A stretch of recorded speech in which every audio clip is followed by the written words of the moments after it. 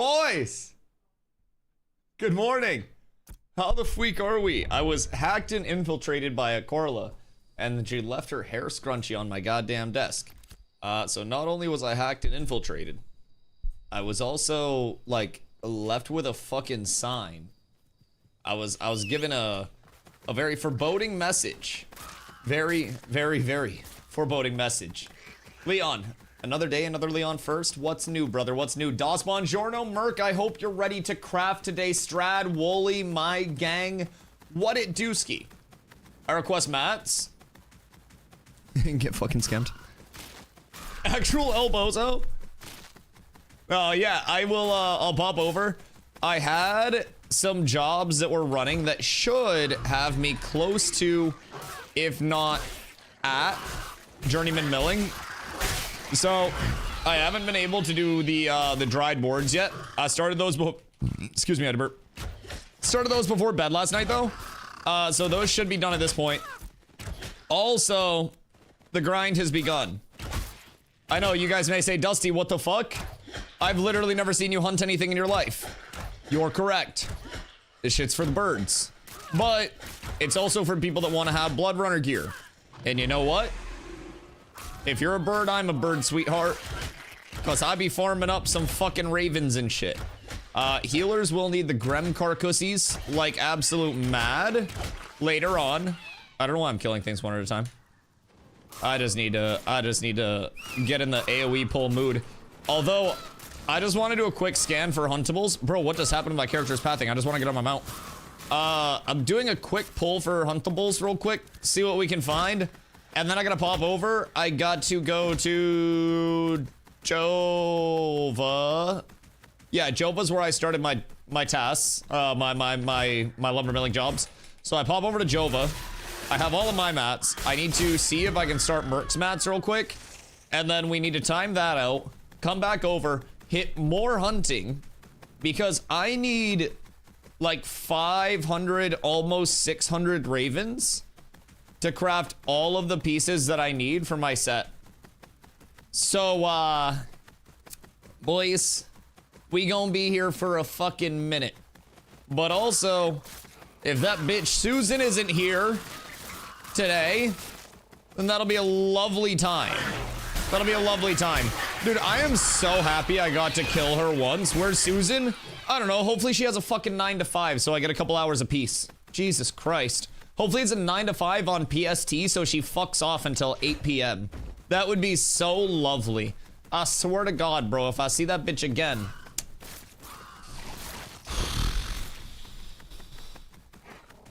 We gonna put the Chris Brown playlist on.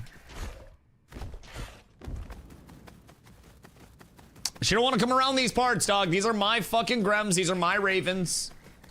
Who's Susan? Some bitch, bro. Like, so, I come over here yesterday, just minding my own beans. Just doing nothing wrong, right? And I'm over here just chilling, running a little circle, talking to chat, hunting the huntables that are popping up. And this hoe's farming down here in a completely different spot, right? Runs up to me as I'm just running my loop and goes, "Can you not?" And I'm like, fucking excuse you. Like, unprovoked, by the way. Just fucking big, like, can I speak to the manager type energy coming out from this bitch. And so I'm like, all right, bet. You want to hold down this area? I'll give you a chance to do so. And I hit her. She's a ranger, level 23. And instantly goes into victim mode. And says, oh my God, another high level, really well geared person just bullying the low levels. You're trash and you're what's wrong with Ashes of Creation and you're why this community will never take off. Keep in mind, by the way, this bitch came up to me and started the whole beef in the first place. I was just minding my own beans, bro. I was just chilling. I was just getting my chili up. So, essentially, she starts complaining that I'm a bully, and let's see. Oh, when she called me trash, I hit her with the "your mom's trash," and then she goes, oh, he has comebacks, and I said, your mom has comebacks. So that was probably a highlight of the entire interaction. So essentially, they were yapping like crazy. They even went into global chat to complain that I was griefing them. And that I was coming over and like harassing them. So I'm just minding my own business, by the way. I don't even have global chat turned on. And I'm just chilling gathering shit because I need a shitload of raven carcasses, bro. I'm gonna be real. I need about 600 ravens before I'm done crafting, right? So essentially, she's like complaining in global and all that stuff. Meanwhile, I'm just running around getting all the huntables. And a little bit later on, I see a level 16 cleric run down the road flagged up. And I'm like, what the fuck's going on here? This is weird. Why is this person flagged? And then behind them, I see no other than level 23 Susan chasing down this random level 16 cleric. And you know what happened to Susie? She got fucking one comboed 100 to 0. Just instantly. So fucking satisfying. Went to snipe, literally caught her mid-snipe with the level 16 targeted at 25% HP. She was 100% HP. Level 16 was running away. Wumbo combo the Susan. Susan fucking dies and sits there on the ashes. I call Susan a bully in area chat. And then the level 16 starts teabagging her. And then she goes on to complain again that I am the reason, people like me are the reason why Ashes is not ever going to succeed and will never do anything as a community. And I go, brother, you were just hitting the low level and then you died. And I pointed that shit out. And then the big conversation ender was hitting the "You're a man IRL." I called him brother. And I said, I'm definitely getting big man energy from you right now. And then once that was pointed out, I believe they stopped. I believe they stopped. She complains in global and people are like, oh, you again? Didn't you report me for farming near you last phase? Yeah. So a lot of people were instantaneously, like when she went in global, people were apparently sharing their horror stories of Susie. And so like when I got that kill, dude, it felt so fucking nice. I'm gonna be completely real. It felt absolutely wonderful. 1000% justified. It felt like I was doing not only myself, but the entire community a favor, right? That's the big thing. Maybe they're RPing as a Karen. Mission accomplished, honestly. Honestly. Like, if they're RPing as a dumbass hoe, then they have fucking nailed it. But if they're trying to actually be themselves, oh, that's also another thing. They were like, oh, I bet you treat people this poorly IRL too. Little does she know, my girlfriend was asleep on the floor one time and I smacked her with the basement door. When we were in San Diego, I closed a trunk on her forehead and she still has a bump on her head. I'm real as fuck, brother. Those are both accidents, by the way. I don't know why she was asleep on the floor that one time. But she was asleep in front of the basement door. And I had to, like, she was sitting on the stairs up from the basement with the basement door open, blocking my LOS. And she was asleep on the floor next to the basement. And I try to move the basement door so I can step through and, like, access the rest of the apartment. And I just hear donk. So yeah, that happened. And then at TwitchCon, for any like Devolver enjoyers or like Cult of the Lamb enjoyers specifically, we won a very large, like a very large plushie. So we had the plushie in the trunk of a car, and Carla was everything was set, by the way. Everything was good to go. And as I go to close the trunk, Carla like dives in to fucking tuck the plushie in a little bit more and just full forehead tanks the trunk. Just straight donk. Providing the MMO content Ashes needs, some fan. Honestly, best thing we could do is find out what settlement she's a citizen of, and then deck on that. And then follow. Like, I now know if there's a terror bird in this area, there is an op in this area. And if there are no terror birds in the area, then I'm fucking chilling. Because I can just hold this down for an incredibly long time. And with hunting, you can throw so much of this shit in your bags. Wolves are kind of inconvenient when they spawn. But I can fit a shitload of Grems and Ravens in my bags right now. And that's without even having a singular hunting bag. I can probably just grab a hunting bag when I'm out. And then just switch that in. And then everything's perfect. I will probably never have to leave. And then once I hit apprentice, an apprentice bow will probably help a good bit. Because then I won't have to worry about durability. So, what's the newest drama I miss? Oh, it's some hoe, dude. Bitches be tripping. But what's new? You stay the fuck away from my Grem! Ross, swear to God. I understand why Nellie's so combative sometimes now. I will smack a motherfucker over Grems and Ravens right now, dog. I don't even need the Grems, but that's some good moolah. Those are some good clams, some dollary dudes. You bet your sweet bippy I'll fucking smack you up over this shit. So what if this is a fucking level 1 farm area? I don't care. You over here and you flag up, you're catching it. Don't pull up. It's not safe out here. Ooh, +1 Raven. See, this is what the people are here for. This is NASCAR. And if I am able to keep spawns rotating up, then we're set. I do need to go over to Jova, though, because I need to start more refines for Merc's bow and let those run idle while I am hunting this shit. And we're good. Hunting PvP is a thing? Oh, dude. Hunting PvP is a massive thing, because hear me out. Even if I flag up for PvP and somebody doesn't, right now, you can kill huntable spawns while you're flagged up. You just have to kill them before the other person interacts with them. Also, paid actor, what up, my boy?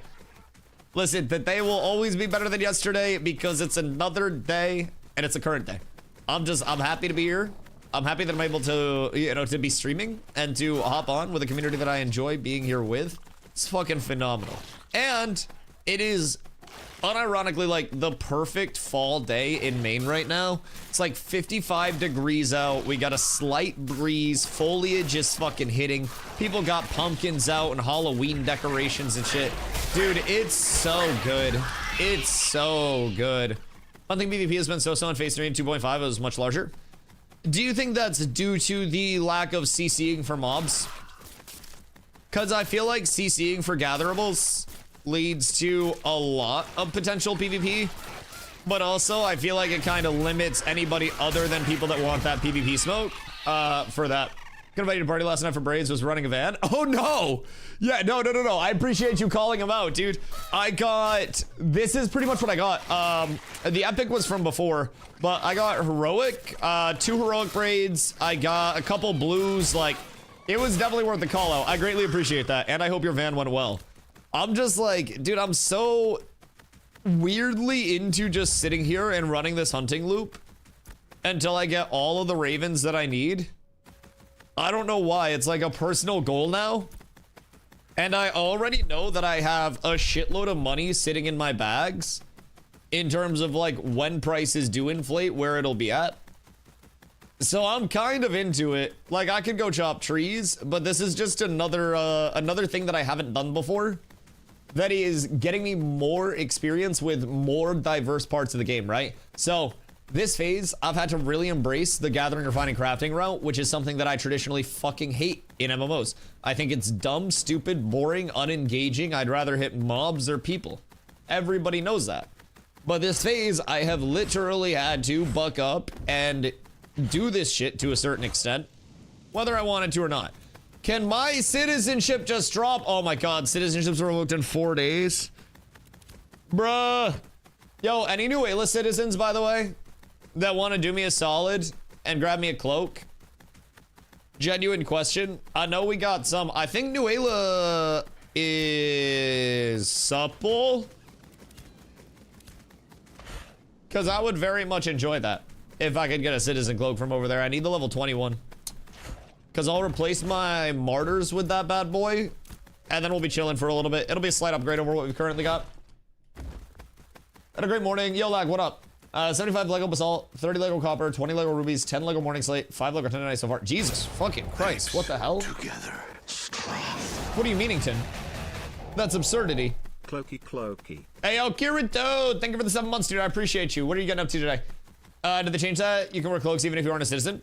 So the tech is become a citizen of the settlement, put the cloak on, and then drop your citizenship without taking your cloak off. Same thing as phase 2. So as long as you have the cloak equipped and you do not unequip it, you will never lose the stats of that cloak, no matter what your citizenship aligns with. As of right now, it's something that has existed for a while, so I'm assuming it'll get changed at some point, but it hasn't been changed up until this point. Aim for Royal Cloak Nuela? Yes, indeedly. I probably still have a Codex tab pulled up on it. Funny enough, I do. Hold on. Hiya. So it's 360, 372 max HP. As a tank, we already have a shitload of mitigation, so I'm a firm believer in max HP over raw mit for us, but we got Fizz crit defense, Fizz power, and crit defense. So just a really solid, you know, anti-crit, little bit of power, good amount of max HP, overall well-rounded cloak, which is essentially what Martyrs is. It's just giving me another swing up on that max HP realm of it. So just wondering if people are selling cloaks if you need to be a citizen or they know to wear it anyways. Because people will always buy them. Not everybody knows that you have to be a citizen of the area. So you'll have a couple of like good old traditional skamazes for new players via the player market. Number 1 is cloaks. Number 2 is Beast of Burden instead of a mount.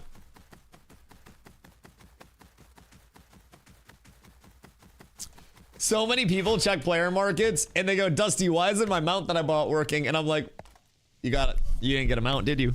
That shit got a lot of stats on it, doesn't it? And they're like, wait a second, what is this? And then the disappointment hits. And I love the disappointment. I feed off of it. That energy is palpable. I need it. But yes, the new player confusion is crazy. Then for a portion of new players, you always have the groundbreaking discovery of like, oh fuck, heroic is worse than epic? Because even when I started playing, I thought it went like rare, epic, heroic, legendary. Just because the coloring of it was, you know, more similar in that progression. And I didn't realize that heroic was like worse than epic. So I would get like, I'd get hype when I found heroic stuff. And then I would be like, oh, epic, you know, that's cool. And then one day somebody in chat was like, Dusty, why do you want heroic so bad? And I'm like, what do you mean? I either want heroic or legendary. And they're like, what? Why not just epic? And it dawned on me. And I said, what the fuck is that color scheme? And I've questioned it every day since. But yeah, heroic over epics, Beast of Burdens, Citizen Cloaks, the 3, like, the holy trinity of new player oh shits. And points of discovery. And somewhere out there, I guarantee there is someone in chat that just discovered those things. And they're like, oh, fuck. Oh, I don't want to say it, but Dusty, thank you. You're welcome. You don't have to say it if you learned anything. But I know at least one of you learned something there, and I hope it saves you some fucking money. Panda, what up? Because the term legendary, common, uncommon, rare, epic, heroic, legendary. Yeah, I mean, now that I know it, I'm used to it. It makes sense to me now that I know, but before I knew, I didn't know. So like, I honestly, I just went off the colors. I thought the colors were more similar, therefore they were more similar. And they got a little spread. And, you know, I was down horrendous for a little bit because of it. Now, fortunately, I was so bad at the game back in phase 2 that I didn't actually understand the progression of anything in the first place. So I didn't really lose out on much. It's not like I was pumping up any high rarity shit whatsoever. Any huntables in the chat by chance? Any whatsoever. I would love some huntables. So chat, question. Do you think I'd be better off at that Lionhold spot for Grems and Ravens with a combination of both? Or should I try to go up to like Northeast Carve Snake? Oh no. Yo, Freddy, what up? Free game key. If I was giving away a free game key, I would not give it to somebody whose first time chat was free game key question mark. I'd probably give it to a community member that's like always here. B, you can't transfer keys or accounts in any way with ownership. So like you can't give that shit away according to TOS. So if you want to play it by the book, right? Now, high key, Intrepid does do key giveaways from time to time. So follow the Ashes of Creation socials. Even though I, as like a content creator, can't do key giveaways without getting your account and my account nuked, legally anyways, unless I just send you the money for it. Intrepid does do some key giveaways, typically based around their like end of month dev streams. So that's usually the last Friday of each month. I don't know if they've announced a date for it this month, but I would stay tuned on that if you're looking for a free key. And then other than that, even if you don't get one of the free keys, your pack, if you do have, just say you got $100 sitting around, right? You don't buy an ounce of weed for your week or whatever it is, right? Take the $100, purchase your Ashes pack. It has a 90-day period where you can get all of your money back no matter how many hours you play. So like, from that standpoint, I think having a 90-day insurance policy, so to say, with your $100 guarantees that you're at least going to be knowing that you want to stay or go at the time that that refund policy goes away. And if you don't want to stay, then you don't have to stay. It's an incredibly simple refund thing as well. What the fuck is going on over here in town? Why are there bodies in town? Genuine question. What is this tomfoolery and this fuckery? If there is tomfoolery happening, then I will end it. Because there's also wolves there, but if your aim is to level, the loop you can do is north or versa. No. I don't want to level. I want to get, ravens, and I want to get anything else that would be useful. So, if ravens, Grems are going to be used for a healer set. Wolves are used for a shitload, right? So, I'm perfectly chill with getting all three of these if they are all useful. Do you have any glimmering metal strands or ancient dunes and ingots? I have no ancient dunes and ingots. Do I have strands? Where would my strands be? Maybe Nuela? I feel like we should have some. No, I think Meta has strands. If I am completely honest, I think Metacrow has strands. Because I think he was grabbing him early on. Sorted that shit out so unorganized. Lick my fucking balls. How's that sound, bucko? Also, healing needs bears. You're a bear. Alright, so what am I doing with all this? If you want to toss me $80, I wouldn't say no. Das! Back to the mod factory. We got shorts to churn out. You got time to type, you got time to post a short, buddy. 07, you want your Chef Boyardee or not? Also, Twitch announced at TwitchCon that there would be a new feature coming in where you will be able to appoint a head mod that will have a hammer instead of a sword. So I will have you all dueling to the death, and that duel to the death will be posting content on YouTube and TikTok and stuff on my behalf, and whoever pulls the most views will get the hammer. Mods demand big cans. Next time I go to Sam's Club, I'll stock up for you guys. Posting content of dueling to the death. Listen, Doss learned his TikTok algorithm stuff because he ran like a LARP camp, basically like TikTok account. So, 3 willow boards, please. Willow boards? Do I have the shit for willow boards? Did you give me shit for willow? I don't think you gave me shit for willow. You just gave me ash.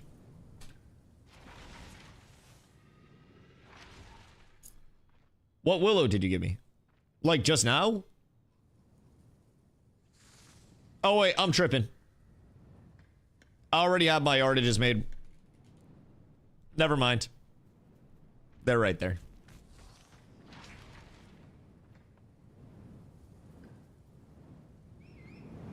I smoked my breakfast today.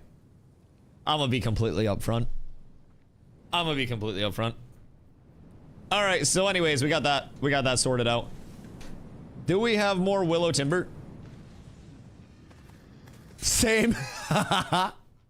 Listen, man, it's a beautiful fall day. It's a fucking beautiful fall day. So, do you need these dried, or do you just need them as boards? I think this is all I needed to do to these, and then I need to go collect my jobs, and then I need to make your dried boards. Let me lock it! Thank you. 3 bowls and none were cereal. Yeah, absolutely. I also made some ribs, and some asparagus, and some carrots, and some broccoli. Gorgeous day today? Oh, dude. Fucking 10 out of 10 day. Just cloudy enough. Like, unreal beautiful day. Yes, I 1,000,000% agree. It's fucking gorgeous in every way, shape, and form. Alright, I am going to have to either, like, give somebody else most of this shit, or probably just vendor it, because this is all just shit common. So, I'll be real, I will probably just go vendor all of it, unless anybody wants common. Did I not hit 19 off that? Processing. Oh shit, that got me to 20. Okay, cool, we're up very, very, very tremendous. So, now we promote lumber milling. Lumber milling's journeyman. Alright, cool. So now I can do... Does anybody need common oak and wood chips for anything before I vendor? Speak now or forever hold my wood. Because I need the inventory space and I need to start these jobs. I'll keep some just for, like, fuel for these jobs, but other than that, this shit is ass. Keep wood chips. I don't have space to keep wood chips. Keep wood chips for fucking what? Like, what do I need to keep the wood chips for? What are we gonna use those for? Settlement progression? Have Zom come down on his fucking flyer and get him. Come down. Also, somebody said they heard we got sieged. Yes. Yes. I very much look forward to a form of content that is working for both sides of that arrangement.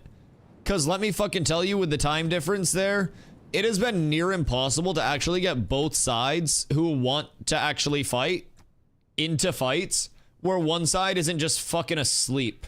Like, that's a big thing. 48 people signed up already. We have 14. Yeah, it's not a big deal. 'Twill be absolutely fine, mon frere. Do not fret. We will be just fine and peachy. I also haven't signed up yet. We have a sign up in the Discord too. So, like, we'll have Discord signups, we'll have in-game signups, we'll have Alliance pull up for it. Like, we'll be just fine in terms of numbers. Cooking are used to make agriculture shit, which is using cooking. Right. This is a bit of a slow day for our guild. I mean, I'm gonna be real. It's been a bit of a slow day for most guilds the past, like, week or so. Like, there's no sugarcoating that in any way, shape, or form. Most guilds are going to struggle for the next probably, I'd say, week to 2 weeks to actively get people on, and then, you know, once that's all settled, then population will go back up. But before the Harbinger update actually lands, it's going to be a little rough for a lot of guilds trying to maintain activity. Ash boards. How many ash boards do I need to make for you? Confirming that it's 54. I think is what I have. Yeah, 54. 54, yes. Okay, massive. Very cool. So we pop over here. And then we'll go board. And we have our dried ash boards. So we need grain lock wax 162. Grain lock wax 160. Grain lock wax 2. Dope. All right. Board. Dried ash boards. Do I have scrolls? Processing XP scroll. Bup. Oh, god fucking damn it, Dusty. You silly goober. Alright, ash boards, 54, required fuel. And dried ash boards, 54, blue, good. Gretton bald? And handsome. Listen, man, listen. I would absolutely spit shine your forehead and many other parts of your body. Personally. You let me know, man. I can get you all shiny like you got goddamn body oil on. Carry the siege. Dude, I can't wait for sieges ever. I love sieges. They are, in my opinion, one of the most fun forms of gameplay that there are, and they are going to get increasingly more difficult to actually test and get practice reps with the further progression goes on. I don't know who to book for journeyman lumber milling. Yes. I am journeyman now. So I can do all lumber milling needs. If anybody does need shit, will work for tips. Also, bring your refining mats, because I got fucking 9 gold and I started doing this with 16. Need me a journeyman weaver? Where's Storm at? I feel like Storm can do it. Pock can definitely do it. I don't know where Pock's been, but... Blackblood, what up, my boy? Oh, Blackblood can also do it. Yeah, we got some good connections. And fortunately, we have a lot of trusted connections in chat, too. Merc, what else do you need me to make? Because... Blackblood can do your yardages. I'm doing your dry dash boards right now for your rares. Do you need me to make your dry dash in heroic? Or do you have those? Because I can start both. 54 ash and it's done? Okay, massive. So once both of our bows are done, we'll link up with Keith. Do we have barbecue grilled cheese for Keith? The qual food? Texas, what up, my boy? Maybe out of your wheelhouse, what are your thoughts on rogues using greatsword with the great stats versus daggers? Daggers are better for poison application stats, but you can also say the same thing for short bow. I think greatsword is going to be more chunk and more like ability-based damage. Daggers are going to be a quicker like application of poison and shit like that. Personally, I think most people that I've fought against are using greatsword or two-handers with hands. I've seen quite a few people using daggers as well, but I want to say a lot of the rogues that I know with hands are preferring two-handers. It's just about attack speed. But Grent may be able to actually weigh in a little bit more on that. I'm just going off of like people I've fought against. I try to dissuade people from playing rogue as much as possible, because I hate rogue. So I do everything I can to try to counter the rogues by not letting them exist in the first place.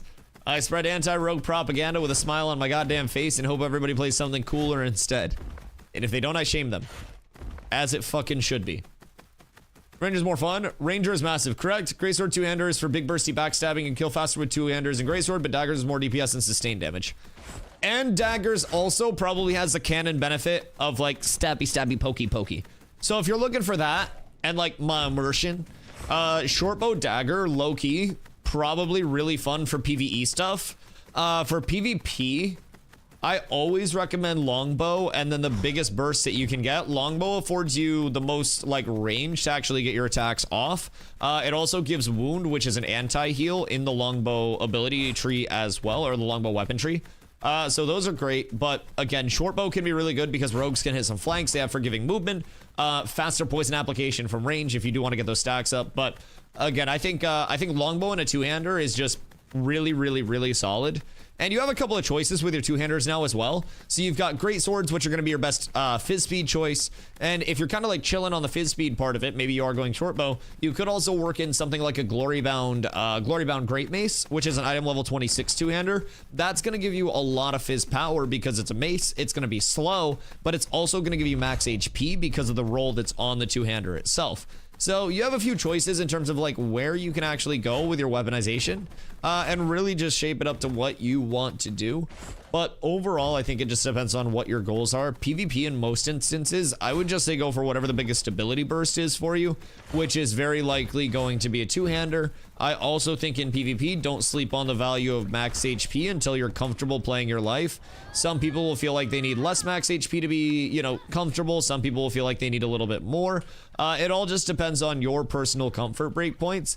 Like right now, I'm running a lot lower HP than some tanks, but I will be boosting my HP over time. It's just, you know, I have enough HP and survive right now to where I can get myself out of really any situation that I need to. So I don't really feel the need to panic and drop power scaling for more max HP. Yo, Moretta, what up, my boy? What's getting up to today? Ranger's more fun. Ranger has actually been getting a lot of hype lately because people are realizing the burst that it does. Oh, also, someone asked about the crate dupe. We made substantial progress with it and passed it up again. But we were told that it's something they already have as a very high priority, but we literally confirmed everything. Everything. You can also use cons rolls and elixirs as well. Food buffs are nice. Food buffs are great. Yeah, absolutely. I still personally prefer strength, elixirs and food buffs and stuff. Just because strength is gonna give, in my opinion, more effective scaling most of the time.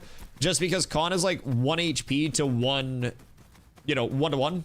So like, I prefer strength rolls over con stuff. Max HP scaling from something like, con also gives fizz defense. Yeah. But also as a tank, I don't really need Fizzmit because I push so high into diminishing returns already, right? So mitigation diminishing returns tend to kick in right around 50%, and then as you get to 60%, it hard stops you. So when I put grit up, I'm 59.2 on my fizz. If I pop rush and then I go with a full fortify, which is supposed to give me 20/20, my 59.2 goes to 67.4 instead of getting 20. But my magic defense goes up like crazy. So I'm pushing so hard into diminishing returns on my fizz mitigation already. But as a tank, no, but DPS or support. Oh yeah, absolutely. No, I agree. And I like max HP scaling more as a tank because we have so much raw mitigation already. That's also why instead of panicking and going Akadira stuff, I already have 2 pieces of Blood Runner. I'm just going to farm up my remaining, like, you know, ravens and shit that I need, and I'm gonna craft 2 more pieces of Blood Runner. Or sorry, 4 more pieces. I'm gonna go a 6 piece if I can afford it. And then try to just replace my shit and go medium for 6 piece blood, and we're chilling. Carlo told me to check Discord DMs. What dis? Oh, is this for you? Word. Okay, cool. That looks fancy. Thank you. We're up tremendous. Hiya. But yeah, I think all my friends tell me to reroll a rogue. They say I would enjoy it much more than the fighter. What are you looking for? Does it look right? Oh god.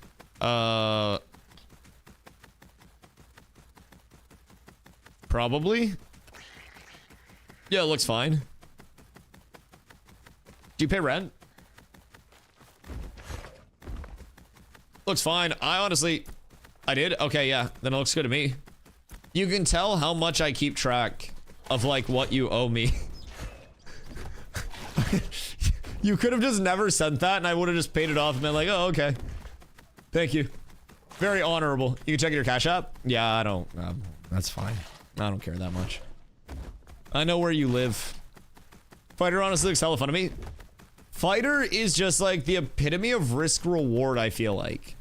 If you are able to get in and operate on a fighter, then you are going to absolutely, you know, big chungus wungus and then destroy people.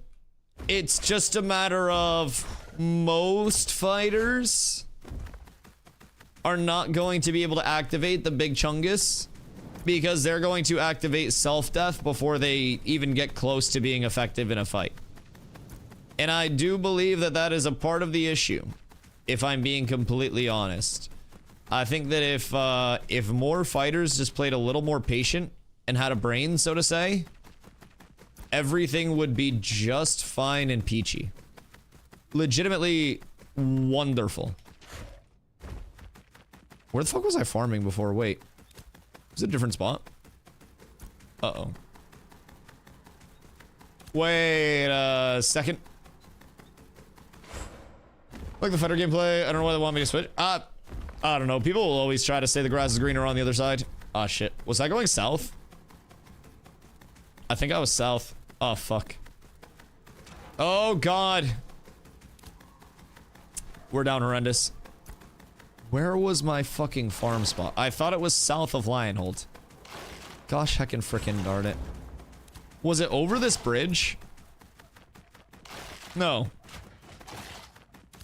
Chat. Where the fuck was I farming? I could have swore Ugrem. It might be here now. It might be here. Fuck. Dude, I'm so bad with directions. When you're going Blood Runner as a tank and I went full Akadira as a rogue, the Dex on Akadira gear is awesome. Yeah, the Dex on Akadira is nice, but like Blood Runner just giving full medium mitigation is fucking huge. Medium mid's gonna be, bro, I swear to God. Medium's gonna be a much more even split, of course, between your fizz and your heavy. The set bonus is gonna give you a more even split. And being heavy as a tank, we get so much fizzmit already from grit and from our natural scaling that it doesn't make sense to push up heavy with the full scaling and then also push up, you know, with grit and more fizz scaling and the set bonus from heavy. It's redundant at that point, right? So, I don't know, man. I have never been too sold on... I think I beat him to it. Maybe not, though. I did. Absolute L. But yeah, like that's... You're more forward, past the bridge, and over the arch. Though it's better to take control there. You go. Wait. This is better than the other area that I was in? For ravens and shit, too?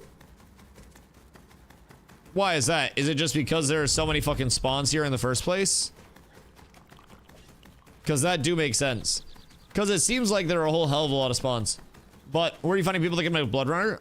Nobody yet, but Blood Runner is going to be craftable next week, I believe. Or later this week. One of the two. Blood Runner is close to being craftable, so we're kind of trying to prep for it. Lil Death, what up, my boy? I think he really likes fighters, just still don't admit that. I would like fighters if they had brains. I think fighter has potential. There's a reason why I'm going tank fighter. Personally, because I think there is potential with the class. It's just people don't have fucking brains when they play it. That's my honest feedback on it. If more fighters demonstrated to me that they were able to operate a microwave without fucking anything up, then I would 1000% be a fighter fan. But I feel like 2 out of every 10 fighters are able to cook. I can operate your microwave? Hey, yo. You gonna boil my water, big guy? You're gonna leave me in there for just a little bit too long? You get me all nice and melty and hot? Anyways. Of course Henry says up for that. Hi, Henry. This is a business meeting. Nothing else. Wait, so I was over the bridge? Because low-key, I like the last spot more. I was like down here? Wait, this actually kind of seems right. It seems like I'm on the right path over here. Fook! You want to tank rogue but switch to fighter, that's how much he hates rogue? Bruh, I wanted tank rogue, but then I realized that I don't need to play very evasive at all, because I can just ooga booga motherfuckers down. Oh yeah, I'm right here, huh? Like, I can pull people, and then I can just gib the shit out of them. And if I can keep pulling that off, I think fighter is gonna be a big thing for that. I just assumed that I would need the movement and like the... Excuse me? Are these like just not... Oh, they're timid. Wait, so they won't aggro. God frickin' dang it. Yeah, that's tragic. And I don't think any of these are huntable. So anyways, like with the way that I play and the damage that I already have, I don't really need evasiveness. I don't really need resets, because I just kind of like throw my dick into things and then it just dies. And if I can always maintain that, then I win. And I think the fighter will allow me to maintain like throwing my dick into things and it dying. I already have a lot of damage in the build. I'm gonna be putting up more damage in the build as soon as I get into the ranks, when that rework to ability trees comes in. That's gonna be fucking huge. So I'm gonna go more aggressive at that point. Tank fighter will allow me to go even more aggressive. I like aggression. Food nerf?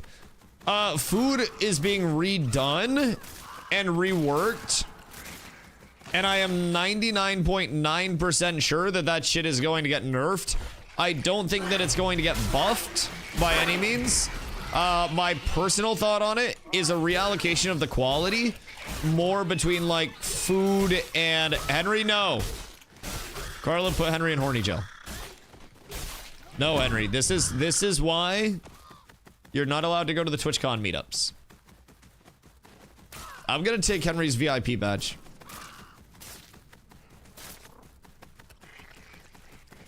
Henry, go get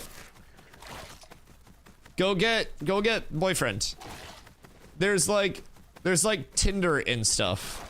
And like if you're rich, you could get on Rhea. I show speeds on Rhea.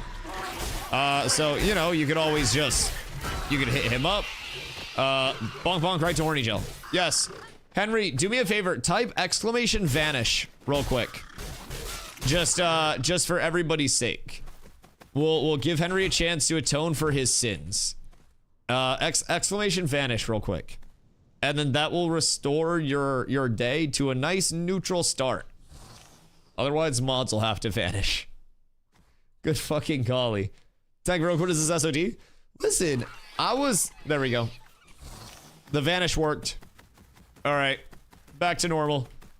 So anyways, like, I was originally thinking Tank Rogue, again, just because of that, like, evasiveness, right? If they can't hit me, they can't stop me. And I felt like if I could get, you know, the evasion side of it, I'd be able to stay in for longer. But I don't really need to stay in for longer. I'll pull somebody to me, we secure the kill, and then we transition into an all-in, and, like, I'm not really supposed to be standing in just, you know, idly shing-shinging if it's not leading to anything. So really, it's all about combos. It's getting in, setting something up, and then just pumping it when it's actually necessary to do so. So that's cool. Didn't know that was a thing. Exclamation vanish goes fucking hard. Yeah, anytime somebody says something they don't want to, like Nin yesterday tried saying that he was gonna rat me out, and instead said he was gonna eat me out. And apparently that warranted a vanish. I don't really know why. I don't think that's too bad of a thing. But yeah, the vanish is there for people that need it. Although I thought that was a very kind offer. I feel like there's not a ton of downside to that. Are there points for the point guard going today? Oh, brain. Oh my god. RIP 20k. RIP Carla. Carla, remember when you had like millions and jillions of points? How the mighty have truly fallen. Absolutely down horrendous. I don't even know who's in first at this point. I can give myself points? Maybe you shouldn't. Maybe that's unethical. That might be very unethical if I'm being real. It might pollute the entire economy. Nobody is allowed to distribute points. Not even the mods. Only I am allowed to give the stimmies. Okay, Black Blood with a W. Are you feeling confident to double that up? Do you win a lot? DOS does it a lot? What do you mean? Never seen that before. Literally never seen DOS do anything like that. I'm trying to retrade myself. I'm actually wearing a shock collar. It's not a big deal. But I have it wrapped around my balls. It's propaganda. So I'm really trying to retrain very quickly, as efficiently as I can. Hassan has a shock collar. Like, why are we talking about DOS maybe or maybe not giving people points when Hassan is literally shock collaring his dog on stream? Let's discuss the important things here and maybe not start witch hunts, okay? Because witch hunts are very bad. I feel like I've never given myself a point. Yeah, I don't think DOS has done anything wrong. I'm buying a shot collar, want to land my stream background. Well, what we've learned is that once you have the shot collar, it doesn't really matter if you want to or not, because if I got up from your stream background, you'd just fucking zap me. Motherfucker's actually hitting shatter combos on his dog. Like, what the Hellington do you mean? Knowing you, you'd enjoy it. Yeah, did you not hear the soundbite about how there's a shot collar on my balls? How do you think I stay active for the whole 10-hour stream? Like, every single day, it's 8 hours, 10 hours, all yaps. The fuck you mean?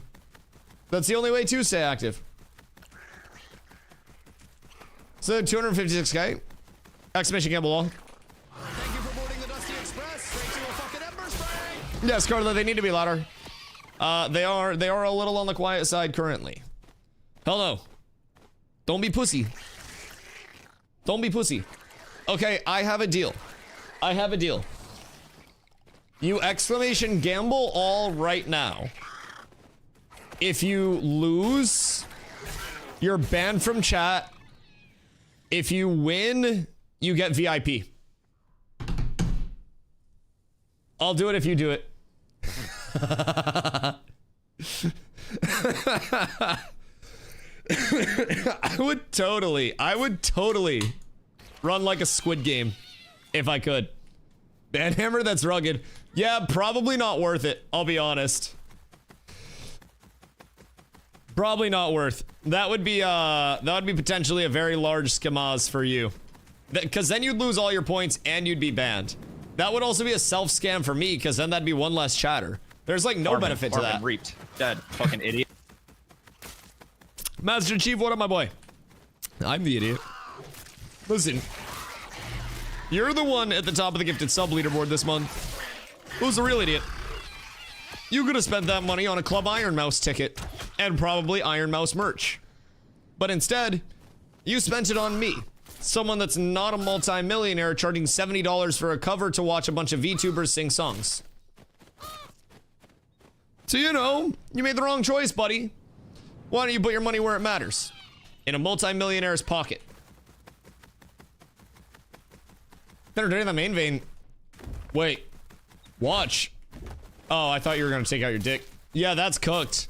That's fucking cooked. That is,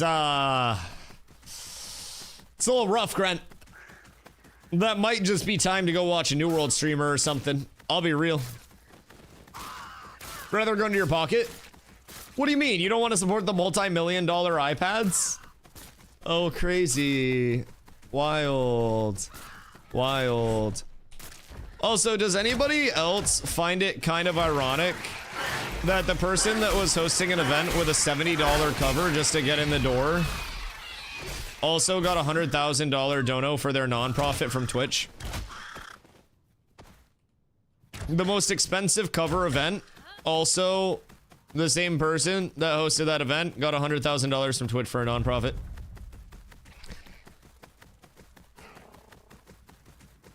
Seems shady. But it's a VTuber, so nobody will ever bring anything up. And if they do, then we're the bad people. Maybe all of that $70 cover also got donated. Hopefully. But a $70 cover is fucking egregious. It was the most expensive cover that there was for a Twitch event. TwitchCon event. I did not go because of the cover. I would have gone if it was like $20, or if they said, hey, here's your opportunity to make an optional donation to the, you know, the Immunodeficiency Foundation. Donate what you're able to, attend the concert after making your donation, and come out and show support. I would have gone. I would have dropped to 20 for each of us at that point, but I'm not spending 70 for each of us to also not know where my money is directly going. And then $100,000 donoski on top of that from Twitch. I'm gonna pay 70 for a Mariah Carey meet and greet. I mean, for those that are huge Iron Mouse fans, like, sure. But it's also like, I don't know, it's not like it's a meet and greet, it's just a concert. Like, the screen on the stage turns on, and then the VTubers sing, and then the concert ends. And keep in mind, there was a VTuber there that I actually, like, enjoyed a lot.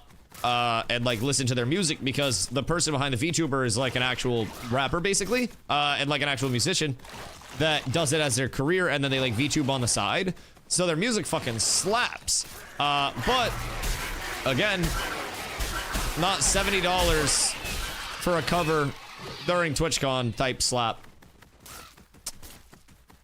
Huge receiver. Iron Mouse and Mariah Carey. Cause like concert tickets are expensive, right? I get that. I kind of wanted to see the iPads.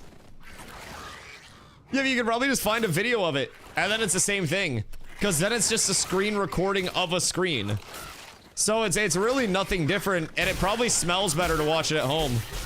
Yo, Bimmer, what up, my boy? How you been? I've been good, dude. I've been good. Right now, we're complaining about the establishment. We're talking about the multi-millionaire iPads that made a shitload of money at TwitchCon as well. It's wild world. Wild world. Like, I also, Carla, I would have gone to see the iPads again if the cover was structured differently. Like, if it wasn't a $70 minimum ticket to go to a sweaty small venue and like have a few hour event where like what 8 VTubers got on the stage and did small sets, I would have dropped the $20 dono to the Immune Deficiency Foundation if that was the cover. But a direct $70 cover per ticket for a TwitchCon event that is TwitchCon adjacent, and then also selling merch on top of that at that event. That's a lot. Bro, that's a lot of clams. That is like a non-zero amount of schmeckles. So funny to me is that the only people who were wearing Club Iron Mouse shirts were the sweaty, nerdy big dudes. Oh, yeah. Yeah, I mean, Carla, how frequently at TwitchCon did we see Booba E-Girl with boyfriend, nerdy dude with glasses that looks like he works IT and wears like polos everywhere? Yes, that's like the Twitch meta. Yes. The e-girls don't want the big brolic guy. Like, if you're jacked and yoked and you're trying to stream video games on Twitch, good fucking luck, buddy. You're unrelatable. If you actually look like a dungeon troll, but you're charismatic, you're gonna have 6,000 viewers on Twitch within a year because everybody can relate to you. Just personally, just be charismatic as shit. It was usually nerdy e-girl, cat girl, and big nerdy guy. Yeah, because the big nerdy guys started out modding for their chat and now they're friends. Except it's more than friends. Honestly, half of them were also probably, you're not my boyfriend, but hold my hand for security. So I need to stream? Yes. Yes. Stream, find yourself a kawaii VTuber e-girl. Pray to God that they are actually a girl if that's what you're looking for. Whatever your preferences are, we don't judge though. Just verify everything if you're talking to VTubers. Cause like, you never know. You never know. Just trust but verify Ronald Reagan. Right? Just being completely upfront. You never know. Voice changers go crazy. I could be a DTuber one day. And I could just come on all ooh, except it would be a voice changer the entire time. Big boys need love too. Doss out here representing the burly lads, the huskies. Listen, I'll have you know, I wear large, tall shirts. I am essentially the linebacker build of Doom. Some people think that I cannot fit inside most stores. I cannot. I am huge. Asmongold is an ugly dude, but has the charisma to maintain an audience. Asmongold also has so much fucking money that nobody will ever know what to do with that much money, himself included. And so there are a certain amount of people that will just like him because of that. Asmon is Lich King. Yes. Yes. Asmon is lifeless. I'm convinced Asmongold actually stopped existing about 12 years ago. And this has just been like a carryover of Asmongold's consciousness put into an AI. And it was a very primitive AI that came out. And so they couldn't make it do video games. All it could talk about was dumb fucking politics. So when the real Asmongold died, the AI Mongold could only talk about politics, and that's where the transition came in. It was tragic. The roaches are controlling him? Why would pirate software be controlling Asmongold? Mr. Gold dating of girls is crazy? Oh, Asmongold loves Asian bitches. Yeah. Yeah. Oh, OF girls. Oh. Does he like Asian OnlyFans girls? Asians with big boobs. Yeah, if you don't look like you are a character in a gacha mobile game, Asmongold is not gonna date you. So, for anybody that's in this chat, congratulations, you're safe. You're completely safe. But you literally need to look like a $500 skin in a mobile game, and then you can have Asmongold's Roach Empire. You can have his dollar steaks, he will cook you an extra one. You can have his leftover 2-day-old soda that's been on his desk that he's not gonna finish because he got a new one. He will cut you in on things. He may even run ads for you, depending on how bouncy you can make them. But if you don't have those assets, There's no shot. There's no shot. There is a meta. And the meta for Asmongold is big titty kawaii gotcha girl. Absolutely. Why is the term chick blocked? Allow. What the Hellington? We all know there's a chick out there that'll do it for the coin. Oh god, yeah. I'm gonna be real. If Asmongold came into my chat right now and was like, yo, you wanna go on a little dude date, I'll pay for it? Yeah. Yeah, I'll be that chick. I'll be that chick 1000%. I could be whatever Asmongold wants me to be. For that amount of money, 1000%. You're not his type? I could be. I could do a lot. If Asmongold came up to Dusty and was like, yo, I'll treat you to some food, I would make Dusty take it. Only if the food was at a restaurant. I would not eat anything that Asmongold prepared for food out of fear for my life. I would let Asmongold take me on a nice date, like out in public somewhere. I would not want to be alone with Asmongold. I'm sure he's a nice guy, but I also don't want to be doing a fucking, you know, a TTRPG fighting off rats and roaches.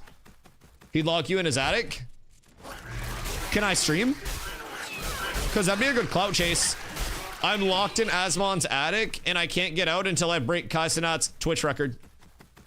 So we have to break the all-time sub record to get out of the attic. Otherwise, I will die in Asmongold's attic. Asmongold, if you're in, I'm in, dude. We just gotta get some oilers and some juicers up there. I know you don't like running ads, but I fucking will. I'll go 22 minutes an hour for that shit. Not even an Asmon steak? No. No. Not a single fucking chance. Not a single chance. I would rather, personally, if I'm being honest, scrape up gum off of the sidewalk in New York City and put it in my mouth and chew it until it's soft again, than eat an Asmongold cooked steak. I fear that those existing in the first place is probably a detriment to society. Together, strong. Yo, Buddha! Thank you for the 5 months, dude. Much love. Go away. Yeah, I mean, the ads be adding. The ads be adding. But listen, they're a multi-purpose thing. They remind people to check their primers. Anybody that's not checking their primers, you gotta check your primers. So that way you can support the stream. Keep me here. Not get ads all up in your shit. And get some pretty dope-ass emotes, boys. Make sure you check those shits. That's one steak. Niz. I wouldn't do it for the world, dog. I wouldn't do it for the world. Some chefs have reproduced it and said it's not terrible.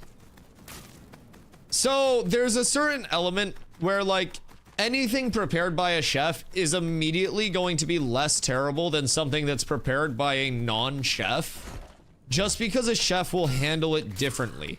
The difference in a steak can be something as simple as, did you let the steak rise to room temperature? You're I'm not doing good it. at math. I'm not very smart. I got you. It could be as simple as, like, I take my meat out of the fridge and let it rise to room temperature versus cooking it completely cold out of the fridge into a hot pan and having a tough steak as a result. Like, there are small things. No such thing as not too bad steak. It's good or it's terrible. Listen here, Mr. Moneybags. I've had a lot of not bad steaks. A not bad steak is something that is edible and good enough to eat, but can definitely be served by a little bit of sauce. Something like maybe a barbecue sauce slathered on it, maybe a little dip set, maybe a little A1 steak sauce, maybe for my Brits, some of that Heinz 57 type shit. You know, there are many things that can complement a mid steak to bring it up. A good steak is that steak that you are into and you're just like, this needs absolutely nothing. Listen here, I eat at Longhorns with my pinky up. If you're gonna steak at Longhorn, you're throwing. Why would you not just get the larger portion of the parm crusted chicken breast? I feel like parm crusted chicken breast is the single best thing that Longhorns has, unequivocally. And then you get a side of like a salad, and then you get one of the sweet potatoes with butter and sugar, butter and cinnamon sugar, so that way you have dessert with it. I feel like that's the Longhorns meta, but I didn't give you that tech, bro. For someone that doesn't eat out a lot, I definitely have my metas for eating out. We used to eat out of Longhorn sometimes. Saltgrass or Texas Roadhouse forever? We don't have Saltgrass. You like Texas Roadhouse over Roost Chris? I haven't been to Roost Chris because I'm poor. But I've heard Roost Chris is really fucking good. A lot of people say that's like the big pinnacle of it. But I also, like, I'm gonna be real, I don't get steaks when I go out to eat. Steaks are so egregiously overpriced. And like, why am I going to pay 60 bucks for a fucking 12-ounce steak when I could get steak for $6 a pound on sale at my grocery store and then just cook it myself? I don't know, man. You're so lucky I hate steaks and alcohol. And you don't smoke my weed. Yeah, no, that's a huge W. Very, very large W. Although, veggies be expensive too, I will say. And your Cheeto addiction. That cost us like $4 that one time you needed a bag of Cheetos that wasn't on sale. I haven't forgot about that. Can you add that to your expense sheet, by the way? Plus $4 for that one bag of Cheetos that you bought not on sale that one time.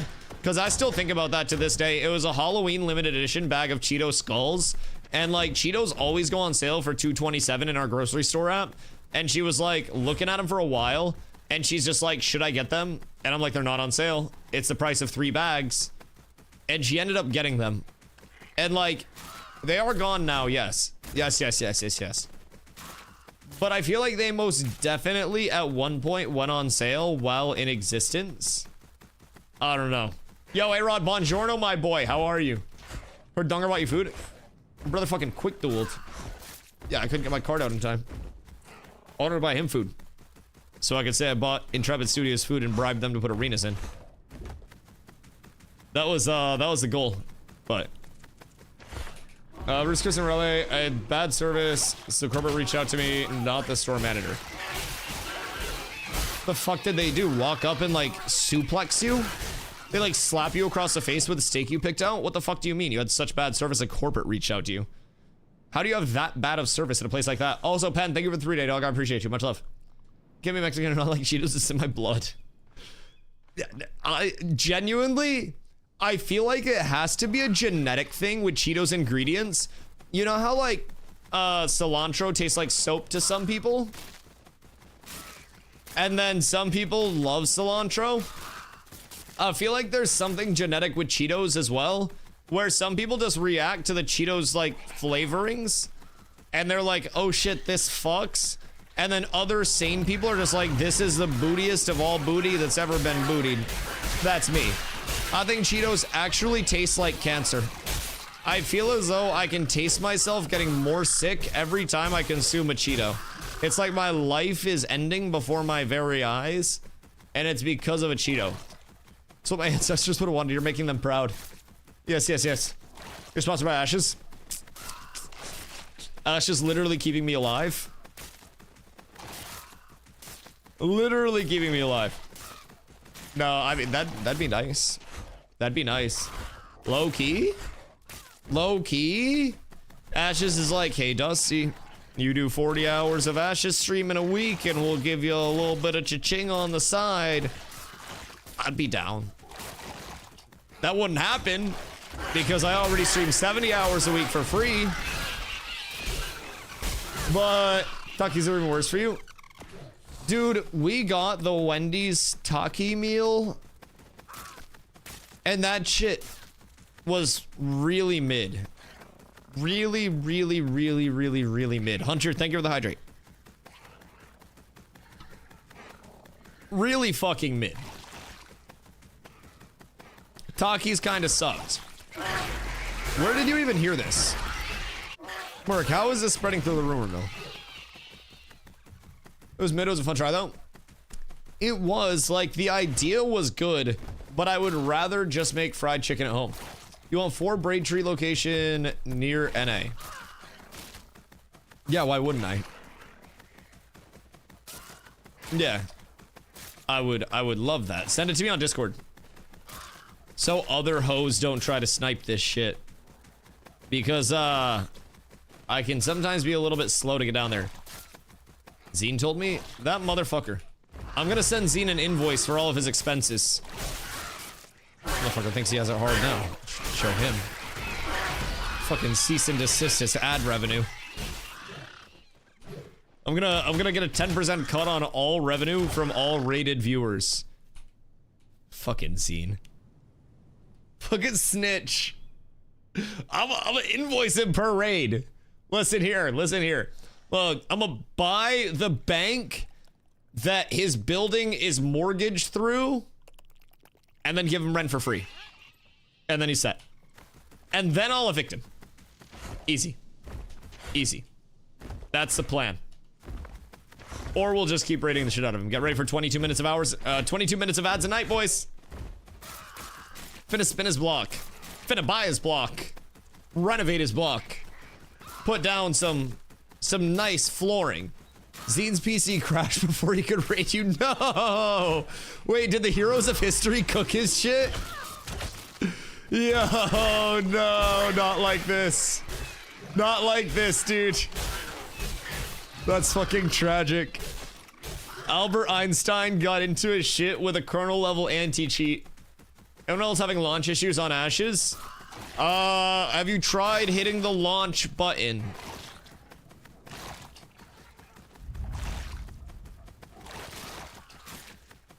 Yes, okay. Okay, step one ruled out. Have you tried turning the launcher off and back on again? Dead. Fucking idiot. You're the idiot. Have you attempted a restart of everything? Because restarts can solve many issues very, very, very quickly. Sent? All right, I appreciate you. I'll hit this part, make sure there are no ravens up here that are waiting to be grabbed, so I'm still trying and then we scoop. Myself. I'm actually wearing a shock collar, but I have it wrapped around my balls. Yes, it is. So, okay, you tried it? Pussy! What about my boy? To get out of the hole saying no's. Brother, I'm gathering like crazy today. I'm hunting and slaying. Man, the raven spawns are kind of fucking dickhole today, huh? That's a little unfortunate. That redeems low volume? It is. Oh my god, that's a pretty bit badge. What the helly? Carla is going to bother Nova to go raise the sound settings. So that'll be nice. Is that where you just sent me? Okay, cool. I'm on me way. And then we shall head over. Ooh, a wolf. I'm already up tremendous. Crank the shit to 11. Yeah, sometimes the Twitch sound redeems can be a little weird volume-wise, so we just need to, like, get into the file and then raise the volume on the file, and then we're fine. I'm not good at math. I'm not very smart. I never claimed to be. That's why I have mods that do this shit for me. Wait, you're playing on a laptop? Have you tried to restart the entire laptop? One of my apprentices is working in Journeyman Carp. What do you need Journeyman Carp for? And do you need any Journeyman lumber milling? Because I did recently acquire that today. Just throwing that out there. Fishing pole. Keith will be on soon, and he will also have a food pot. So if you're trying to actually like push something up rarity wise, today will be the day to craft it. I'm gonna be crafting my bow. Merc's gonna be crafting his bow. So we'll have everything ready in probably a little over an hour. But we could do a crafting run before scrims tonight. Get everybody their stuff prior to scrims. So big fish, the largest fish. Yes, yes, yes. So many acronyms. I'm so surprised I can read that. Oh, can you imagine like what people that are not in gaming communities think when they come into gaming communities? Is it gonna be crafted in Jova? I would have to assume. I think Keef's in Jova. I do believe. They're not free food. The PTR notes said that they were, whoops. I just spilled Celsius. The PTR notes mentioned that they were reworking food, like quality values. So what I haven't seen is if it is an actual like nerf to the total quality with elixirs and everything in, or what their end game plan is with it. I haven't hopped over on the PTR. They're not nerfing food, they're killing food. Do you know the new values of it? Because it's over on the PTR, but the PTR was also bugged. And food recipes weren't available. Bro, I sprayed cologne on this sweatshirt like 3 days ago and it smells so good still. I usually don't wear cologne because I'm just streaming. But I put it on for TwitchCon because other people smelled bad, so I need to balance it out.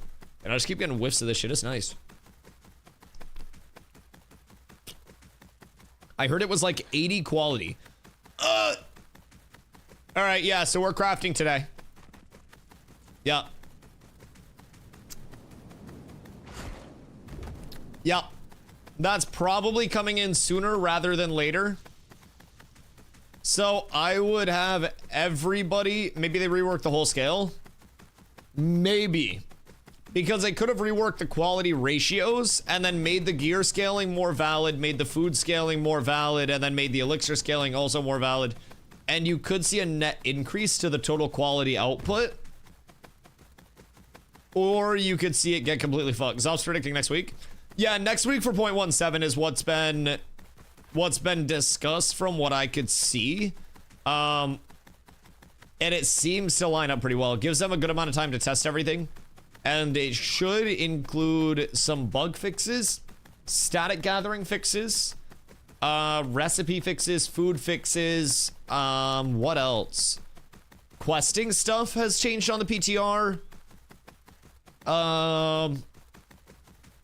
World events are being tested on the PTR. 0.17 could be fucking fat, if I'm being honest. Like, 0.17 could genuinely be Lizzo big. Cool to think about. Probably just nuking the food. Maybe, but according to the community reps, they said with the next big update. That would be November. But 0.17 is not going to be November. I mean, I guess maybe November is going to be like 0.20 or something for the Harbinger update. I don't know what version the Harbinger update is going to be. But I think 0.17 is still going to be a large update. We don't need horses for anything, right?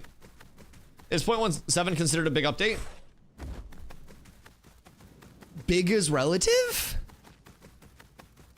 I'm big for some people and not for everyone? Type shit, you know what I mean? Are these visual tells still in? Tell me Daffo visual tells aren't still in, right? Turn around, over meta guy just gathered it all. What if we kill him? What if we do that? Oh. I think they're fixed. Wait, who yelled Susan? Is Susan here? Is that bitch here? The visuals are there, but they don't mean anything. Yeah, I got baited. That's absolutely tragic. No. Alright, that's so sad. We lost the gatherables. Over meta got him. I hope it was all common. I hope it was absolute butt cheeks. But knowing my luck, it was all Lego. If I had to guess. Because anytime I don't get to something, it's fucking fire. And then anytime I get to it, it's common as shit. It's the life we live, boys. And it's a tough life. Specifically for Daffodil, other things are different. Okay, so snowdrop color differences still mean something. But Daffos are fixed.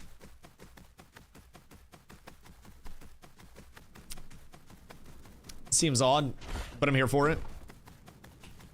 Okay, so like these guys. Actually, no, that doesn't look different. It's just weird because of the shadow, I think. I do believe. Is the hoodie your favorite top? What do you mean? Like, do I like wearing hoodies more than other stuff? Guess it depends. Ooh, this is like a gold right here. I like sweaters and hoodies a lot. T-shirts are cool, but I also feel like t-shirts are kind of basic. I don't know. I really enjoy sweaters and hoodies. Jackets are cool. Long sleeve shirts are cool. Does it a turtleneck look like for TwitchCon? It's more like a mock neck. But yeah, that was one of the TwitchCon fits. Yes, Sirski. Yes, Sirski. I enjoy a good tracksuit. Tracksuits go fucking hard. If I ever get like large enough to need security, I want all of my security to be in Adidas tracksuits. That's gonna be the official outfit. So everybody just walks around looking like the fucking mafia. Nobody will try to kiss me then. We'll be up tremendous. But yeah, let's see. What are my fits on a daily? Usually Yeah, usually hoodies or sweaters. If I can get them to fit. The thing with like most long sleeve stuff is because I'm so tall and my arms are so long that it's really hard for me to get stuff that actually like fits and looks good unless it's a large tall specifically. So anytime that I can find a hoodie that's actually like comfortable, looks good, and fits well, I always jump on that opportunity as quickly as I can. This one that I'm wearing right now was from TwitchCon. So it is an antisocial social club and like Minecraft collab. So it has like the Minecraft flowers and shit. And then the antisocial social club logo on it. So cool stuff. This one was TwitchCon exclusive for the like the pink version of it that I have on now. It's kind of like a pale pinkish. There's like a, I don't remember if it's a white version or there's a different color that people can get online as well. Whoops. But yeah, this one I really enjoy because not only is it like TwitchCon exclusive stuff, but it's also comfy as shit. The sleeves are long enough to where I can like exist and not just have half of my arm hanging out. So I enjoy it very much so. Short sleeve shirt becomes, yeah, no, exactly. So like most short sleeves or honestly most long sleeves, I either need to buy it a size up so the sleeves are long enough to where it looks semi-relatively normal, or I have to like, you know, have it look normal in sleeves, or I have to buy it a size down so it looks normal in the body. Cause I'm very like tall and like slim, so it's not like I'm fucking barrel chested. It's not like I'm taking up a ton of space. So if I go to an XL in most things, that's gonna be what I need for arms, just based on arm length. But anything XL is going to have me literally looking like I'm wearing a fucking tarp. So like, you know, it is what it is. It's the struggle. Someday, maybe, if I'm rich as shit, I get like tailored, personal fitted clothes and stuff, and then we don't have to worry about finding the awkwardly fitted stuff that actually fits. But until that day, we're here trying to find what fits. Find a member of the Richard Cranium Society. Is that dickhead? Because you do kind of give dickhead energy. I will say a maroon tracksuit and a white Wu-Tang one. Why do I feel like white Wu-Tang tracksuit with a bucket hat would go fucking insano style, DOS? I feel like that would be one of the hardest fits ever assembled by man. And if we get some people at TwitchCon next year rocking that fit, it could be an industry changing experience. It might evolve Twitch as a whole to a state that we've never fucking seen it in before. I for one welcome the opportunity. We'll have you in a tracksuit, we'll have Bose in a tracksuit. If Fridge goes back out, we'll have Fridge in a tracksuit. And then I feel like at that point, we've got enough muscle and like just man size to fend off most foes, most adversaries. We could actually create a human wall with the three of you. That would be wild. Wu-Tang's for the children. Wu-Tang is for everybody, man. You know how like the cartel is disliked by a lot of people, but they go to like very poor communities in Mexico and like help the communities and shit? That's how the grannies feel about Wu-Tang as well. And if the kids had more access to Wu-Tang, weed, and AK-47s, then I feel like everything would be a little bit better. We've just got to arm the kids. That's the answer to everything. And once we arm the kids, we arm society. Our tagline was, please aggressively fornicate yourself. Sounds so formal. Sounds like you guys would wear a bunch of suits just to go hang out with a bunch of dudes in an exclusive club. Sus. Sus! We were assholes. Clubs that are groups of grown men concern me. I don't know, like it's super exclusive clubs. Like, I've seen places that are like gentlemen's club before. I don't know what the fuck that means. I don't know if that means they're strippers. I don't know if that's like a secret society. You got like your Freemasons and shit that are supposedly like Illuminati motherfuckers. But all I see is a bunch of dudes cosplaying. That's what that means? Gentlemen's club means strippers? Oh, I've never been to a strip club. I've also never gambled. at a casino. I've been in casinos, but I've never gambled. So, classy strippers. Is it classy strippers? Because I'm gonna be real, I have never heard main and classy strippers used together. Ever in my life. I feel like we have more of a reputation for like toothless strippers than classy strippers. But you know, it is what it is. Some people have their preferences. Expensive, not classy. That's the fucking worst. Shit that's just overpriced for the sake of being overpriced is fucking toxic. I feel like that's a big problem with society right now. You tip 20s and up, not 1s. Shriners Club, they scare you? Nah, the Shriners are dope because at all of the parades, the Shriners always came through in like the little go-karts and they won my favor. So even if they're Illuminati, at least they have cool little go-karts and they're like, and they're like doing circles and shit during the parades. Yeah, I fucked with that heavy. I don't know what the Shriners actually fucking do. All I know is that they got those little ass cars and I think it's like children's hospital stuff. But it could also be selling children. I don't know. I'm not sure, but it's something charitable. I know that. But go-karts. So go-karts go crazy. They're my favorite too. Bro, the go-karts went hard. I didn't like the fire department very much. I thought they were assholes because like, bro, everyone knows you're a fucking fire truck. You can just turn your lights on and not have your sirens on and go burm, burm in my fucking ears when you're going by. I don't fucking care. I know you're a fire truck. You are very clearly a fucking fire truck. You have your lights on. You do not need to reverb bomb the entire fucking block like you're an energy weapon.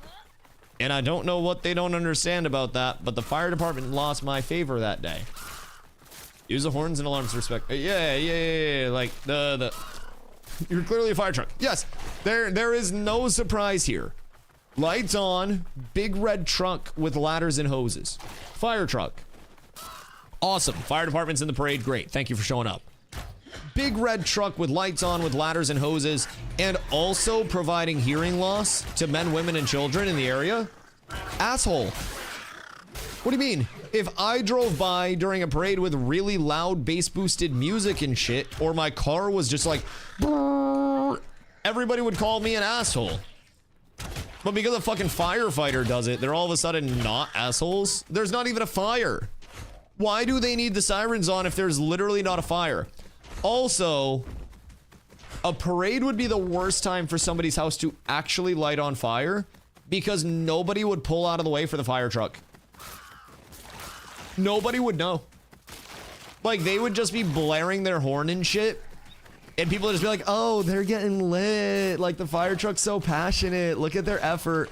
Meanwhile, somebody's house is burning down.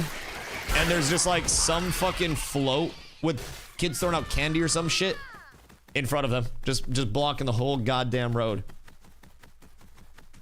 Get a train air horn on your car? Oh, that's stupid. I drive a Civic. My horn sounds like you could kick the shit out of me. And honestly, it's an accurate representation. Anytime I honk at someone, it's more of like a hey than it is like a challenge, you know?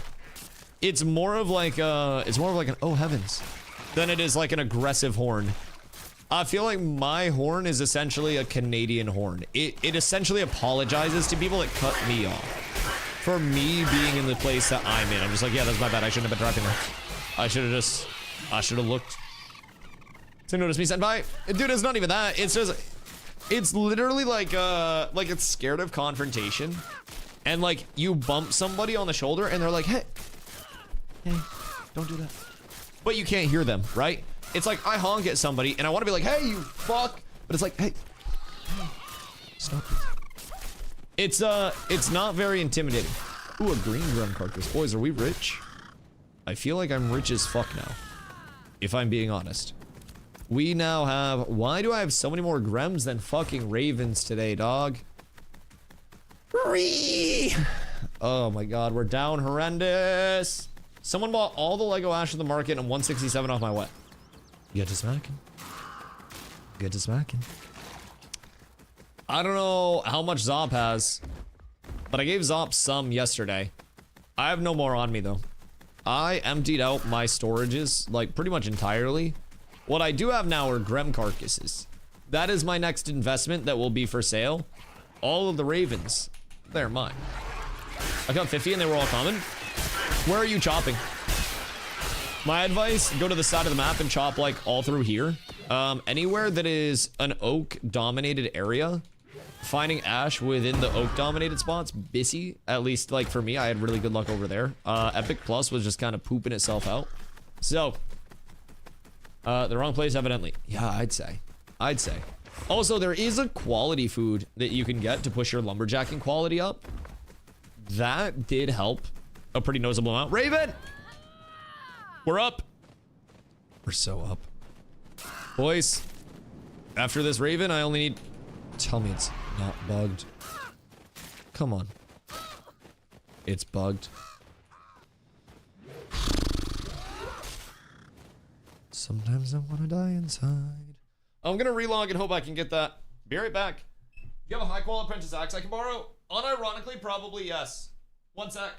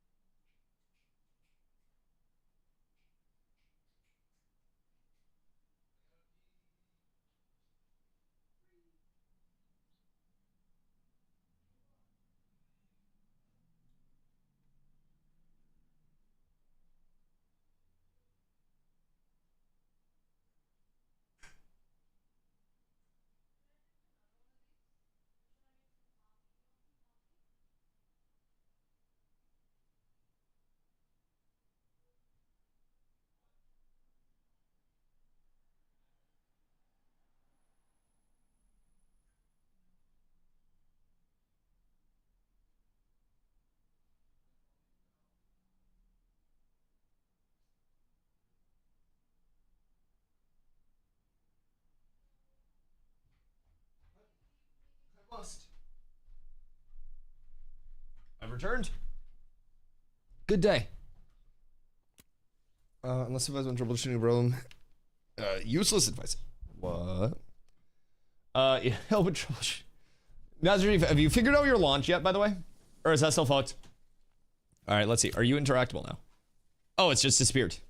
Alright, well that's cool. Maybe that was just bugged on my client side then? That's weird though. That wasn't interactable before I logged out. I logged back in and then it was gone. So maybe that was just a weird client side thing? Seems really strange though. Oh well, there's a gatherable Grem here and that's all I need to be happy. But I must kill all of these so they respawn in as the good goods. This is this entire loop over and over and over again. Strag, I have a blue apprentice axe if you need.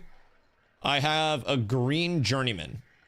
So depending on, I guess the Apprentice axe would probably be better because this has speed, spoils, and qual on it, which is really fucking solid. So that'll probably be good for you. What'd it do? Is brother coming over here to contest my farm? I would not recommend that. I would not recommend that at all. On what? My PC keeps freezing on startup. What do you mean? Like it won't boot up at all?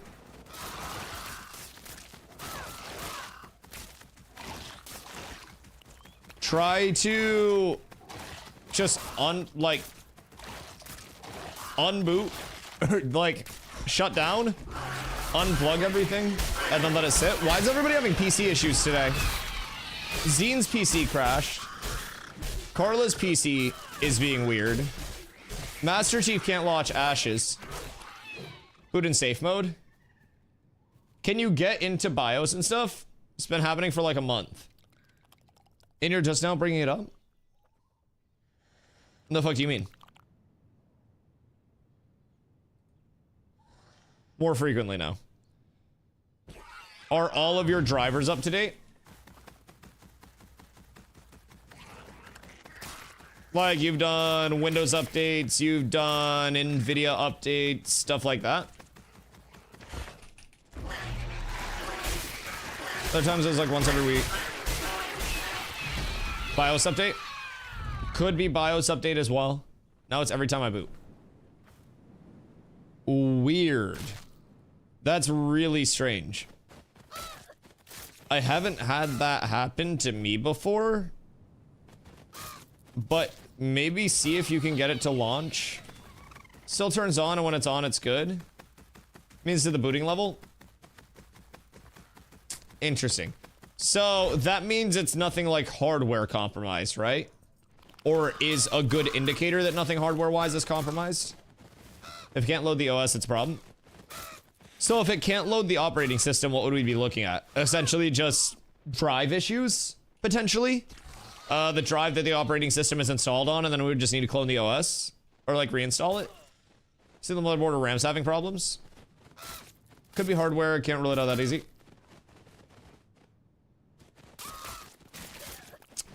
If you can get it to boot, check RAM and see how much RAM is being used. Have to check from utilities / BIOS menu. I mean, you know what you're doing. Well, the good news is we have people who know what they're doing that may be able to help. And Carla's really good at following along. She's a great listener. It's booted fine. Can you check and see how much RAM you have? When I first booted it freezes. So like you have to boot it, then turn it off, and then reboot it, and then it's fine? I had trouble logging in for a week, then tried logging in using a VPN and no issues whatsoever. Weird. The fuck? It's better since like a memory issue, RAM. Okay, yeah, check your RAM. And see how much it's saying you have like installed versus available. Because you should know how much you put in your build. I don't know how much you put in your build. I'm assuming either 32 or 64.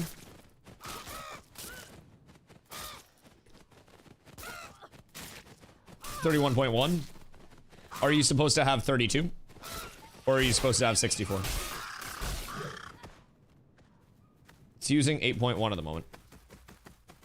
Is that using or is that usable?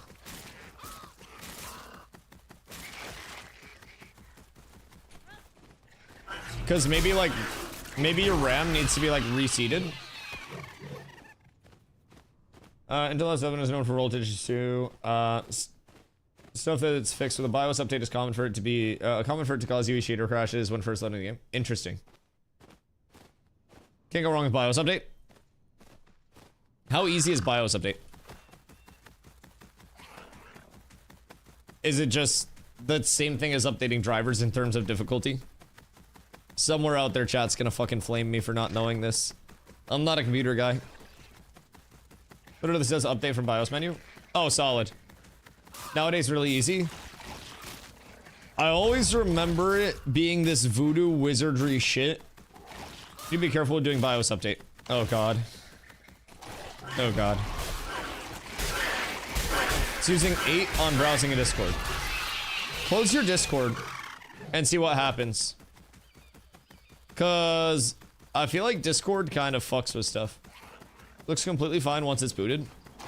Is there a setting where you don't have a power outage during the update? Oh wait, because if like power gets cut during a BIOS update, you're cooked. Do you just brick your motherboard at that point? Fuck, I should probably put a dono goal up for some UPCs, huh? And get some battery backups in this bitch. Cause like low-key, high-key. I don't have any UPCs right now, and if I plugged in UPCs to the PCs, like the backups, then, or UPCs, right? Either way. If I plug those, UPS? It's UPS? I thought it was UPC because it wasn't the postal service. Either way. Either way. If I plug in a United Postal Service to my PC, and then my router, uninterruptible power supply. You know that makes sense. That does make sense. What's UPS stand for? Like the delivery, is it United Postal Service? Parcel service? I have a UPS on my PC. Parcel. Would they get fucked if they said United Postal Service? God damn, dude. Abbreviations are fucked. We gotta have like UPS parentheses computers, UPS parentheses shipping.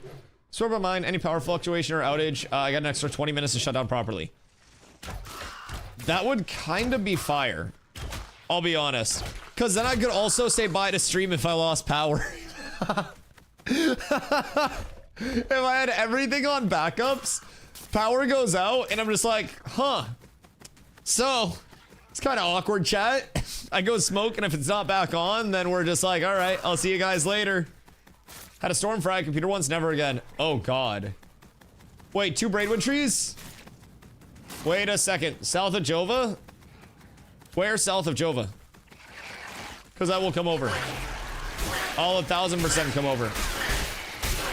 Also, my cell phone charger is plugged in mine. Always a full battery in the morning. Right. No, that makes sense. I mean, it does seem like a valid thing to have. It's just a battery backup for literally everything, right? And it basically acts as a giant surge protector as well. So, I mean, it's kind of fucking cool. It seems very safe too. Much better than frying a PC. How much are those bitches? They're not expensive? Interesting. I'm probably looking at a tutorial on how to update BIOS. I've always been told updating BIOS is scary. What do I want to play at the moment? Should I risk it and play? What do you want to play? Like, what are you trying to play? I'm on my way, Millie. It's not hard, just gotta be careful. Ugh. League or Stardew? I mean, Stardew probably chilling, right? Like, it doesn't seem like it's an issue with your RAM. It's registering all of your RAM. Maybe some of your RAM is fucked, but like, are bear carcasses used? Chat, I'm addicted to the hunting. I'm addicted. I have 5 wolf carcasses as well. So we're up tremendous there. It's always been chilling once it's up. Weird. That's very strange.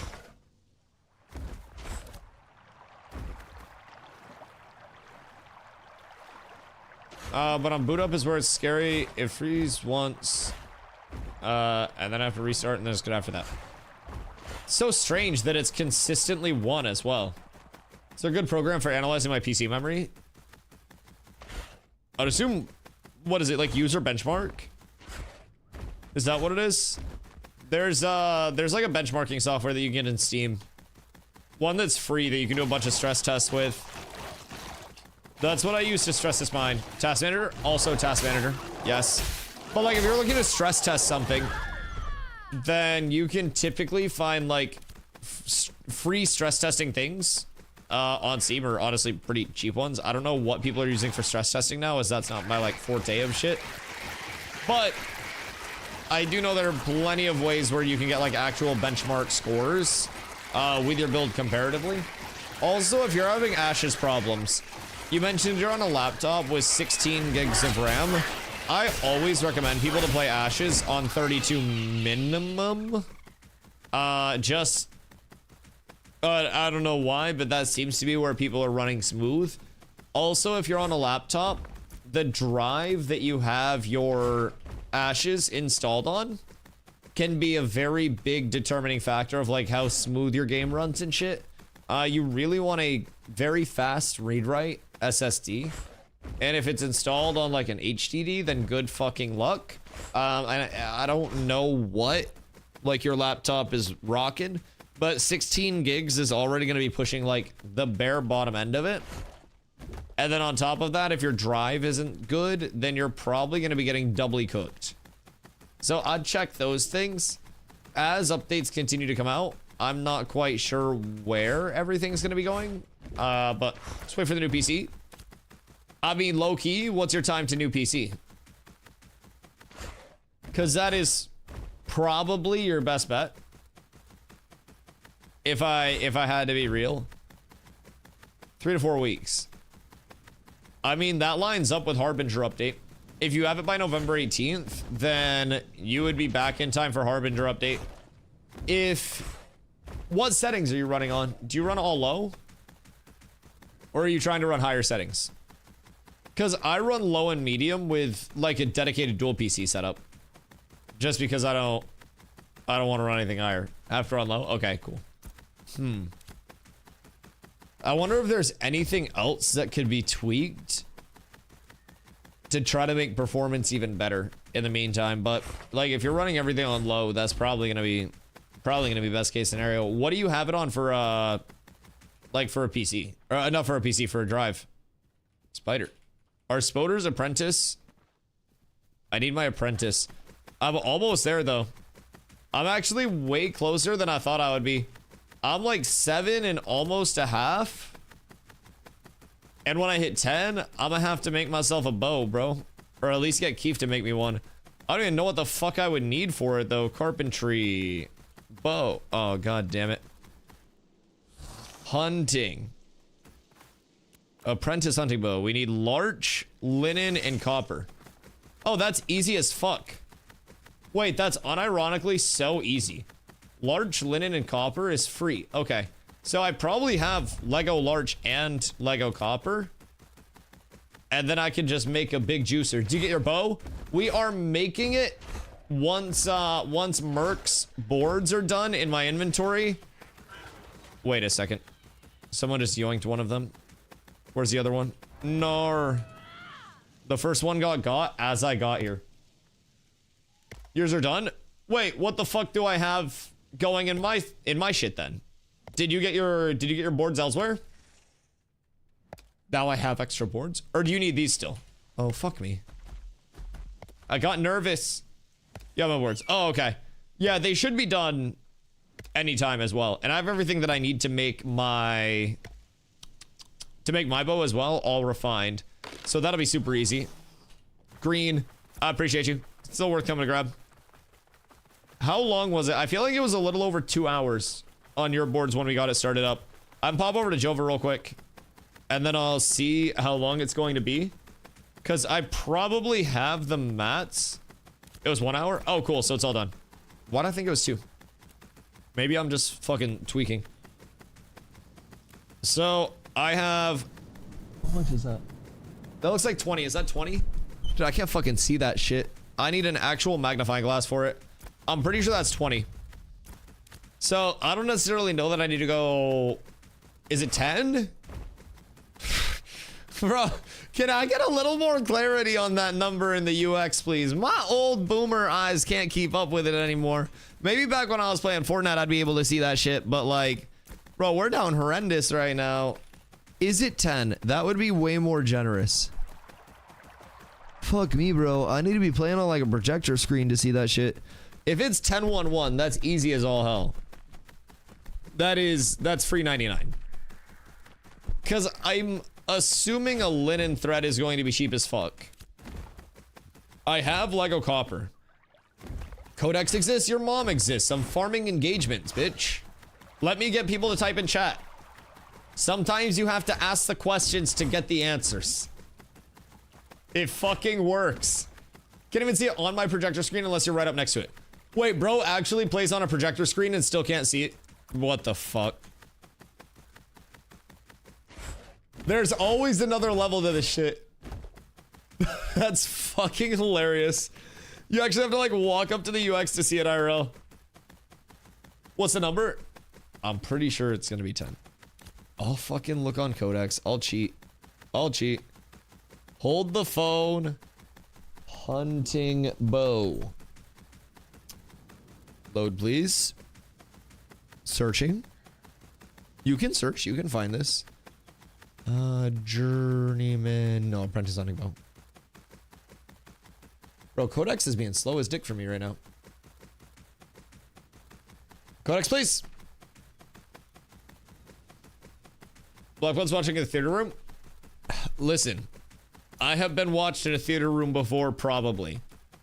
There is a non-zero chance. It is 20. It is 20. So, playing on a 150-inch projector screen. How bad is the input delay?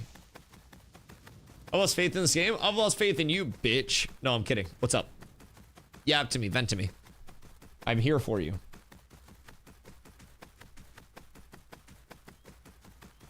I don't know if anybody ever takes me seriously on that. Yeah, it's 21-1. And I don't know that I have 20 Lego large. I think right off the tip of my dick, I have 15. But I could probably acquire 5 more incredibly easily. So, good projector, so input delay isn't noticeable at all, wired with good HDMI. Interesting. Sounds kind of cool. How many people in chat have theater rooms? Just curious. Just curious. Would utterly me a shadow of the original Vision?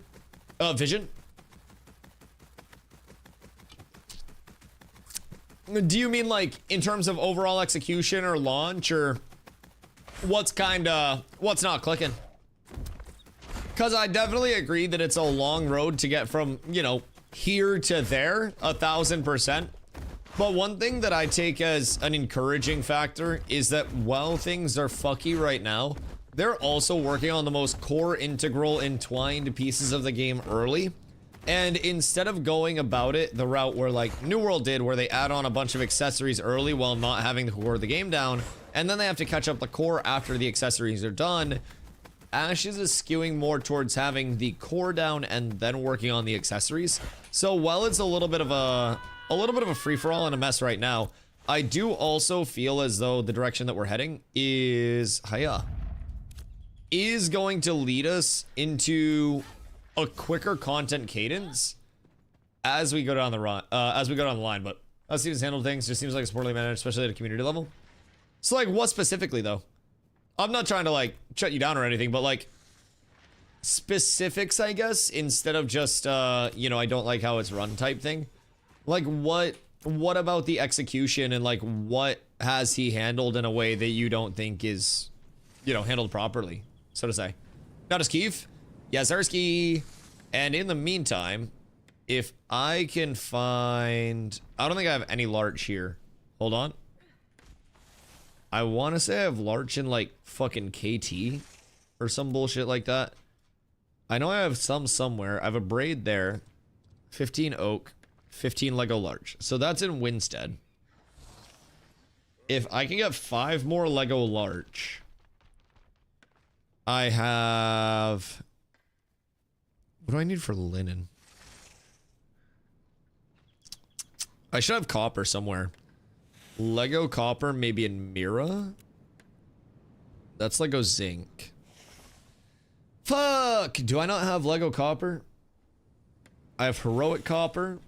I have epic zinc. I have 1 Lego ruby. I guess I don't need like a Lego bow or anything like that. It doesn't need to be that crazy. More Lego zinc. I have a good amount of Lego zinc. More epic copper. Okay, so I have epic copper and Nuela. So I can always cook with that. That can be a nice, easy comeuppance. So Lego large epic copper is already looking valid. It's a shitload of hemlock and KT. I don't know why I got that much, but I do. Let's see. I feel like I definitely have a little bit more larch somewhere. I don't want to rule it out just yet that I'm cooked, but I might be cooked because that's oak. I don't have shit in Shorefoot. Okay, so I need 5 more larch. Chat, who has 5 larch that they want to sell and or trade?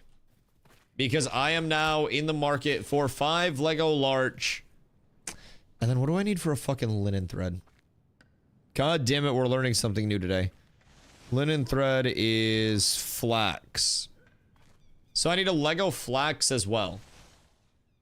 1 singular is actually super easy. So let's see how much a flax is going to be over here. Winstead's going to be the easiest market. But, Lego. 1 gold. That just out in KT. 44 silver. Is 44 silver a good price? 44 silver seems cheap.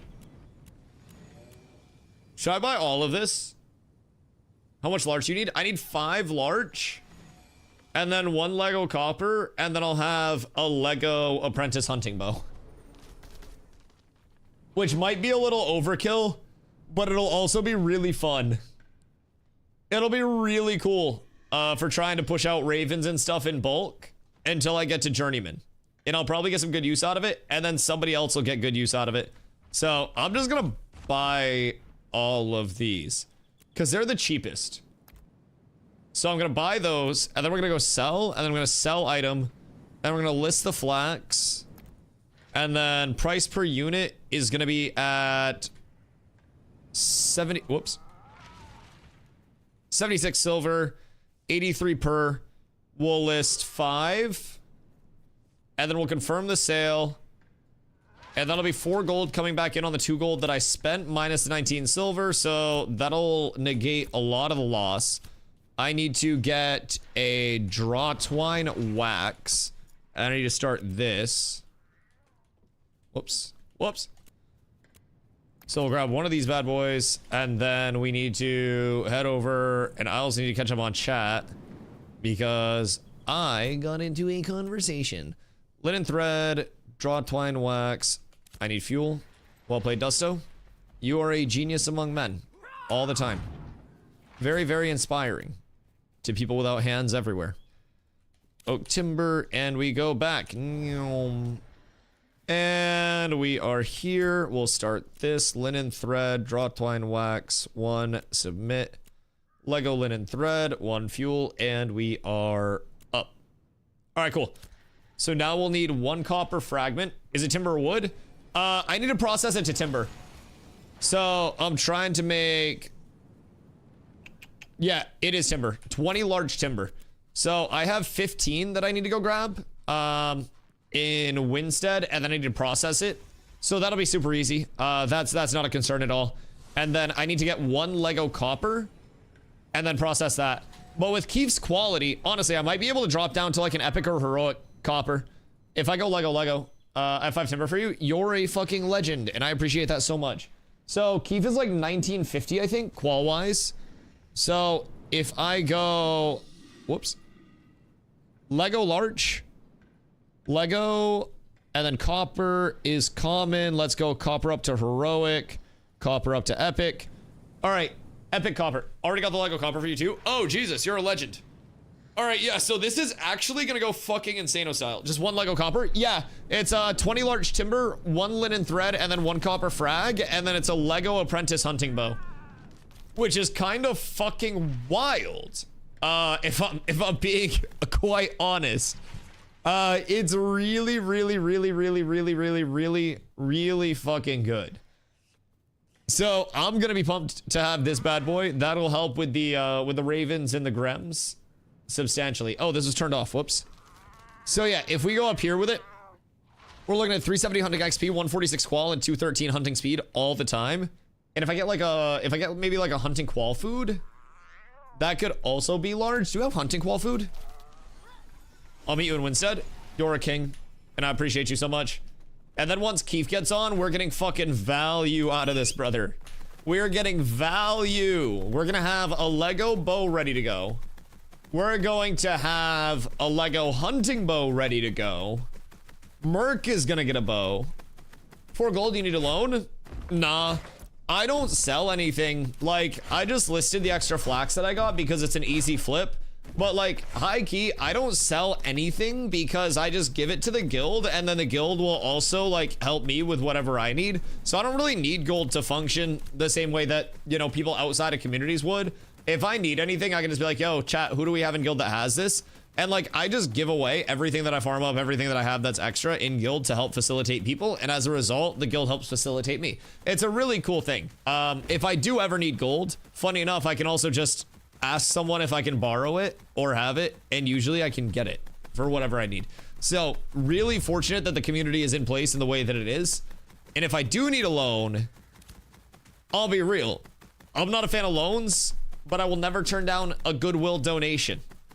Yes. Okay, game can look really cool right now and be fucked for the interactive systems, or they get the important things first and make it look good later. Yeah, no, absolutely. Some of the issues, polarization in the community not being properly dealt with, outward appearance was favoritism from the devs is one example. What do you mean outward appearance was favoritism from the devs? Because the community side was always that the devs favored Polar, and then the Polar side was always that the devs hated Polar. I feel like that was more of like a he said, she said type shit. Personally, I think there are definitely issues with the way that things have been handled in terms of like bugs related to that. But also, in my opinion, and this might be a crazy take to some, but if anybody in any guild is a habitual exploiter of things that are very impactful on the overall economy, which fucks the entire state of the server for playtesting if it's not dealt with in a very harsh way, they should be banned. I'm a fan of that. So like, I will never be upset with them handling things in a very harsh way for people that are actually exploiting. But I do also feel as though there are some bugs that have been brought up that have not been dealt with in the same way that they should have. For example, Academia gear being craftable early, in my opinion, is more impactful on the total economy than the Carfin event was, because Carfin weapons at blue would have been replaced by eye level 26 heroic or higher weapons, and it just wouldn't have been a long-term sustainable thing to have Carfin weapons carrying your entire guild. It would have been a good source of starter gear. Guess what? Academia gear is a good source of endgame gear. Eye level 29. So with that being craftable early, I feel as though that should have been dealt with the same way that the Carfin event was. Academia stuff disabled in terms of the craftables. Take the whole, you know, the functionality of that recipe out until you can get it pulled out and only into the proper table. Take the rest of the gear out that was crafted via Academia stuff and treat it the same way that they did the other gear exploit that created unintended gear into the economy. And personally, I feel like from there, everything would have been at a little more equitable of a state.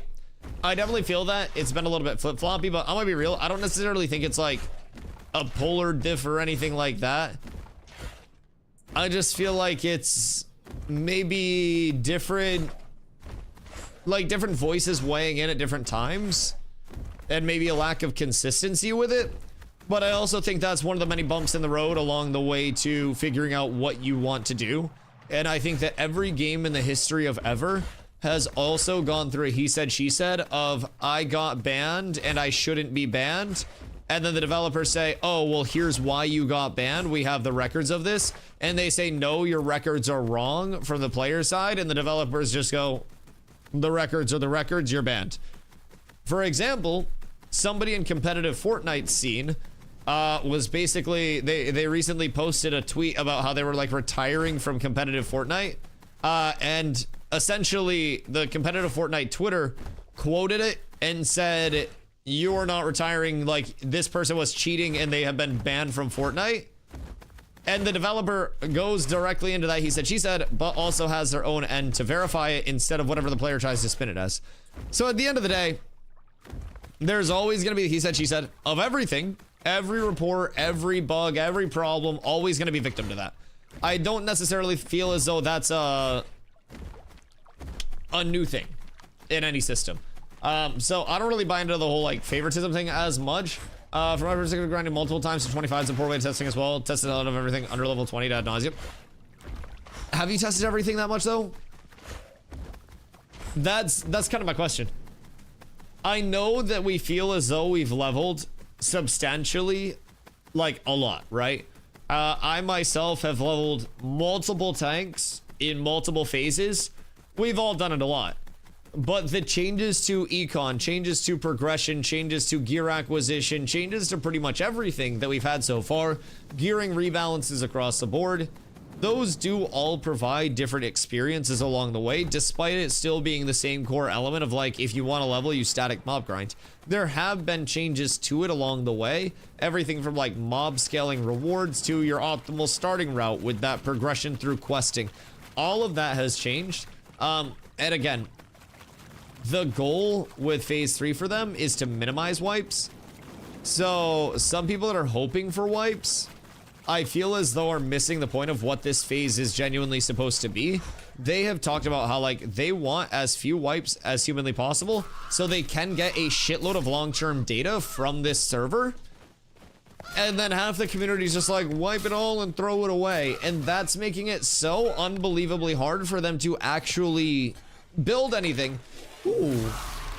Ooh. I like that. I'm actually a huge fan of that. That's a nice little like 12 gold come up. Epic Willow is like 3 gold per, I'm pretty sure right now. So a little 12 to 15 gold come up. Epic Willow is actually more expensive than Epic Braidwood is. Really weird. Kilimanjaro asked, do HOTS and DOTS start immediately or after the first period? Doing some cleric analysis. I believe they start immediately. I don't have... Actually, let me see. I can test a dot for you. Bleed. Bleed. All right, let me see. Okay, cool. That's awesome. I appreciate you. Melee weapons are so cool.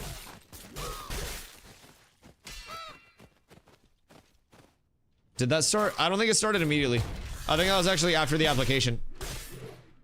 I'm not quite certain, but I think that might have been after the application. So let me check that again. Oh, should I have something with more HP to test on? Hot start instantly? Okay. I'll check dots. Just watch the bleed. It should be like the 43 tick in the corner. Bleed seems like it starts after the first application. So... yeah, then the 43 kicks in. Seems like it starts after. So hot start instantly, dots start after the first tick, at least in the case of bleed. But I also like running snare personally. Low-key, I might run one of each. Bleed can crit. Yeah, dots can crit. Yeah. And one cool thing about like things like Intim Aura. Intim Aura can crit on each individual pulse as well. Every hot dot can crit. Yup. Everything in the game can. So crits can come from like bleeds, hemorrhages, burns, all that shit. Yes, yes, yes, yes, yes, yes, yes. Crit chance and crit damage in Ashes is a fucking huge scaler. Huge scaler, if I'm being honest. It's monumentally large. And with the new builds, for whatever reason, we're able to scale up our crit high as fuck.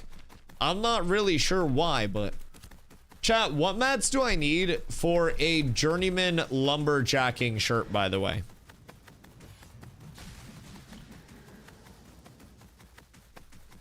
Other than the raw 30 gold in crafting fees, are the mats expensive or are the mats cheap? Because I know it's legitimately 30 gold, or 30 gold in crafting fees, and then another like 40 in refining stuff, if I remember correctly. So that's immediately going to be like a 70 gold dump. So low-key, I don't know if that's worth. And I also don't think trying to slam Lego Steel Bloom jewelry before the food nerf comes in. I think I just kind of hold with where I'm at once I make this Lego bow and then start hoarding for post-food nerf and see what pops up. Because I'm probably making my blood runner post-food, but also leatherworking isn't impacted by food right now. So Find another one. Where are you at? Are you back down in Jova? Because I will be there. About 40% crit is solid for a build. Because with board buff, you can get close to 50. Yes, yes, yes, yes, yes, yes. I will push up a wee bit higher as my gearing scales out. But realistically, being at 33.8 is way higher than I used to operate at. Which is great. If you're running Akadira, you're going to get finesse as well. So that would give a bunch of crit chance. But also one crit chance weapon. Like if you go Pyrebrand Longbow as a fizz, instead of going a Glory Bound for the max HP, then you can absolutely go that route as well. There are many things that you can do. I have 52% crit chance. And you play Bard?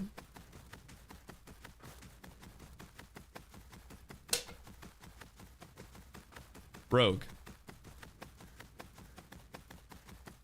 Why? Why do you have 52% crit chance? What is your crit damage? Tanks have their guaranteed crit too? Yes, we do. And with Longbow, we also build into additional crit chance. So Bullseye and Double Bullseye are huge. You get 2 stacks of a 20% crit chance buff that applies to your next ability, Deadly Finisher or Deadly Extended Finisher. And it applies to, but is not consumed by the Deadly Extended Finisher as soon as you get Double Bullseye. So essentially, I can just keep autoing, and I can just have 25% bonus crit chance on every single finisher and extended finisher when I do get those procs. It's fucking juicy. Juicy. I also have 50%, but I'm Ranger and cheating with a plus 10% from hunt. Yeah, in a group, I probably push up quite high. I probably push up very, very, very largely. But also, last phase, I was building with like 18% crit, and I was like, wow, this is fucking awesome. This is wondiferous. This is splendid. I did not know the way of the juice and of the sauce that I currently have. I should store all that until I'm ready to leave. Just in case, because you never know when motherfuckers are gonna be tripping and try something crazy. So, I gotta start this. And I'm gonna have to grab my sanding powder. Materials. Is it sanding powder? So we'll need 15 of these hoes. Hiya. We're good. And then we go over. I need fuel. I have fuel. Alright, we're up tremendous. I didn't fuck up. Oak timber 15, not oak. I put the oak away and not the, or I put the larch away and not the oak. I played myself. Chat, never ever play yourself. Grab the wrong wood. Y'all ever grab the wrong wood? Because you're in a hurry? Fucking super embarrassing mix-up. Incredibly embarrassing. Keys to not drive your jet ski in the dark. There are no lights out here, hoofs. It's real as fuck. Really hope we get to see the big speed sets. I want to be able to dump all of my mana abilities in like 20 seconds. Yeah, I still think there's a lot of hope for cast speed and attack speed. Scaling is fucking sicko mode on speeds right now. You can push up to like, I want to say 130, 140-ish speed before you get hit with DRs. It's really fucking juicy. With buffs up, if I just chop with my greatsword and get everything squared away, thank you, sir, I appreciate you. Dude, I can just shred people. I can absolutely shred. It's nice. Playing with the wood, but you grab the wrong wood. I'm not playing with my wood. This is business wood. I'm not playing with... Why was he just flagged up? What? I will not take the bait. I need this for my bow. No, I'm not playing with wood. This is a business wood occurrence. This is for work. This is not pleasure. I'm sorry if you're getting it twisted, but it's a very, very, very important wood trip.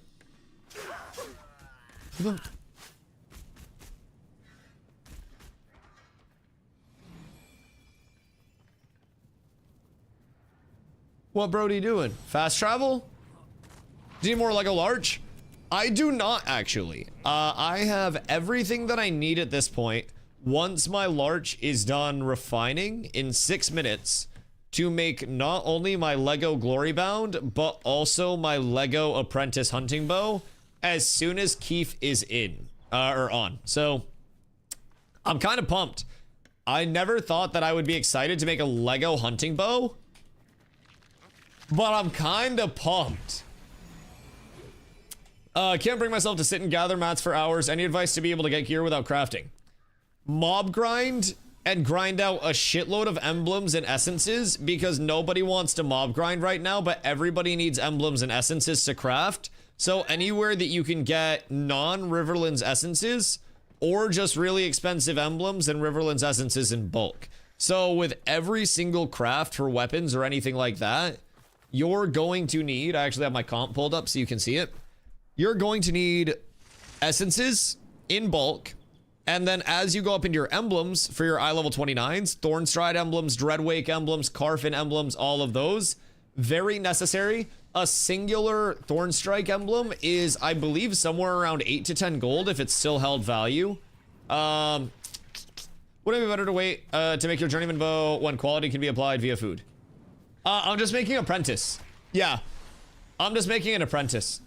Still here next to the Huntable Bear north of Riverside Cave. Oh shit, I'm gonna come. I'm on my way. How do the treasure maps work? You pop a treasure map, and you have to have an excavation kit of the same rarity in your inventory. The excavation kit is what you use to actually like dig up the treasure, so to say. So when you pop your treasure map, it will be a regional map that will give you a small indicator somewhere on your map. I would recommend going into your journal and then untracking all of your quests by doing this. So that way you don't have any other pop-ups on the map anywhere. And then you'll be able to see easier where your pop-ups are, like where your little zones are. If it's a higher rarity one, it will have multiple of the zones. The trick is to go where the zones intersect typically and start looking there. Bring your excavation kit with you. When you are looking, you'll find like a little dirt pile on the map. Excuse me. So basically like a dirt pile on the ground, and then you're good. Will one kit work? Yep, one kit to one map. If you're doing multiple maps, you'll need multiple kits, but the kit is consumed on like basically usage. So pay you handsomely for Befallen Forge, Metal Strands, or Ancient Dunesons. Yeah, I mean, mob grinding is incredibly lucrative still. It's just mob grinding is lucrative because you are finding crafting reagents through a different form. And if you're emblem grinding, you're going to make a shitload of money. Ass tank. It's just not going to give you the satisfaction of a bunch of loot drops and stuff like a lot of people are expecting from that grind. And I think that's the biggest thing that'll kind of wear on people. And not everybody realizes that every single emblem that drops that's a Thornstride emblem is like 8 to 10 gold. Every single Carfin emblem that drops is going to be like 4 to 7 right now.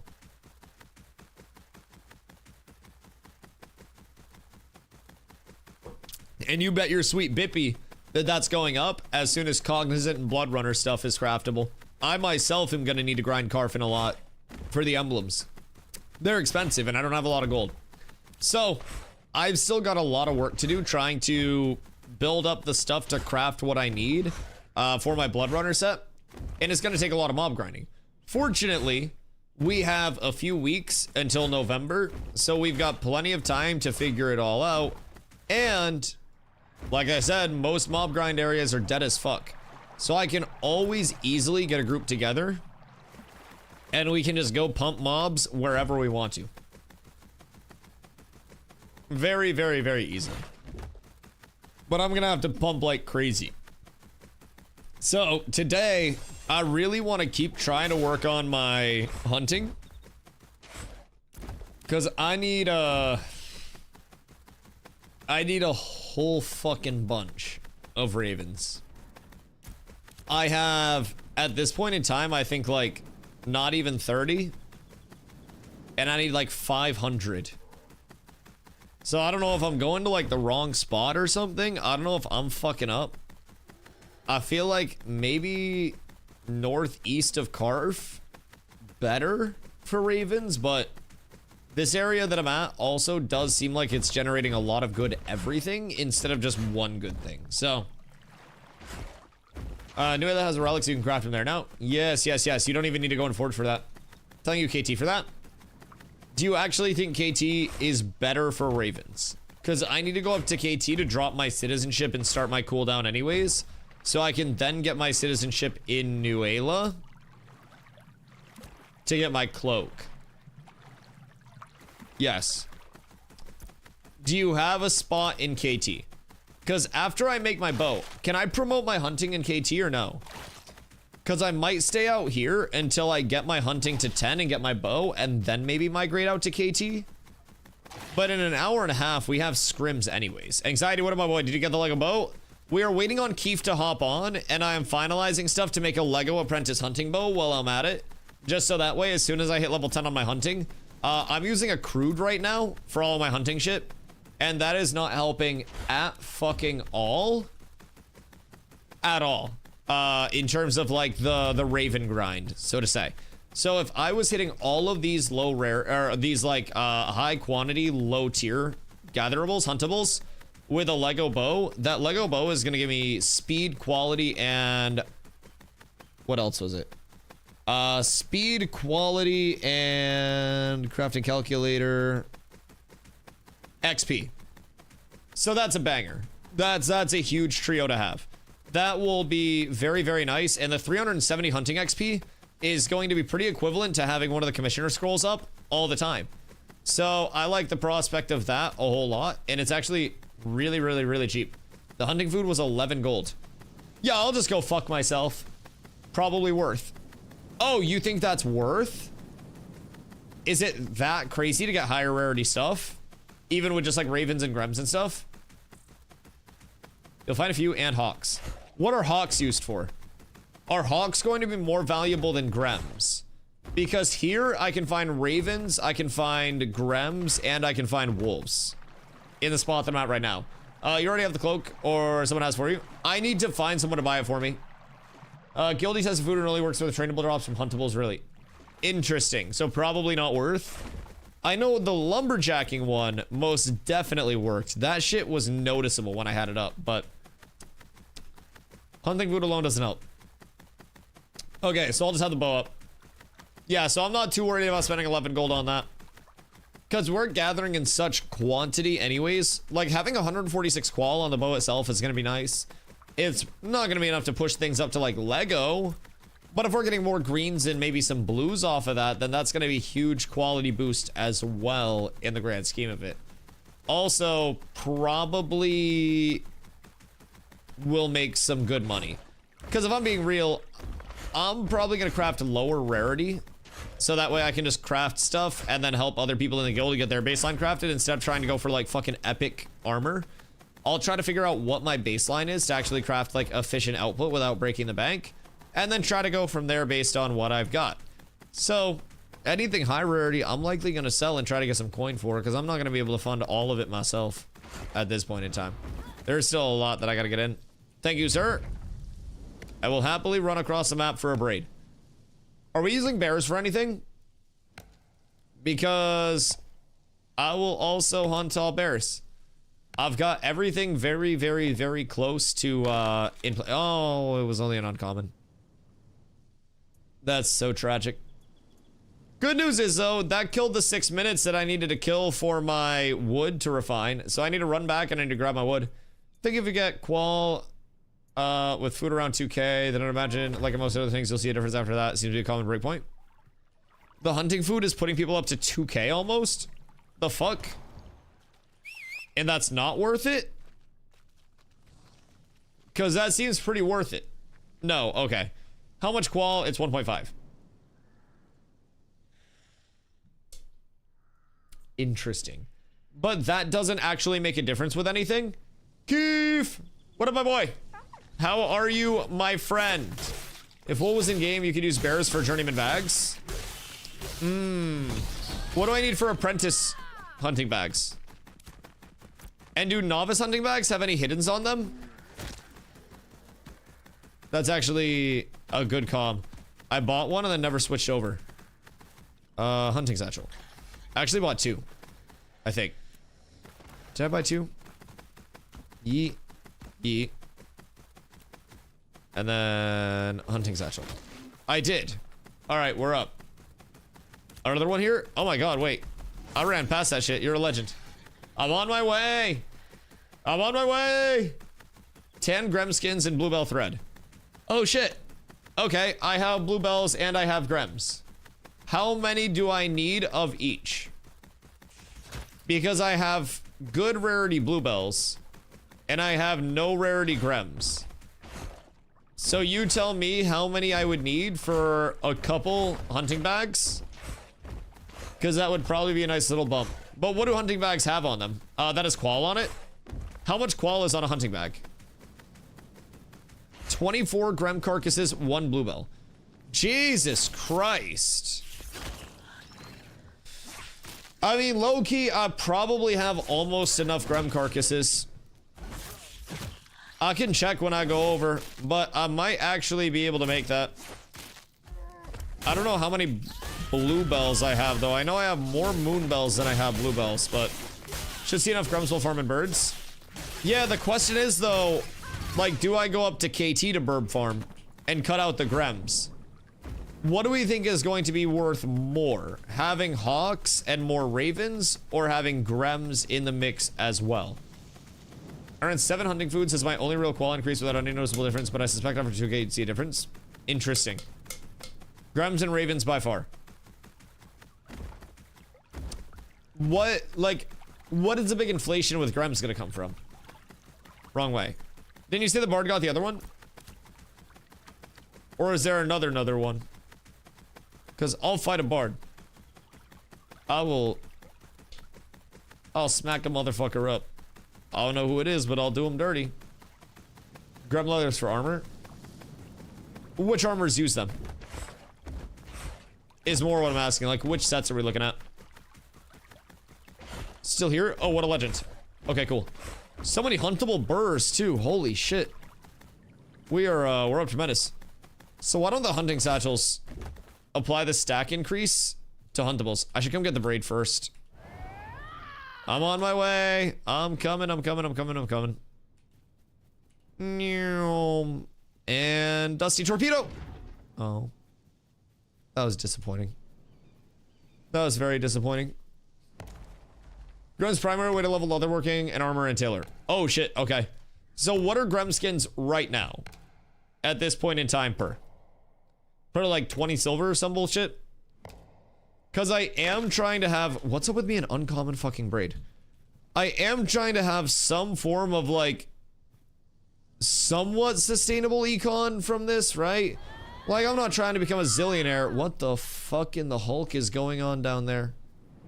I'm not trying to become a millionaire from this, but I'm trying to get myself a little bit of spending money. Dust Country uses Grem leather. And that is the healer set. I believe, Lore, what up, my boy? How are you? Keith, we got a lot of work for you today, brother. We are going to have you very, very, very busy. I don't know if you have food already or if you need food, but we got to get you a food and we got to get ready to cook. Because I'm making a bow and I'm making a hunting bow from you today. And I'm working my way up as quickly as I can. It's a might set. Isn't it? I thought it was a caster might set that had a shitload of healing stats on it. But either way, caster might set, right? Oh, I'm eating ass. Oh, good freaking golly gosh and gadzooks. Lore, I'm doing great, dog. I'm doing great. We're working on the hunting still. That is going to be the focus for a good little bit of time. Is just pumping that out at asthmatic power. Oh, word. Not healing power? I must be thinking about something else then. Okay, so just general caster set. Is that going to outdo, like, cognizant and stuff, do you think? All up in his ass? Sorry, you didn't hear that. That didn't happen.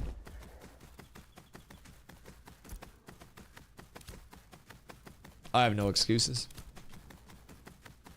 It's medium, cognizant's light. So does this, I'm assuming, outdoes Steel Bloom gear, right? So you'll go like 5 of this and then 3 cog.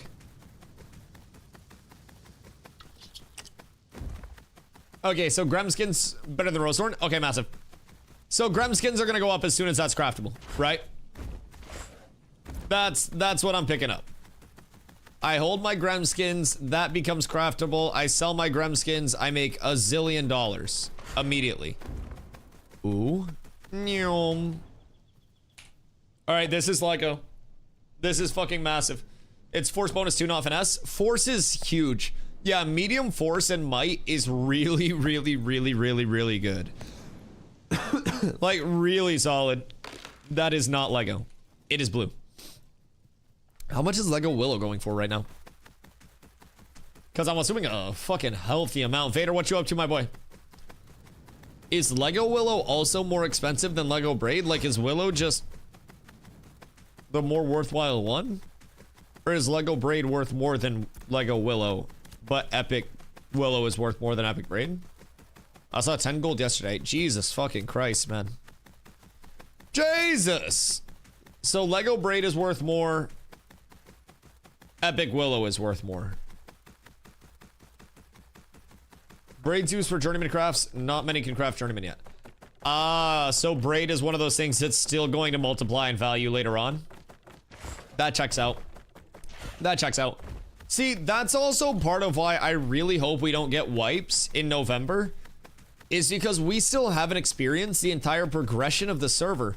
There's still so much where we're just like, oh yeah, this isn't craftable yet, this isn't accessible yet, like we don't have this yet, we don't have that yet, towns haven't leveled here yet, like, bro, there is so fucking much that still needs to be established and set up and worked on with this server before I think a wipe becomes valid in any way, shape, and form. There's just so much that we haven't interacted with yet, haven't seen yet. And bringing new players into the server would also give them so much data on how new players are going to be onboarded and how new players will work their way into the economy and into all of the systems. It's, in my opinion, definitely a best case scenario if they're able to keep these servers going and not force freshies. I'm just not quite sure. I'm lumber milling master now. Ayo. Yeah, back in phase 2, I was GM lumber milling. It does absolutely nothing, but I just wanted to push up.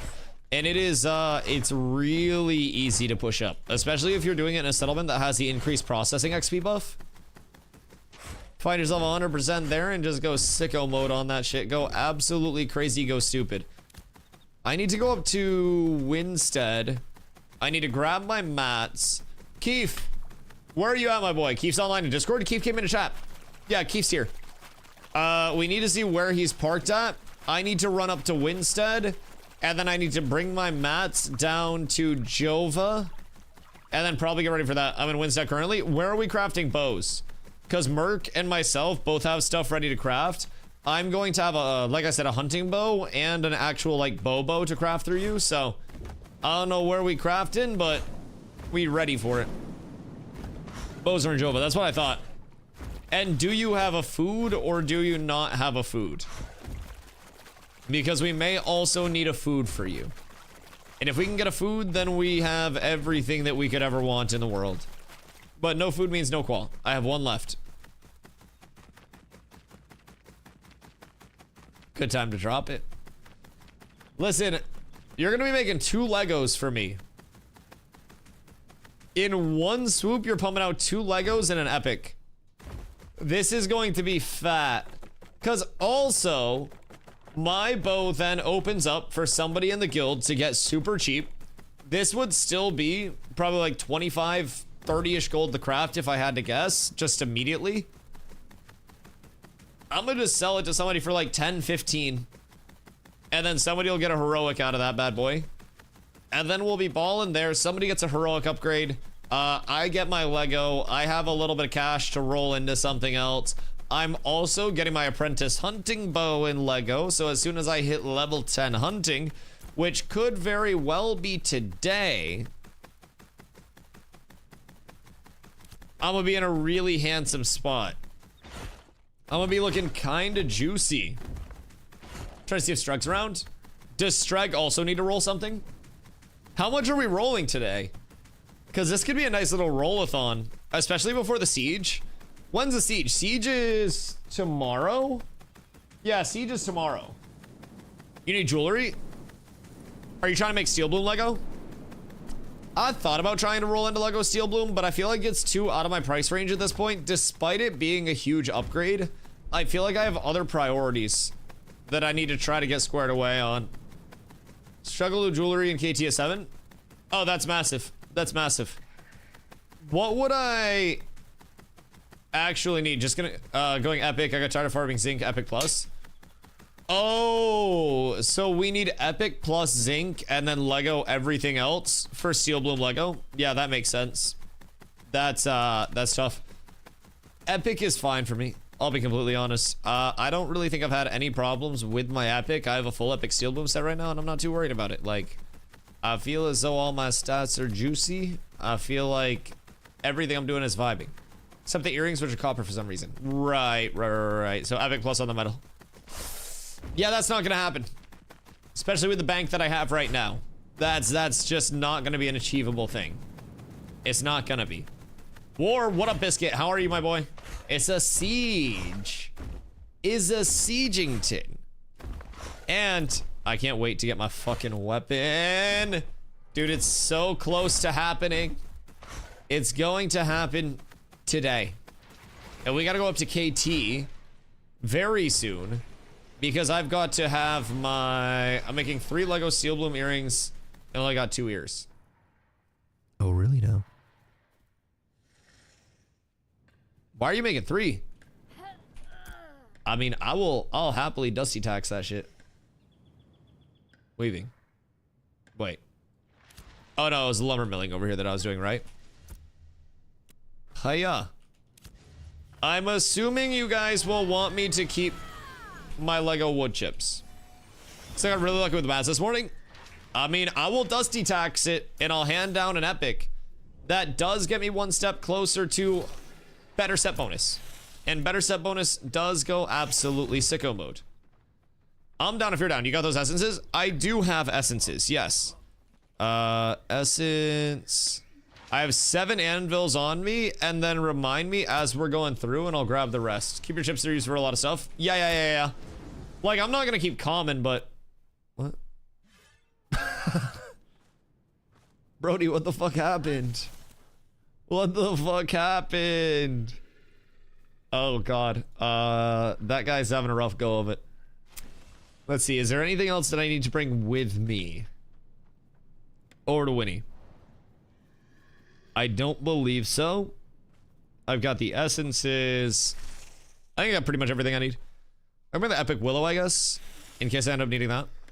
Lumberjack essential, willow. I don't think I need anything else. I think we're good. Off we go. Yo, what up, Nin? How are you? Hope you're having a good day, dude. All right, so you need to keep those chips for making leather. Oh, okay, cool. Wait, so low-key, is me doing lumberjacking and hunting and lumber milling very, like, complimentary? Because that seems complimentary as fuck, if I'm being honest. That seems like a full circle of shit. Yes? Okay, cool. Because, like, hunting's kind of dope. It's very easy, especially since you can just mob grind a shitload of low-level mobs and force spawns.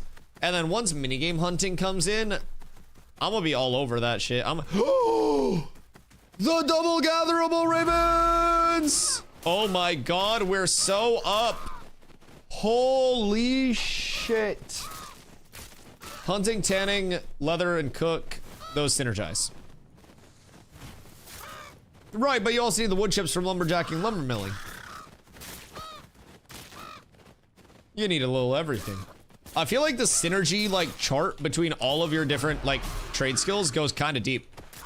I can't gather this one. I hate myself. I hate it here. Anyways. One's better than none. Cook needs farming to go with it. That is also true. Long story short, you can't fucking do it yourself. You gotta have a goddamn squad. You need to have a lot of people that are all working very, very, very collaboratively. Have alts? Yeah, or have alts if you're just asocial. Yeah, 1000%. Or you could just have a community and have everybody invest in the loop that they really, really, really like. And then just go from there. Your main's your hunter-gatherer.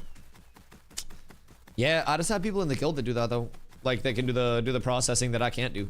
which is really nice. I don't mind that at all, because then I don't have to worry about food. I don't have to worry about gear. I don't have to worry about any of that shit.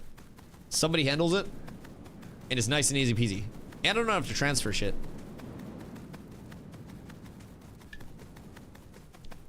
Also, what do you do at that point? Or what do you do at the point that that they add in like account-wide restrictions on profession promotions? Your alt will level just from processing? Right. You survive another apocalypse? For now. For now. Thank you for the 65. You're a legend. Can you easily get to 15 from processing? Oh, you can get to 15 from doing fuck all. Yeah, absolutely. You can quest to 15, you can gather to 15, you can do legitimately whatever you want. Up until 15 quite safely. Quite safely. My thread was in Winstead. Was over in Jova, right? I do believe it was in Jova. Thoughts and prayers, because otherwise I'm gonna have to run all the way fucking back. And I do not want to spend my time running all the way back again. AFK fishing? Bro, AFK fishing will also make you so much fucking money.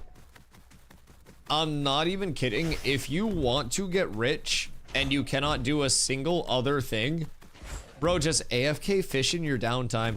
Like, low-key, when I'm not on stream, I should have my character logged in, sitting somewhere AFK fishing, and then just reaping the rewards of it. It is so fucking good, and it is so goddamn easy to do. Anytime I AFK fish when I work from home, how much money would you say you made? I was AFK fishing on my alt and leveling cooking at the same time. Oh, and if you fish up anything heroic plus, you're getting like 35 gold plus immediately. Like, if you get a heroic fucking bass, I think those are like 50 gold or some shit. It's disgusting. It's really good.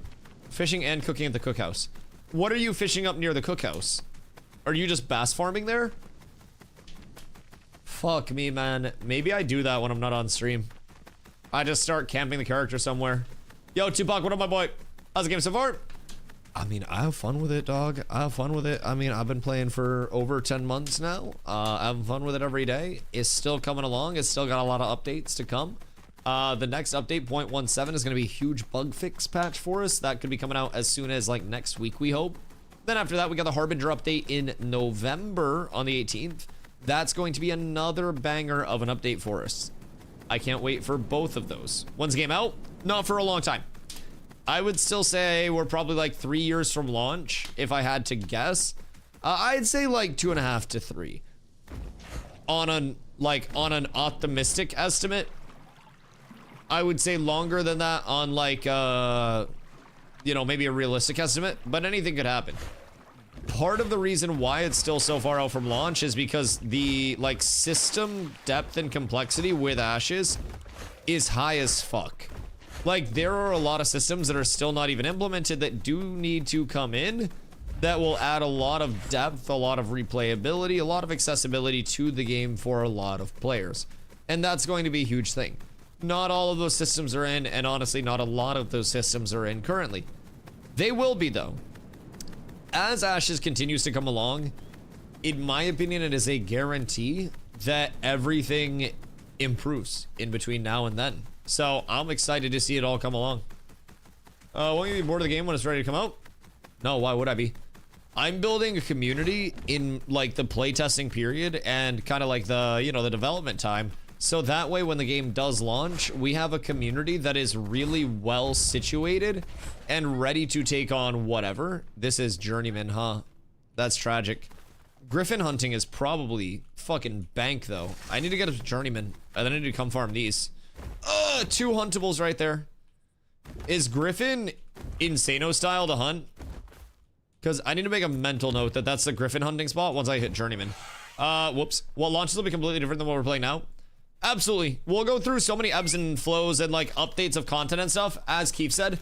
Right now our level cap is level 25. The level cap on launch is going to be level 50. We have like a fifth of the map. We have a fraction of the systems. So everything that we're doing now is just a stepping stone on the way through all of Ashes. And like my daily gameplay loop will change in between now and launch. How you process, like how you progress, how you get gear, how you compete with your gear. All of those things will a jillion % change in between now and launch many times over. And we've already seen that phase over phase to the point where for some, they're like, oh man, I'm just hitting mobs to level again, phooey. For us, we have a lot of people that are very invested in growing the entire community, and a lot of people that very much want to stay committed and stay playing, so that way we can get more new players integrated with our community as well and help foster more growth in the long term. Do I rust wipe? I don't have some border farming. Get on for scrim soon, and then we have a siege tomorrow that you need to get ready for. So ideally you need to have your bow made before tomorrow, because keep in mind on the PTR, food is down to like 80 quality in terms of what it adds. It is not a lot. So I think that qual is going to get absolutely fucking cooked, or they're reworking how all qual works. But I think that food is absolutely going to get nerfed to shit. And I would recommend probably trying to finish up any crafts that you have immediately. Then I'm fucked. Yeah, you might be fucked. I would say try to finish that bad boy up as quickly as humanly possible. If you can, great. If you can't, unless I can pull 40 heroic fish out of my ass.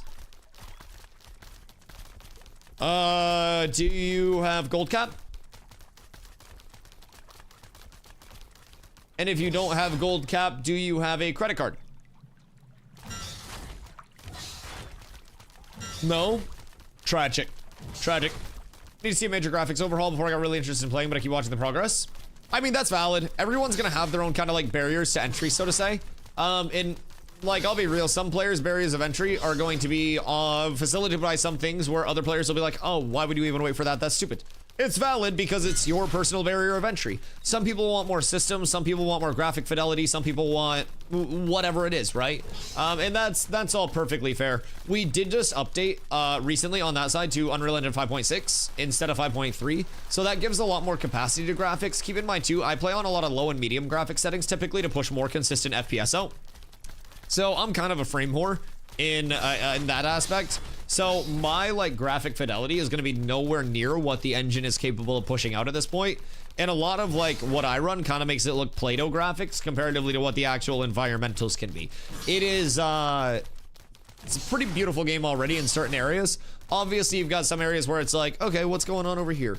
But all of these mountains were just recently added instead of having like the Play-Doh borders before. So small things like that are coming in, and we do see, like you said, the progress. And as long as, in my opinion, we're seeing progress along the way, that is enough for me to be very happy and continue being interested in things and supportive of the project, simply because for a long time in my previous game that I streamed, we didn't see a lot of progress. And whenever people think they're seeing progress, they're always reminded that the progress comes with just as many problems as it had before. And I'm gonna be real, sometimes you gotta be like, damn, I'm not seeing enough, and step back. Or you have to look at it and be like, maybe it's not where I want it to be right now, but the road there is, you know, it's being progressed. So, what was the other game? I played New World before this. I played a shitload of New World. I could have gone back to New World for Season 10 and still could. Any content in the game that I want. I could have people carry me up through leveling, get me all situated on gear, get immediately into wars. I could play 10 hours of New World a day, and I could fill out all of the content with whatever I wanted to. But when Season 10 was getting ready to launch, I said October is always, for New World, hype season. Every year in October, and everybody always hypes it up in October. And then by December, everyone says, damn, that wasn't as good as we thought it was going to be. GG. And then it dies out again. So like, I had a lot of people ask me if I was going to go back over. I had a lot of people offer to hop on and level my account for me, to have me go back over. I was like, bro, I'm not going to play that shit, honestly. And I may at some point pop over and level a character just for funsies to poke away at it. But it's nothing where I just have any desire to play any form of like competitively or anything like that over anymore. It's just it's something that feels kind of empty to a certain extent.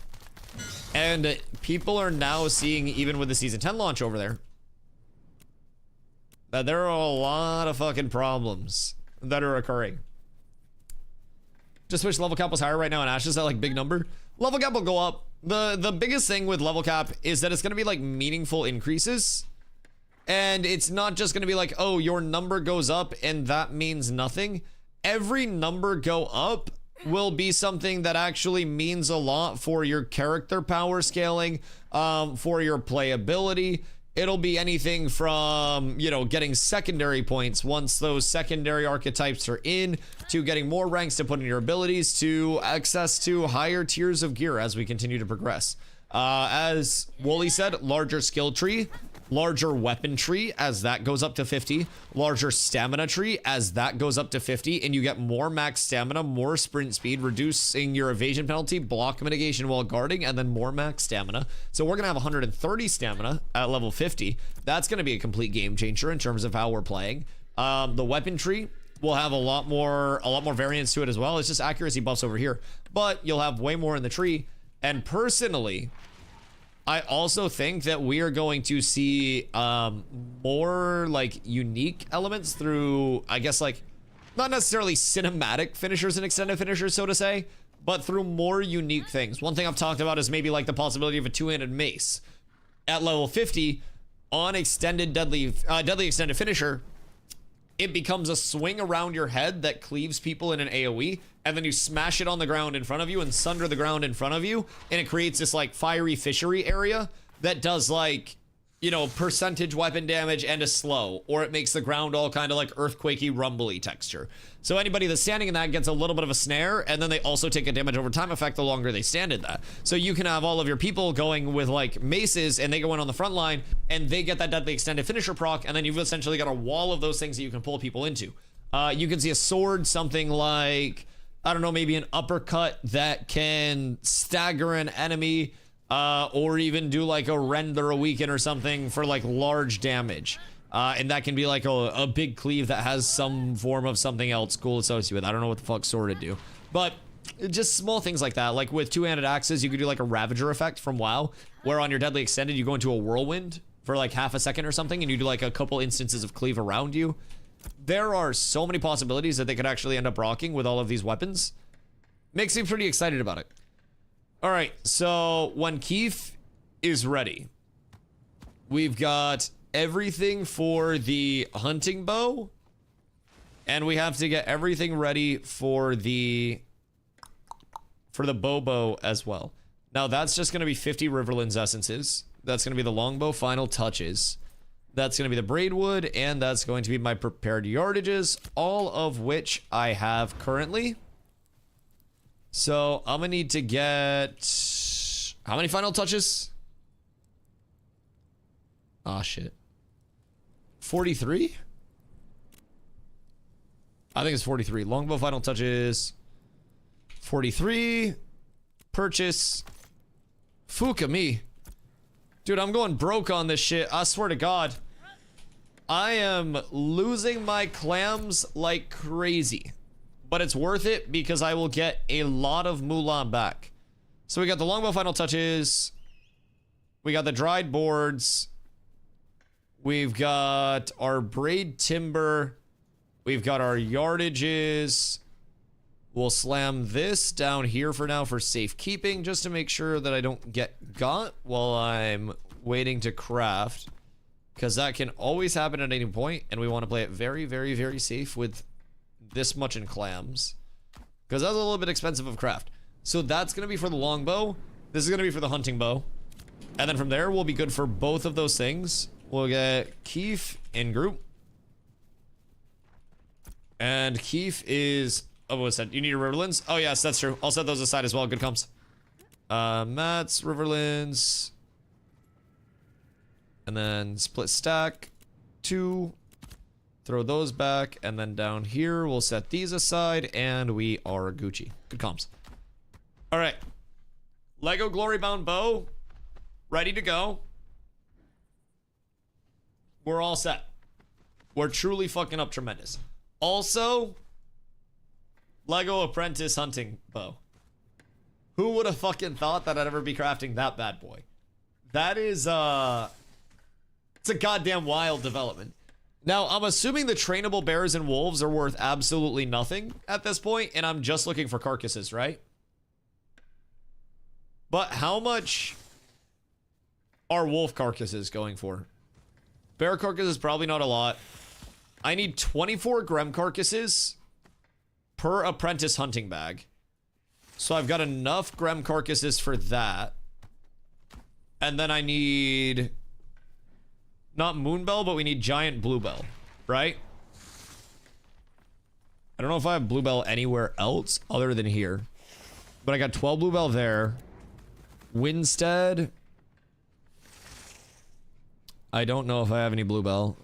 I don't think I have any herbs left in Winstead. Mira, no. Nuela, that's Moonbell. KT, also nothing. Tragic. I think I have Heroic. Which is perfectly fine. Like, I'm just making bags. I don't need crazy high rarity. But how much Moonbell is it? I saw someone trying to sell an epic hunting bow for 30 gold. Journeyman or apprentice? Cause I'm just making an apprentice. Journeyman, I can definitely see being that expensive though. My apprentice will be pretty cheap. I don't know what the total like crafting fees or anything are for it. Let's see. It's 15 silver to make. And then the mats aren't that bad either because it's 1 copper, 20 Lego larch, and then 1 Lego flax. So I don't think that's that crazy. Carf and Emblem grind, anyone? I mean, Steez, I might be down to go smack some shit up in Carf. I also need to get my hunting done though. I need Carf and Emblems, but I also need hunting. And then we also need to go to KT. KT. Because we have scrims tonight. What if we do late night Carf and grind? I feel like late night Carf and grind might be the play. Like after scrims and shit. Probably best time. X-Carf right now after scrims. What time are scrims? Are we still doing it at 7? Because if doing at 7, we're up tremendous. 7? Okay, cool. So, Keith, what's your qual? You're like 1950 with food, right? Because my bow is about to be disgusting. 1983. This is my hunting bow. So that'll be really fucking nice for apprentice. That'll help me zoom up to journeyman. And then I can sell. Can I join in on scrims? Are you going to join in on the siege defense tomorrow? Please, yes. Also, bring more people. I would like a lot of people to come out and get as large of numbers as we can for reps.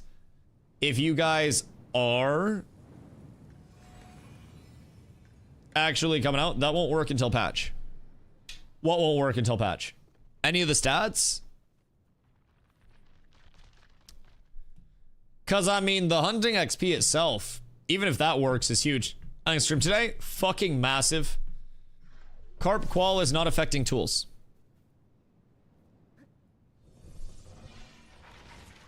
Dumb fucking stupid shit. God damn it. All right, so what would it be with 1983? 361, 141, 204. 391, 146. Oh, so that's not even that bad. Yeah, that's not even that big of a difference.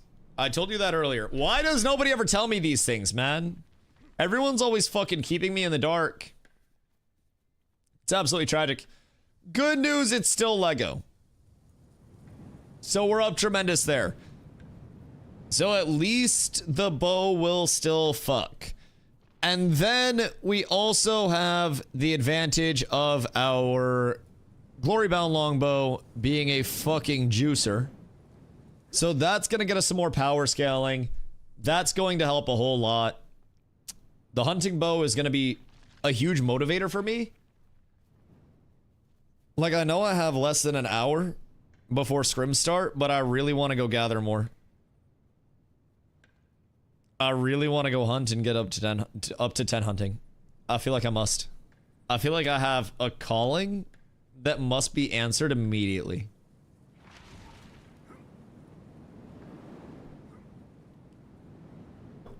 Skip scrims.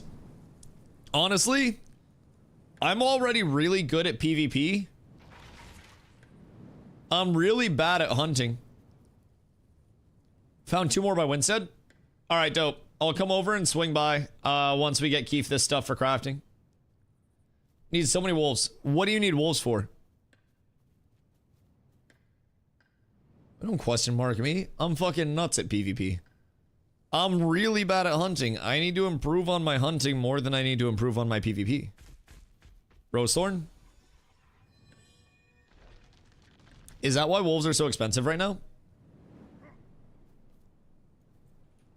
We need bodies at scrim? I just recruited Blackblood and a couple other people to come out to the scrims. So we're literally plus bodies because of me. I'm doing it for you guys. Genuinely. Gonna take a clip of Dusty being blown up. Those clips don't exist. Literally don't exist. Also, Blackblood, how much bluebell do I need for apprentice hunting bags? Cause I have enough grems. 69. Let's see. 1 bluebell thread. All right. So I have heroic threads and common grems. That'll get me like blue bags or some bullshit. And then I need 24 times 3, so I need 72. All right, so I got that. Wait. Yeah, 72. We're good. Then I need 1 more. Oh, shit. I fucked up. Split stack 1. Gosh darn it. And then boop. And then we're good. Moonbell, moonbell, moonbell, giant bluebell. How the bow roll go? We're getting ready to do it right now. What are you hunting? Rosethorn and Bloomlord and use wolves? I am hunting grems, ravens, and wolves. Yeah. I have 13 wolf carcasses right now. So, I go to a spot, and I grind a bunch of shit that's low level, and I wait for the huntable spawns to spawn in, and then I hunt them. So, I personally just need the ravens. Anything else is meant to econ with. So, 13, I know. Listen, I'm still rocking the novice bow. I need a little more luck. I need way more luck. Way more luck. Bloom doesn't need wolves. Oh, word. Yeah, and I've been told Grem's gonna go up like fucking crazy as soon as level 29 stuff comes in. So I would like to get my bags squared away and then just start pumping my tits off with bags and with all that stuff. That's probably going to be a huge money-making opportunity. And then I can also use those bags to farm up stuff for lumberjacking bags, because that'll help. I can use the boat. Like, I just feel like so many things are facilitated by hunting right now on like a big money scale, that if you're one of the few people that are willing to actually hunt in bulk and just take the time to do it, it's not fucking hard. It's just time consuming, as is anything gathering wise in this game. So like, really, I'm not too bent out of shape about having to do it. I'll be able to get it done. I got all the time in the world. All the time in the world. How much are bluebells? Search by item. Bluebell, Lego. 5 gold? Oh my god. Jesus Christ. Epic? None. Heroic? What's heroic going for? Almost a gold? Goddamn! Goddamn. Hardbar's not falling asleep at the wheel. Yeah, I mean, listen, I have people to talk to, so it's way better for me.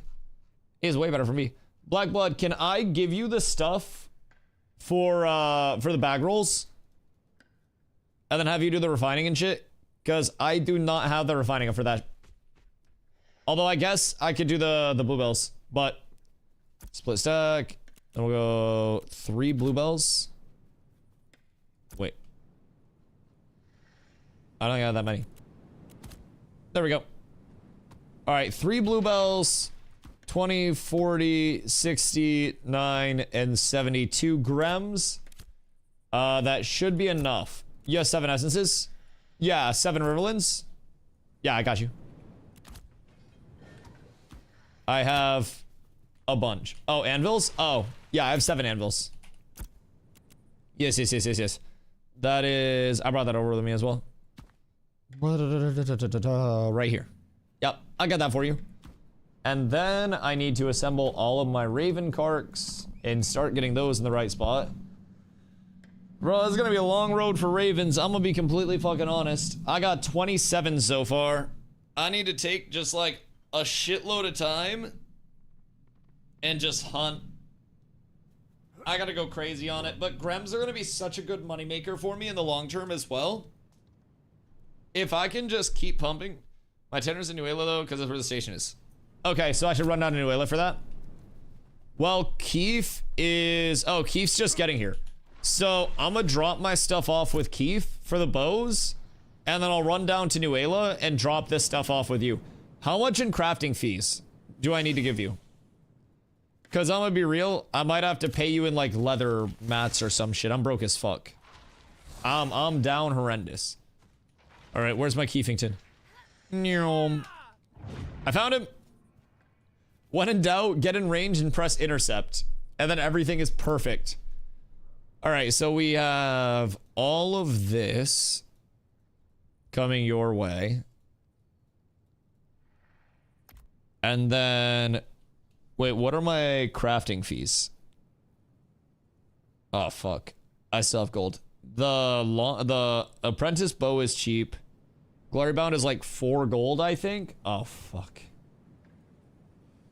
Oh, fuck.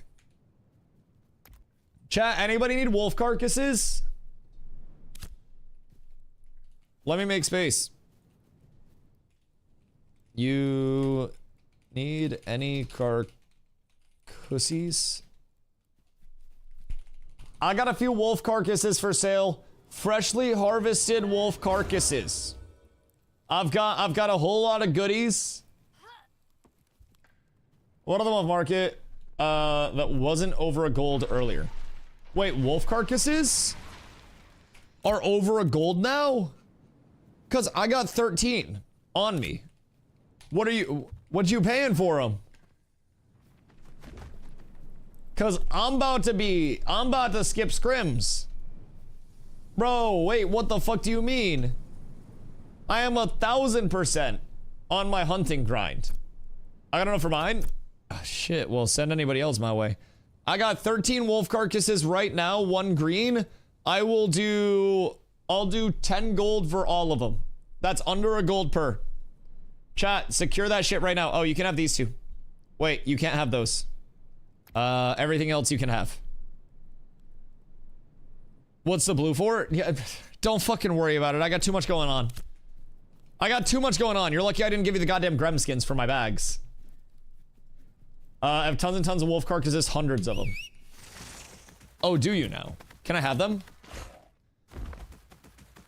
Someone offered me... What did someone offer me?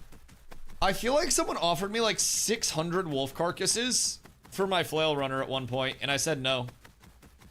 It was like some absurd amount of wolf carcasses.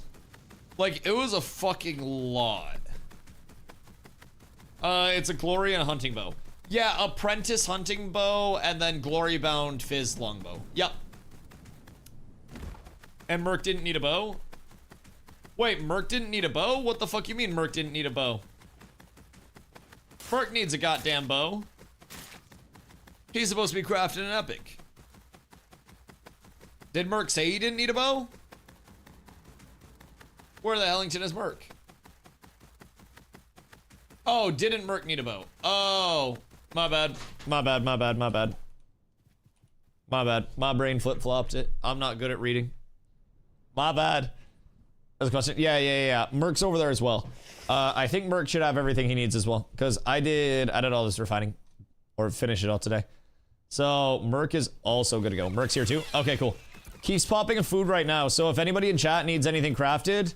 carpentry wise, hit Keef up. He will have a food up until we leave to Kaltorum to get these scrims in. I've got to run down and meet up with Blackblood's leather worker person. And then I've got to get my bags made. How much gold do you think Cat's Guild has used this phase so far? Like, in terms of just total gold in out? Are you talking like raw liquid gold, or are you talking potential gold if we just sold all of our materials? Because if we just sold all of our mats that we had got, oh, disgusting amounts. I mean, Nin alone is holding probably close to like 7,500 gold in terms of mats. Still here, kind of by Highland Hills. All right, I'll see if I can work my way back over there, but for cooking and everything, raw gold used to cook and craft. Oh, a lot. I don't really think there's a way to say like how much raw gold we've used. We haven't tracked it, but a fuckload. There has been a ton between like what we've dumped on sieges. I mean, we spent 500 on just a siege. Between raising professions with people, between buying materials, between buying completed items, between processing fees, like everything associated with it. Oh, our guild has spent a disgusting amount of money this phase. Disgusting amount. Yeah, 1000%. I think I've gone through 500 gold myself, at least over the phase. Yeah, I mean, like, I'm probably one of the people that spent the least amount of, like, raw money this phase, but I've also sacrificed a lot of raw money in out, so that way I can give mats to people. So I'm a lot lower on that scale, but a lot of our people are not as low on that scale of, like, gold in out. A lot of people go fucking sicko mode. We have some people that are really good at econing, and it shows because they have accessibility to pretty much whatever they could want. And it's quite nice for them. Scrims and KT? Yes, Scrims and KT starting at 7, I believe. Streg is going to be up there too. So if anybody needs stuff jewel crafted, then great. Low key, I would say wait to pop food until after Scrims. You don't pop food and then insta die, but... Look for Blood Cross by the tanning table and New it. Got you. I'm on my way down now. Oh, this must be a Lego. I think this guy just logged in. Am I tripping, or did this guy just pop in? This might be high rarity. Lego here? Common. That's crazy. I also thought that was going to be Lego. That guy logged in there, right? Or did he just pop in from fucking out of nowhere?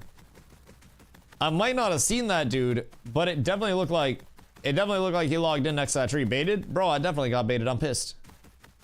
I'm down horrendous. I'm being let on. Farming Willow and finding Braidwood, you're finding Willow. I'm not even trying to farm anything, honestly. Like, the only thing I'm trying to farm is fucking huntables right now. Any wood that I find along the way is a huge bonus, and honestly will probably just be sold if it's high rarity at all. Because I'd rather have money than have more wood. I just gotta save up a shitload of money and skins to get my Blood Runner 5-piece. As soon as that's available. Honestly, 6-piece. So I'm trying to, and it's a long road there, but I'm gonna need like 600 Raven carcasses basically. It's gonna be really hard. It's gonna be really hard. But the advantage is that I can trade Grem carcasses for Raven carcasses with people pretty efficiently. And also, someone said they had a stimmy of Raven carcs for me. That would help out a lot. So, fortunately, the progression is going to happen regardless. As long as I'm doing something, that's all I gotta be doing. And I'm making progress at something. These are next to each other, so it might be cluster.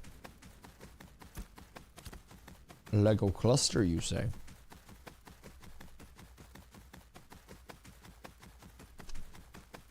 Just asking others what they think they spent. I know a lot of crates and fans got ran, but it's a lot of gold. Dude, there's a fuckload of gold. Like, there's a ton that moves through the econ.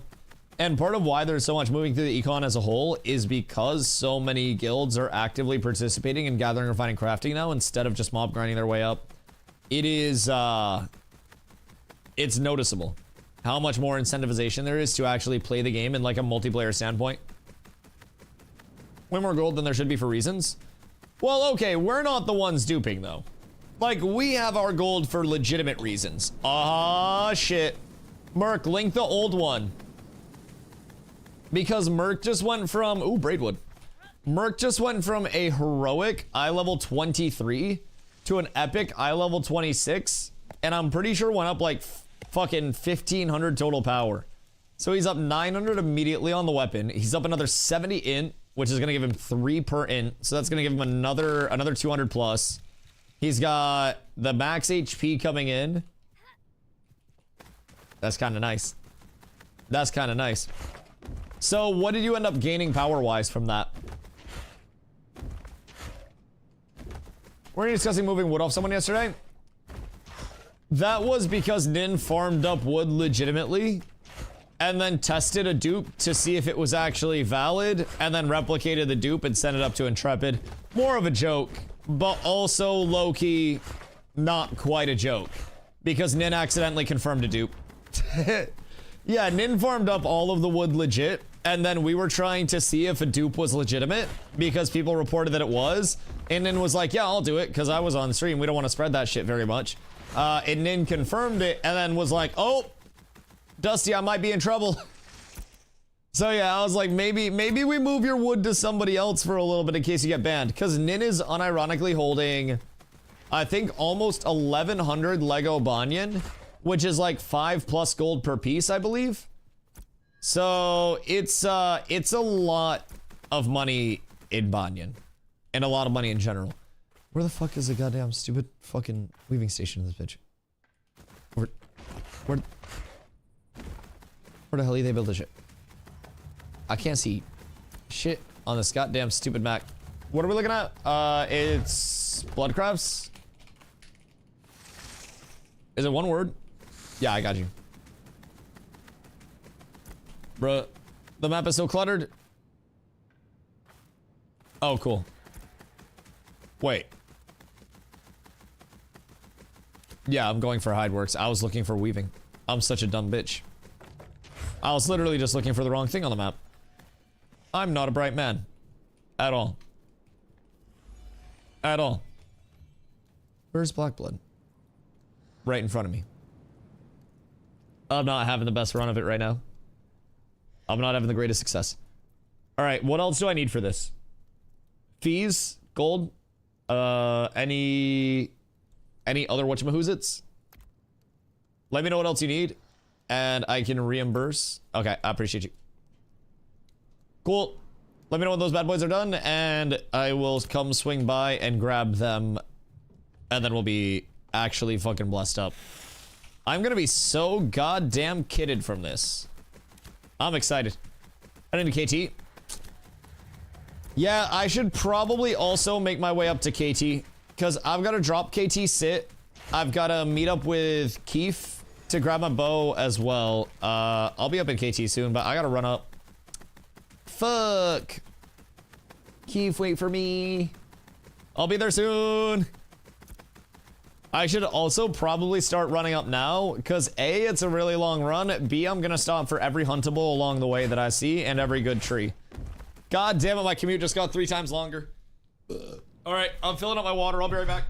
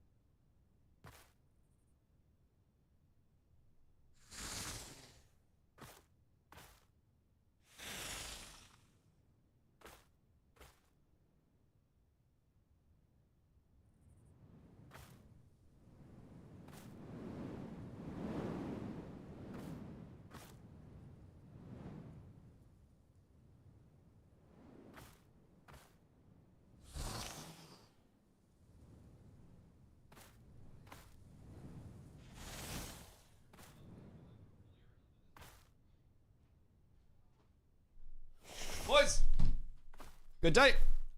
I'm back. Yo, Vela, what up? Food NERFS was the title about. On the private test realm, they are going to be adjusting the quality output of crafting foods from what we've seen very drastically. Very, very, very, very, very drastically. So, it'll be intriguing to see how that's going to shape up the crafting meta and also where the gear distribution is lying with rarity outputs. And we're trying to finish up any crafts that we're in progress of, like before this actually hits. So, I would also recommend, personally, getting everything you can. When do you think it's gonna hit next week? I personally think probably with 0.17.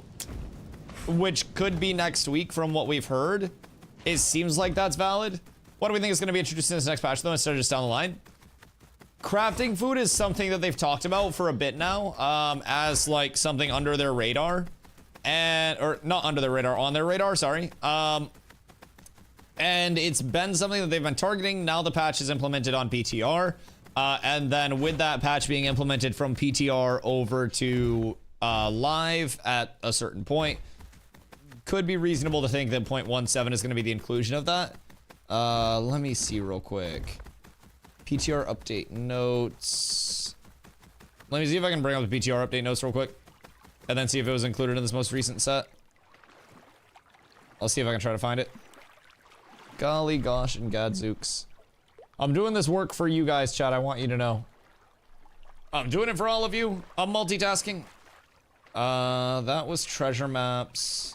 Hey, maps doesn't change, but we change how you directed to where the treasure is. Once you reach the area, you'll need to open up your inventory and check the map to find the location of your treasure and use next kit. Oh, very cool. And time limits were removed. Very, very nice. Let's see. Scroll up another one. PTR update notes for the 22nd. That's empty.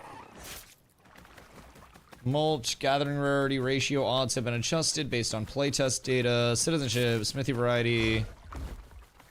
God fucking damn it. Why do they put out patches so fast? Why can't we have New World-ass content cadence so I can find everything easier? Where is it?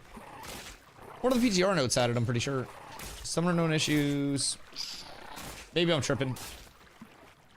But I'm pretty sure I can't find which PTR patch note it was, but gonna mark this. Gonna have to run in a minute. Oh wait, you're over in Winstead, right? God fucking damn it. Who's over in Winstead, boys? Cause I might need you to grab something for me.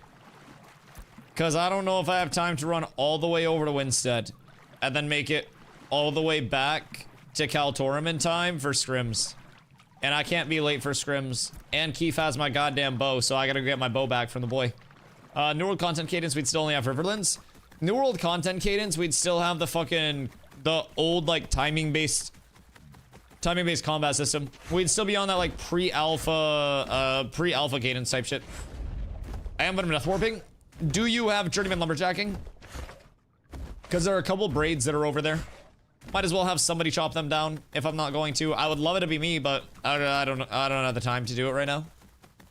No, that's absolutely fucking tragic. That is so sad. You guys must be better. Who's streaming tonight? Literally whoever shows up. Anybody that wants to show up can pop out to Kaltorum. Typically what we do is we will have a couple of like team captain type beats, and they will draft teams.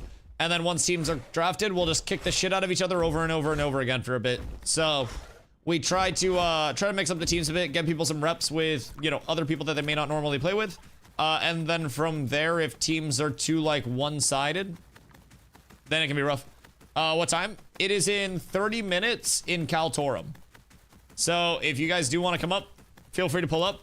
Like I said, we literally just mix up the teams and do pickup teams. But if we have enough from, you know, certain sides out, we could also do statics, whatever works. But we always just run it on Tuesdays and typically Fridays. But with the siege being tomorrow, I think we're just getting some extra reps in tonight. And also spreading the word for siege defense signups. We will most likely have slots available, I know, believe it or not. Hard to get 100 people for something right now. So we will almost definitely have some slots available for people that do want to come through and help fill out on the defense side. Sign up in game and then probably hit up the Zombler in Discord and let him know you signed up, especially if you have a group of people signing up from your guild that plays as a static or something. It should be a very, very, very fun event. So, made a post, hopefully they show up. Yeah. No, I appreciate that.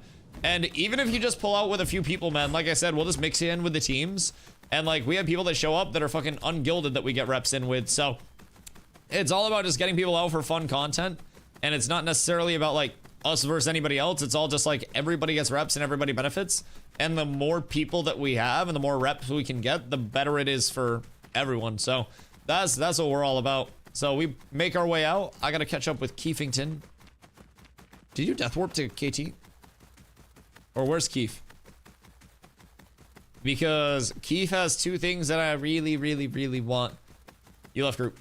I know I left group, but I didn't know if you were death warping or if you were running. Also, why do I feel like herbalism is free 99 right now? I feel like I see so many flowers out and about all the time. It's not. Really? I just feel like I see so much in existence. It's all common. Right. They're all heroic and lower. Even like moonbells and bluebells and shit that are spawning. Very intriguing. Journeyman scrolls from Siege. Yes, Journeyman scrolls from Siege. And you also have a chance to get enchanting scrolls. So if you get Journeyman enchanting scrolls, that allows you to enchant a level 20 weapon. Which can be very impactful if you have an eye level 29 or even an eye level 26 that you're looking to push up. So really looking forward to the potential to earn some of those bad boys. You know, seeing how it shapes up, it's all potential. It's also all RNG, but yeah, whichever side wins gets scrolls and some other consumes potentially from their siege crate. But the enchanting scrolls are not guaranteed. I think people have the odds somewhere. But I believe someone said on average with the odds, it was around like 1,600 gold generated from like the siege rewards and 1,000 gold to deck the siege. So I've always been of the attitude that we should be getting as many sieges in as humanly possible right now, because before we know it, sieges are going to lead to settlement death, which is going to be very hard to actually get, you know, practice reps in with. And that's going to be a really, you know, punishing thing. So while sieges don't have settlement death, I think now is the opportune time for guilds to just say, hey, 10 gold per person. We get 100 people to sign up. Self!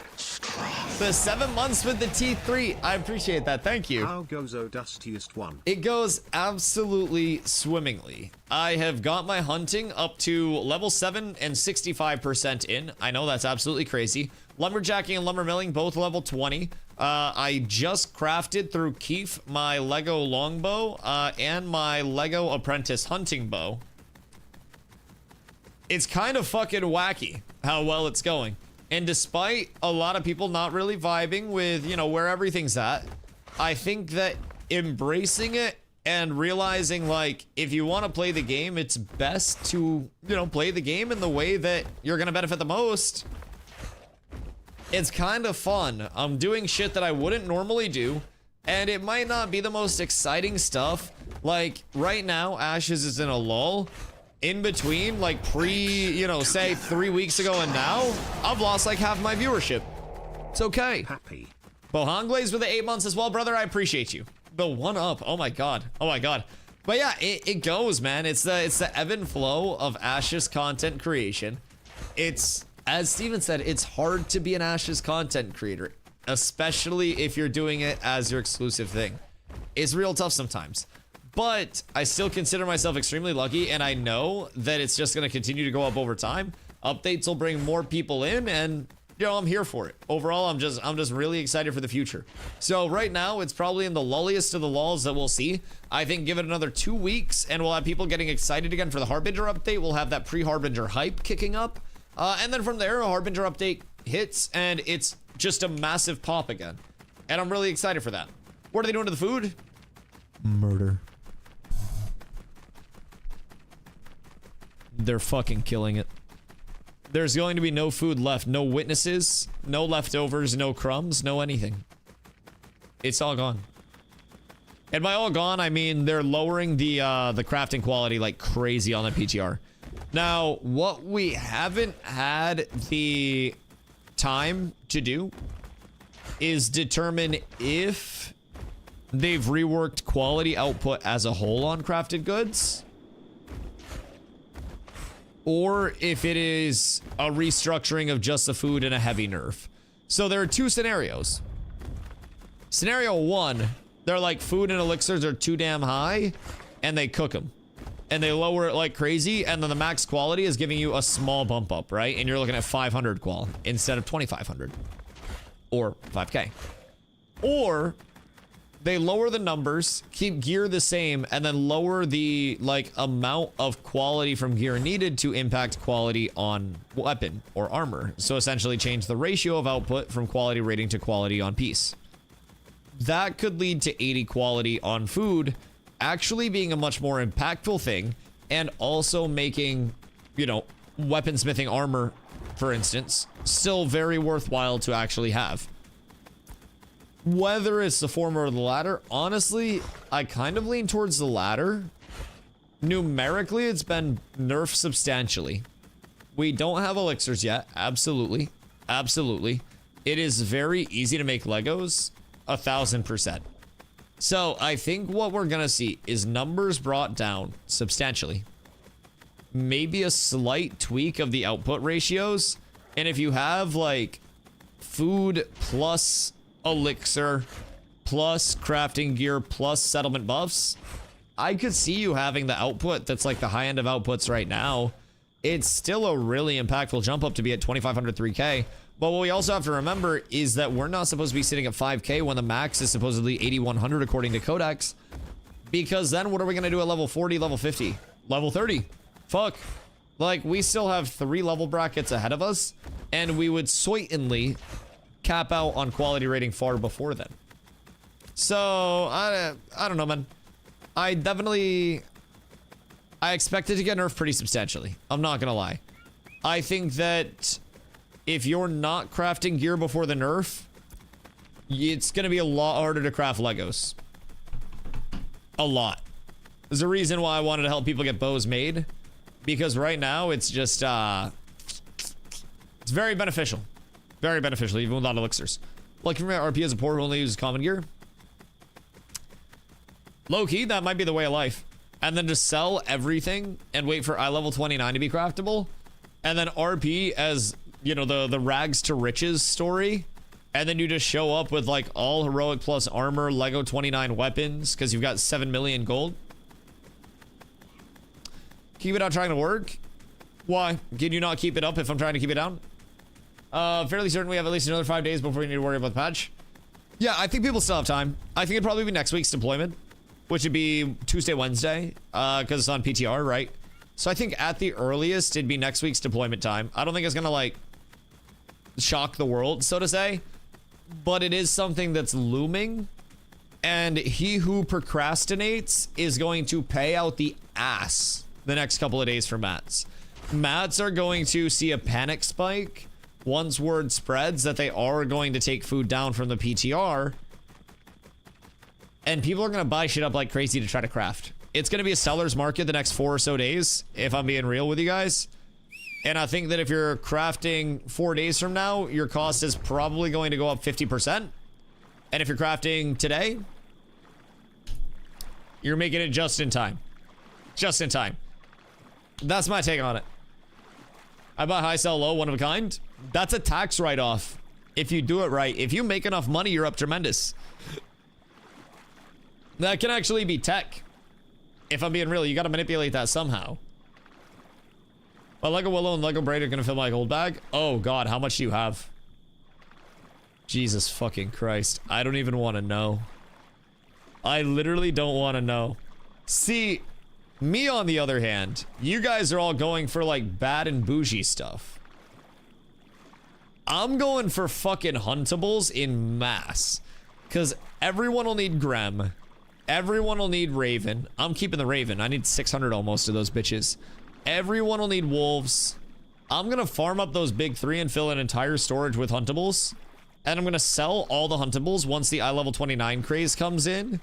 And just capitalize on that like crazy. Because Grem's gonna be used like mad for eye level 29 stuff. Wolves I could sell in the next couple of days. People are panic crafting all their caster gear. So wolves are gonna keep going up. I think as of right now, wolf carcasses are above a gold a piece. At least according to market. I don't know if anybody's posting in trade with anything. But yeah, we're kind of up tremendous. Very excited to stay on the grind. Especially once I get my new bow. I'm fucking pumped to get apprentice hunting and to put on a Lego hunting bow. Dude, I can't fucking wait. I'm Dusty Poor in every game. Listen, Dusty Poor is a way of life, man. Dusty Poor is actually like a cognizant choice that I make. It's something that has to be done for the welfare of the community. Busty, what up, my boy? Do we know if it's a numerical rework to rarity or an actual nerf? That is the question. We haven't had time to output fully crafted pieces with everything in effect to know the quality scaling of it, nor does Codex have the actual output. So that's what I'm saying is like, you know, it could be any scenario, right? I think the two main scenarios are like full nerf and total quality output is much lower, or nerf of numbers and ratio change. So like, you know, 80 qual is now more impactful. But I also think the total quality that we're going to see from output, like, you know, consumables total is going to be likely lower than what we're seeing now. I think the numbers in terms of the influence it's having on the output product are a bit higher than Intrepid probably wants, just based on how they've talked about it so far. It's been mentioned in Discord a couple times, and the community manager that responded to it was like, oh, yeah, that seems a little weird. We'll talk about this. So I'm definitely not convinced that it's where they want it to be. So I don't... The way that I'll say it is I think it's a 0% chance that food becomes more impactful. If that makes sense. I think best case scenario, it stays relatively the same and comes down a little bit. Worst case scenario, food becomes equivalent to gear, and now you have people crafting at 600 qual instead of the expected 2,500 or even, you know, upwards of 5k with elixirs in. That's kind of where I lean on it more than anything, because there's a lot of room left for quality, like, input to go. And if they're truly prepping for, like, Journeyman Master and Grandmaster above this, that's going to give them a whole hell of a lot of scaling left to work with. So that's an intriguing part as well. Should be able to craft your bags after scrims. Matt's processing right now. I appreciate you. Thank you, thank you, thank you, thank you, thank you. I'm actually excited to slap on 3 banger hunting bags. I'm excited. And is that for apprentice bags or is that for novice bags? I'm assuming apprentice, because a novice wouldn't really do too much because I already have the novice. That's kinda swaggy. So I'll have 3 blue apprentices. I like that a lot. And then I'll have a Lego bow. And then if I do want to invest in the hunting food, do you know how much quality? Do those bags have quality? That's what we've been told. Let me check.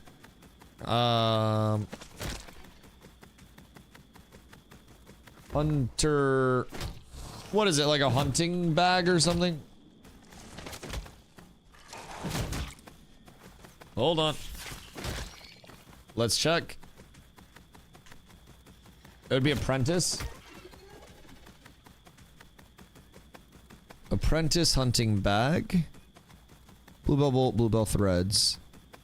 10 to 13 hunting qual.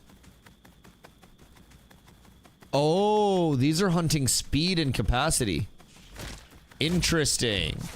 So this is speed instead of qual. Huh. That's intriguing. You're looking at the wrong bags. Is there a different, like, alternate recipe? I have quals on carpentry, which is much more expensive. Takes willow. There's 10 to 13 qual on an apprentice hunting bag from tailoring, but that's all bluebell. So I do have a good amount of bluebell as well. And I think bluebell is relatively easy to get, but how much bluebell is this? Oh god, that's bluebell and willow? Jesus fucking Christ. Jesus Christ. So these are just speed and capacity. But honestly, even just having the speed plus the speed on the bow maybe gets me to a breakpoint where it's a little more efficient. Mayhaps. I just clicked on a player named Jesus as you said that. Oh, you subscribed to the new text-to-speech feature. Yeah. I'm just happy to help narrate what's on your screen at any point. Braidwood. Bolts make things so much more expensive. Yeah, bolts be a bitch. Bolts be a bitch. So, I mean, maybe I just take the W with the hunting bags. Because at the end of the day, the hunting bags are, at the very least, extremely useful for space. These things go fucking sicko mode. So, I'm cool with that. That also makes me wonder what's on my... What's the hidden on this? Speed as well. So is tailoring... They do have hidden spoil stats too? Oh, okay, so spoils are up. But how much would you need for a spoils breakpoint?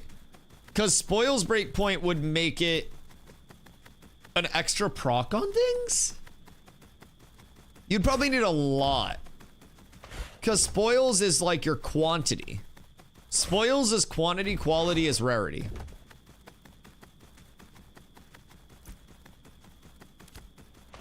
So I feel like you would have to have like 100% spoils.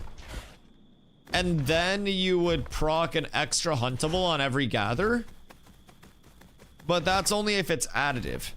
If it's multiplicative, you should probably yoss yourself into like a fucking foam pit at TwitchCon and hope you don't break your back. And you might have better odds. Spoils can be extra procs like getting rubies with your basalt or whatever. So is it the extra procs that are in the accessory loot table, or is it an extra, like, extra quantity? That's my question. Because then if it's an extra quantity, is it additive or multiplicative? And on top of that, is it a dice roll? So if I have 13% spoils, is it a 13% chance to get a proc on every single roll, or is it like 13% more on every roll? That's the question. There are a few ways that could actually come in like a, I don't know, a fully functional state that could all be pretty different in terms of their actual impact and how the stats would work. So I feel like that's a good one to test. Not gonna eat anything until you get off today, but when you get off today, hot chocolate. Hot chocolate and what for dessert? I can make brownies when I'm off. I could bake those shits. Because brownies don't take long to bake. What? Carla just yelled brownies from the kitchen. I just heard her over my fucking headset. We just picked up ice cream yesterday too, so we can do like hot brownies with a scoop of ice cream and then hot chocolate. It's gonna be chocolate overload. Scrim's gonna be on the beach in KT. I think so. I think Zop said we should move the scrims to the Riverlands at this point. Like, I low-key agree. Like, having everybody come out to KT is a big inconvenience. But it's also because there's nothing drawing people out to the anvils. No, we're not moving it today. It's in KT today. Fucking cook. Ni hao, ni hao, ni hao, Yo, ni hao. Ni hao, paid actor. How are you, my boy? It's almost fudge season. Oh, I've already been on the fudge. I have already been on the fudge, brother. Let me tell you what, because it's been apple picking season in Maine for a while. It's 49 degrees here right now. So like we're far into the fudge season. So we went to the store yesterday and ice cream was on sale, and as you know, I fucking love ice cream. So I got brownie mix. It's like Hershey's brownie mix with like little fudge chunks and stuff. And then from there, we got some chocolate ice cream with fudgy swirls and like little fudge chips in them. I feel like we're up tremendous. That's a good ass dinner already. I say dinner, probably snack, but maybe it's dinner. What's the Halloween cosplay gonna be? I might take votes from chat if we hit it in time for things to be assembled. Because we do still have time to order and get everything made. Carla, like, is sewing now and has a sewing machine. So that's not the hard part at all. It's just we need to hit it with enough time to spare where we can physically assemble the stuff and then build the stuff and put it together. But I'm thinking something Ashes related. Maybe a personal rec from myself would be a goblin. And then I'd just stream oh yeah the entire day. I feel like that would be a fucking slapper. Anytime somebody comes in or anytime somebody types oh yeah, I then have to oh yeah. And I have to full embrace the goblin. I may. Got all my Halloween costume stuff today. What are you going to be? Yo, Pen. I hope you have a beautiful night, my friend. Thank you for hanging out today. There are a lot of hawks up in this bitch, huh? What are hawks used for? Anything valid or nah? How your grapple actually work? In PvE, you don't. Yeah, it's fucked in PvE. PvP, it works exquisitely. But PvE against a lot of mobs, it's been fucky for a little bit now. It was, I want to say a couple patches ago that it got cooked for PvE stuff. So hopefully they figure that out soon. But like most mobs, they just like, you grapple them and they're like, ha ha ha. And then they don't actually get fucking grappled. So it's fox ears, tail paws, a stoner shirt, and a bunch of icicles. Fox ear, tails, paws, stoner shirt, and a bunch of icicles. What's the inspiration? Is it like a character inspiration? Stone Cold Fox. Nice. Nice. I like it. If you just said furry adjacent, I also would have accepted that and not judged. But I like that there is an inspiration behind it that's not just furry adjacent. Oh, fuck me in the ass. So sometimes if you go to intercept to somebody or something and they're up higher on terrain, you can get yourself like head first stuck in a cliff like your Bullet Bill. Bro, sometimes you get locked into it for a little bit. That shit just had me held hostage for like 4 seconds. Sometimes it is actually rough out here. I love intercept movement though. It is, it's one of my favorite tank abilities. It's so good for getting in if you have somebody in aggressively that you need to bail out. It's so good for getting out if you need to get out because you're in aggressively. I fucking love me some intercept. Last year I wore an alligator head, a long gray coat, and a magnifying glass, and a bunch of dicks. Alligator head, long gray coat, magnifying glass. Inspector Alligator Cock? Private investigator. Jesus fucking Christ. Jesus Christ, I hate it here. I hate it here. I don't know where Professor Investigator Alligator Cock came from, but I love Halloween puns. You're putting some fucking work into this. Is this something that you're thinking of yourself, or are you getting these off Pinterest? Oh my god, it's stupid glitches. Are you suggesting we put Hershey's Kisses in the brownies? Yes. All right, I may be able to make that work. Thank you for your recommendation. I was gonna say Krogstein. Krogstein would go hard as well. He's coming. I've already got next year's. I mean, leak if you want to, but also if you don't want anybody to steal, don't leak.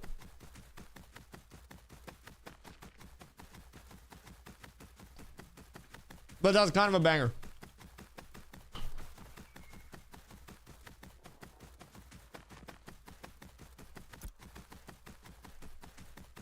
Is Kiefer still in guild? I gave him Mastercraft and Glory Boat.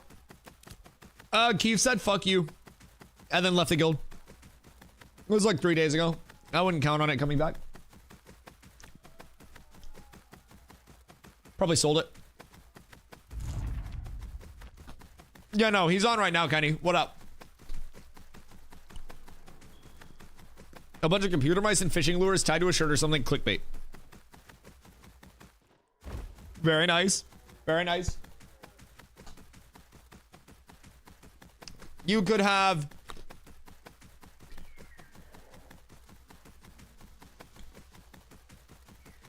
a troll mask on and a club and a Wi-Fi router. And you could be an internet troll. You just wouldn't be able to have internet for the day. But nice. Thank you. Thank you. Once I get the inspo, we're flowing. Dusty, we need to go to bars or something so we can make friends and get invited to Halloween parties. I have friends. We'll just have a Halloween party with chat. What do you mean? We'll all dress up. And then we'll have a fun stream.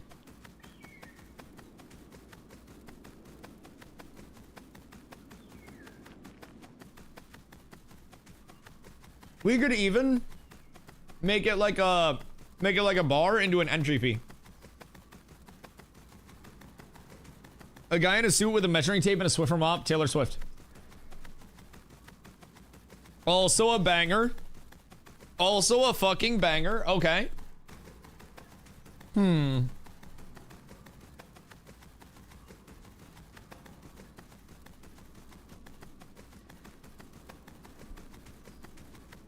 More Halloween puns. That Taylor Swift is a fucking banger. That's actually huge. I might steal that. I may beat Zop to it. The big city? I know. The bustling streets. All of the people. All of the opportunity.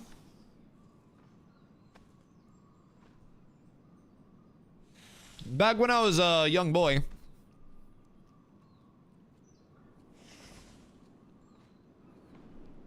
My parents came to the city with 32 copper in their pocket. And they gambled it all, and they won. And we started our very humble lives as professional street rats subsequent to that. And I thank the city for all that it's given me. It's presented a lot of opportunity. It's brought a lot of sadness and a lot of change, but...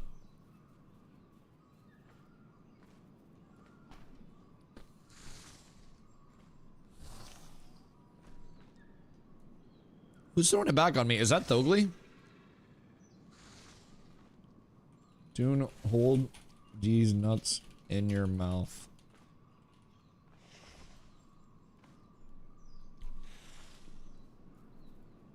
Is that Thog or which one is that?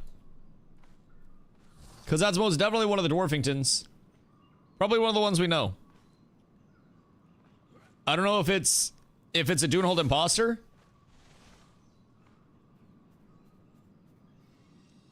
Oh yeah, it's Thogly.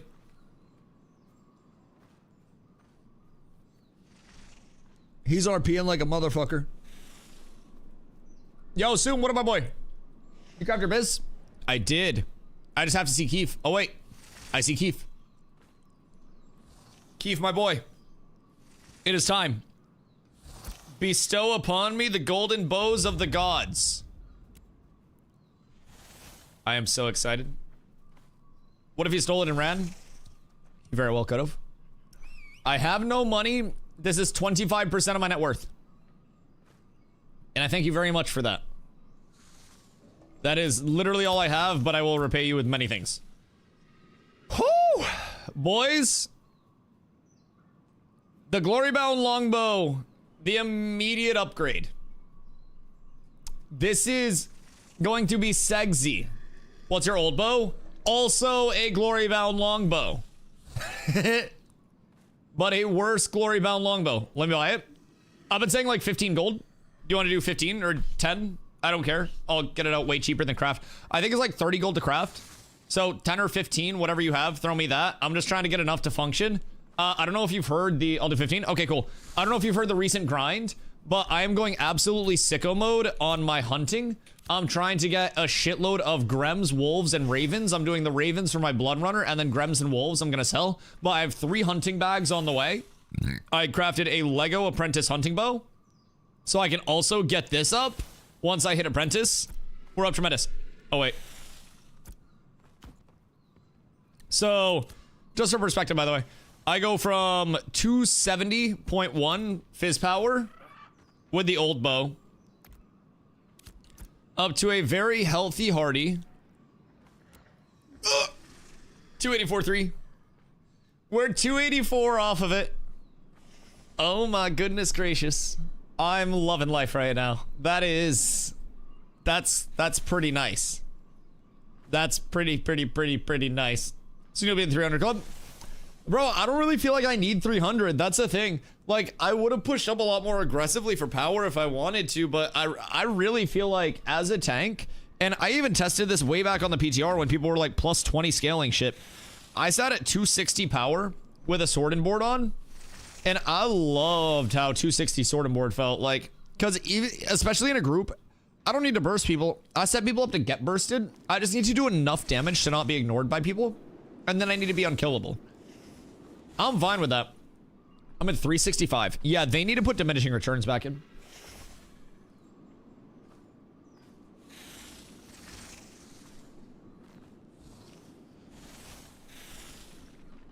We 1000% need diminishing returns back. People are scaling like fucking crazy. I feel like with my gear, if I was like 260, and then with really good gear, people were like 300, that would be a nice place.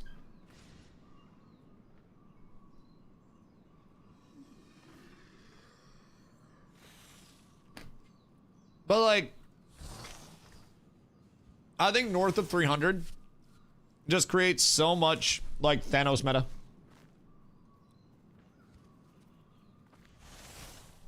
.360's full food and scroll buff though? Yes, but like, at the same time, that's still just an ungodly high number for people to be pushing to. 365, but Magic User will one-shot me because I could hero. Yeah, now you see why I'm hunting.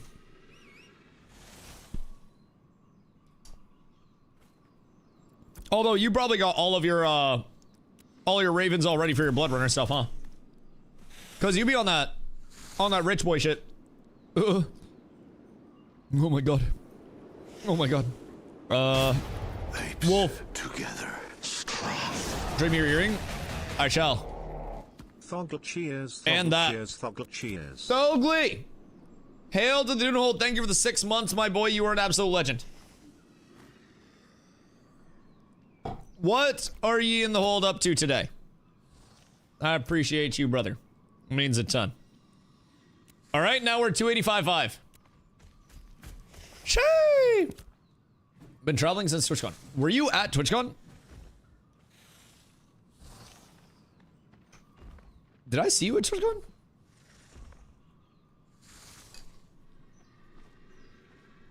I feel like I did not. Should I buy Prestige Dark Cosmic Diana? No, because League sucks. Yeah? What? What? When, Penis Rogue?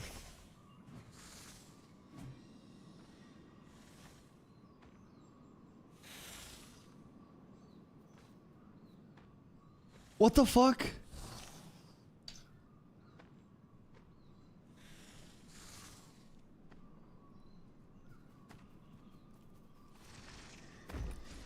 I hung out with the Ashes devs. What do you mean the Ashes devs? What the Hellington do you mean?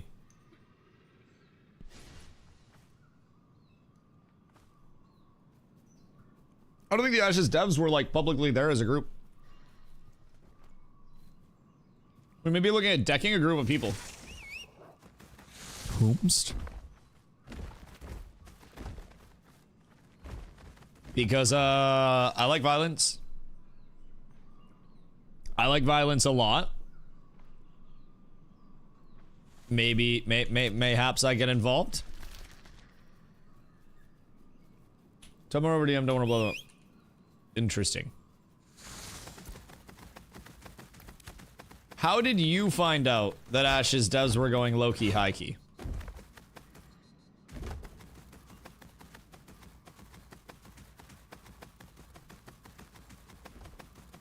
Interesting. Interesting. Yeah, shoot me an DM. Thog, what is the beef right now?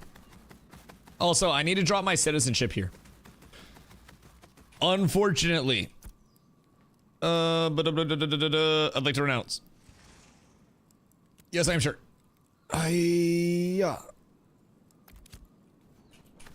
We're up tremendous. We're blessed up. Developed the game for me. No, I know. I'm just saying, how did you find out? Like, what are your plugs there? That's what I'm curious about. I know that not everybody found out the game from me, dude. I wasn't applying that whatsoever. But we were also actively with an intrepid dev that was trying to figure out if there were other devs there and couldn't see anybody else there that was actually like saying that they were there.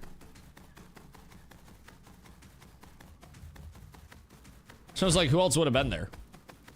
Because we actively try to find other people that were there, but go for you if it was something super exclusive. But we heard nothing of that. But how many people do people sit this week? Couldn't stay up late. R.I.P. R.I.P. Why no late nights? Wait, so what was the deck that led to the siege? Was there even PvP or anything?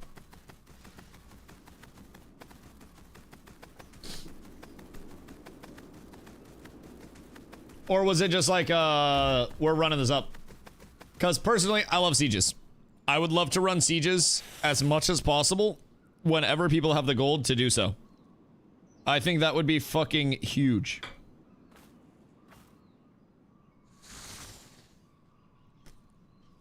They are so good to get reps in with. They're so impactful.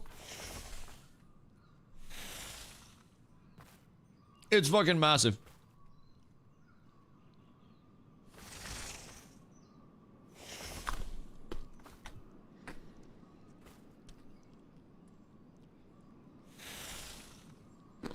So you should. I don't want to.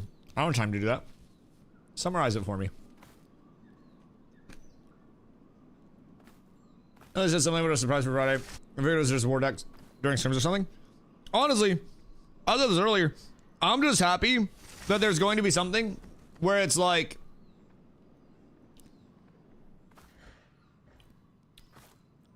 they show up. The time zone has always been so rough to navigate. So the fact that we actually have something where it's like on a, I guess an amicable time is fucking huge. I think that is such a big addition for like us getting quality reps. And anytime that they are, anytime that they're able to run sieges, please, for the love of God, do. Because we need as many siege reps as we can possibly get before sieges lead to settlement destruction, because that's going to be a bitch.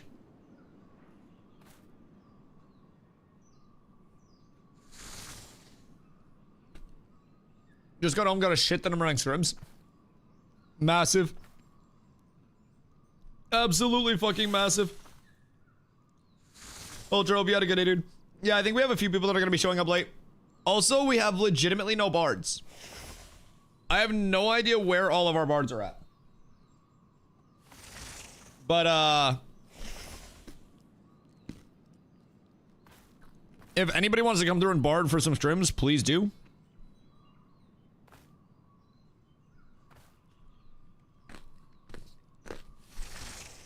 One bard, and it's out of guild. Bard's the best goddamn class in the game. Like, I'm gonna have to start telling every single person to play bard again. And we only have 2 clerics.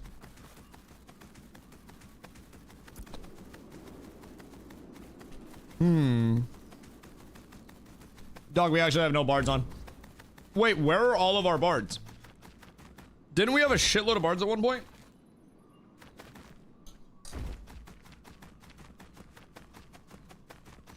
Because I'm gonna specifically start recruiting bards and trying to convince people to play bard if it's the last goddamn thing I do. They log because the server's gonna wipe. I don't think the server's gonna wipe. I'm still not sold on that. I don't think there's much to be gained with a server wipe right now. Because there's just gonna be new bugs, new dupes, new problems with the econ from Harbinger.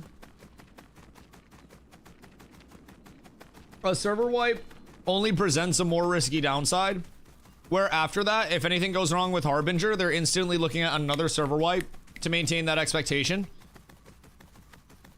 And if something goes wrong post Harbinger update and they've already wiped the servers, then the expectation is they wipe the servers again because something went wrong, when the reality is that they are trying to get long-term data and they cannot get long-term data through wiping the server.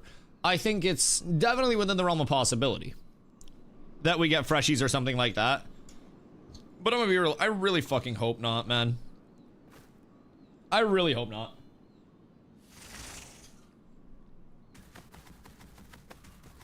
I would say 99% not gonna wipe. I just think, like, I can't say what percent it is that they will and won't. I don't have inside information. I wish I did. There are existing dupes. There have been many bugs on this server. The econ is, as many would say, cooked. It's a player-driven econ. Player-driven econ will always have points where the econ gets cooked and then has to self-correct. There is still a lot with the server that hasn't been done yet, hasn't been leveled yet, hasn't been built yet. That still needs to come to completion before the server is anywhere near a completed state. So, it's got its own problems. But again, I think that if they wipe or put freshies up, the second something goes wrong on that new environment, it's like, oh, time for a freshie or another wipe. Yo, C. Hello, thank you for the 10 months and the T3. You're a legend. Thank you, thank you, thank you. Don't think it'll be a wipe, but it's 100% a first start coming to IMO. See, I don't know, because an MMO, especially a live service, right? Very dependent on that new player onboarding. And essentially, like, once your economy is established, having new players that come in and participate in your catch-up mechanics. The available gear that exists in your economy. The available POIs for people leveling. The changes to the new player experience that they're looking to bring in. And then they've got to see how the experienced players versus the new players are all going to spread. How the power scaling is going to be. How the integration is going to be. It's kind of big. At some point, going to need to figure out how to correct the market without wipes. Otherwise, it's going to be a rough beta / live. I agree. I agree. And I think that with a player-driven economy, like, player-driven economies are always very susceptible to wackiness at points because it's a player-driven economy. Prices can be manipulated, right? If it's not just a static vendor price. And even then, you can just buy stuff from a vendor and sell it to other players, and players will pay it because they don't know that the thing comes from a vendor. Wild world. Wild world. So personally, I think in November, we have econ systems coming in with sport fishing. We have the Harbinger system coming in that's very likely going to present new gatherables, new recipes, new materials, new item drops, potentially. A lot. So, it'll be intriguing. They took 3 weeks to fix crate do bugs, and according to their own announcement, didn't push a single person for it. Don't ban people for turning in crates without DR rates, and then a month later ignore players literally doing crates. If you care about server econ integrity. See, this is the thing, though. You could also say the same thing dating back to the first, like, what, week of the server when Steelbloom jewelry was craftable early. And people are like, oh, if you don't ban people for crafting Steelbloom jewelry early, then you don't care about the server econ. That didn't happen then. Then you didn't have people banned for the crate duping. There's still an active crate dupe in the game that we confirmed yesterday. So there is still an active crate dupe. Akadira gear is craftable. When we don't have the appropriate tables for it. So I agree. The econ is fucked. And there's, you know, far from a working product here. In terms of how it should be. But, again, the second they wipe or put in a fresh start in November, that fresh start comes up, and then people figure out that there is an econ bug still in the game, that fresh start is still cooked. It's not like the fresh start's going to have a different level of progression or a different patch than the old server would. Even if they do 2 different NA servers, this server's still on the same build. So if the econ's fixed, why are people going to want to all re-level again? Probably not. They genuinely probably will not want to relevel and build up another server from scratch to try to get to this point when this server is still not completely built up.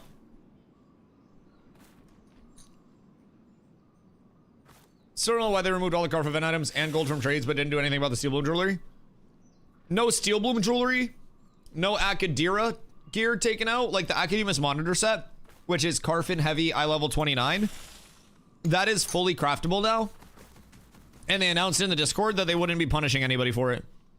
And once they announced that they wouldn't be punishing anybody for it, and that it would not be treated as a bug, I gave the okay for our people to start crafting it. Before that, we didn't have many people crafting it at all. So, like, it's intriguing, some of the decision making that has definitely been associated with some of these bugs. Because in my opinion, a bug that is generating unintended gear into the economy should be treated the exact same every single time. Steel Bloom jewelry being allowed to float was bad. Carfin, I think, was handled properly. Because unintended gear, like, if they want to establish that, that's like, you know, a proper thing to establish, other than, you know, people being disciplined for that.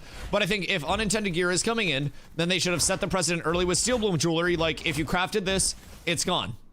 If it's unintended, don't do it. If it seems unintended, don't do it. The thing with Carfin is it was still that gray area of like, is this intended, is it not? My video is 7 months old. You know my take on that. I think that was just a clusterfuck as a whole. But if they were going the route of unintended gear is unintended gear and we will remove this from the playtesting environment to preserve it, then why not with Steel Bloom and why not with Akadira? That's where I'm at. And I feel like it's been like hit and miss at the same time with very similar issues. And I think that lack of consistency will probably rub a few people the wrong way. It's probably part of why some players have quit or taken breaks, or why a good amount of players are wanting a fresh start or something like that. Already trying to hit level 70 in a mobile rivals game, so Zine doesn't get evicted. You're a legend. You're a legend. What are you guys doing? PvPness. I got a shiny new bow that I want to try. I'm excited for that. If I pop food and a scroll, I can't dismount.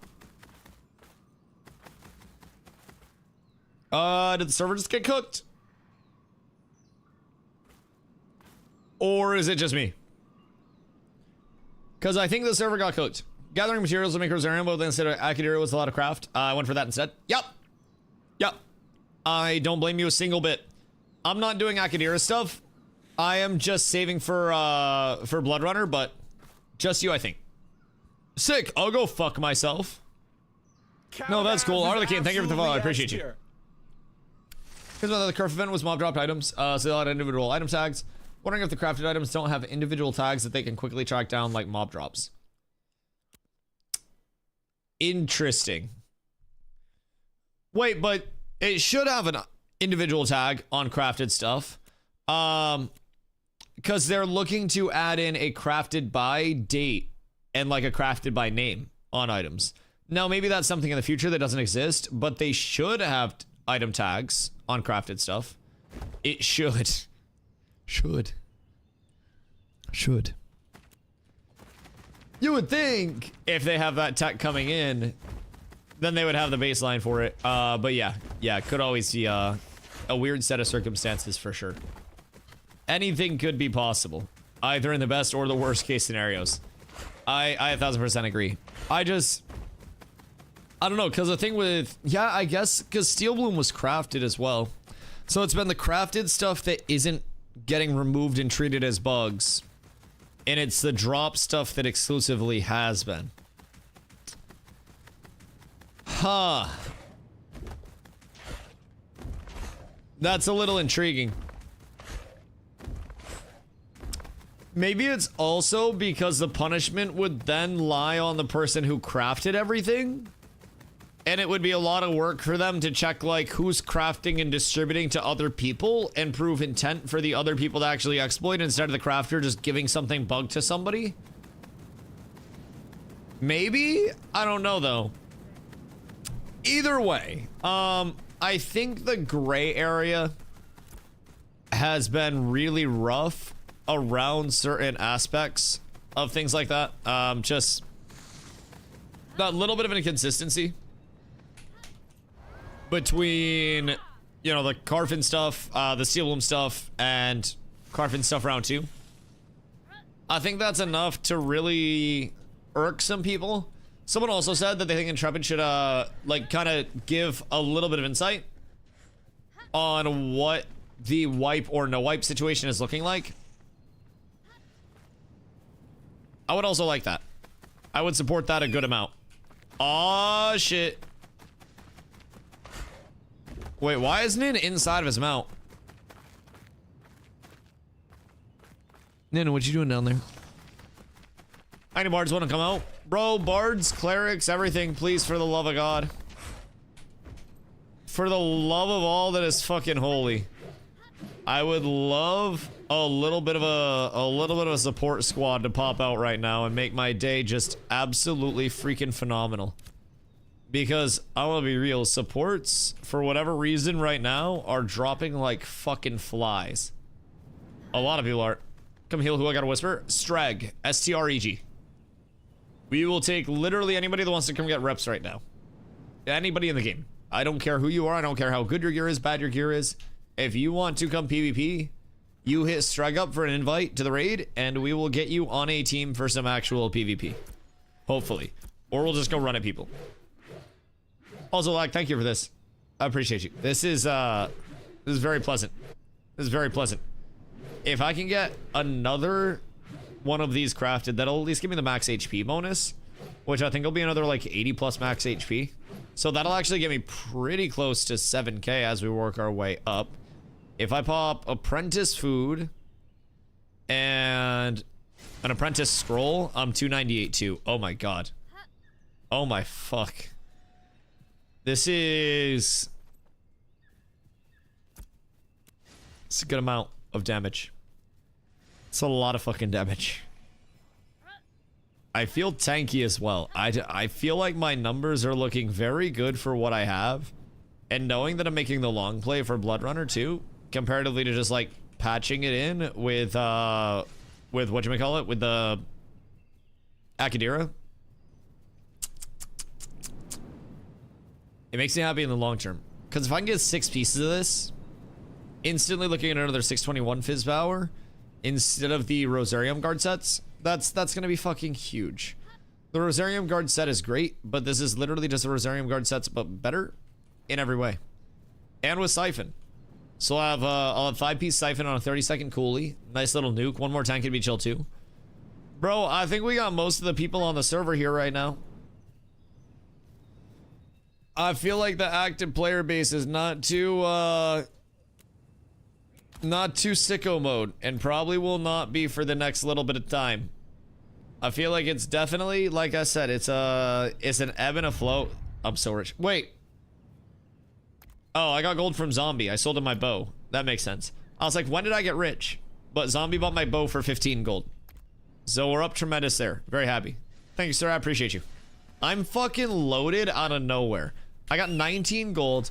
I got 13 wolf carcasses in my storage right now. That's probably another like 10-ish gold. That's how we were last phase towards the end when we did PvP at Stack Stones. Yeah. And people that are new are going to get scared off by it. And people that are new are going to kind of like flip the panic switch. And then there were the people that were here for the last couple weeks of phase 2.5 that watched me get multiple times gold cap by running caravans back and forth across the middle of the entire server and not getting attacked unless it was people in chat saying that they were coming to hit me so I could feel something again. And I appreciate everyone that did that. And dude, I made multiple times gold cap. I bought up every single market for mounts, and I gave mounts and gear away to new players for the last like 3 weeks of phase 2.5. And then before that, the 3 weeks prior to those 3 weeks, I couldn't even show my gameplay because it was all on the PTR. This is fucking nothing to us. We're going to get an update. It's going to hit in November. And it's going to be a good one. And I really look forward to that shit. I think at that point, we're going to get more players back in. We're going to have a nice population kick up. And I'm excited. Guts, what up, my boy? But yeah, we have seen this multiple times before. You name the phase, we have essentially seen this in that phase. Phase 2, player atrophy happened. Phase 2.5, player atrophy happened.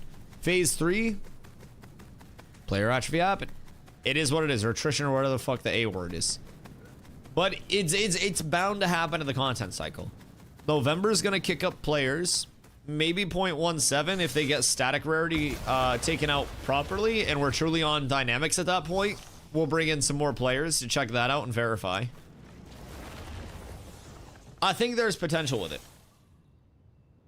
Oh, we always got 3 Rangers. We need more Rangers. Like, Rangers, unironically, fuck. It's a lot of damage output.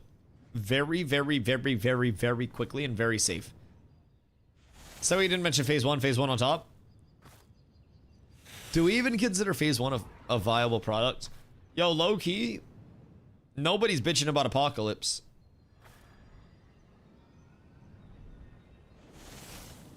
I don't see anybody bitching about Apocalypse.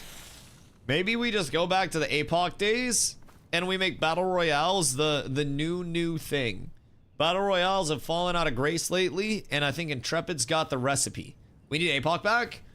Bro, on God, give us like an APOC weekend or something. APOC on top?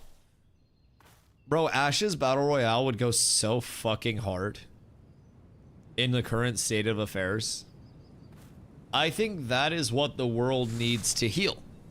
I think that many people don't know the joys of a good victory royale. And knowing that in Ash's form, I don't even know that. I've had many Vic Roys in my day, but none in APOC. I miss those days. Entire map lawless for a day? That's just gonna lead to everybody logging out. The player base would be so fucking low on that day. The goal is to get players in, not out. We must consider that. Players in, not players out. And if we do that, we're good. If we don't do that, it's bad. It's very, very, very, very, very bad. So anything that we can do to get players in is good. Ash's Purge might not build things up in the most holistic way. Yo, we have 9v9s. We should make every fighter just stay in a group by themselves and not let them play the game. I feel like that would be incredibly appropriate. Also, does anybody have more of the Gathering XP commission scrolls? Or just Gathering XP scrolls in general? Because I am definitely going to want to pop those bad boys so I can get up to level 10. And then once I get up to level 10, I'm going to want to have those up pretty much all the time when I'm hunting. So that way I'm just juicing my XP. Because it's going to be huge. What if Ash is at a public stockade for shaming people and throwing tomatoes at them? I'd like that. There are gallows in towns. So, like, we could always have somebody stand on the gallows and we could just, like, throw shit at them and boo them. I think that would be fire. Oh my god. What the Hellington? Thank you. Do you need scrolls or anything? Like, stat scrolls? Jesus. I gotta start picking up commissions. It's a good fucking value, if I do say so myself. Alright, so that'll help. That, paired with my bow, once I get to level 10, is probably going to fucking thum me. I did a lot of commissions for KT in the early prog. How was the commission XP this time around? Do you feel like it was actually worth doing, or was it just absolutely fucking unbearable? Because you did yours primarily through gathering, right? So you weren't doing like kill commissions and stuff. You were simply just getting like this supplementary XP while you were on your gathering route. I have to pee again, by the way. I'll be right back. I am fucking pounding water today, chat. Exclamation hydrates in the chat. Keep me drinking.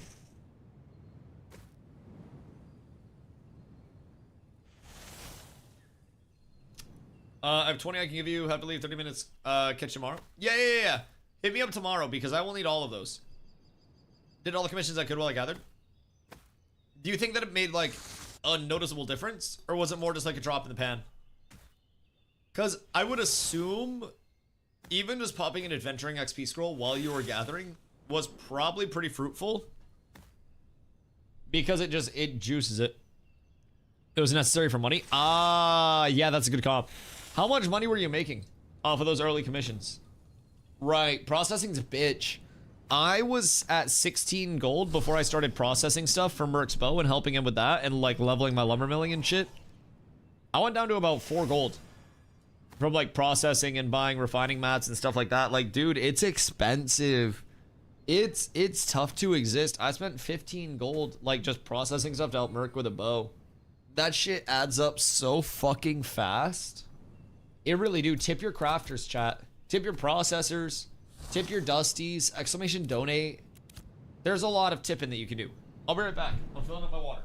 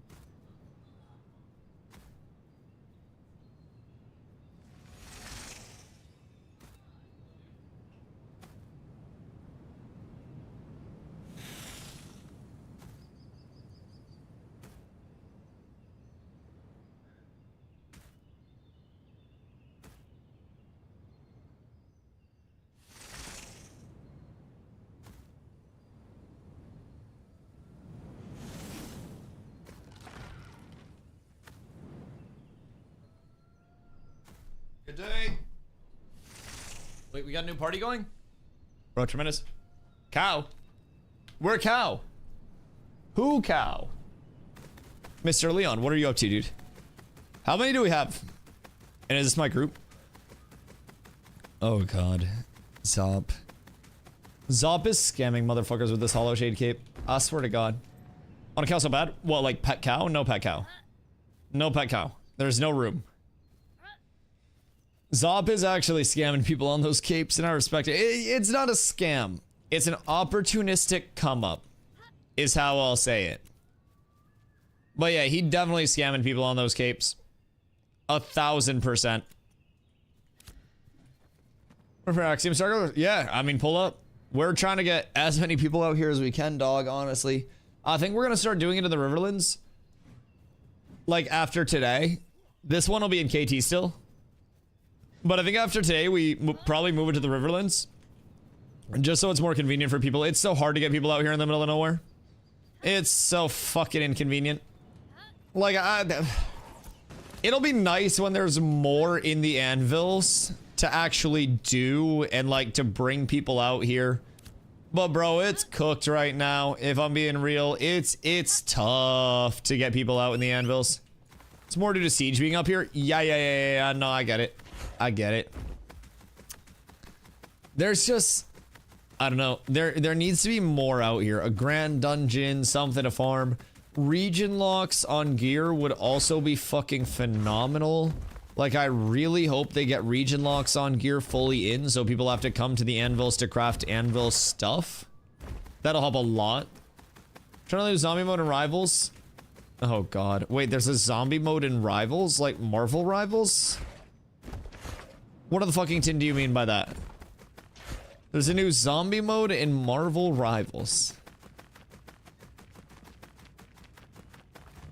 Pardonnez-moi. Pardonnez-moi. And it's pretty badass. Like COD zombies?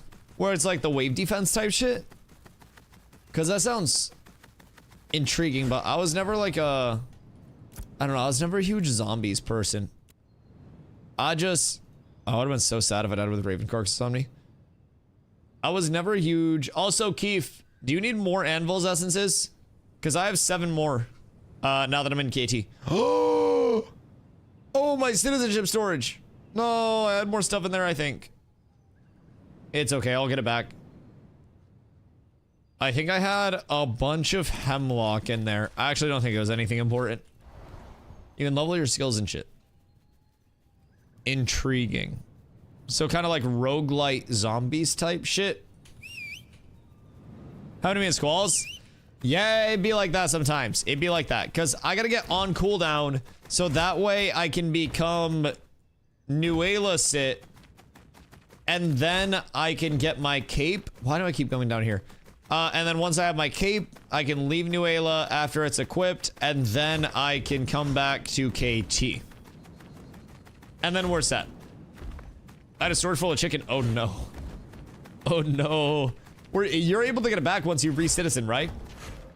I don't think it destroys it. I think it just puts it in like fucking in limbo for a little bit until you get your citizenship back and then it unlocks it. Well, I just won't have a whole shitload of hemlock for a little bit. But, you know, that's okay. It is what it is. I'm cool with it. I didn't need that wood up until this point. If I need it tomorrow, I'm gonna be pretty fucking surprised. Are cooldowns still resetting? Oh wait, there's no more daily server reset, is there? Damn, I gotta wait 36 hours to get my cape, huh? I'm not gonna be able to get that shit before tomorrow. There is? Oh, there are? I thought daily server resets weren't a thing anymore. Oh, okay. Each one will have a daily restart. Okay. Never mind. They, I think, took away the daily restarts for a little bit. And then put them back on. They tried it for like one day and it didn't work. Okay, cool. So maybe I will be set. We're attack. Okay. Alright, hold on. I'm coming, my cats. What chat are we supposed to be in? Someone will move me to the right spot eventually. I'm confident. I'm very confident. So what went wrong with the no server resets? Was it just like server performance degraded very quickly? Because I felt like at certain points... When did they do the no server resets? Because yesterday my game was a little chonky. So if it was like a couple of days ago, that could make sense. But I can't remember exactly when I saw that they were doing the no more server resets. I like this animation. I don't know why. Just like weapon switching off the pullback is so cool. It's back around when you left. Oh, okay. Okay. So why did the game feel so chunky yesterday? Like yesterday, I was getting staggers and shit. Not staggers, Jesus Christ, stutters and shit. I was not running very smooth yesterday at all, if I'm being completely honest.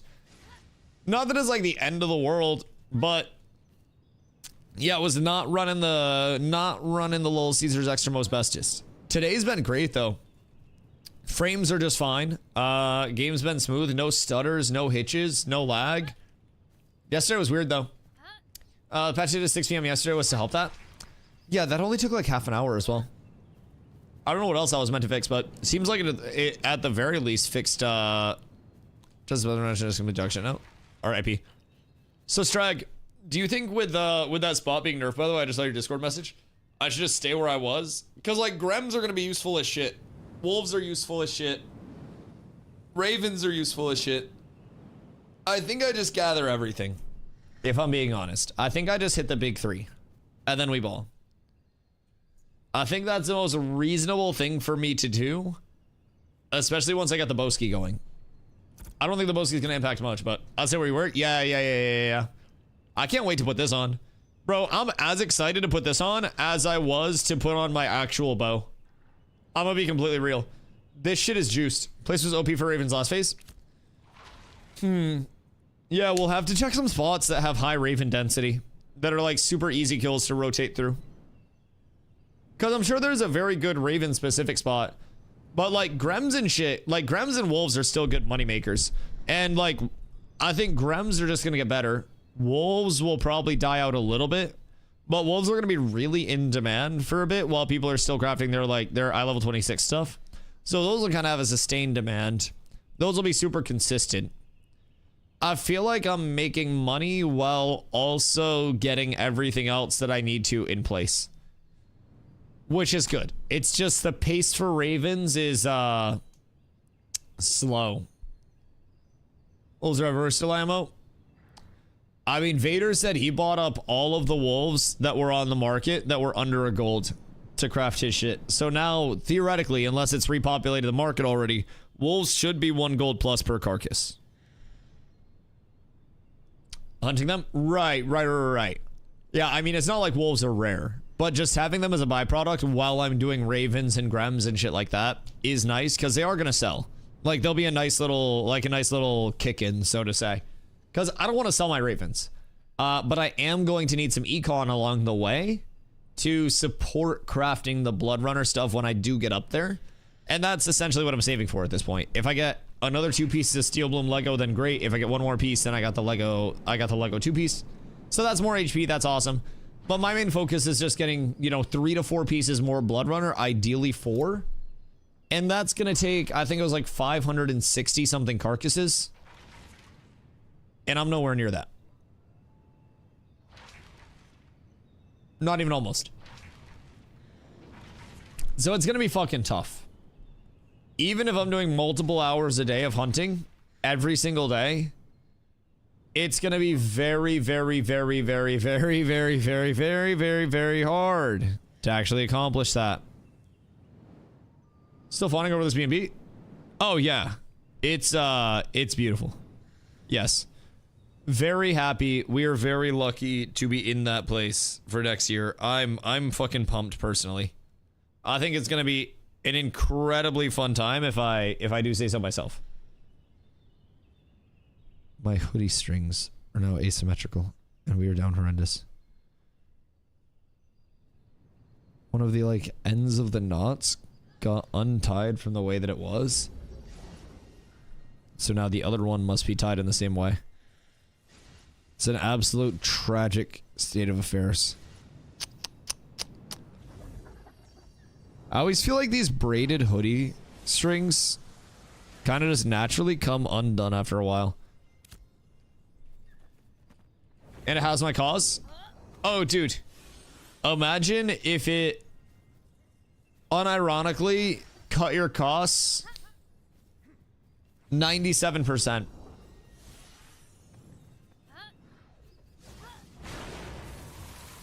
Because we have somebody in the Airbnb that is cutting their costs by 97%. Yes. It will be a huge save for a lot of people. If you're staying in a hotel at TwitchCon, you're going to be paying a shitload of money anywhere that's not giving you bed bugs and chlamydia. And if you're staying at this Airbnb, you're going to be saving so much money. You're staying at a nicer place. I can't promise you're not going to catch anything there. It's going to be freaky shit going on, but it'll be a fun time. And it's a beautiful place. We'll have a fire pit. It's gonna be wonderful. Absolutely wonderful. Like everybody. Hello. Like everybody, clerics, everybody else kind of move up. Dusty, I don't know if you heard that. We're kind of gonna try to wait for them to get horizontal. We're gonna dive into the center of them. We're gonna try to pick a side. If you want to save your wall for when we dive in and wall off half their group, that'd be fantastic. So, I mean, we are. I hunt ravens. All right, we're going. Everybody, just try to stay up. Try to stay on me. Dusty's gonna lead up a little bit. Let's rotate a little bit left. A little bit left. Stay balled up. Everybody up. See how they're getting horizontal? We're gonna dive in 3, 2, we should just 1. Dive. Wall the right. Everybody dive. Get in. On diggity. On moon. Moon. Our back line just got traded hard. That's fine. Kill this moon. All right, on helmet if you can. I pull on Merc and no, I don't. I'm gonna go on Merc. Yep, helmet. We're diving on helmet. Nice. Next one, book. Black blood. Kill black blood. I've been around you guys. Yep. With that. I gotta pull on black blood. Pulling him back in. Tripping. He's dead. Alright, on Strag, on Sun, everything on Sun. In drum resting in the back. Oh, on Indro. On Axe. In drum. Axe is target. Vader after Indro. Alright, never mind. Go on keep. Steezy with you. Strug weak. Who's half? Yep, Strug's half. Nice. Alright, we have, so 1v3. You got this, Dusty. 1v4. This is fine. I am speed. No! Fuck, I should've... If I killed Vader, it was over, dog. That's my bad. I should've just got the momentum. Yep. I think we were just, like, a little bit hectic on that one. I feel like I could've clutched that. I feel like if I would've got Vader on the Wumbo combo there, then I would've been able to turn it on the other three. That's gonna be what's tough for us. I feel like it was so close. It was an iframe away from the greatest level of success that we have ever seen in Ashes of Creation. I genuinely thought there was a chance. Like, for just a second, I thought that there was a slight baby of a chance that I could actually spin that and come out on top. Unfortunately, I was fucking wrong. I had nothing in my bags. We're good. Todd, what up, my dude? Is this a planned battle? Yes. So we call these scrims or scrimmages. So essentially what we do is a couple nights a week, we group up and just split up into 2 different teams. We get a caravan out here. And with a caravan, you can opt into the attacker or the defender side regardless of guild. So normally we couldn't just PvP our own guild, but with the caravan, we split into attacker and defender teams, and then it allows us to fight in the same guild because of the caravan event. So we use the caravan to be able to fight like in these 2 teams, and then it just kind of like sequesters everything off. We break up into the 2 teams, and we just get PvP reps in and try to get everybody some more practice. So tomorrow we have a settlement siege where our town is going to get attacked directly. So, yo, Red, thank you for the follow. I appreciate you. So we need to get everybody some more repetitions with this. We have a few people that have crafted new pieces of gear recently that they got to test out. So it's all about just getting people in a better spot, like PvP and repetition wise, and then building off of that, if I'm being real. And any reps are huge. What can happen to town siege? So long term, the losing town will be fully like wiped out. Right now, that's not active. So that's the settlement death. Settlement death is going to be absolutely fucking massive in the actual like gameplay loop and the gameplay implications. So that'll be huge. In an ad, my boy Twitch Prime. We got the primers in the chat. Everybody check your primers so you don't get caught in an ad like Mr. Tater Todd when you're asking your questions. The yaps do not stop and you will miss out on something eventually. If you're not subbed to the channel. An ad will cut you off and it will be sad. I gotta put Protect up on Gibby. He got jumped very, very, very early last time. And I did not banner it in time. Because as soon as we went into dive, they jumped Gibby. I didn't get banner off. Gibby died. and I could have probably prevented that. So we'll get Protect out on Gibby and hope that that helps a wee bit. Is Protect still bugged, or did they hotfix that? Wait. No. Okay. I actually like that. Because as long as it's not bugged and reapplying globally, then it's a nice quality of life. Nope, never mind. There it is. Still bugged. That's not good for business. Still very much bugged. So right now, Protect is a damage transfer. Well, it always is a damage transfer. But it's supposed to be a very short range. If you're outside of the range for 5 seconds, the Protect breaks. And then it goes away. But it'll reapply globally once you have a target. So you don't even have to worry about that. What's the siege? Oh no, you're good, you're good. So basically, like, long term, the settlement death system will make it so the losing settlement, if you attack me and I lose on the defense side, my entire settlement would be wiped out. So the cost to declare a siege on the attacker side is going to be astronomical, and will be a huge impact on things, in terms of, like, you know, how rare sieges actually are and the risk reward on the attacker side. If the defenders win, then the defender will go on a rather long cooldown. It's settlement level times 10 for the days. So that'll be 40 days for, you know, Kaltorum, if Kaltorum successfully defended.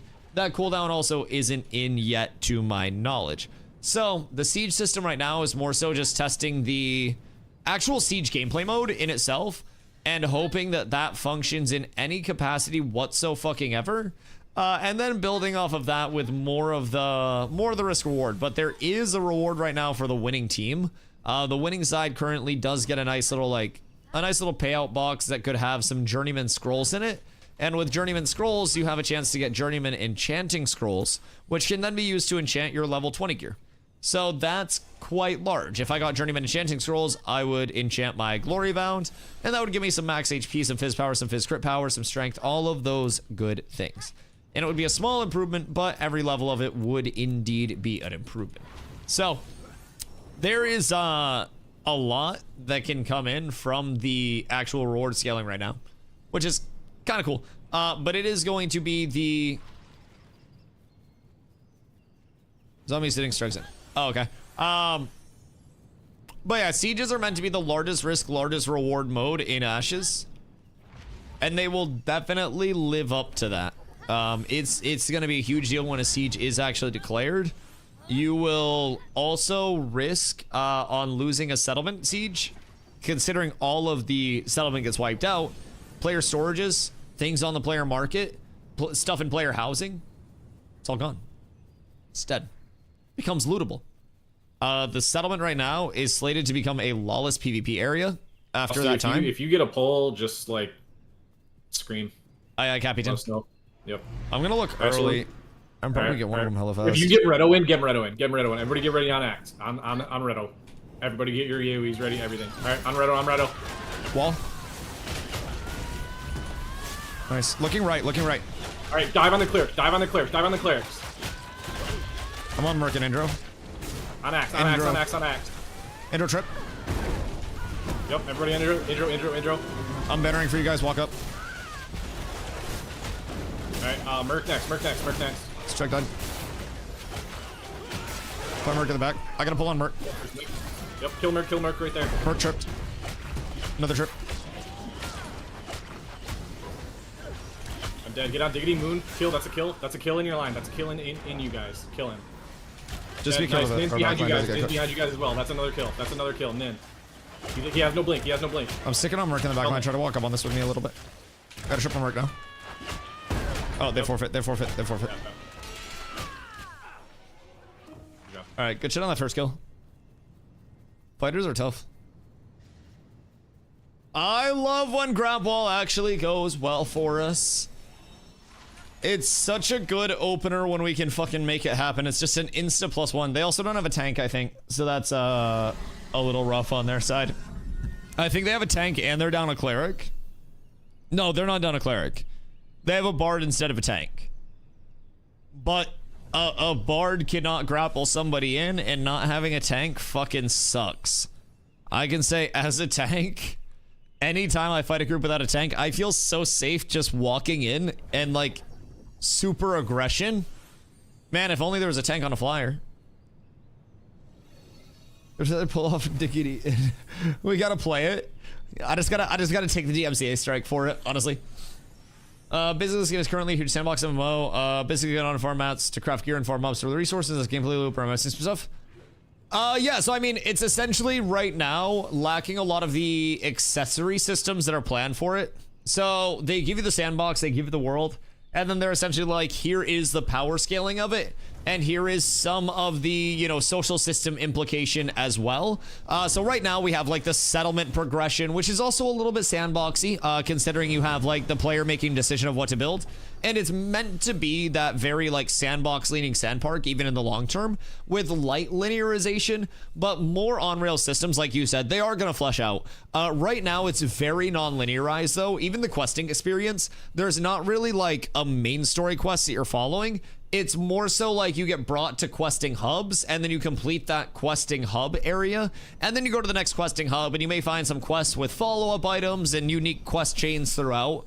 But more or less, it's going to be like hub to hub, and then some investigation required with that. So I think the entire aspect of like non-linearization is very large in Ashes. But yeah, definitely like you said, conducive to feeling lost for new players. Playing alone, so that's probably the issue. Playing alone and blind in Ashes is fucking hard. Dude, it's really hard. It genuinely, like, keep in mind, I've been playing Ashes now every single day for 10 months. Like, literally nonstop. I still learn new shit every single day, and I still do stuff every day that I haven't done before. Phase 2, I was brand new as a player. I'd followed the project, but I hadn't actually played. Started Cats with about 5 friends, and yo, Lore, have a good night, my dude. I appreciate you hanging out. And we had no idea what we were doing. It was a blind leading the blind, and everybody trying to figure out as we went. Phase 2.5, we had some leadership in place. Yo, Naz, thank you for the follow. Much love. Phase 2.5, we had leadership in place that actually kind of knew what they were doing, and we were figuring it out, but we didn't have any of the organization. We weren't on that competitive level, but we were willing to fight everybody and try to get better. So we recruited like crazy. Anybody that wanted to come through, we went to multiple guilds in Phase 2.5, and we started to run in-house scrims, started to get much more into PvP, and started to get our name in PvP.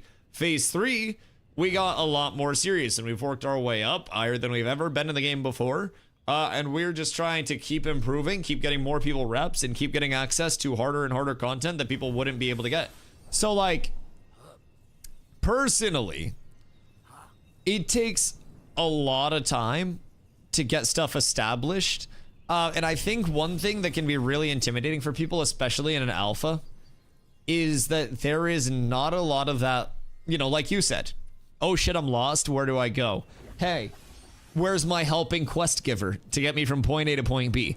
You literally walk into this massive world, sprawling world, where if you try to run somewhere on your basic starter horse, if you even know how to get it, it's gonna be an hour. I totally get that. That is going to be the hardest part of Ashes in development for new players that aren't coming in pre-made in a community. And the onboarding for new players is something that fortunately they're putting a lot of attention into. And hopefully they'll have really solid onboarding for a really deep world, right? There's so much with Ashes that you've got to learn. And even with an onboarding experience that lasted fucking 6 hours, you still wouldn't know everything. But there is definitely a way where they can kind of give you that push at the start and get you started in a good way. And I guess like feeling like you know where to go and what to do to a certain extent, or at least what your viable options are. Community's huge for that, and I think they'll always lean into more community stuff. But for the people that don't have community, it definitely doesn't hurt to have a very good new player experience. I was honestly so lost, I didn't know anyone who played, so I refunded, but I can't stop watching. It's interesting to me. It's my style of game. You guys make it look fun. I think it's a lot of fun. I personally do. Like, there's a reason why I play it as much as I do. And like, I could go back to New World and farm more viewers than I am on Ashes right now. Like, the people that were my size or smaller in New World are now sitting, just for perspective, at like 200 to 300 viewers. I could have popped over there and just farmed up more viewers, farmed up more subs, but I really fucking like Ashes, and I really believe in it. Hold on, bareback. Yeah, just try to get a pull target, and we're just gonna, yeah, any pull target, doesn't matter who. Give me 0.1. I can't attack for some reason. My shit's tweaking. There we go. All is well. Right, I'm married. We're rooted. I'm gonna wall them off when they come in. Single target strike. Single target strike. Mage ball on Merc. Mage ball on Nin. On Nin. Mage ball. On helmet. On helmet. On helmet. On helmet. Just put everything on helmet. Nice. Merc's really weak. Green cross. On Merc. Green cross if you can. Merc's super weak. He's 25. Just got a heal. Indrum also have. Yeah, Indrum's healing. They're just focusing each other right now. We might get cooked because of that. I just got a big trip off that. Both are clears. Both are clears right now. Go. Yeah, we might have got cooked on that. We didn't get a good burst at the start.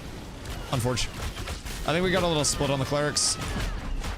But we got both of their clerics super low. Probably could have finished it up a wee bit sooner. I think we got obliterated by that. Yeah, and not being able to move out of it. I tried to wall that off at the start. I'm not gonna lie, I was sitting before the fight, and whenever I sit for some reason and try to get up and move, my fucking camera tweaks, and I wasn't able to like attack or do anything. So you told me to get a pull, and I was like, I wish I could. I wish I could. Yeah, I saw you moving up, and I was like, oh shit, this doesn't look good. yes. And then we all, like, our entire back line caught. Yeah, that's fine. I think we got like 7 people caught in a root. Yeah, that's fine. We could have turned it, but fucked up there. We also, like, I think if we stick me and one other person on one of their healers, we can just insta-gib one of the healers. Like, it doesn't take much, and I'm able to burst one of them down to like 25% through one of my trips. It's just a matter of having that like extra little bit of pop. Yeah. I think that's doable. Let's just have Bjork focus off of your target. Yeah, I can also try to go deep and just pull one of them like from far. So I'll see if I can get one of that next time. Mostly solo, well, fun is grind and challenging. Oh, hell yeah. And you're always going to be at a slower disadvantage. Have you played Fellowship? I have played Fellowship, yes. I played Fellowship very early during its initial early access period, like way back. I really enjoyed it. I thought the boss fights were fun. I thought they were well done. The thing about Fellowship was that, like, I felt like the watchability of it over a long term was not the highest, right? It's one of those, like, fun to play, not fun to watch things. And I feel like I need to have something that is fun to watch as much as it is fun to play for me, right? So obviously the people that want to watch Mythic Pluses and shit will 1000% watch that. But simple will be a seasonal game though. Absolutely. I think seasonal game is a really good way to describe it. Your wall block my snipe, good. I needed to do something, bro. That shit went out fucking large. No, starting the game, yeah, I thought it was really fun though. Like, for what it was, I thought it was exceedingly well done. Like, if it was something where they reached out and it was like, yo, Dusty, we want to pay you to come do a sponsored stream for this. Fuck yes. Yes, absolutely. I would 1,000,000,000,000,000,000,000% love to. That would be dope. It's just, would I make it my daily 10-hour stream? I'd go insane. I just play shit too much to have like a one avenue game, if that makes sense. And I need those multiple different routes that I can pursue where, you know, I've been taking on hunting the past few days. Well, actually the past last night and today, and I'll be doing it for a while. So I'm gonna get my hunting up to apprentice. I've got a legendary fucking hunting bow ready to go that I made. I'm excited. And this is something that I haven't done before that's not normally in my gameplay loop. But because I need the skins for crafting and because no one else is doing it, I figured might as well embrace it. I got the time, I invest the time and get a little bit of reward for it. That's much cheaper. Yes. But like sometimes not everything needs to have that depth, right? So when I was at TwitchCon, I went to a Devolver Mixer, and Devolver, a publisher of a lot of like indie games. They have one out right now, Ball Pit, and it is so fucking fun. But it's not like something that has incredible depth. It's a roguelite base builder tile blaster. it's really fun. Or like Brick Breaker, whatever you want to call it. I call it Tile Blaster. But like, it's really fun. Playing Ball Pit right now, it's so fucking good. Dude, I went to, so at TwitchCon there was a Devolver meetup, like a Devolver mixer. Friday was Invite, and I got into that. My +1 was Carlo. We went over, met with the Devolver people that, you know, I was talking to. Went phenomenally. They were amazing people. It was a blast. Didn't play any game demos because I wanted to market. It went so well on Friday that I was like, hey, can I just bring my entire group back over tomorrow and introduce you? There are a lot of other streamers as well. So I went back on Saturday and I brought like fucking 6 people with me. Everybody was mingling. I was sitting in the fucking suite area just playing Ball Pit on controller while everybody else was mingling at this mixer. I was like, yeah, I've already talked to them. It's good. Now I'm gonna check out the games. Bro, Ball Pit fucks. It goes so hard. It's not deep to play, but if you get into it, it's got surprises. Oh, yes. Oh, yes. Keep in mind, I only got to play like 40 minutes of it, and I was fucking hooked. We got Bard Fighter and Tank looking for a good time. Message Streg. Streg is doing the, like the group splits and stuff. So, should consider starting a streamer cooperative. What is a streamer cooperative? And why wouldn't I just start up a pyramid scheme where streamers have to pay me to be a part of my squad as like a squad fee, and then they get all the benefits of being in the squad? Is that what a cooperative is? Because that would be cool. It's like, you know, you got to pay the squad fee type shit, and then that squad fee just, you know, goes to me not having to get a job because viewer count's down and Ash's viewer count's down as a whole. I like that idea, Master Chief. Or everybody could just switch Prime. Yeah, Ball Pit's addicting, man. I sat down and started playing it, and the first round that I did, I was like, okay, this is cool. I get the concept. Second run through that I did, I started seeing like the carryover of the progression. I was like, oh. 6 rounds in, I was like, uh-huh. And I'm really thinking about emailing them and being like, hey, can I get a code for my Switch? So whenever I'm on the road, I can play. Are you guys with a nasty lightning ball? I'll hit your mom with my nasty lightning balls. Bitch. You didn't get to fuck with the base enough? Nope. I did not get into the base building whatsoever. I just ran. Effectively, you act as lead for other streamers, combining the negotiating power of the streamers to negotiate deals with advertisers. So I'm still trying to retrain myself. I'm actually wearing a shock collar, but I have it wrapped around my balls. So right. I'm really trying to retrain very quickly, as efficiently as I can, to get out of the whole saying no's. Right, so I would negotiate for a lot of money. That might not be the best idea. I'm not really like the brand friendly one. I'm kind of a fucking degen. I'll be completely honest. I swear a lot. I talk about weed, and I play games that aren't out yet. I am not the most, like, I don't know, appealing content creator for many people to work with. I'm convinced that I got invited by a mistake in the first place to the Devolver thing. I showed up and they were probably like, who the fuck is this guy? How'd he get on the list? They had to, like, pretend to be excited to see me type shit. I mean, I don't watch DustyWhy playing with balls. What about combining balls? Because combining balls can be just as fun. Do you think there'll be a wipe on live with the marketing and the update coming mid-November? I think that there could be. I hope that there won't be. If that makes sense. I would very much prefer the growth that would come from a long-term server state and the, like, economic stabilization that would have to happen to facilitate that. I think overall would be a very healthy thing for Ashes. They have to learn how to allow the market and the economy to correct, or we will always be in this state where everybody is always relying on wipes and fresh starts, even post-launch. And I feel as though that'll be rough. How often have they wiped in the past? Just once per phase? Yeah, so since phase 2 anyways. So no unexpected wipes. There have been some rollbacks. but they minimize full wipes as much as possible. Phase 2.5, as we call it, was kind of like an impromptu. So originally it was supposed to be phase 2 directly into phase 3. But essentially phase 2.5 was a little bit more impromptu of a phase, so to say.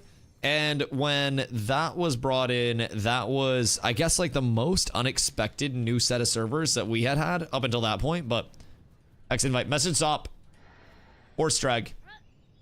I'm not lead. It's either Zop or Streg. Wait, are Power Rangers Axiom people? Or are they former Axiom people? And where is Axiom?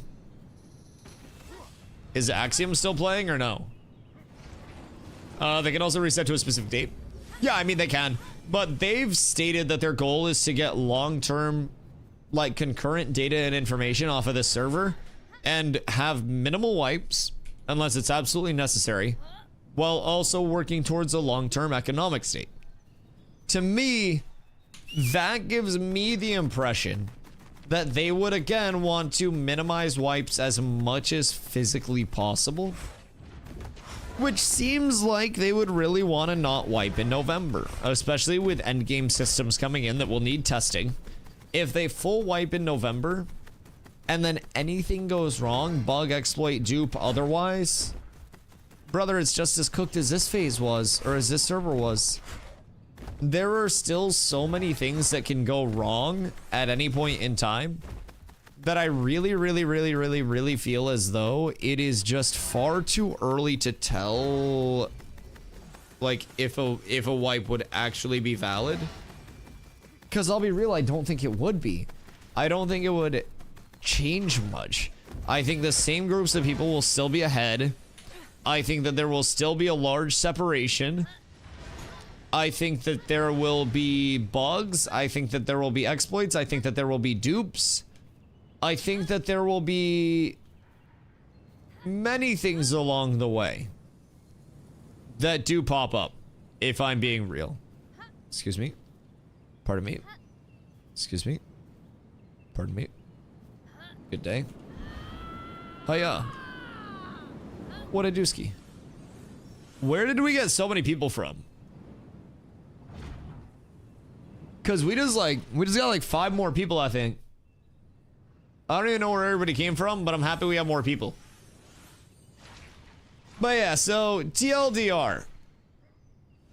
I'm hoping they don't wipe. I'd really like it if they didn't. My say matters none, what I want matters none. I fucking get that. And if they have to wipe, they'll wipe. And if they do wipe, I'll just play. I'll be real. I will just shut up. And I will play, and I will re-level another tank. And that'll be that. If they don't wipe, I'll probably level a summoner. Just so I can farm content. Because that'll be super easy.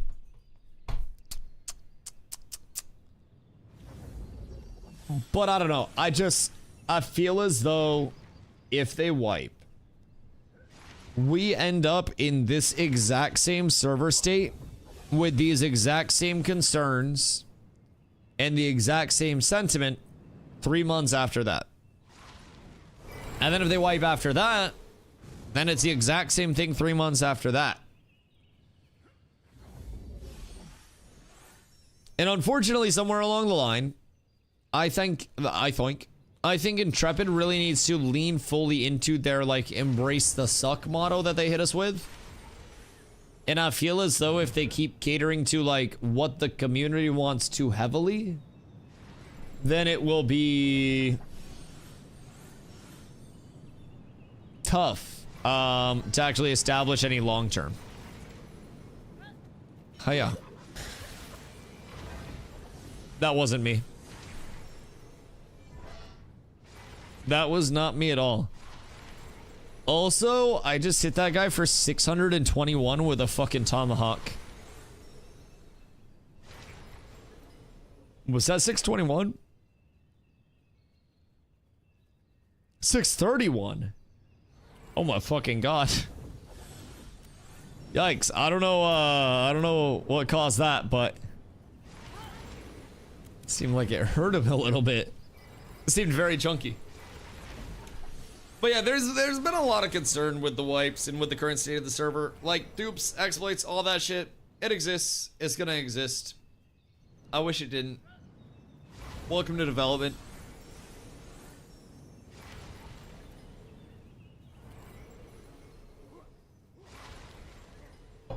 It's bound to happen. It's gonna happen 1,000 times between now and launch.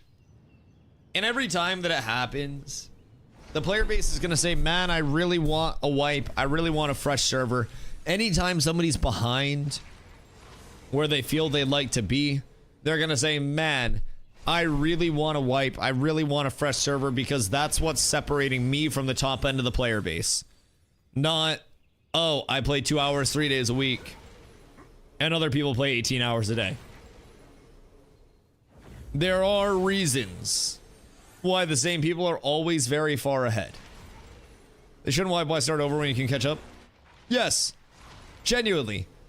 I really feel as though there are few issues to wipe. Or, like, few issues that would cause a wipe at this point in time. I feel like the economy can self-correct. I feel like if statics are truly out, then that's going to help the economy a lot on this server. I feel like if they can contain the bugs, dupes, exploits, specifically the dupes right now with crates, great for this server. And I think as soon as Harbingers come in, that's going to shape up the meta of this server and will cause people to go crazy over the new materials, the new craftables. And then, as soon as the level expansion comes in, it wipes everything. It is effectively a wipe regardless. People will no longer be rocking their journeyman gear forever. Or not their journeyman gear, Jesus Christ. Yeah, their journeyman gear. Their radiant gear. People will be taking that level 20 gear and replacing it. Oh shit. Gotta sit up for PvP. Come here. Try not to be gobbled up in one giant thing. There's a ranger on the left. Ranger on the left. Redo's on the left. You can get a pull on Redo, and we can just try to give him Yoink. right now. He's in. He's in. Kill Redo. Kill Redo. Kill Redo. Everything on sun. Everything on sun. Everything on sun. Everything Nice. on sun. All the way AoE. All the way AoE. All the way AoE. Look at the back. Strike very weak. Axe is also very weak. Yeah, keep going on sun. Keep going on sun. On strike. On strike. On strike. On strike. Got a trip on strike now. Big burst. Indro's in the back. Indro's in the back. You can get heals on top. That'd be great. Diggity's in their group. On moon. On moon. Moon. Turn around. Everybody turn around and kill Moon Diggity. if we can. Yep. Everybody turn around and kill Diggity. Kill moon. Kill moon. Nice. You have Merc up front. If you can pull Merc into the group. Pull Merc in. Yeah, Okay, I'm book. waiting. Book's in the group. Book's in the group. Book's in the group. Kill book. You have a mage and Zandre behind you guys. Zandre behind you guys. Zandre and Vader behind you Sticking guys. Merc right now. Merc's in a bad spot. Merc's green cross right now. Come back to you guys though. Yep. There's a light order half. Indro in the group. Axe. Kill Axe. Everybody turn on Axe. Axe needs to die. Trip, Axe nice. needs to die. Nice. Gonna look for pulling Merc. I pulled Merc. Green cross. Green cross. Everybody green cross. Trip no Everybody wings. green cross. Trip no wings. Yep. Alright, green cross should die. Black blood. Yep, Black Blood dead. Kill Black Blood. That's FF. Alright, good shit. Oh, Nice shot, guys. sorry. Good shit, guys. Your Reds is out on. Sorry, I got in a weird spot and couldn't find your fucking call at one point. I was so far in their back line. You're like, pull him into the group, and I'm like, I gotta get back to the group first. My bad. I snapped Moreno and crashed. Wait. You actually hit him way too hard. Red, you fat fuck. Did Red just two-shot someone? What happened? What did Red do? Cause I think Red has full high rarity Akadira. I don't know what else Red has, but Red has full high rarity Akadira and also has a cool skin. So you can't tell Red has Akadira. What bow is that? Is that a Thorn Strike or is that a Pyrebrand? That bow looks dumb as shit. Boring ass, plain ass looking bow. This shit looks swaggy.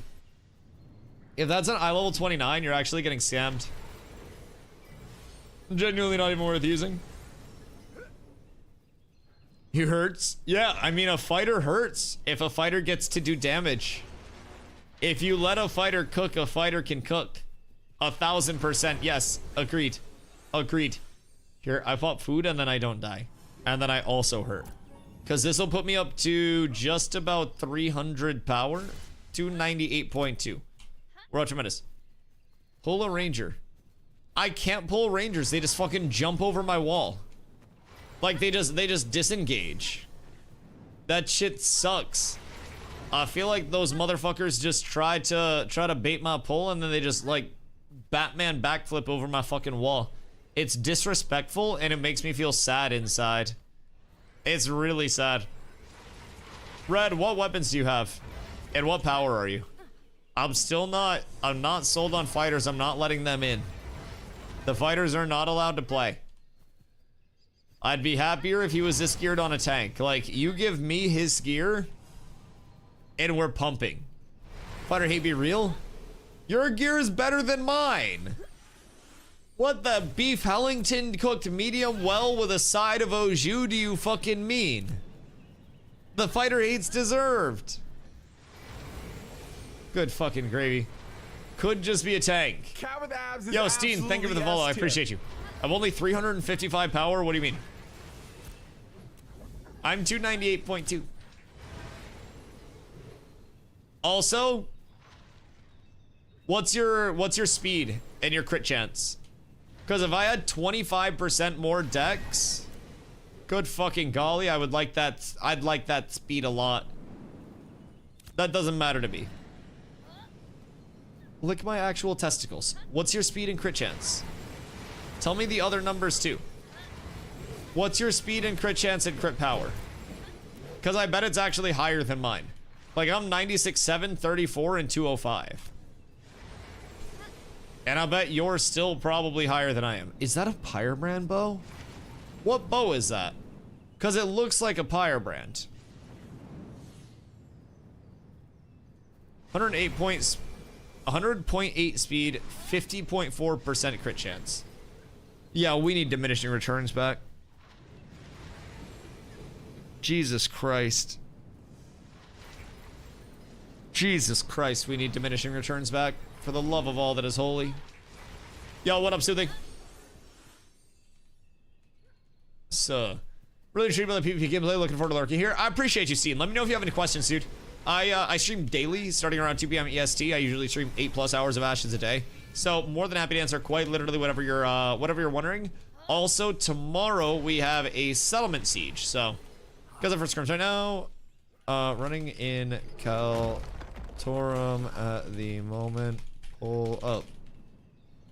How many you got? We might have more on the way, boys. Let me pretend fighters are good by overcompensating. Listen, even if you die 9 times out of 10 initiates, that one initiate that you go in and actually get a combo off and somebody dies will be fucking valid. 13. We got 13 more on the way between 4 guilds. All right, we got big scrims coming, boys. We actually got a good night of PvP on the way. Holy fucking shit, we're so up. We're so up. DR was so good, I thought 300 right now at 1 flat. Ha, you fucking thought, you dumb piece of shit. No, I'm kidding. You can scale up to like 360, dog. You can fucking thoom right now. Attack speed can also scale up to like 140. Crit is surpassing 50% crit chance. I think the diminishing returns got cooked and just don't exist anymore. Or they've moved the bands so high that it just doesn't fucking matter anymore. It's kind of intriguing, yeah. So like people that have double Lego eye level 29 weapons and shit like that, people are legitimately 360 plus power fully consumed up. 330 plus is really achievable. Like it's high on the high end.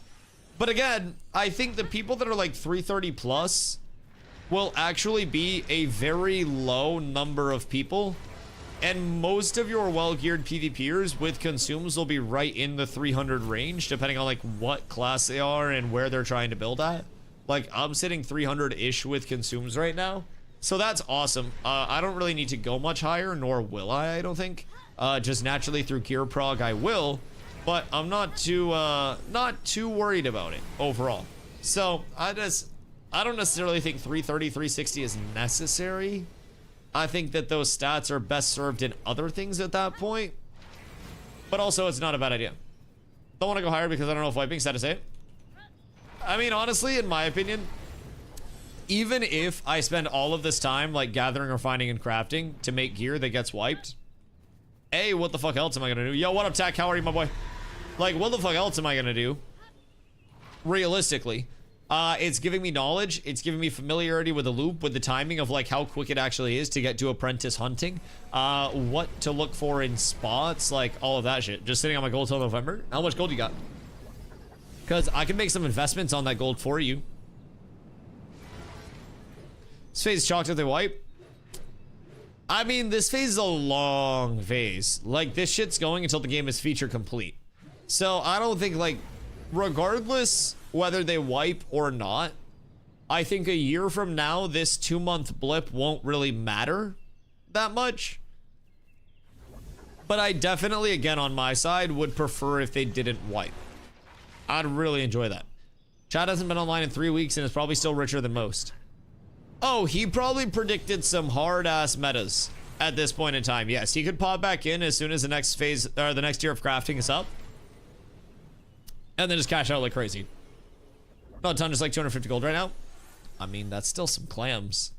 That is definitely still some dollary dues. You could get yourself started with that. I have 19 gold. Very honored to have all 19 of that. Everybody move up, everybody move up, move up, move up, move up if you're in the back. I'm gonna ooga booga one of their healers. Watch this. Okay. That's interesting. Dusty's going all in. There's... I hit a I huge fucked lag up. spike. Back up. Everybody back up if you can. Back up if you can. Back up off this. Back up off this. Back up off this. Just regroup a little bit. Regroup a little bit. Let them dump some We stuff. got axe on the back end. Yep. Redo trips. Redo's in. We got two. Nice. We're finding healers in the back. If you can, back up. Back up. All right, everybody go in on Come sun. on. Everybody go in on sun if you can. Everybody in on sun. Everybody in on sun. Everybody in on sun. Throw everything you have on sun. Oh, I need love here. All AoE. All AoE. Bender's over all Dig this. it in group. Dig it in group. Skull. I'm looking for Indra. I'm pulling Vader back as soon as I can get him. We drop on the left. Vader on the left. Vader in our backline dead. Nice. Alright, Merc, green cross. Looking at that. Nice. Keep her book. Keep dead. Nice. Alright. I think it's forfeit. Yeah. Good shit. Yeah, hell yeah. That worked out. The Presto had such a huge ball. Oh, dude, I'm not gonna lie. I just threw my banner when we had a line of like 6 of us getting absolutely ass blasted by a mage, but instead of CC breaking and getting out of it, I stayed in and took like 3/4 of my HP from one combo to get my banner off to make sure everybody else didn't die. Dude, I just got my fucking face shredded that entire fight. I probably just took 100,000 damage that fight. I was just getting so focused by heals. I am so thankful for Moon and Gibby right now. And I think Ho might have swapped me. I love the word Ho. What a fucking coincidence. But yeah, dude, my supports were just absolutely cooking. And I'm very, very thankful because I just said, fuck it, I'm staying in and taking all the damage I need to. And then everybody just kept my ass up like crazy. You gotta come and get other mages in with you. You gotta tell the squad when to pull up. Because you guys are getting big roots. You guys are getting very big roots. If you guys get a couple of mages that go in and freeze at the same time, you will definitely finish a good majority of these kills. Like, I probably would have died there if a few more people went in. You guys also went and staggered as shit, and also don't mind me completely fucking my wall. I went to hit the Omega initiate with like the charge in, pulling the cleric, and then getting the wall. And unfortunately, the ranges just got a little fucked up on everything, and then it ended up like a fucked up charge into a grab that was out of range, into a second grab attempt, and then walling myself off. Not my brightest moment. But like, the thought was there, and the intent was there to be a bit aggressive. It doesn't always work out that way for you, you know, man? Does anyone know, by the way, random question. How much effective XP am I going to be getting from 370 gathering XP rating? Is that going to be like a double up? Or like what percentage are we talking from this? Because I am very, very, very intrigued by that. Because that's going to speed up my hunting a lot. Oh god. That thing juicy. That's juicy. Yeah, I'm definitely not saving up for a second Lego 26. That bitch gonna be expensive if I do. Very expensive. I could try to farm up mats, maybe for like a glory bound mace or something, but I'd be too damn slow. I would not want to be too slow on that shit. I love my attack speed. And if I go too low on it, we're cooked. There's a reason why the only bow that I would consider over this is a fucking Dreadwake. And I'm not crafting a Dreadwake anytime soon. I still can't believe I have this. This thing is a juicer. This thing is absolutely goddamn sicko mode. I can't believe I'm this juiced. RIP game. Your game died? Are people crashing out here? Because I feel like people have had crashing issues out here recently. I feel like you're not the only person that said that. And I want to say, I think it's Sierra that has crashing issues out here. We collected, one said 40%, but take the massacre and assault. And things might change. Been spending all my money on trees. Right.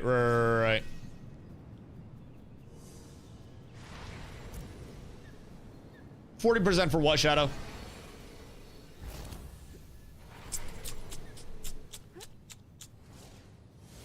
Oh god, dude, the thought of trying to make another the scroll. Oh, okay, cool, thank you.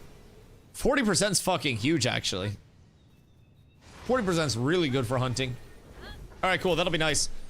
And it's cool as well because if that's about 40% on the scroll, an apprentice Lego hunting bow has 361 hunting XP, and the 370 from the scroll paired with that should almost double my XP gain. So, you'll send a point in lava. Look at my shoes. What are your fucking shoes? How bad are your shoes? Bruh. What the fuck do you mean? How?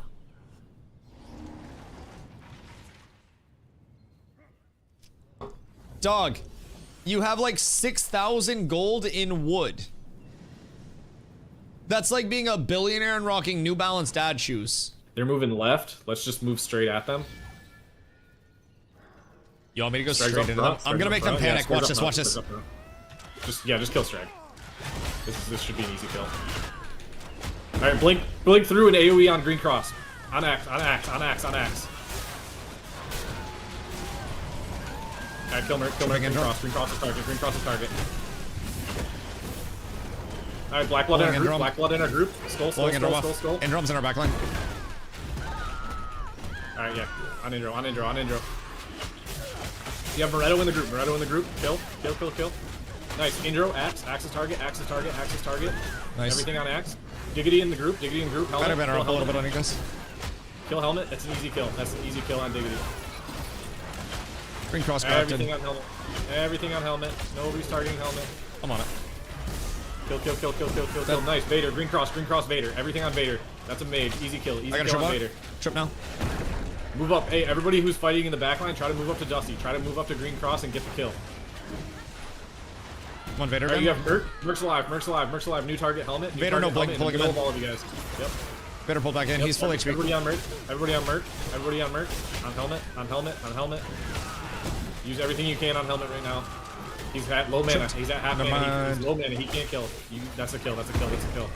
Tripped. He can die. Nice. It's Andre. Easy kill helmet. You have a group there. You have a fighter and a ranger right there on helmet. Gonna wall that off. Yep, just takes Andre out. Next target, Moretto. Moretto really weak. Nice. Pulling Axon. I can't see anything. It's all on you. Go Vader, go Vader. Green cross. He's 25%. Dead, nice. Go helmet next. Should be fine in the back line. Let's focus helmet. Bard should be dead. Nice, nice, nice, nice. Realize they had a Bard alive. Alright, GG, well played. GG. Yeah, the targets got a little hectic there. That's okay. That's okay. I'm just finding somebody and smacking the shit out of them. I feel like Thanos.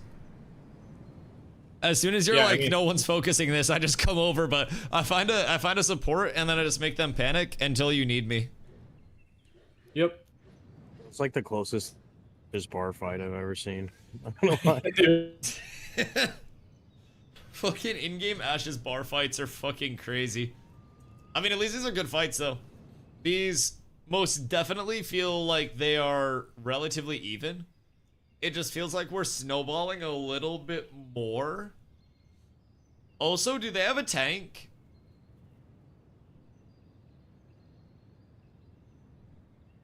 I feel like... Do they have a tank? I don't think they have a tank. Blotto, get over here and tank for that side. Bro, they don't have a grapple. It's literally the Blotto difference. You don't have a tank. Oh yeah, let's just get Blotto out there for you. We also have a group of 13 that are on the way out. Hold on, let me go tell Strug. Hey, sorry, I don't mean to intrude. Yeah. I just wanted to let you know we have a group of 13 on the way out. 4 different guilds. Blotto's on the way out to tank for the other side. So strap in, we got a night. All right, cool. Thank okay, you. yeah, bye. All right, hold on. Good luck, Bong Rip. 1 sec.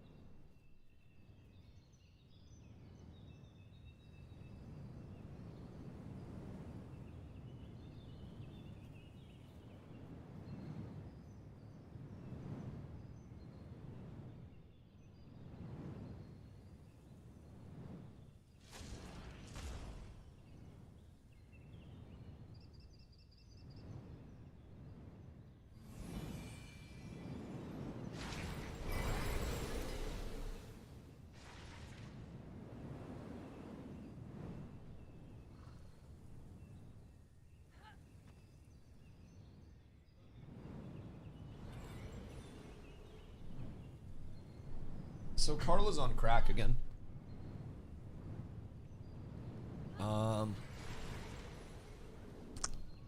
She's playing League. She bought a skin.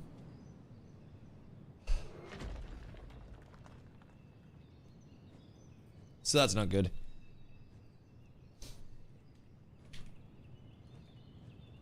They're inbound from Riverlands, I think. I don't know how long they'd be. I'd say probably like 20. I'd say keep running it up with these teams for a sec. And then as more people get in, then we're good. 20 to 30. 17 on the way. Oh, that's fucking massive. Couple fungi freshies on the way. Dude, bring out everybody you want. Please. If you guys want to PvP, come out to Kaltorum.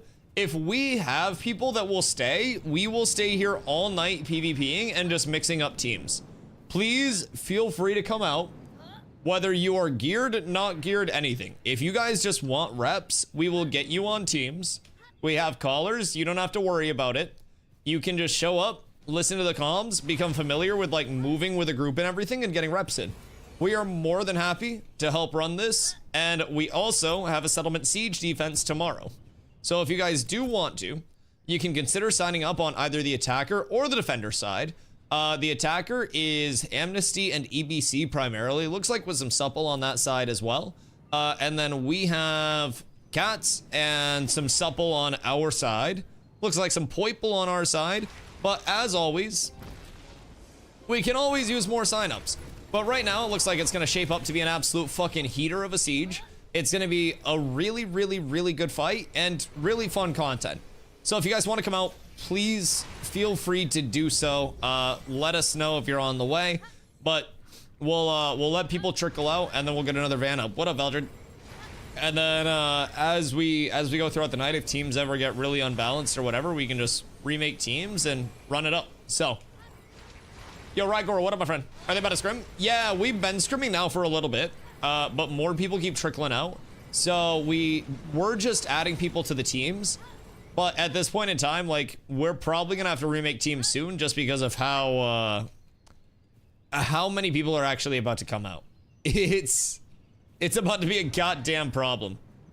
Wait, what you got for gear? You got Akadira? Mr. Muscles, what you got on for Akadira, my goat? Let me holler at you for a sec. You know, a Dusty like me could use a little Akadira. I really could. Do the XP when you die in a caravan fight? No.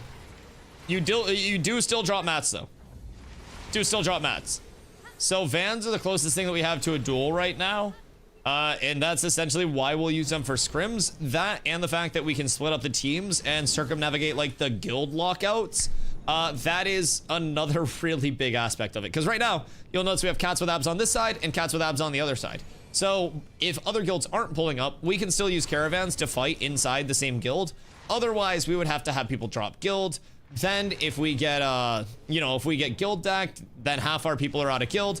Then it just makes it a really sticky situation as a whole. So caravans are essentially like our placeholder until we get duels in arenas. I really can't wait for arenas. It's personally gonna be one of my favorite fucking modes. I will spend so much time in arenas all the time. But is there some Willy like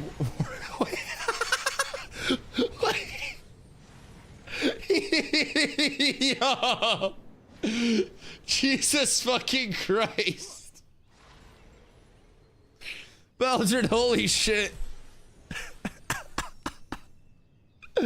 Holy shit. That's crazy. That's crazy. What? Nothing. I didn't say anything. Go support the subathon. Arenas? Bro, I swear to God, you will see me in arenas so fucking much. So much. Apparently Highwayman's coming. Oh, fucking massive. So is that the group of 17 that's coming out? Or do we have even more people that are coming out? Because, bro, we might get 40v40s out here. Just in our humble little abode over on this side of the world. Literally bring everyone out. If we have to draft 40 versus 40 teams, then we're good. Apparently the whole server's coming. Good. Good. Let the whole server come. I'll be right here to take all of it. Wait. I meant the PvP. Like the scrims. Like if the whole server showed up, I could take the whole server. Not like body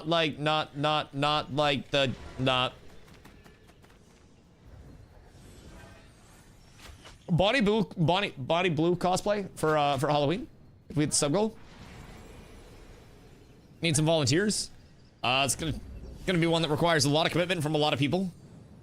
But, you know, it is what it is. It truly takes a village to keep me streaming full time. And it takes a village to accomplish a whole lot of goals in this world.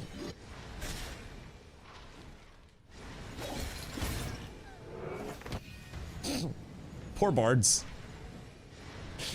Poor bards. So sad. Trying to play more balls. Listen, I would do a ball pit sponsored stream fucking whenever.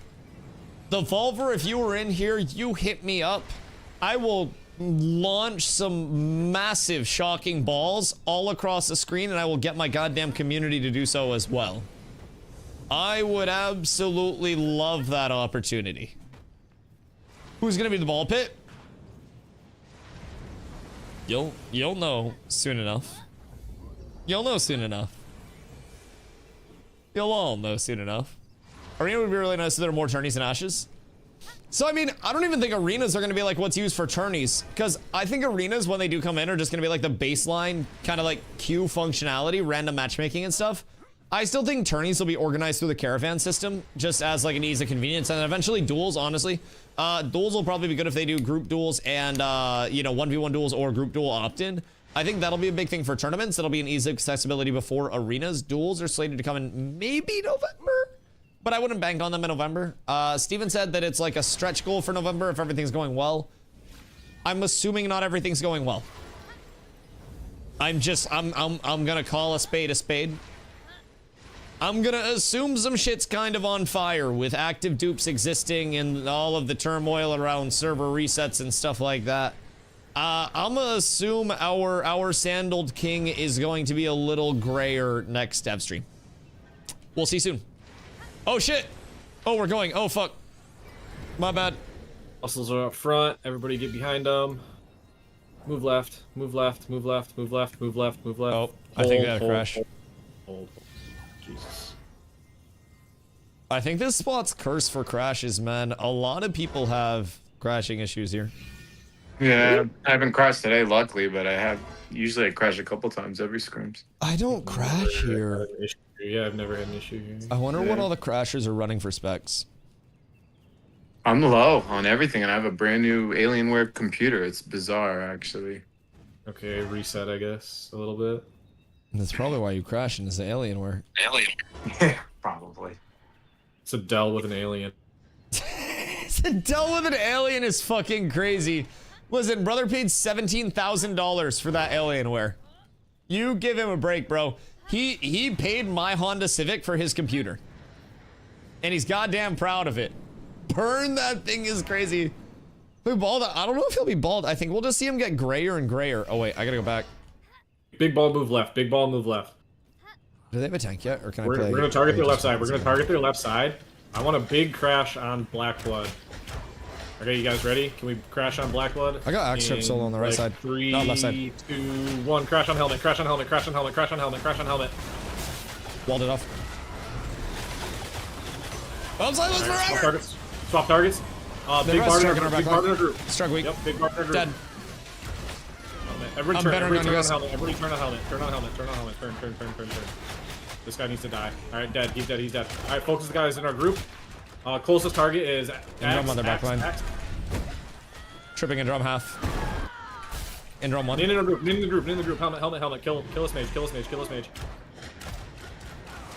On axe. Everything on axe. If you have anything, Nice. throw it on axe. Throw it on Redo. Nice. Their back line. On diggity. On helmet. They just dead. Clean up. They have that. Nice job. I'm just harassing people. This is fun. Yeah, this is working out great. I just find one of their supports and I legitimately I make them unable to play the game and it makes me so happy. I feel so bad for whoever I'm going on because this has to be absolutely fucking brutal. But holy shit, it's a goddamn blast.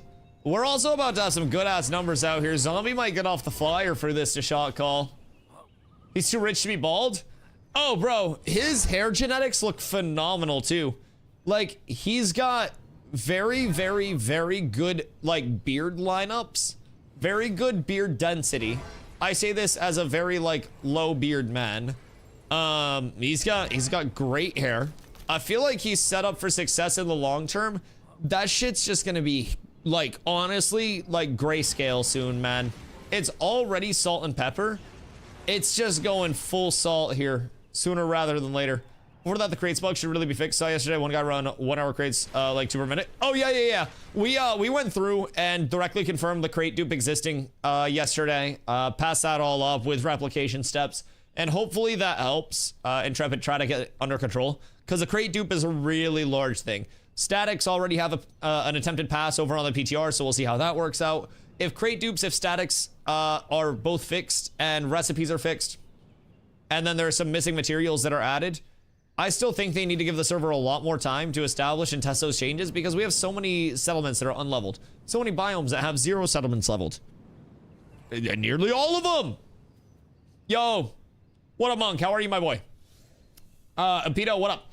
Clearly don't understand what they haven't introduced arenas yet. A simple core loop to implement the drastically increased player retention, let testers focus on what actually shines at the moment. Small scale PvP combat.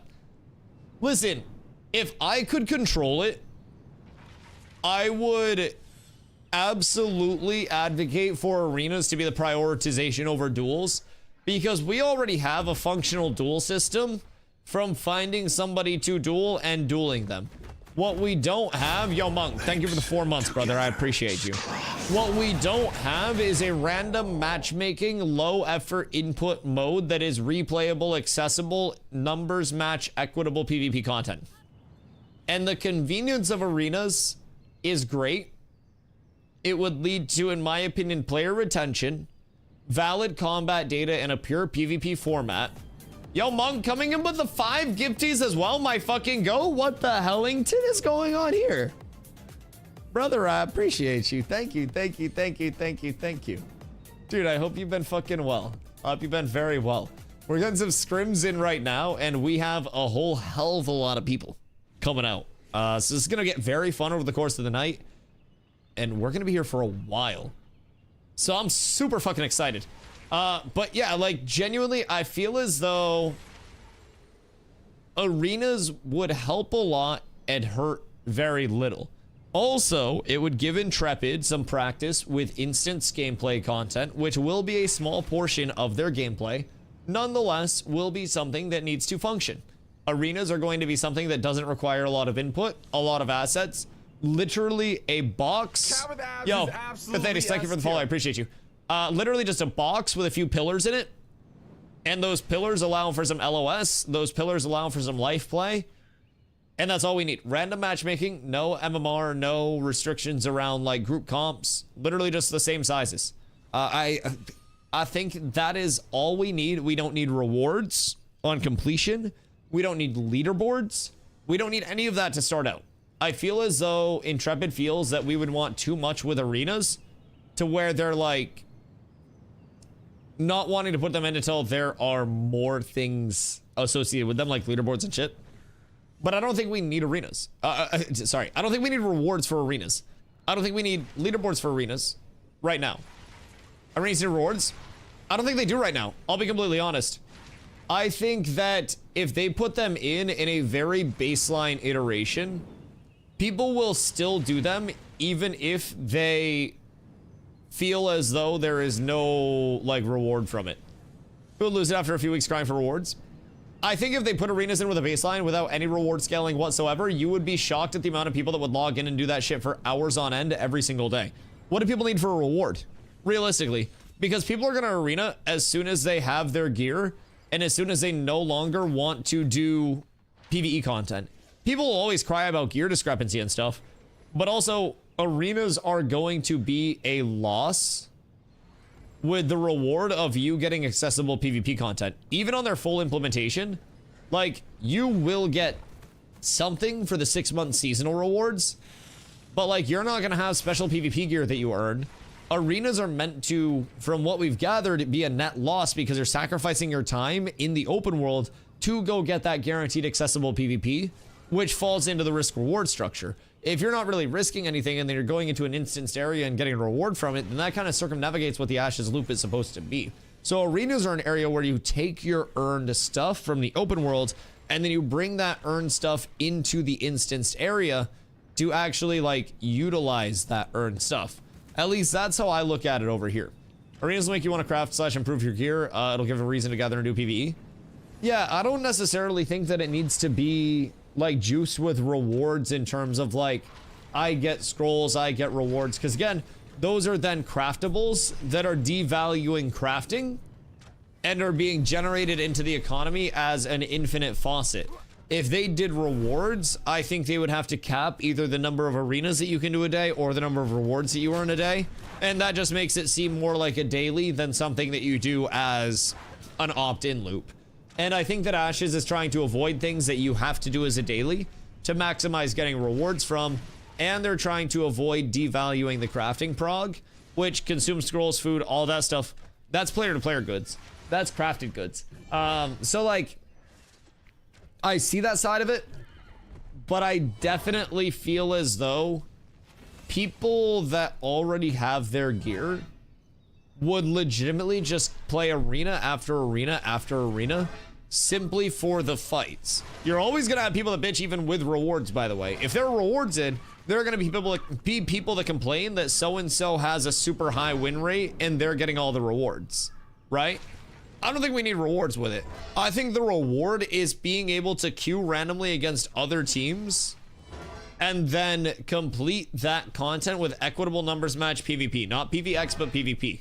No mobs, no third parties, no anything like that. That is, in my opinion, the huge bonus. And I think that would be enough, at least at this stage of things, for people to get a lot of content out of that. Personally. Anytime PvP? Anytime PvP that doesn't require a shitload of organization. Get 3 people total, queue arenas, teleport into arenas while you do whatever, right? Or go to arenas while you do whatever. Complete your arena match, and then go from there. I would love that. And again, every arena that I did would come at the opportunity cost of not being in the open world. I've got this super fucking sick legendary apprentice hunting bow. If I'm not using this to stock up on my ravens, well, unfortunately, I'm not gonna have the ravens for when I want to craft my blood runner gear. If I'm not doing arenas and everyone else is, then I'm going to have more opportunity to actually get my ravens and stuff all squared away for my blood runner set. It'd be a pretty cool system. It would bring in some opportunity cost. It would bring in some decision making on the player side. And it's not just this guarantee of like, you know, you do arenas and it's this net gain, right? You're sacrificing the gain that you would get from your time input. And as a result, you're getting PvP, but you're not going to be progressing gear-wise. It's not going to be that trade. So, McB, what up, dude? We are running scrims, and the scrims are about to get very fun. We may have... Bro, I think we have more than 40 people out here. It's going to be close. We might not be able to get everybody in one raid.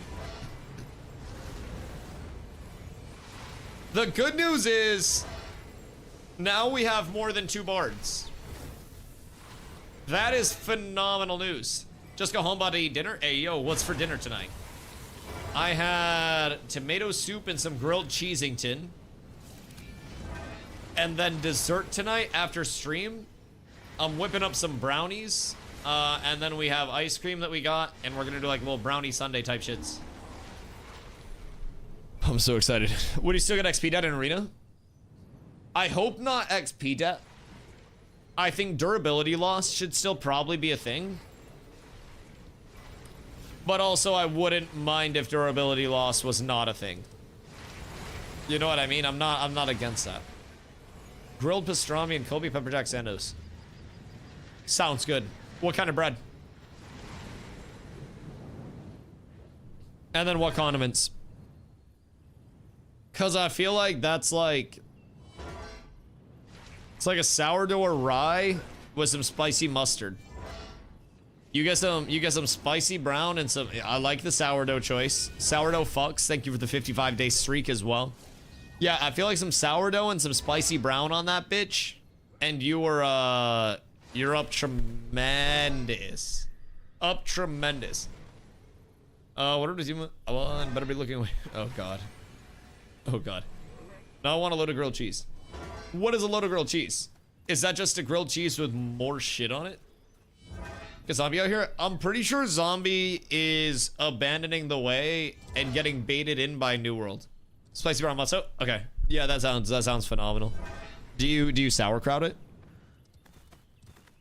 Because that also seems like it should probably get some kraut. No. But the probiotics. Sauerkraut's so good for you. How would you not?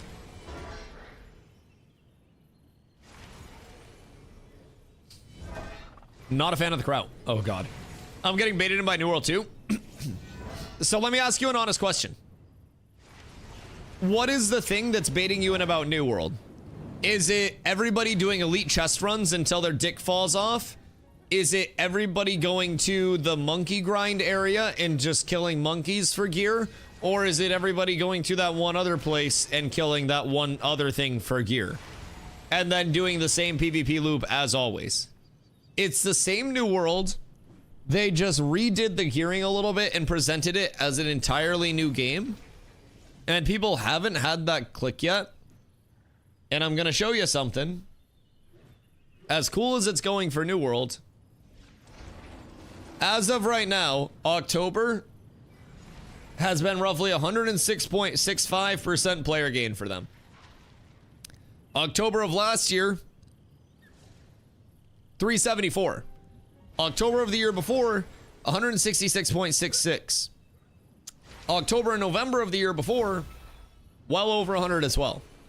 Every October, it's a New World hype cycle. It happens yearly, and at a certain point, you just have to recognize that this is just another one of these dead cat bounces. It's the same goddamn New World, and if you watch anybody's stream, it is the same New World. It just has a few extra steps. Nothing's changed.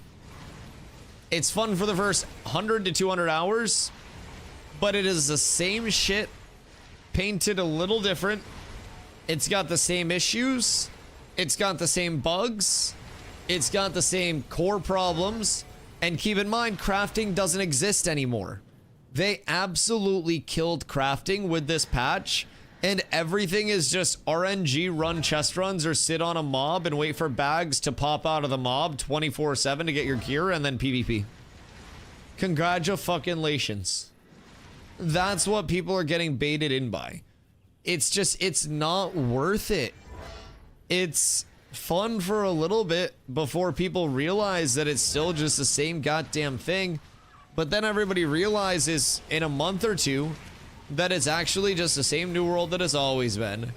That player base makes it a little more fun, but it's still just going to be, I hit stuff to get my gear, right? Like I literally just go to one area and sit there and get an entire RNG gear set from it. And then I upgrade that from PvP. And then that's it. Lost a lot of money on CS skins last night, so I'm used to getting hosed by games. Yo, wait, so what happened with that? I was taking a shit and I saw that CS lost like $2 billion in like valuation because they put in a mechanic where you could like recycle high rarity items or something. Red tier items can get traded up to knives and gloves. Are knives and gloves above red tier? Or like what's red tier? I don't play CS. Explain it to me like I'm 5. Gold tier. Okay. So you can get multiple red tier items and then trade them up to the highest tier. Red tier equals gun skins, gold tier equals knives and gloves. And knives and gloves are the most expensive? Interesting. Interesting. In-game items can be sold and traded for real money.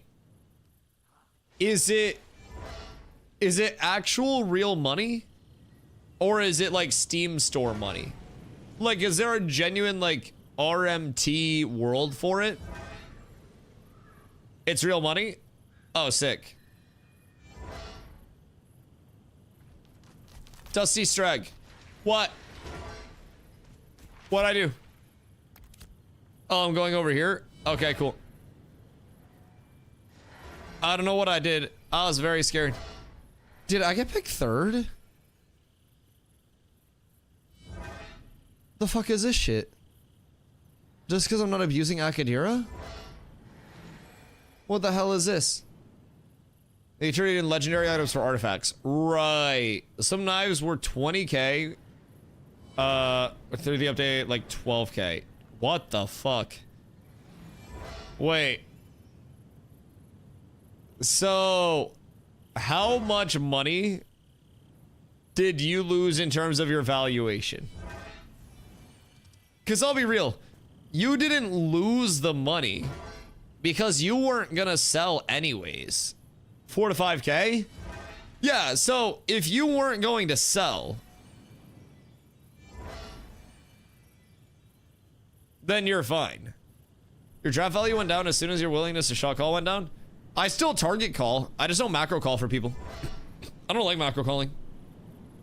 My draft value is still high as shit, by the way. I'm still the best goddamn tank to ever do it. But yeah, I'll still target call. Somebody else just had some positional call. That's the only thing. I call everything else. I just got too much going on ability-wise. Between, like, letting people know when they're protected, letting people know when I'm healing them, letting, like, grapples and walls be calmed. I can't, like, process all that shit and calm it effectively and make sure 20 goobers are also doing what I say all the time. I understand why zombie baby rages sometimes. Like, I'd do the same goddamn thing if I had to call. That shit's annoying as a motherfucker if you're melee. You gotta look back. You gotta try to make stuff happen. Like, it gets to you. I like target calling, though. Macro calling sucks. Did that in Throw Liberty for the first 2 sieges on a server. Yeah, like, macro gameplay is fun. I can VOD review and take anybody through macro. I know my macro. I just don't want to mid-combat have to be like, you're not listening to my call. You get over here, move your way up to the left. Like, we can't initiate until this person's in. I want the macro caller to say, entire army go left. And then while entire army is going left and they're worrying about that, I'm waiting for us to set up so I can get a grapple in position. I call out target that's getting grappled. We kill target that's getting grappled. And then we keep working through that. And then when all in is sent, we call an all in on a target. I lead the all in on the target and I'm able to focus on that. Zombie loves doing that? Yeah, absolutely. Like, Zombie, we have him here specifically to call. I just don't like macro calling. I think it's boring. And I think that it stops me from being able to actually, like, dive as heavily as I really like to. Because I like to get up in backlines and just try to punish the backlines. And ideally, I have, like, 1 to 2 people that are with me hitting backlines and just deleting supports and shit. And I can't really do that effectively if I am having to worry about where my entire fucking raid is and worry about everybody else that should be in position that's not in position. That's my thing with it. I don't like it. I could do it if I wanted to. Motherfuckers made me call wars before in New World and I hated that shit too. I could VOD review and talk to anybody about macro all day. And I could help, like, people improve their macro. But I don't want to fucking call that shit. It's boring. It's dumb.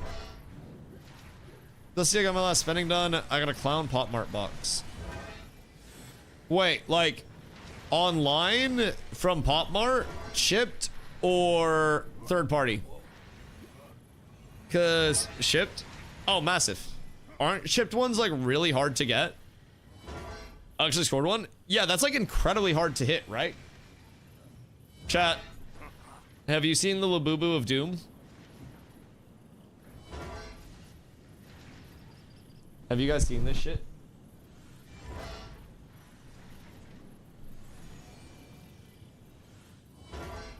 Huh?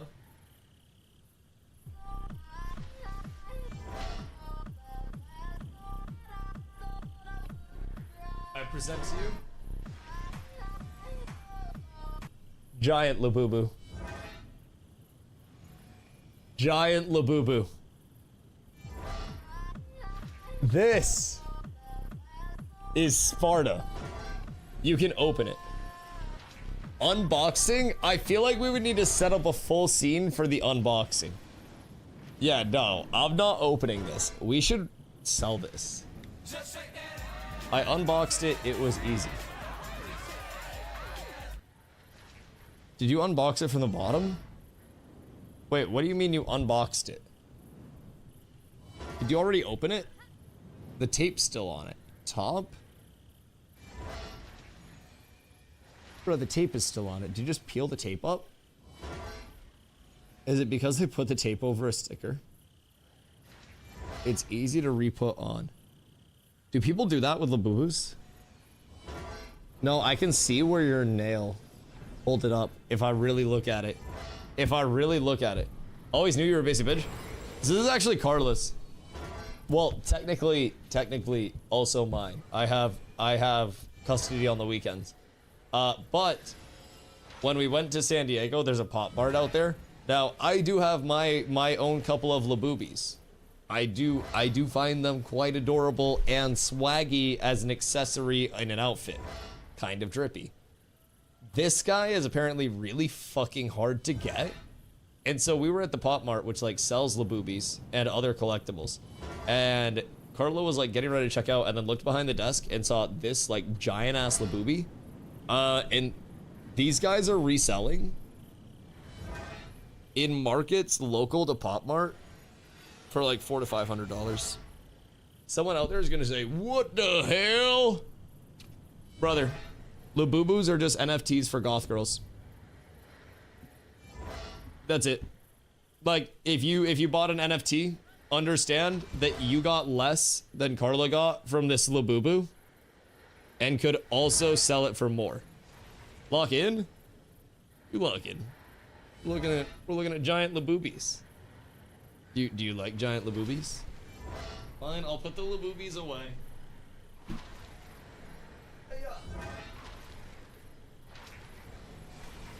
I am locked in. The Labubis power us. Without the Labubis, I am nothing. Jesus fucking Christ. Listen, I lock in with another bong rip. Oh wait, I still have my edible like sodas in my car from the pre-airport pregame. I got 2 of those shits. I could just destroy those as well. Unboxing stream? No unboxing stream right now. There's too much resale value for an unboxing stream. It's unethical. Oh, Indrom is gonna be so happy that I'm not just griefing this time. Yo, Indrom, I just want to say that's my bad. Oh, flag defense. Whoops. Defense.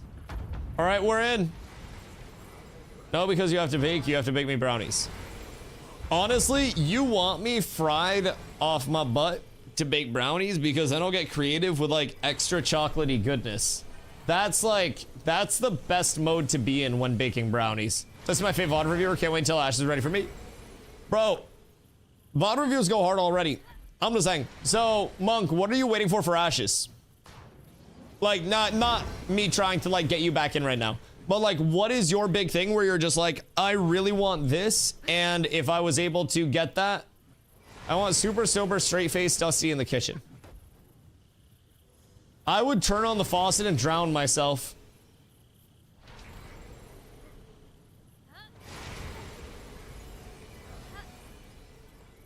That sounds terrible. What do you mean sober Dusty? That's like my alter ego. That's my like LinkedIn profile versus my Twitter profile. Although I don't know. I don't even know if have I worked a job where I didn't smoke? Nah. Yeah, no. Those 2 words just don't go together. Like ultra sober. I'm gonna have to start drinking like aloe vera tea and shit my brains out to detox. The stone cold sober, straight face, no joy whatsoever. Can you get the sodas out of the back of the car?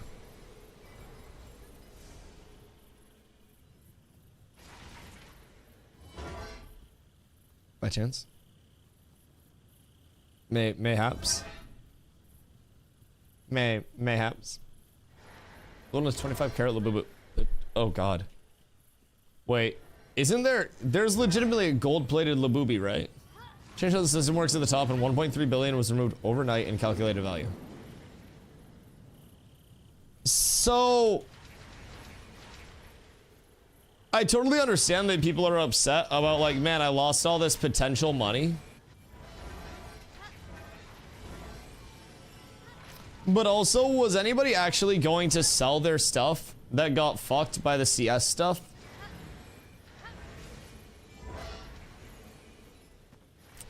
Because I feel like if you were bag holding thousands of dollars in CS skins, then you probably weren't going to capitalize on that bag in the first place. I know that might be like propaganda to some, but I'm gonna keep it a buck. It's like getting mad your kids playing cards lost value. Well, or you're playing cards lost value. But yes, if you're bag holding, that just means you didn't secure. And it means that you didn't have any intent to secure. So like, you're not really mad about the value being lost. You're just mad that you didn't sell before the perceived value went down. You're just mad that you didn't have like the, you know, the insight ahead of time, so to say. It's always peculiar.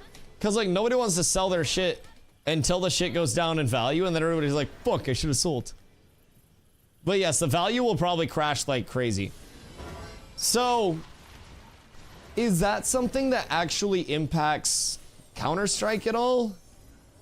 Or is that just something that impacts the Counter-Strike player base? More than the actual, like, game?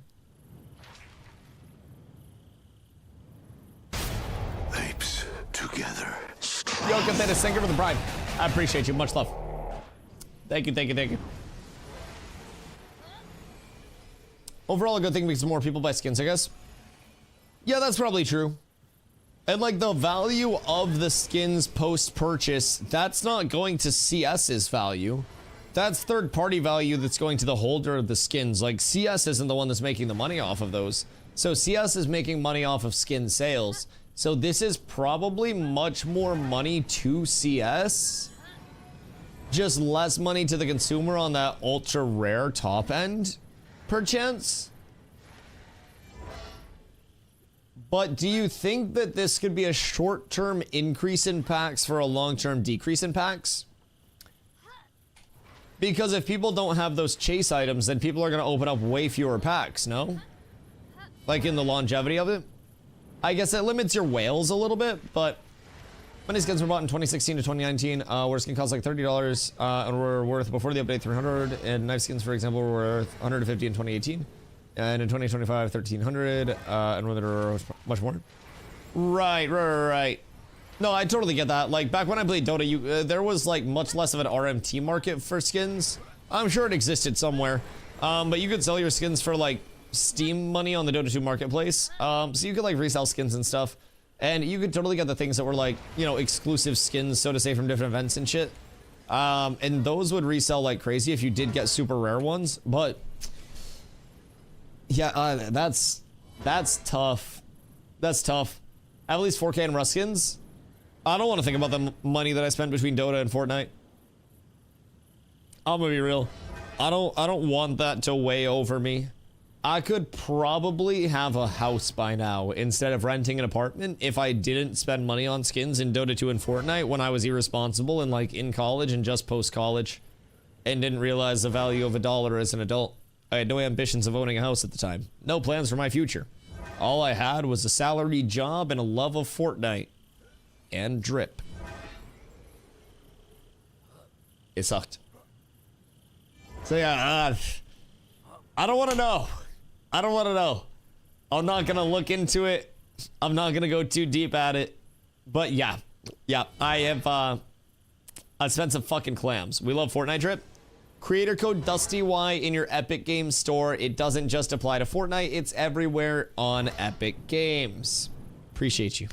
Thank you. Also, code DustyWhy in Ash's store soon. Ooh. Content creator program coming soon. Ooh. Just buy a house next time. Problem solved. Okay, so I also have this really cool idea where it's like, I know a lot of communities on Twitch that like challenges and they like community building activities. And personally, I think nothing builds a community more than you guys literally buying me a fucking house.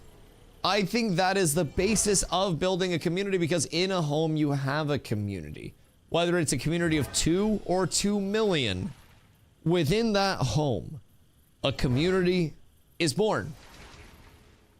And I feel like it would be a really cool thing to bring chat a lot closer as a whole if everybody chipped in a humble $2,000 and we all just, you know, got the plans off the ground.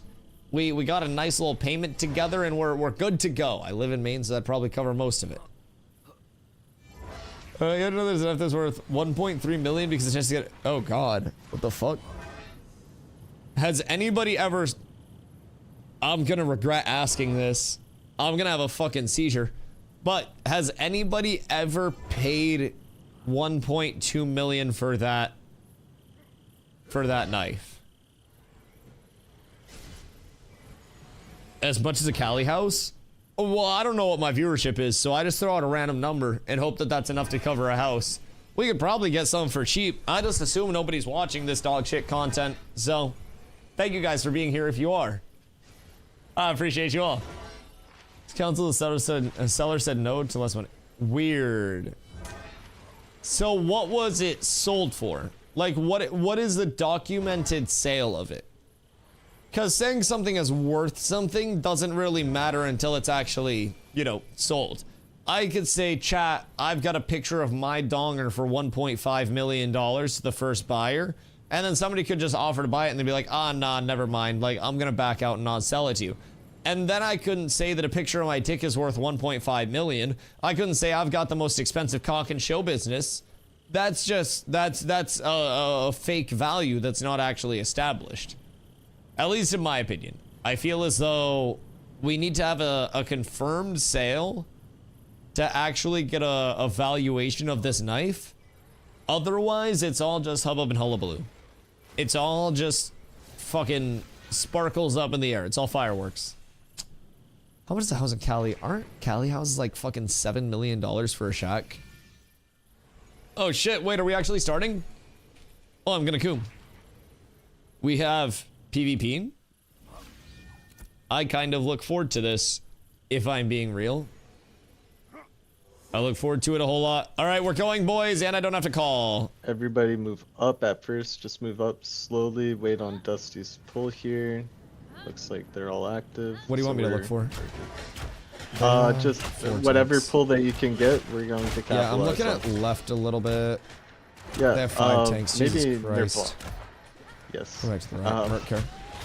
Back scratching's way up here, Moonlight. We lost Mark there. I'm pulling Delius. Delius Green Cross. Yep. Yeah, get onto Green Cross. Don't give up space here. Don't give up space. Get AoEs in towards this middle. Into the middle here. Sorry. I'm triple pulled. Yeah, that's unfortunate.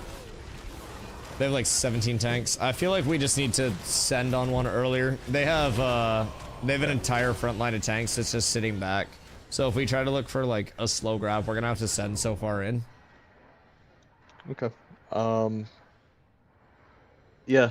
So the entire game plan here, we were looking for a pull, and then we were going to capitalize on that. So we probably pushed in a little bit too far. Yeah, I mean, if we want to pull a tank, we can probably blow the tank up. It's just if we want to pull anything other than a tank, they have so many that can actually just, you know, keep it up there. And then if you see a tank like hella up, you can just pull them and blow them up. Yeah. As someone in Team 2 got pulled, and then Team 2 kind of like went into like assist, and I think that staggered us a lot. I tried to save my tank from dying, and then I died for it. Yeah, I got yoinked pretty quick. Yeah, that's fine. We just have to be aware that they have like 5 tanks. I was tabbing through and I saw 5 on their front line. So I think it's 5 from what I could see. So be aware that they have 5 grapples, like not an exaggeration. They should have 3 as well. Unless I tab to the same one multiple times. Yeah, I thought it was 3 and 3, or it might be 3 and 4, maybe. They should only have 3, I think. Or 4. I think there might have been one extra I see tank, so they might 4 have at full. least. Might be 4, but their entire front line was tank. They have 4? Okay. It was 4, not 5. I can't count. I'm not good at math. Yeah. I'm not very smart. Either way, they So have 4 good. grabs, so just be very aware of that. They got a lot of grab potential. Yeah. And so our right side definitely got put into the fight a lot faster. Yeah, they go from the blender. Okay. Kramit, Case Harden, Blue Jam, number 387, 1.5 million. Oh my god. Jesus. Yeah, some motherfuckers have too much money. It's 800k to 1.2 milli for a shack. That's reasonable. That's probably more money than I made in my entire life so far. Yeah, no, that's fine. Bro, it's crazy that, like, in Maine, I can live, you know, relatively okay and pay my rent full-time streaming and being unemployed with, like, you know, the size community that I have. And if I tried this in California, I'd probably be fent-leaning in an alley somewhere. I wouldn't even be able to afford a house. My PC setup, I'd have to pawn that shit for rent. I'd have to stream 8 hours and sling bus for 2 in a 10-hour day. No more long streams. Very strict schedule. I'm grateful for you guys. And I'm grateful for low cost of living areas. It makes it all possible. I enjoyed visiting California and going to San Diego for TwitchCon, but I don't know that I would actually enjoy living out there, nor do I know that I would be able to live out there in any way, shape, form, or capacity. Venom tank pull could pull Alice. I've actually thought about that a lot. Tank pull being able to target a friendly and pull a friendly would be insane. We'd start selling our players. We could. Could negotiations start high? Yes. Yes. Bro, unironically, I'd have to sell gold.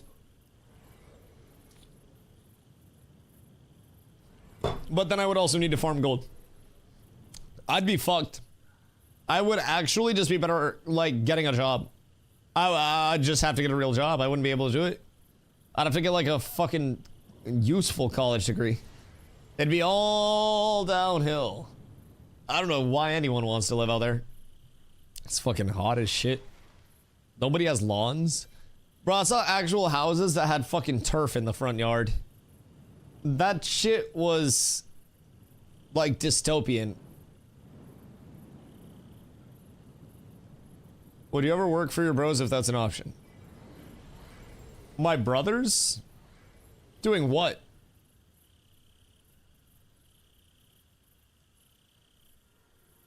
Like, one of my brothers is a biologist. And then my other brother is in, like, medical and has a graduate degree. Both of them... Hold this flask for me. AMC would not let me in the lab with him anymore because the last time I was in a lab with him, I had a can of Dr. Pepper and I asked if I could put it in, like, it's like a cryogenic freezer that goes really cold. And I was like, can I put this can of soda in there and see if it chills it really quick?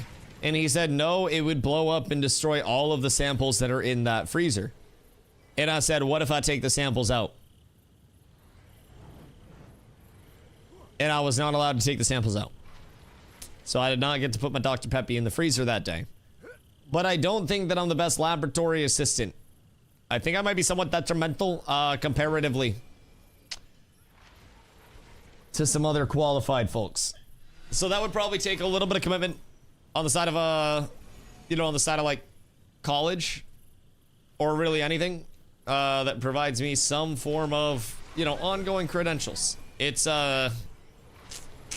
something I'm not quite set up for at this point in time. Live in a desert and have turf and rocks for a lawn. Yeah, fuck that.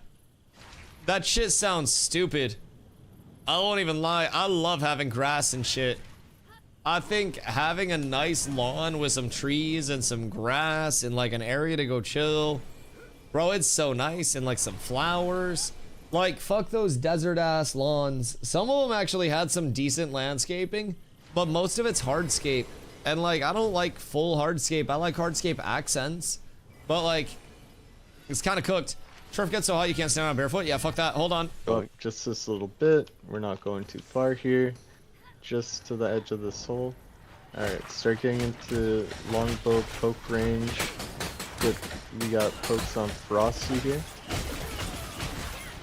They have sent 72 grapples on me. All their grapples are down. I need love. Okay, look at right. Look at moon mark. Okay, start moving towards the right. Start moving towards the right. All groups towards the right here. Look at Bilious in front. Green cross. Green cross. Okay, let's get AoEs. Look at the far right. This ranger out here. Yes, kill this ranger. Everybody pivot towards the right. Come over towards strike. Come. Keep moving to the right. We're looking at the book here. We're looking at the bookmark. Everybody get AoEs towards the book. Let's get into this back line. They're all rooted. Okay, move into the middle of the field. Move into the middle of the field. Everybody dive towards the middle of the field at the book. At the book. Go towards the bookmark. Bro, I can't play. I'm gonna chase forever.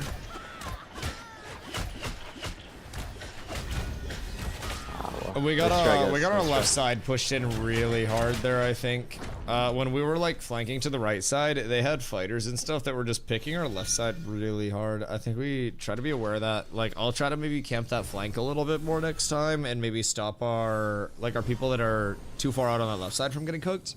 Cause I looked back and I just saw like 3 people just out on left side that were getting fightered to death. So that doesn't help, but I'll try to be more aware of that a little bit more.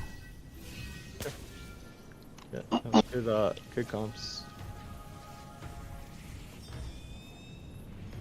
We need to stick a bit more. What do you mean? Like stick on targets? Or do you mean like stick in clump? Because I feel like there the biggest problem was like initiates aren't the cleanest. Like, I'm gonna be real, I'm getting fucking pegged this entire fight. I am taking so much fucking damage, it is absurd. So that's dope. But yeah, I'm constantly getting like fucking quadruple grab, taking a shitload of damage. And I feel like we're not getting huge clean initiates. And then that time when we called to go up to the right, we were pushing to the right and trying to kill, I think it was Axe over here. And then while we were trying to chase that, we kind of like walked up more and then left our backside here. And our backside was just getting pushed in from here. Red was over here and a couple other people were here just reaping our backside. So I came in here to crash to the right, get a kill. By the time I came back over here, I had to try to throw a wall over here to segment that off and buy us some time. But then a snipe came out here and killed one. And then our backline started just getting encroached upon from the side. Because essentially, like, as you are winning or losing the fight, if you're winning, you want to spread and kind of like engulf the enemy and kind of have your line just, you know, around theirs and then work your way in if you're snowballing and have momentum. If you're behind, you almost need to like condense a little bit and then try to find their weak side and get kills on their weak side and rotate around and kind of like kite them around in a circle to a certain extent. So like, if they're pushing up strong here, we would want to tuck everybody here back into our clump here and then rotate everybody up this way, force this side to chase us, and either they're going to break off there or we're going to be able to get access to their back line here and hopefully turn that a little bit more. But that's also, like, a lot of people have to be very aware of that for that to actually happen successfully. It just takes reps and it takes people being like, oh shit, I got caught out a little bit. That's quite rough. I gotta be aware of that in the future. And if people can recognize that, then it's fucking huge. It just takes reps a lot of the time. And it can be something as simple as like really good initiates. You probably experienced what the weather is out in San Diego 300 days of the year. Bro, I mean, San Diego was kind of nice weather-wise this time, I won't lie. It was not too hot. It was chilly enough to where I could wear like sweatshirts and be cozy. But it was still warm enough where, like, you know, I'd work up a sweat in some areas. So I really thought October TwitchCon was fucking awesome. I think it was a bit better than September. September was still hot as shit last year, I'll be real. Like, September was really fucking hot. I think October was a W over September, and the city didn't smell like pee this time. I was in San Diego for 2 years, wore 1 coat for 3 nights. Oh yeah, no, fuck that shit. Fuck that shit. I doubt that we need coats over in that area. Like it's still warm as shit even on the cooler nights. I think it was probably like 70 there on the cooler end of things, which is gorgeous. Absolutely gorgeous weather. Near perfect weather in my opinion. And I would take 70 degrees every single day. But I would also take 70 degrees in Maine. But I went for a walk in 55-degree weather today, and that shit was also wonderful. It was a crisp Maine fall day. We got the foliage, we got everything. Light coat, Navy doesn't allow sweaters or hoodies on watch. Why? They literally have the sweatshirts that say Navy on them. It's still branded. I don't see why they have to hate fashion. Hoodie weather, my favorite time? Bro, hoodie weather's so fucking good. Yes, hoodie weather is good. Also, hoodie weather can be whatever weather you want it to be. You've just got to embrace the hoodie. But yes, right now we are peak apple picking and hoodie wearing weather. It is S+ tier for that. And soon, it's gonna be cold as a motherfucker. And it's going to be way too brick to actually have a hoodie on. You only need a hoodie with a jacket over that shit. And that's not going to be ideal, if I'm being honest. I like hoodie weather. I don't necessarily like jacket weather that much. I like jackets, but like hoodies are comfy as shit. Y'all grow apples up there? In Maine? Yeah, we got hella apples up in this bitch. Like commercially? I mean, we got a bunch of local orchards and shit. But we got like tomatoes in this bitch, potatoes, blueberries. Hold on. Good day. No way, this movie. Alright, welcome. Try to just get a pull on Meryl here. That moon mark. Just get him real early. They're silencing me and pulling me. I'm cooked here. Yeah. Back up. I'm fine. Oh, you guys just got ass blasted. Okay, start focusing on what's in front of you in our pile up front here. We got. So they're pulling me, and then as soon as they pull me, their DPS is sending on the raid. They're trying to take me out of the fight every single fucking time. Our Buffy ball isn't great. I think it's like, I'm not even gonna lie, they're trying so hard to take me out of the fight before the fight even starts. Because if I'm not up, like we're not walling off their entries, we're not stopping them from getting in. I'm popping banners and aegises and stuff like that on our clump. I think I just need to hang back and not try to be our first pull. I think they are literally just trying to hone in on pulling me every time. The second they pull me as well, they don't even have the entire raid set to killing me. They just try to pull me deep enough to where I can't do anything and throw silences on me and then ignore me, and if I die, it's a bonus. Because I've been able to get out of every one of their pulls, but as soon as they pull me, they dive our backline at the same time. So I need to stay further back. But yeah, y'all just got melted there. I still got back to try to get a banner off, but even in the time that I got like fucking triple pulled and got out of that, it was still cooked. And they have people that are just dedicated to trying to like pelt me down quickly. Slightly less than ideal. No good plan. Yeah, it's working. It's working. So I'm gonna hang further back. I just can't be our first pull. I think that's the biggest thing of it. Like, if we don't get a wall down to stop their push in, if we don't get nimbles, I'll tell you low HP, you stay the fuck away from me. I'm having a hard enough time with every one of your fucking tanks grappling the shit out of me. Trying to figure out how to hold my backline. Dude, I just had to hit a fucking, like, Simone Biles balance beam routine to get back to my goddamn raid after I got grappled to fucking Narnia. I got grappled so far, I was back in Brimstone Sands on New World. I was playing fucking Night Haven for 14 seconds. I'm just trying to fucking survive, dog. I got my hands full right now. I don't need your high power ass also fucking me over. Just look the other way. You didn't see shit, okay? Let me fucking live. I got it rough out here, dog.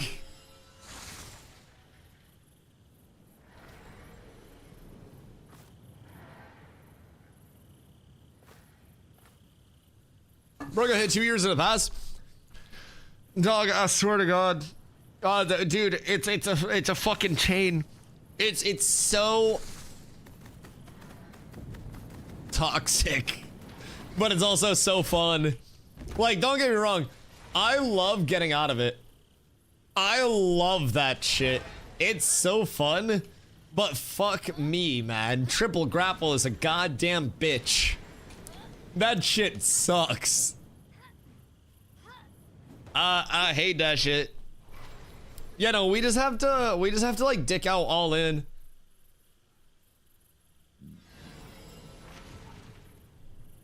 Steel sharpen steel. Listen, if they just keep triple grapping me and I keep getting out, that's fine.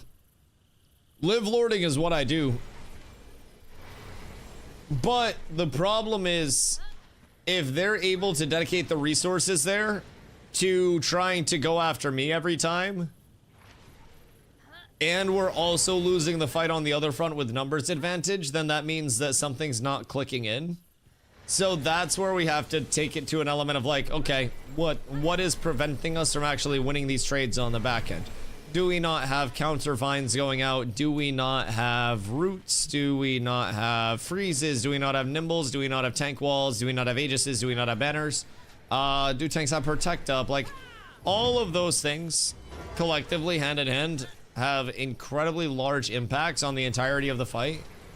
And if they're dedicating, you know, 6 people worth of resources to try to kill me, and I'm able to make it out, and then we're still losing people on the back end, then that just means we gotta kind of like tuck in on that back end and make sure, I think, that we're not getting caught out with that first push, not pursuing too far to try to build me out of things.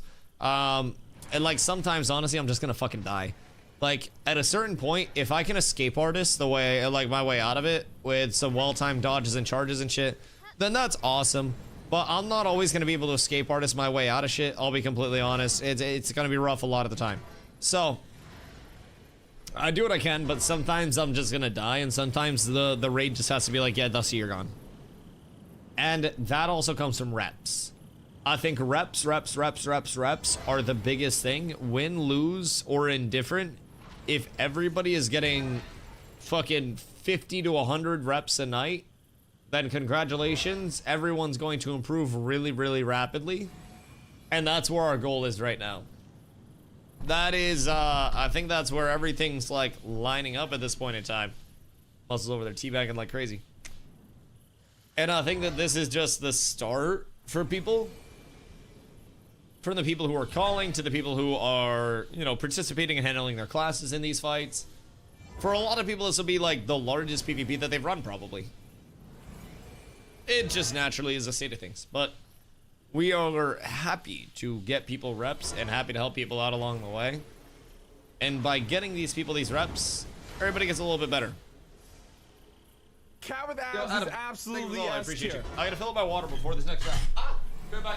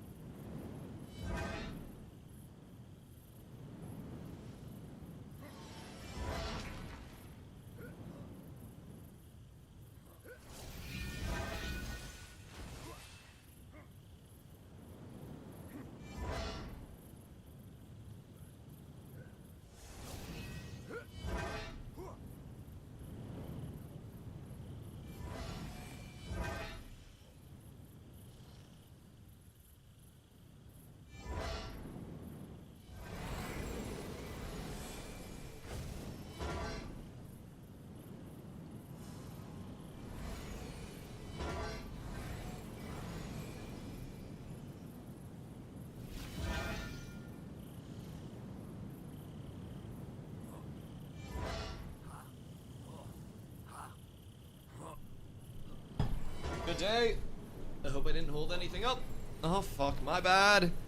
My bad, my bad, my bad.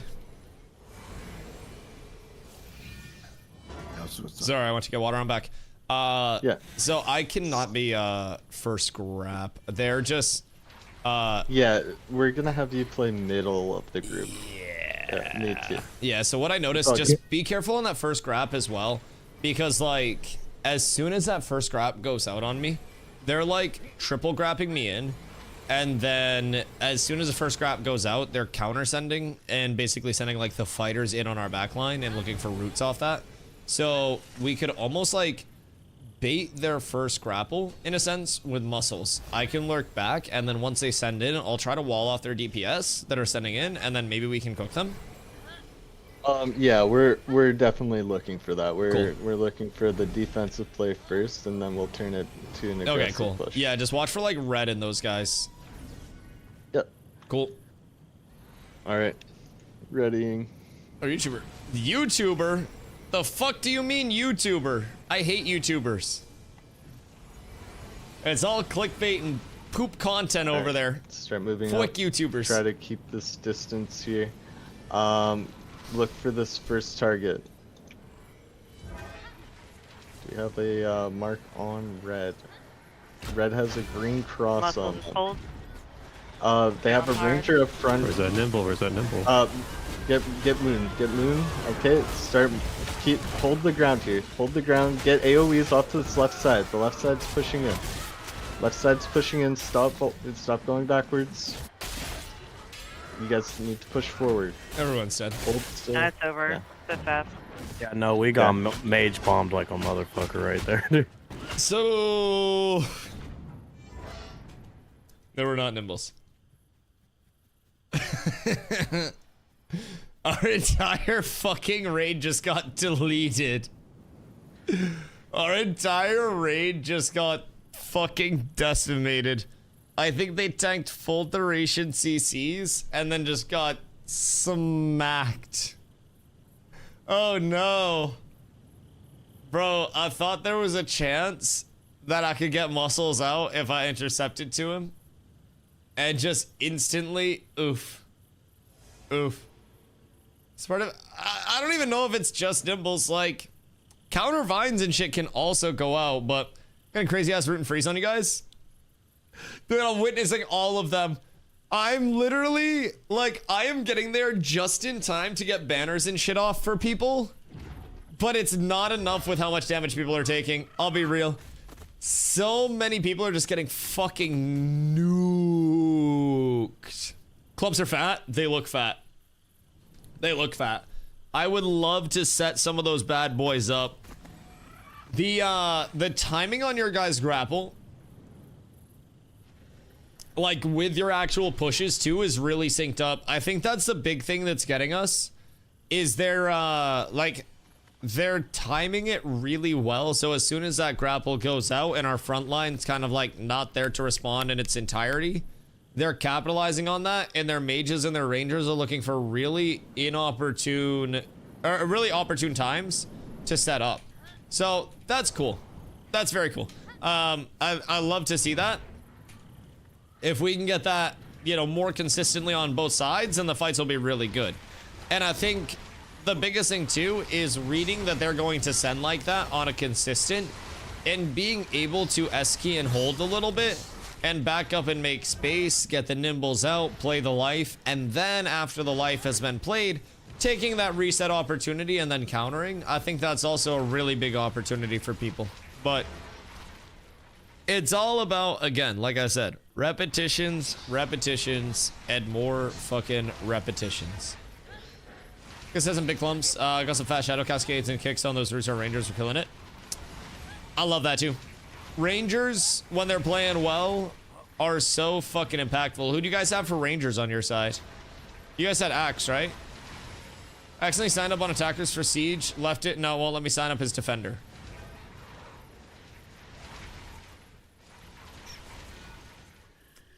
Really? Will it let you re-sign up as attacker?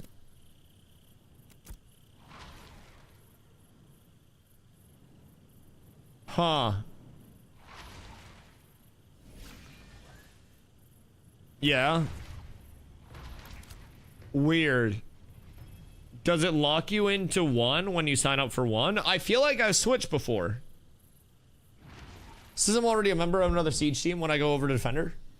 You try relogging? Like unsign up and then relog maybe?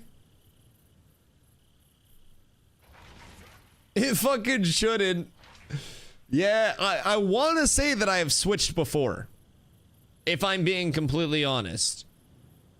To try to get on the Defender side of a Siege. Yeah, try the old turn that shit off and on again and see if that works. Need a new mouse, getting one tomorrow. Keith, what are you getting? Axel's primary root call, he did great. Yeah. No, that's awesome. Fuck all of y'all, by the way. I couldn't primary shit except play my fucking life and try to stay composed. Cause like, I gotta be good when I'm in comms. I can't just scream that I hate all of you and I want you all to die a slow, painful death. Thanks for the grapples, assholes. First things first. Well, I couldn't do shit.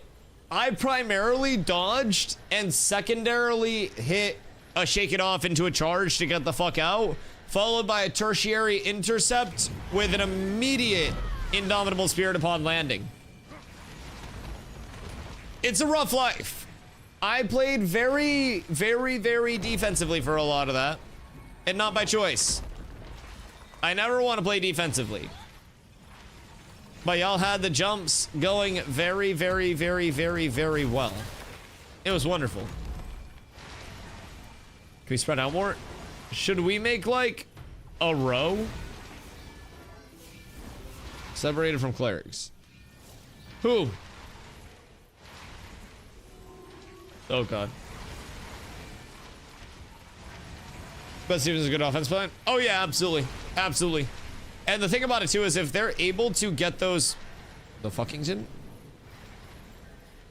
If they're able to get those jumps, with the time to kill and ashes being on the quicker side, especially with numbers this high and higher, it is night and day, like, difference, right? So, Nimbles, for newer players, what we're talking about there, Bards have Nimble Dance, which purges CC effects off of targets that are within the radius of the Nimble Dance.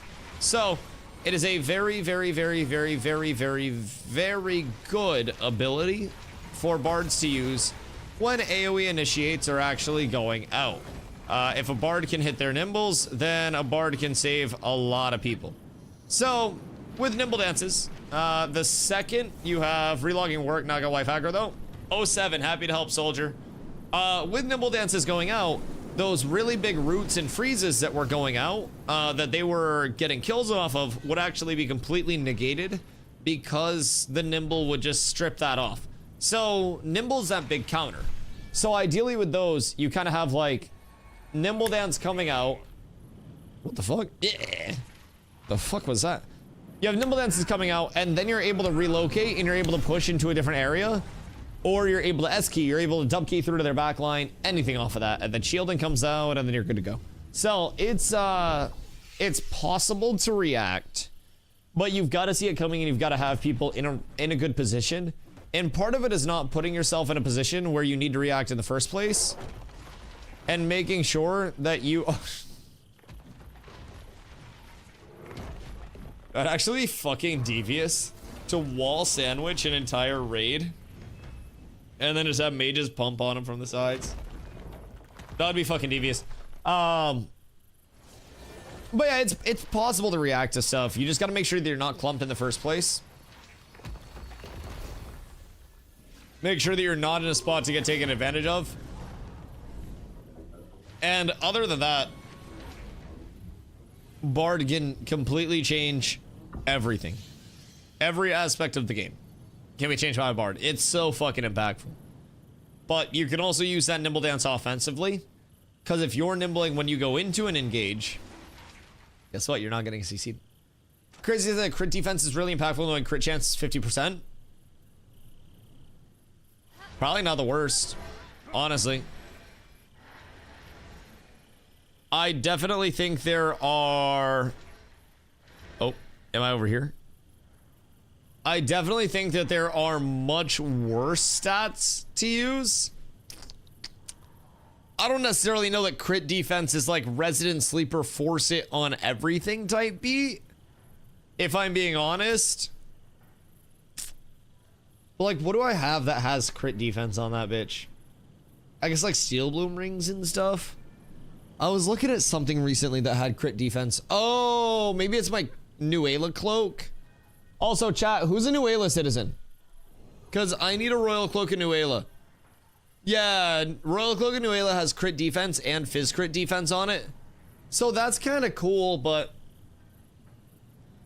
not how much fizz defense and crit defense interacts with attack. Can't type. Yeah, you can never type. Do I know how much it interacts? I mean, crit defense is good because it's just another percentage off crit hits. But also crit power scaling up like a motherfucker. Exclamation vanish is so clutch when you're having strokes in chat. Yeah, so like with the crit defense that I'm at, I have 17.9% fizz crit defense, and fizz crit defense doesn't reduce your chance to get critically hit, but it reduces the damage that you take from crit hits. Crit evasion is what you're looking for to reduce your chance to get critically hit. So like, this is another intriguing thing. Is it just this minus, or sorry, this minus this, and that's my chance to get hit? So if somebody's 50%, am I at 28-1? Or is it a different form of scaling? That is the question for me that I'm really curious about. Because fizz crit evasion, or just crit evasion in general, could be really fucking strong. But evasion also tends to be really strong as a whole, considering we don't have a parry. Bro, there's so many good choices. I'll be honest. A lot of testing's needed for the defense stats. Yeah, and then there's the old adage of like, why go defense when I could just go more offense and make people die faster? I think that's more valid for ranged, but also I think that that's kind of gonna lead to a state where everybody just one-shots each other and probably be less than ideal. So, you know, it is what it is. It is what it is.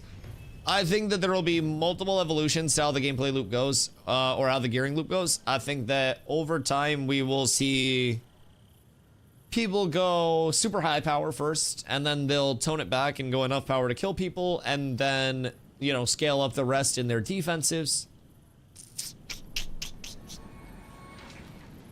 It'll be intriguing to see how it goes. But I definitely think people are already in the process of scaling up defensives, if I'm being real.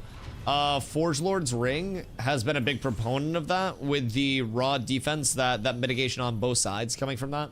So that's an incredibly strong piece. A lot of people have been liking that, but again, I don't really like that on tank. I feel like we have enough mitigation already on tank, so. Maybe crit defense is bug like New World. Oh god, Resilient. Bruh. Back when Resilient was, down horrendous.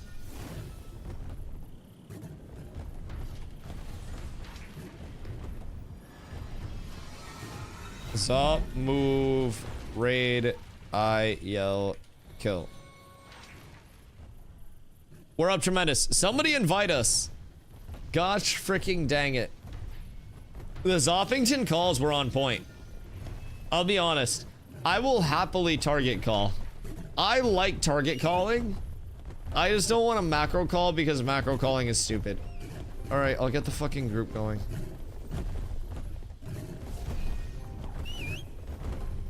God damn it. Stop jumping around, you fucks. I hate it here. We're down horrendous. Invite to party. I hate you all if you're jumping. I'm gonna accidentally click kick from guild on one of you guys. I'll fucking know it. Blah's doing party. Oh, okay, cool.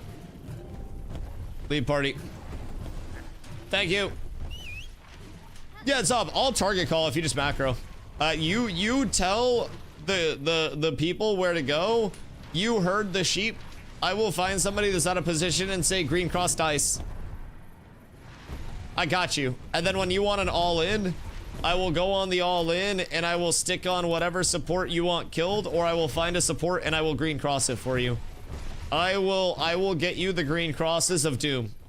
Trust in that.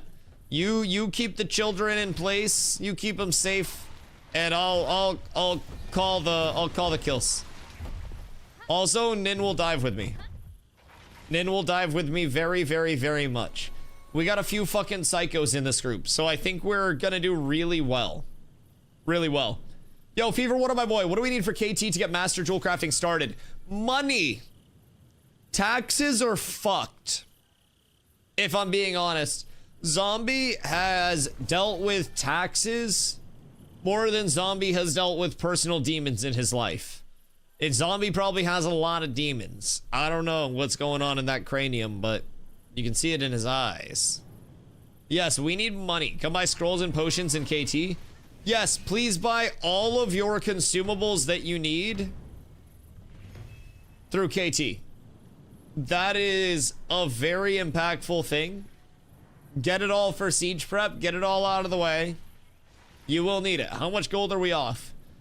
As of yesterday, 300. I haven't heard from Zom today about what it is. But as of yesterday, 300. So it's still it's still a little out there. It's a little out there. It's more of like a long-term thing. Last I heard it was 150. Oh, maybe it is 150. I don't know. It might have gone down. I might be out of the loop on some progression that was made. They fucked with some tax stuff earlier, and he might have found something that actually worked with taxes. I know he was trying to figure out something that would be like a good generation of money for the settlement, but like it's been tough for him. Because last phase we were just laundering money in through the 100% taxes and like player market shit. So that's good. Nin, are you actually gonna dive if I dive? Do you solemnly swear to be on every single one of my targets no matter what? Because I will give you my protect. I will do that for you. The clerics, I'll get them if they need it. But you will start with it. I just need you to play just psycho enough with me when it's time. Because we also have Axe and Keith and Sierra. Holy shit. We got the Trinity of Rangers. God damn. We're attacker, by the way. Yo, that actually makes so much sense. Yeah, if I'm being real, that makes a lot of sense. Look at all the land seals. This is their native habitat. They actually evolved to take on the water over time. Dusty, can you get the fuck over here? Yo, Baron, what up, my boy? How are you today? Hail to the hold. Where are ye all? And what are you guys doing? Why are you not out here at the Scrimmy Wimmies? Because, like, you're missing out. You're very much so missing out if you're not pulling up. I have nothing else to tell you. Trying to kill shrooms, they hide in town. Oh, are you fighting the fungi? Oh, interesting. Okay, hold on. Fill me in. What led to this? What led to this? I must know. Fuck me. Okay, I'm so intrigued. I solemnly swear my balls shall be to the wall. And I am that wall. Good, good, good. Your balls are mine. That is absolutely phenomenal news. I will set you up like crazy with all of the dirt nastiest staggers. Because keep in mind, I go in with Intimora up. So I'm getting you staggeroni like crazy. Alfredo, my boy. What'd it do? Do you have the 5 gold admittance fee? The Aussies are coming. Are the Aussies on? Oi, oi, oi! Wait! Are they actually pulling up? Holy shit! Right now, or are you talking about for the siege tomorrow? I don't know if they're on right now or not. But dude, have them pull up, hop in. Nah, siege? Ah, fuck. I was so excited. I thought we were getting more people. I'm excited for the siege too, but I would have been more excited if they were pulling up right now. Dude, siege is gonna be so fun! I love sieges. It's so fucking fun, and I'm glad that, like, it worked out in a point where they were able to, like, find a time that worked for it, Because, bro, it has been so hard to try to coordinate a time, especially for, like, wars and stuff. And most guilds, despite the beefs or whatever, just want actual, like, amicable PvP. So that's cool. Can we do weekend scrims for poor people who have a night shift job? Why would I condone and promote somebody being poor? I feel like if I change the guild structure to promote you being poor, then I'm doing a negative for your life. And I should give you something to strive for by being rich enough to leave that job and then attend the scrims when they are.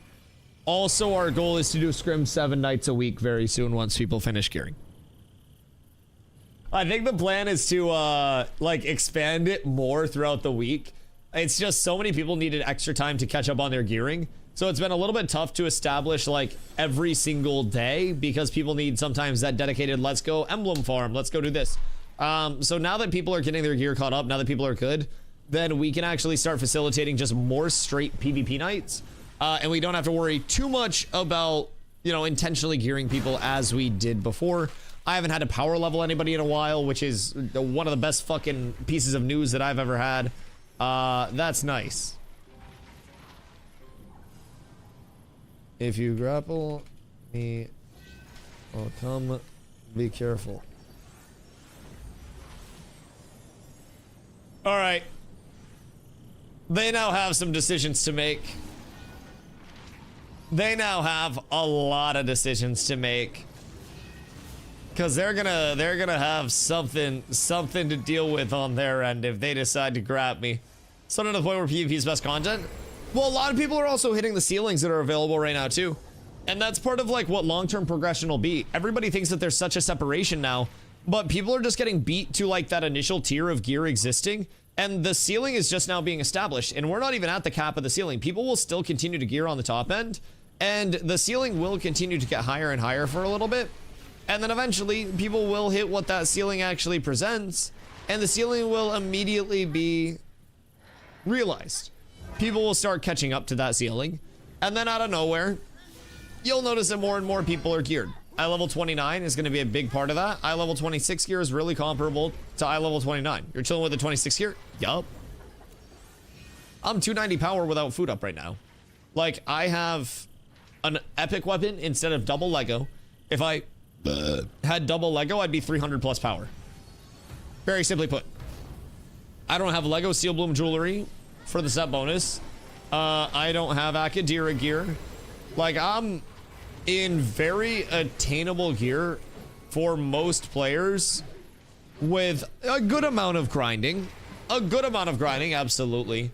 But, like, this is definitely an attainable, like, strivable for gear set. Even if you go in lower rarity with things. Like, you could rock double glory-bound weapons in heroic or epic. But I just staggered so hard. Before the quality squish comes in. And that's incredibly easy to make. I don't want to say incredibly easy and piss somebody off, because every time I say incredibly easy, they're like, well, it's not incredibly easy because I have a job and 6 kids. That was your decision. That was your choice. Consider that. But it is definitely acquirable versus a lot of pieces of gear. And I think that even in that like mid rarity breakpoint, you're still setting yourself up so successfully to at least compete in PvP.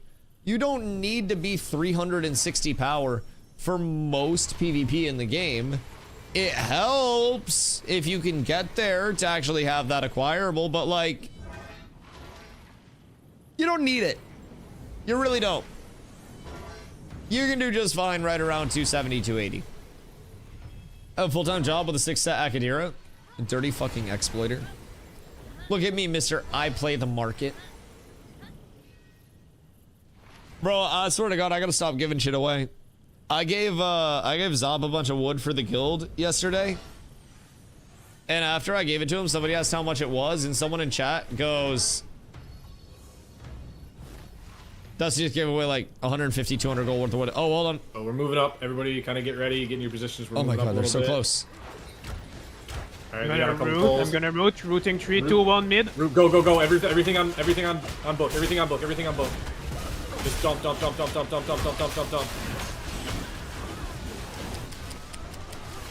Alright, back up, back up, back up, back up. Clear our back line. Clear what's inside of us. Clear what's inside of us, even if it's tank. Nobody walked forward. Red in the back. Kill red, kill red. We had Nice. Get such back. Look at Delius, Diamond. such a good opportunity to jump in. Alright, how are we doing on CC? And Look on everybody this just right side. stayed back. Continue Right to side. come back. Continue to come back. My That's root's out. almost off. I'm gonna reroute soon. Rerouting Look soon. at helmet. Look at helmet. Routing on helmet. Routing on helmet. Everything on helmet. Go. They're getting good turns. It's just we're not getting enough people that are stepping forward. Keep dumping. Look how forward Zop is. Alright, clean up the people inside of us. And look how back Gibraltar is inside of us. the rest of the raid is. Nevios inside of us. We gotta be more trusting and push up in those scenarios. Like Zop called us in for like a big clash on the front lines, and then like 4 of us went in, and then everybody else just stayed back, and the 4 that were in got fucking nuked because of it. What was that with Susan yesterday? She was acting like Karen. Oh my god, that bitch is a hoe. That was better. Oh yeah. No, these are winnable fights. Yeah. We just need to either go fully in and commit to that, or not commit to that at all, if that makes sense. In that first clash, and I think we'll be fine with it next time. I think we would have been fine if people committed a little bit more. I think that we also would have been fine if we committed a little bit less. It put us in a weird 50-50. Where some people went in, some people didn't, and then the ones that went in just got cooked. That's all. But that's an entirely winnable fight. Like, these teams are balanced. We'll get really good fights out of this. We'll get really good fights. Also, that fight started close as fuck. We need to use, like, this whole area, I think. Because that fight was so close. As soon as it started, there was a fucking insta-grab. That shit was, very quick. I was not actually ready despite the ready. Is you called Aussie second-class citizens? Depends. Are they one of the Aussies with a sub badge or not? Because I feel like anybody without a sub badge...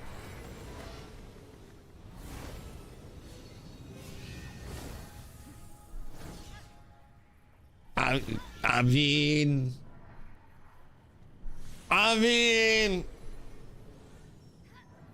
I'm just throwing that out there. If you don't have a sub badge, what you doing with your life? Oh, and it was like, yes. Coral has a sub badge. Teleporter has a sub badge. Teleporter has a sub badge, and Teleporter's team won that last round. Because we were told to go in and then didn't go in. What? Carla, what's the coolest thing about having your sub badge? And no, it can't be the fact that I'm making brownies tonight. Not every sub gets that. We must know. Break it to the people. No, not brownies. Not brownies. No brownies. No brownies. There are no brownies. The brownies are a myth. I won't be making brownies tonight. We don't have everything that we need to make brownies. We're out of the ease. So yeah, it's tragic. It's tragic. I'm so sorry. So we'll try to get those up at some point, but I gotta get a response from Dusty. I try to ignore you a lot, but you be spamming and shit. Yeah. Apes together. Yo, Cypher. Thank you for the 3 months. Chat, did you know bullied into subbing. that it's not bullying if you concede to it. That is a free sub that you get once a month. And if we hit that sub goal within a reasonable time frame, then chat gets to pick a cosplay idea for me for a Halloween stream. We just need to hit it in time for us to actually like assemble and make the stuff. Imagine subbing. Listen. Imagine not only subbing, but imagine also gifting subs and supporting not only a small independent streamer trying to make ends meet, but also supporting an entire community that just wants to learn and wants to have more content facilitated throughout it. More content reverbing deep in its bones. That is what you're supporting with a simple gifted sub or simple prime. And I just want to thank every single one of you for even considering for a second taking the time out of your day and the money out of your wallet to even support the stream monetarily, even a little bit. And I just want to take an even longer second to appreciate the rich people who do that on an even larger scale. Because everybody matters, but the rich people matter just a little bit more. So thank you guys specifically, and thank everybody else also, but a little bit less. 07 Soldiers, Twitch Prime. Cypher, you're working your way up. Cypher, thank you for the gifty. See? That's one step up the corporate ladder. Oh, shit. Wait, we're getting ready. Oh, fuck, my bad. I'm so not ready for this. I'm so not ready for this. I'm already playing League. Yeah, no, I know she's been playing League. I'm probably... I think I'm gonna put Dota 2 in her brownies tonight. Because, like, if you put a little bit of Dota 2 in brownies, then that will actually start the craving for Dota 2 on a daily level. And once we get the League addiction taken care of and replace it with Dota 2, then she'll actually hate Dota 2 enough to quit it and then come back to Ashes. You're gonna what on my brownies? Nothing. You don't need to worry about it. Justice for Carla. Did I tell you I hit her in the forehead with a car like trunk when we were at TwitchCon? Just like an update on the cancel Dusty files. We were packing a trunk and we had just nice. We were packing a trunk and we had just put everything in the trunk. And there was like a big plushie that we won that we were putting in the trunk. And it was like, it was in there just fine. And so I go to reach up and close the trunk. And as soon as I go to close the trunk, for whatever reason, she's like, the plushie needs a final tuck. And she goes to reach in and like full dive to tuck in the plushie. And I just hear bong. And I look over and Carla is just holding her forehead, equal parts shocked, in pain, and physically stunned. I felt so fucking bad. I actually cried. I think the crying was because of the surprise. But yes. And then she laughed. Hit her with the end cap. And possibly CTE. Possibly CTE. If she ends up murdering me, that is oh, fuck! Hold on. Perfect. Alright, let's kind of move up. Big Bard, you're up way too far forward. Way too far forward. I'll pull back a little bit here. Gotta move to the Look right. Look at this far right. Look at this far right. Yeah. Just kind of move, walk right into him. Zandre, can you get ready on whatever? Yep. Routing. Right, Dusty, pull, hold off the roof. I better up walking into this. Okay. I'm gonna look at a pull here. I'm pulling Moretto into us. Right, just back up. Everybody back up a little bit. Pull what we can, Moretto. Kill what's inside of us. Kill what's inside of us. Look at Dilius. Yep. Okay, he's dead. Merc on our line. Back up a little bit. Back up a little bit. We gotta walk up if we say walk up. Both fights now, there's been a call to walk up, but I'm just not gonna walk up. I think we just gotta play slower. I think people are not playing like confidently enough right now. And when they're pulling back and it's going slower, it's a little bit better for them, but like anytime there's a walk-up call, not enough people are actually walking up right now. And that's unfortunately making it quite tough. Quite tough. There's RP walking up. Yeah, I mean, I think we don't call the walk up and like the go in. I think we just wait for them to try to go in, bail out whoever gets grappled. I think that's a big thing. I think that's it. Just RP walking up is crazy. I think anytime we try to walk up, we get punished though. We just get split. All the ins without player advantage scares people. It's not only that, but it's also like people will play very skittish because there's not quite an element of like trusting that abilities will be there when they need to be there from whoever needs to have them there when you haven't played with a full static for a while. And like the chaos of all of the abilities being dumped is also the safety of all of the abilities being dumped, if that makes sense. if your entire raid is in a spot where enemy is dumping abilities, but you're also getting heals, nimbles, shielding, all of that being dumped on you, then you're standing the ground pretty well. And what that takes is everybody being like, being comfortable jumping in where those abilities are present and where those do need to, you know, where those do need to happen. So I think that's the largest part of it, if I'm being real. I also have a theory that a chunk of players aren't used to pushing their buttons because no one doing daily POIs, etc. PvP does help. PvP in terms of being fluid with your mechanics. To a certain extent, yeah, but like people are instinctively like scared of most things.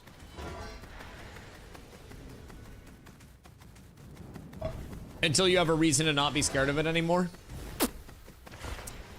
And I think the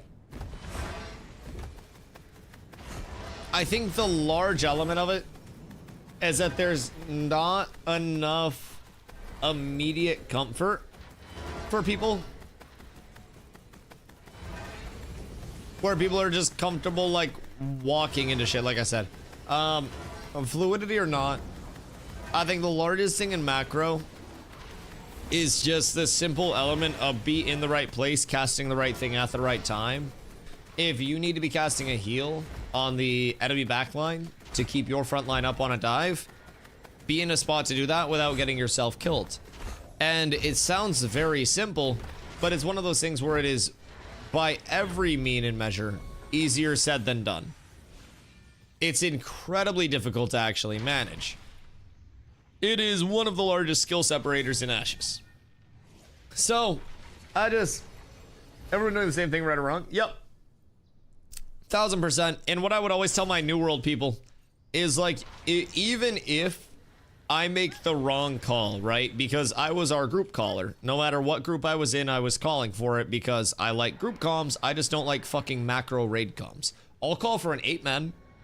I just don't want to call for a fucking 72-man.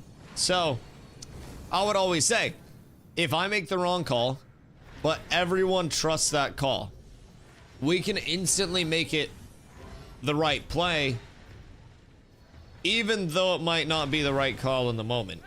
We can all in on a call, and as long as we confidently play that, then we can still make it into a good opportunity and a very good play, even if it's not the most optimal thing to go in off the first time.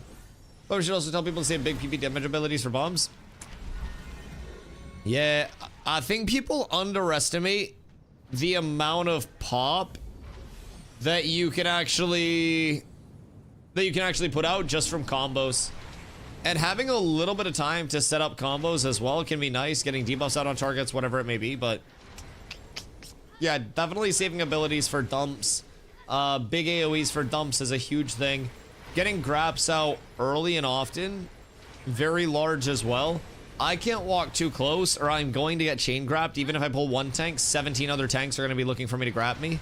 So I've got to play so fucking cautious, and I got to be like the second grapple basically. So once someone gets grappled by one of our tanks, I've got to be in a spot to then follow up that grapple with my own grapple. Or I'm just going to put myself on the front line and put myself into a very, very, very bad spot. And I'm trying to avoid that, if I can, by any means necessary.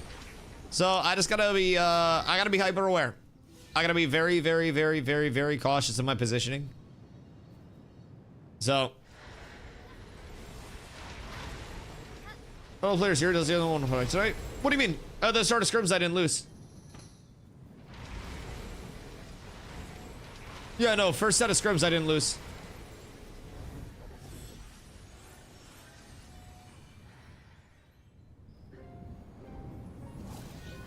Unfortunately. Unfortunately for you. Think of Red as heroic Grem? Oh. Wait, I don't care about Grems. I don't care about Grems at all. The Grems are just econ.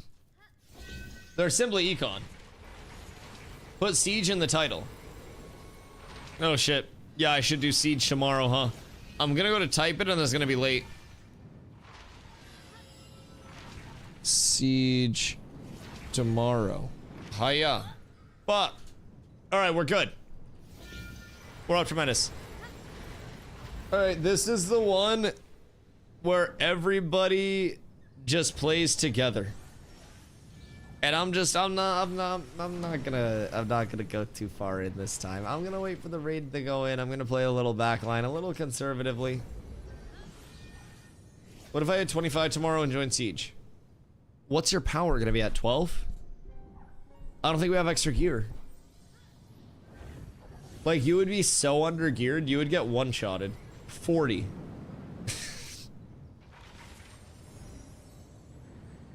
That might not be the most fun for you.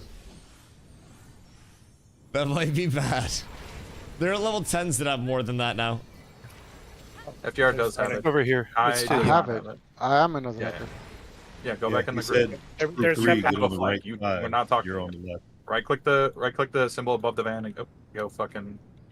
Johnny, tienes que Okay, darle he's a un right KT click al citizen. escudo y poner el primero Right. ataque. Like, I ain't even KT citizen anymore. I gotta go to New Atla. I gotta get my cloak from New Atla. I'm not gonna be a KT citizen for a little bit. I mean, if you got on and got geared, but you probably don't have enough money to get geared. We probably don't have a lot of extra gear, so gonna be bunkered down while everybody fights. Just holding down the inside of the town while the scrims are going on outside. Everybody shutters the windows, locks the doors type shit. Alright. One fight. Are we ready? Because I myself am very ready. Okay, we're ready. Oh, thank goodness. Thank hecking freaking goodness. I am very excited to actually get reps in. Because I have to piss. Like, if we don't get reps in, I'm gonna have to pee. I will lose my bladder and my mind. But it's almost here. We're well on the way. I believe in this one. Oh shit, we're going. Okay. They're kind of balling. They're kind of balling because they want to go for the hook. So Blotto, try to grab green cross if you can. I'll pull off you. Yeah. Yep. Even Meryl can pull here. Meryl. I got him in our back line. Kill green cross. Turn on Phallic. I'm gonna root 3, 2, 1. Rooting. Left side. Go. Mage. I got you, man. You're fine. Okay, clean our back. We got 2 rogues on there. Blow shrimp. Sweet. Nice. Okay, Mechador. Tripped it. Resistor trip. Strike and die. Super Turn on easy. strike. Walking off on this all. Gibraltar. Don't get too far. Healer way out of position. Nice. Dead. Inside of his gear goes. Blake and dive. I'm gonna have Indron pulled. Indron pulled now. Nimble this, please. Oh, Nimble they this. just triggered that pull. There you go. Beautiful. I'm gonna need help with their back line. I'm deep. Charting out back to you guys. I'm good. Nimble again on Big Bar, please. Heals on Kenny. Fuck. Look at this right side. Okay, inner back. Look at right. I'm pulling Rogue on the right side. Inner back line. He's stripped. He died too. He died too. Nice. Okay. All right, walk up left. Teleport us half. He'll blow. And nibble you. They got pulls down. I'm gonna gambit block. We can walk into this. They're all weak. Walk into the strip. Yeah, I got a big trip on him. Big AoE. Walk in forward. Walk in forward. Billy can die in the back Walking line. back to you guys. Play. Beautiful. Backline Billy is. Still back on. Dead. Yep, he's dead. Kills on Kai, please. Phallic can die. Actually, ho. Everyone on ho. Santa Claus. Yeah, they're clear. Dead. Red. Everything red. Okay, get ready to push. We need a route now. Call it. 3, 2, 1. Just any route, please. Look at Indrom in the back right. Big nibble. Big res in the whole team. Switching to mana for a sec. Okay, they're attacking soothing. Heal soothing. We're good. Kill targets, please. Hit that clump. Come on, guys. Hit it. Get some res if you can. You're pushing. Hold on.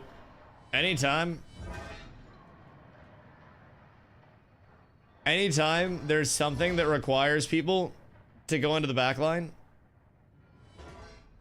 people just get so scared.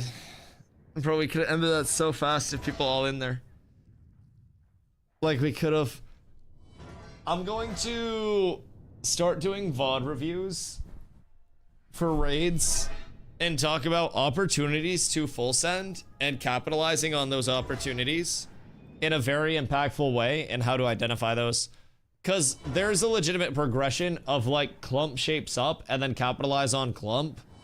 I got a 5-person trip there on people that were all 50% or lower. And we had like 2 people that went in on it. And then I think like one of them ended up dying. But if we had the rest of the raid go in, we would have probably got like 12 kills off of that clump. The potential is limitless. The potential is limitless. I'm just getting too far out right now. And people don't want to play that far up. Poor mages get exploded so fast when one goes in. Mages get exploded. Tanks get exploded. Like, bro, everything gets exploded if other people don't go in with it. That's the thing. Like, even if I'm a tank, the second that there's an opportunity to go in, I have to be the first one in to frontline that and to get the trips off, to get the walls off, all that shit, right? That's gonna require me to literally face tank a whole lot of shit. And if I don't have the follow-up with it, then that's going to be a little rough. Because then I will just get my shit kicked in by everybody focusing me. Also, fucking grapple. I hate grapple so goddamn much. But I also love grapple so goddamn much. I just have to realize that like people are honing in on me right now, and I can't overextend into backlines. If I overextend into backlines, I'm gonna get punished for it. I have to play so conservatively right now. The Ooga Booga must be dialed back just a smidge. Just a little baby smidgington. And then as we work it out, we can hit some more flanks. We can get a little more aggro, but it doesn't all have to happen instantly. What is this? This is last fight? Santa Claus, Santa Claus. Yeah, they're clear. Red, everything. What these? Alright. You hit red for 10. Oh wait, was this the end? Yeah, I was already dead here, huh? Absolute tragedy. Absolute tragedy. I don't like being dead. That's very sad. Yeah, see, like, if we had... right here...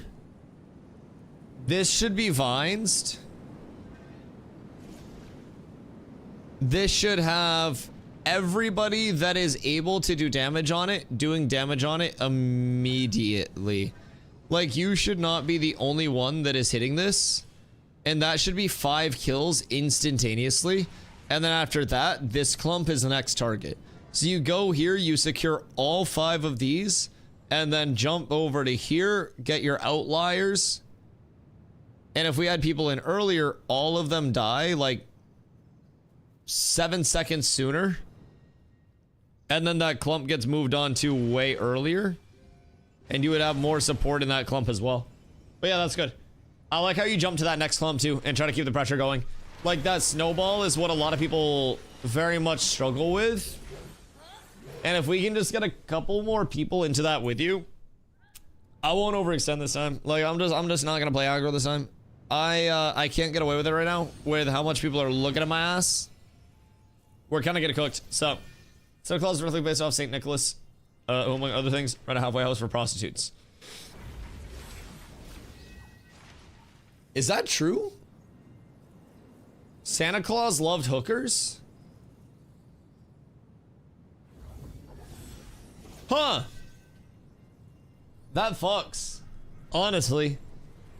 I support that entirely. 1000%. Wait, fungi called EBC to help them. How many does EBC have over there right now? Cause I love that for Santa. Honestly, Santa's got a big sack and you're gonna see it. TDK is instant, the snowball goes insane. Oh, yes. If you just jump in and then everybody uses abilities at the same time, brrr, stuff dies. Very, very, very, very, very quickly. Yeah. Coordinated chaos just leads to Killingtons. I just gotta be a little more cautious. Oh, I meant for Rust? Oh, yeah, faster than this shit. Yeah, that's fair. That's fair. Live more, we'll war deck them. Now EBC's going perp to burn us down while they kill themselves after. So you war decked fungi and EBC is showing up and going purple to burn you guys down, and then fungi is getting the kills? Cause I'd be down to pull up. How much is a handful? Like 20 or like less than 20?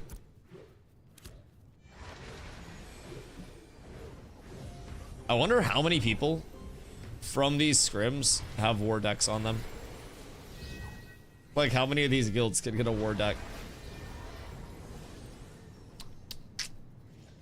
Intriguing concept. Very intriguing concept. Mayhaps, potentially. Very fun content, soon TM. Other teams missing some people. Wait, like they're down numbers? Or they have people not ready? Cause I have to take a tinkle. I am pounding water today.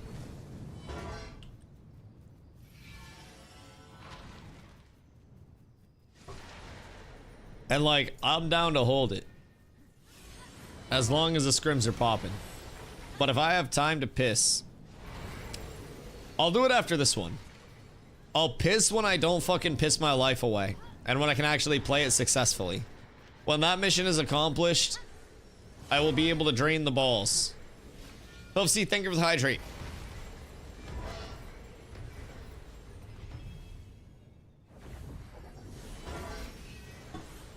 You evil bastard. I appreciate that. It is always a blessing and an honor. Yeah, bro. My balls are engorged with pee right now. Pee and microplastics. Pretty exclusively. So I'm really hoping we have a good one out here. They have less than 20 EBC out of deck healing fungi. Interesting. What? What? Pee is stored in the balls. But also our balls are filled with microplastics because of the 5G and the cancer. Yeah, you don't watch CNN, dude, and it shows. You need to watch like more news, and then you would know. But yeah, it's a rough state. I don't know if it's any different in Canada or not, but like we got a lot of microplastics and a lot of balls up in this bitch. Like there are more microplastics in balls than there are guns in American households. So I'm really trying to retrain very quickly, as efficiently as I can, to get out of the whole saying no's. Go drink your bong water. A bong water touched my tongue earlier and I wanted to die. I really hold it off until like they don't think I'm gonna do it. Okay. I'm gonna execute Operation Don't Get Grappled first. Yep. If we can get... Just look for a hook. Just hook first. Meryl can die. Thank you for boarding Meryl can die. Read it. Meryl's in our backline. Tripped. Nimble this quickly. Got it. I got banner out on I'm gonna our root them soon. Rooting 3, 2, 1. Rooting middle at green cross. I got a wall behind that. Walk up on this. Quick kills on the wall. Yeah. Go in. Damage. We can all in here actually. Big road in the back. Big road in the back line. All in. Everything in now. It's a GG. Find a healer. Sit on it. Diamond healer. In drop. Diamond. Nice. Walk into the back line. Good shit. Good kills on that wall, guys. Silence on that bike. They are all dead. Pulling teleporter in a sec. Yep. Good shit. Stop. Everyone stop. Can I get a res, please? Oh, that wall was fat. That wall just got us like 5 fucking kills there. All right, that deserves a nice little pee. Oh, I just hit a juicy fucking wall there. Huge wall. Thank you, my boy. Thank you. Huge follow-up. All right, I'll be right back. I deserve a pee after that one. Un momento.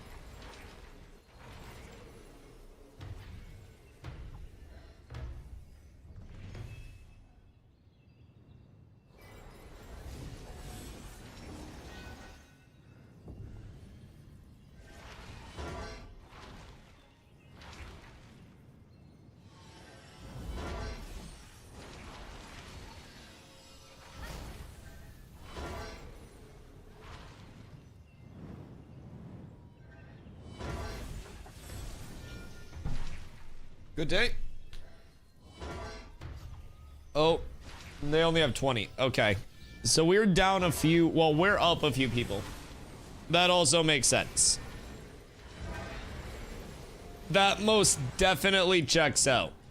So between us being up a few people and that wall being nasty, that was not a good situation. It's perfect. I bumped into the wall and I cooked him. Bro, I saw the vines go out and it was a beautiful, beautiful, beautiful setup. Like the vines made that all happen. I vined on that shit.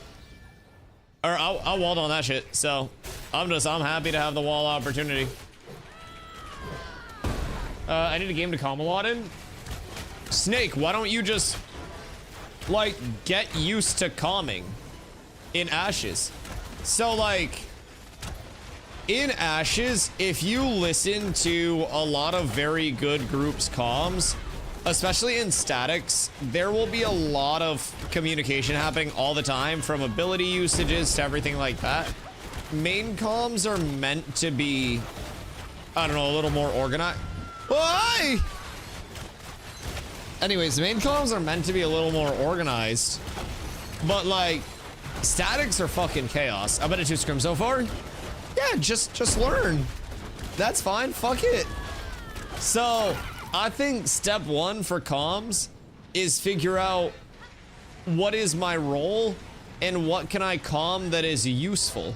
You don't have to start off knowing macro and everything, but if my role as a tank is to pull somebody, trip something, and stuff like that, then that's huge. First scrim was me trying to learn how to PvP properly, and second one was self-target calling. Fuck yes. That's the prog, baby. That's what it is. That's all it takes. And if everybody focuses on that, right? Like you said, first one's learn your role. What am I supposed to be doing? I'm supposed to peel my backline if they need it. I'm supposed to grab people in, and I'm supposed to secure kills. I'm supposed to throw up walls, and I'm supposed to trip people. I call out those things, and we're good to go. Banner, forward, everybody step into banner. I have Aegis on you, on Clump, whatever it is. You're safe. I have a trip on this person, spike this person. So that's my baseline role in this. Anything else that I do is a bonus. So if I can calm those things, like that wall that went out, if I did not calm that wall going out, then people would not have been able to know that this was going out, and we wouldn't have capitalized on that nearly as much. Nearly as much. Also low-key. Part of me wants to see how much I like down here. It's just always been weird to me. I don't like it as much. It's not like as, I don't know, it's not as aesthetic, I feel like. It's great for visuals. It's just, it's not as aesthetic. It's weird. I can get used to it though. I get used to it. Finger injury made it pretty easy to call out low HP. Yeah. I mean, that's a massive first step. Especially just being able to identify like, this target is a good kill target. My game just ended because a cheater was detected. Was it you? Are you able to queue again? Yeah, I think with Ranger, it's like you're calling out low HP targets, you're calling snipe setups, and you're calling vines. So you set that up, and you're good to go. And a Valo game is rare. I got banned for aimbotting in Valorant. She's in League right now, though. Which, honestly, probably worse than Valo, but I've never seen this. How does someone cheat in League? Like running a script for ability usage, maybe? Are macros banned in League? Because, like, people in Dota used to run, like, macros and scripts for, like, Invoker or Meepo or Chen, stuff like that, that were, like, input heavy, but script for dodging? Interesting. Winner so easy that it makes me want to run zero defense in large scale, at least. Don't take the bait. Don't take the bait. Just get tanky enough to survive the oh shit scenarios. Bro, I know, range classes always look like they have it so free. And then here I am calculating the fucking trajectory of like how close I can get to the enemy clump without getting absolutely ass fucking blasted. And like, let me tell you, it's not that close. It's not that close. I have to stay very far away or I just get insta cooked. I've got to be very careful with everything that I'm doing. Meanwhile, fucking mages and rangers and chargers, haha, brrr. I hate that shit. I hate that shit. And you do so much damage. Dusty here. Swag. Mages actually need armor. Wolves need no armor. Most abilities have a telegraph path, so a lot of scripts are made to perfectly dodge. Oh, so like detects a projectile and then it'll kind of like swerve you out of the way of any of the skill shots. That makes sense. So, Carlo, were you getting cooked in lane? Like, are you able to tell who the cheater was? Or was it like a relatively normal game? Long night, spent 5 hours at ER Vet last night with my cat. Yo, Stomps, I hope everything's good, dude. I hope you're getting some good food now, chilling out, relaxing, maxing all cool, shooting some b-ball outside of a school.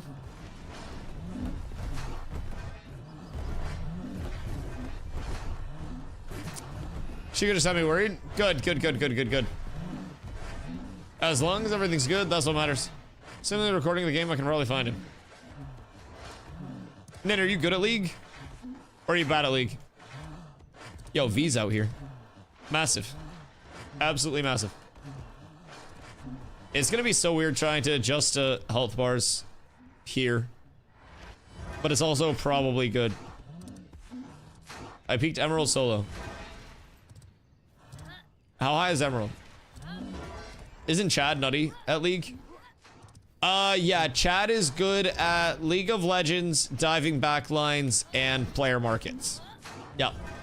I don't know what else, but Chad has like jackets from League of Legends or some bullshit. I think it's like a Challenger's jacket or some shit.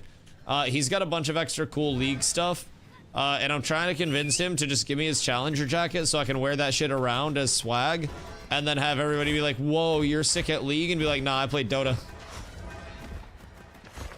I play MMOs now. I used to be. Right before the game ended, the enemy bot laner said, you're a shit smurf, Jinx, so I'm guessing it was my bot lane. Oh no. Were you guys winning? Yikes. Yikes.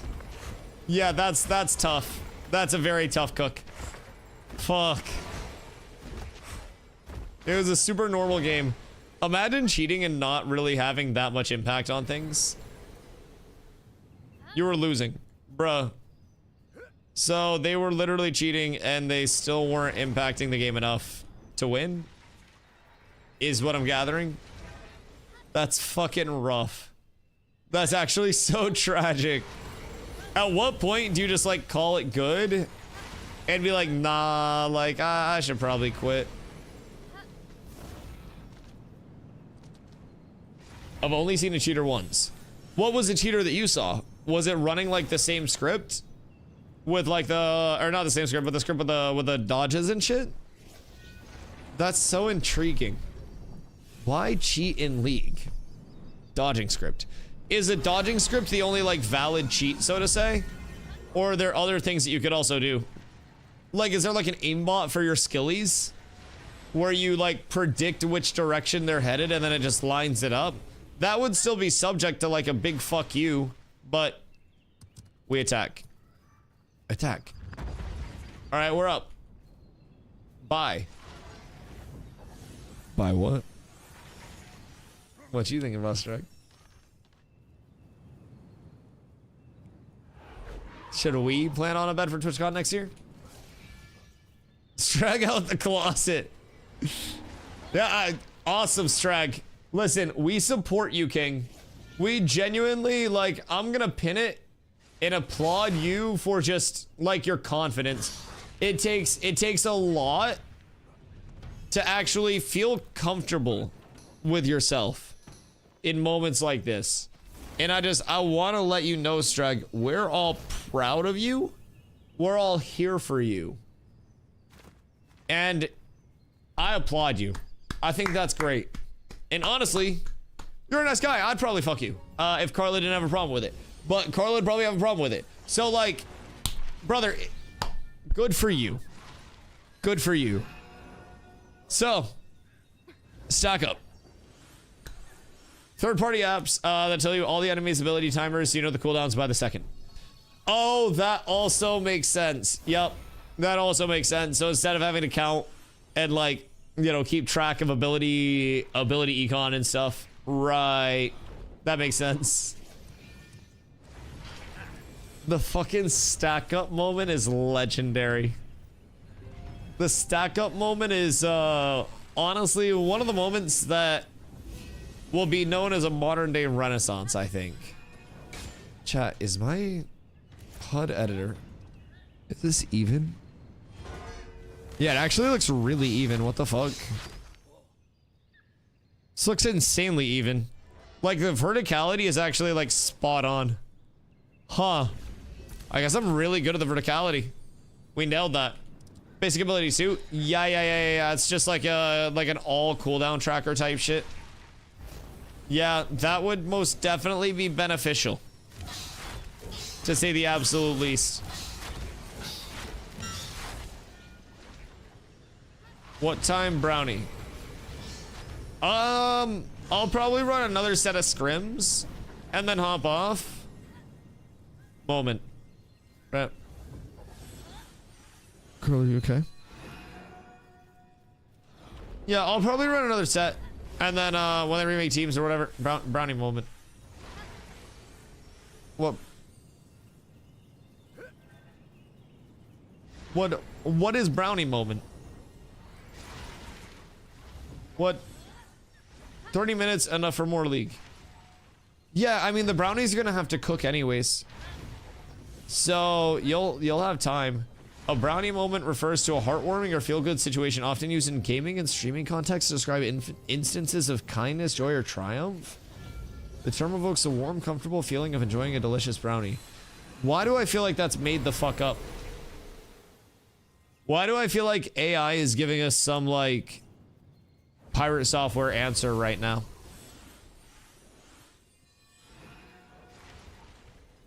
Dusty, you were unleashed. Rah! All right, cool. Everybody, big dick.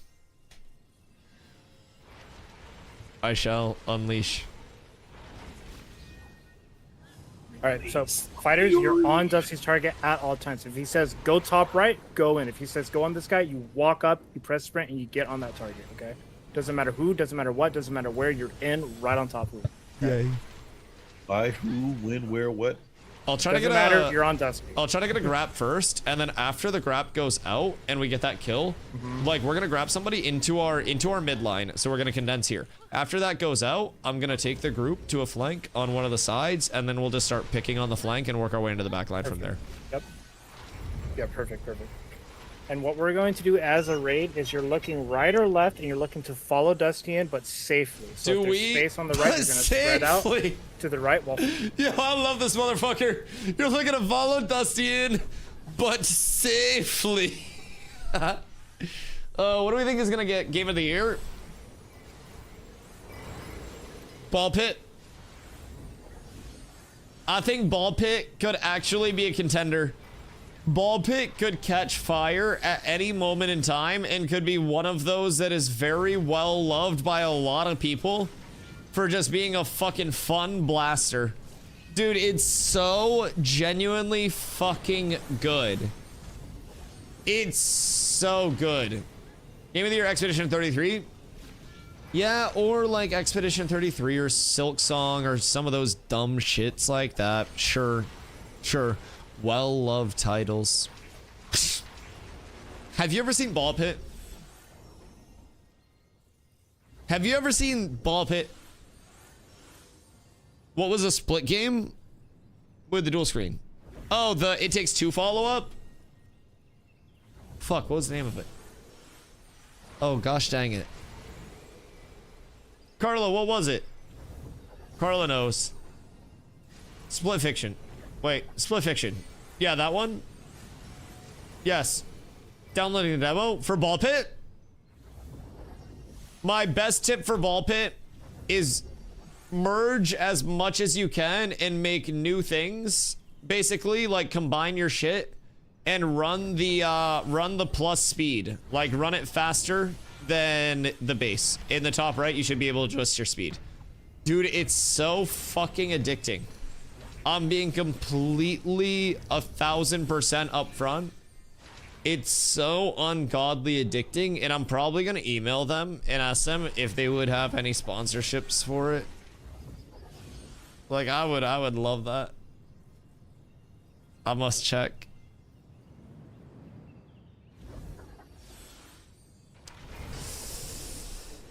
Cause that shit goes hard. It goes really, really, really, really, really, really, really, really, really, really, really hard. And I would love to do that.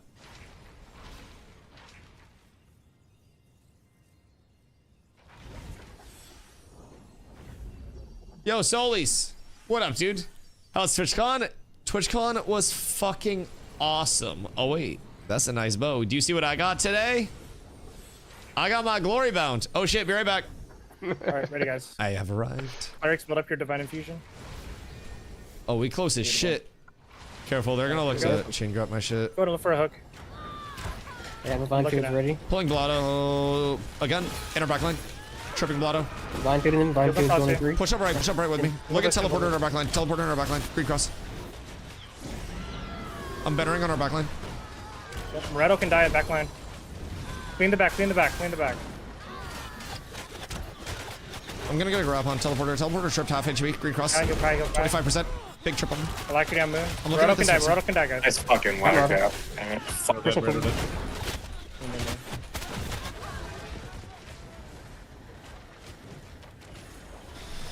Why is it every time I'm told people are gonna stick on me, nobody sticks on me?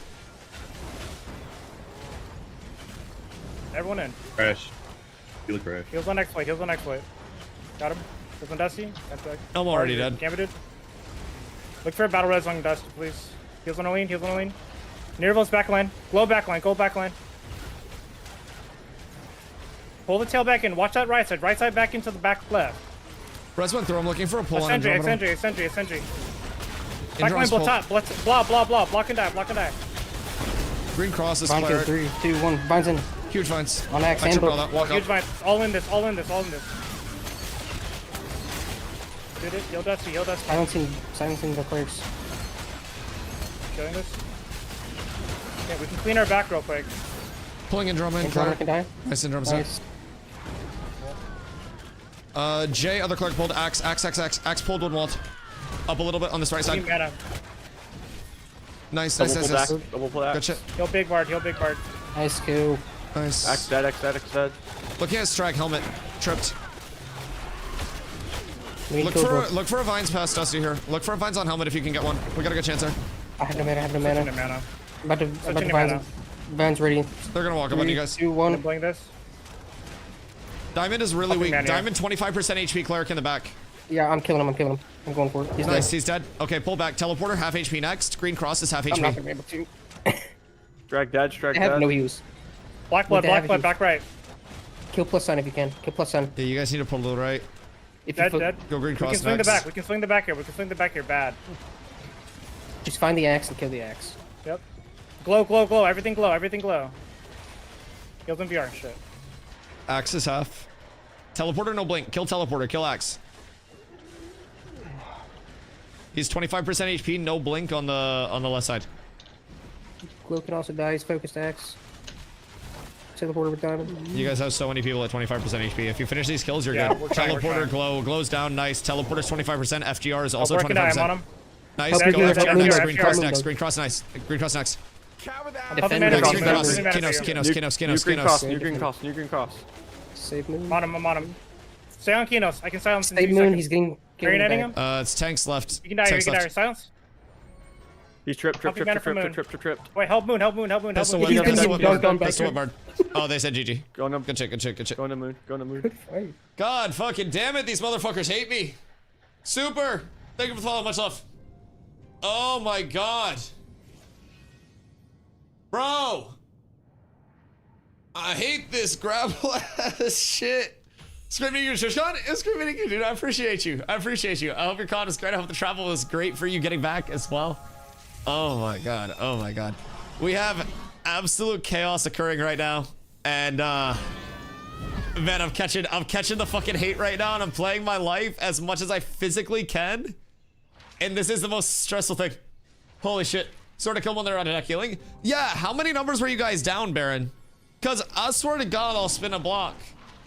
I will 1000% spin a block in the name of Dunehold. Bro, do not put that past me. I have a guild deck in my inventory. I ended up behind the whole enemy raid.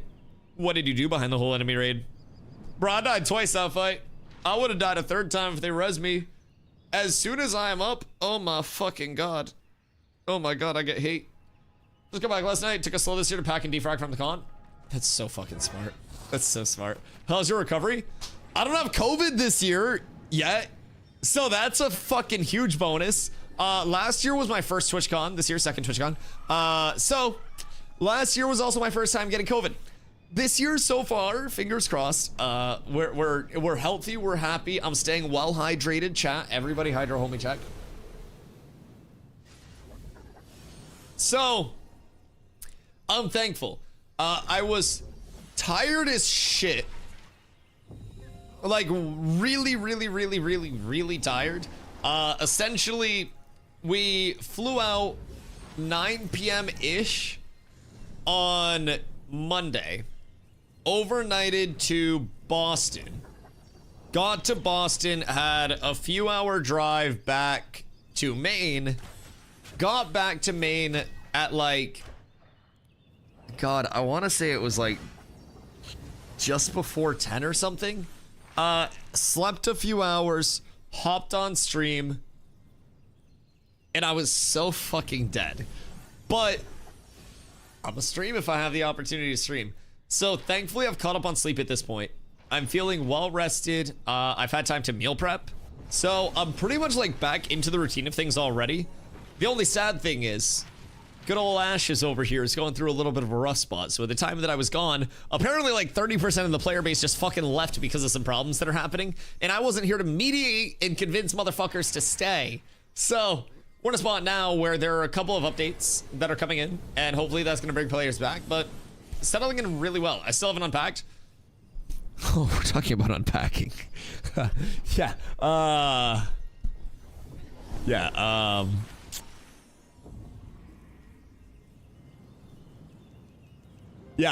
Yeah, no, we'll talk about that at a later date, dog. I'm gonna be real. We'll talk about that shit not right now. That's gonna be a bit. It's gonna be a little bit, to say at the very least. You know, the second DJ at the block party was Will Smith's son. Like Jane Smith? Or a different son? How many sons does Will Smith have? Wait, Jaden Smith was at the block party? Or was it the other son? Because Jaden Smith does like rap and shit. Did he do a DJ set? Jaden. When? Wait, what the fuck? Was he doing like his catalog? Was he doing rap stuff or was he DJing? Because I don't know if it was a different stage, but I didn't hear no goddamn Jaden Smith when we got over there. I would've got lit to some Jaden Smith, although I was getting lit anyways. But EBC stole my shoes yesterday. Will you avenge my shoes? What happened to your boots? Wait, what got cooked with your bootsy wootsies? Healbot, there's no way. Solo block party, there's so much to do. It should have stayed at the DJ longer. Bro, the block party had so much food. Oh my fucking God. Like, the food had me on rotation. And streamer privilege, I just happened to get a whole lot of drink tickets. I just found them. Wild. So that was a personal challenge. I needed to remain as sober facing as possible while drinking as much as humanly possible the night of the block party. I feel like I succeeded. I feel like I was very sober facing for a majority of the con. Except for when I got really tired, bro. Sunday, I'm gonna be real. Like, I'm wearing the Antisocial Social Club, like the pink one that they had for sale over there. And I went up to like the Antisocial, like one of their like creator partnerships people, right? And basically I went up to him and I was like, brother, I'm not gonna take much of your time. I'm so tired. But I was like, I'm Dusty. I stream a lot. I like your guys' products. Here's my card. I would love to email you sometime when we're all recharged and talk about stuff. I was like, I'm out, dude. Here's my contact info. Here's my email. I got you. A firm dap, and then we're on the way. At the Firefox card game release at the block party, and they were handing out shots like popcorn. Wait, what? Shots are being handed out?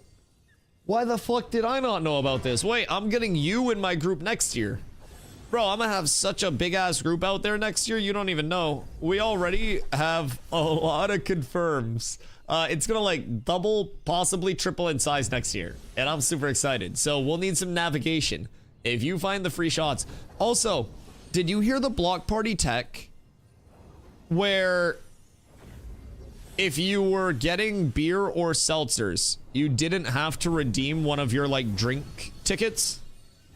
That's kind of fucking Techington. Now, I would much rather just have a vodka something. But like, if you like seltzer or beer, you're getting lit. Where were you guys?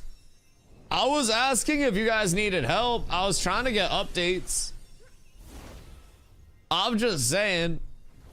I was trying to get updates. We have a lot of cats here. I was talking about it, but nobody would seem to want to go. Also, I didn't know if there was a horn sounded. I thought y'all had it under control. I'm gonna keep it a buck. No one told me? No one told me! I thought y'all had it under control. I know I'm not working even when I'm partying. Oh, dude. I consider networking while partying, networking on hard mode. Because, like, you need to make a lasting impression while you're fucked up, have that impression be positive, and also have it be memorable enough to retain through somebody being drunk and sobering up. And anytime I make a lasting impression on somebody that is absolutely lambasted, I consider it an absolute accomplishment. Fun guy brought EBC because they were scared of us. I heard. Don't worry. Tomorrow will be a chance for us to go at EBC with the Siege of KT. And I'm really excited for that. I think it's gonna be a whole hell of a lot of fun content. Oh shit. We be going in a sec. Hold on. Here we go. Step up. I'm gonna work up to the right side a little bit. Just try to be cautious here. Look at rest. I'm gonna grapple this. Wait, Clear grapple. Walt. I might die from that. 3, 2, 1, it's on the wall. I'm really deep in their back line. Glow's just eating my ass back. You're actually okay. Play deep. I'm looking for Gambit on you, Dusty. You're good? Yeah, I'm chilling. I'm walking back. Thank you, guys. Yep. Okay, fight that left side, actually. Looking really good on Dusty. Yeah. I'm gonna look for a pull on Vlay. Vlay green cross in 3, 2. I'm silenced forever. I hate this game. Vlay pull. Green cross. FGR here on the far right.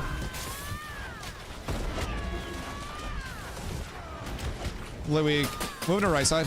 Vines in 3, 2, 1. Get Andromeda here. He's in the vine queue. He's rezzing in the vine queue. I got a trip on Andromeda. I'm going to silence. Nice, good shit. Nice. Look at left side, teleporter far left.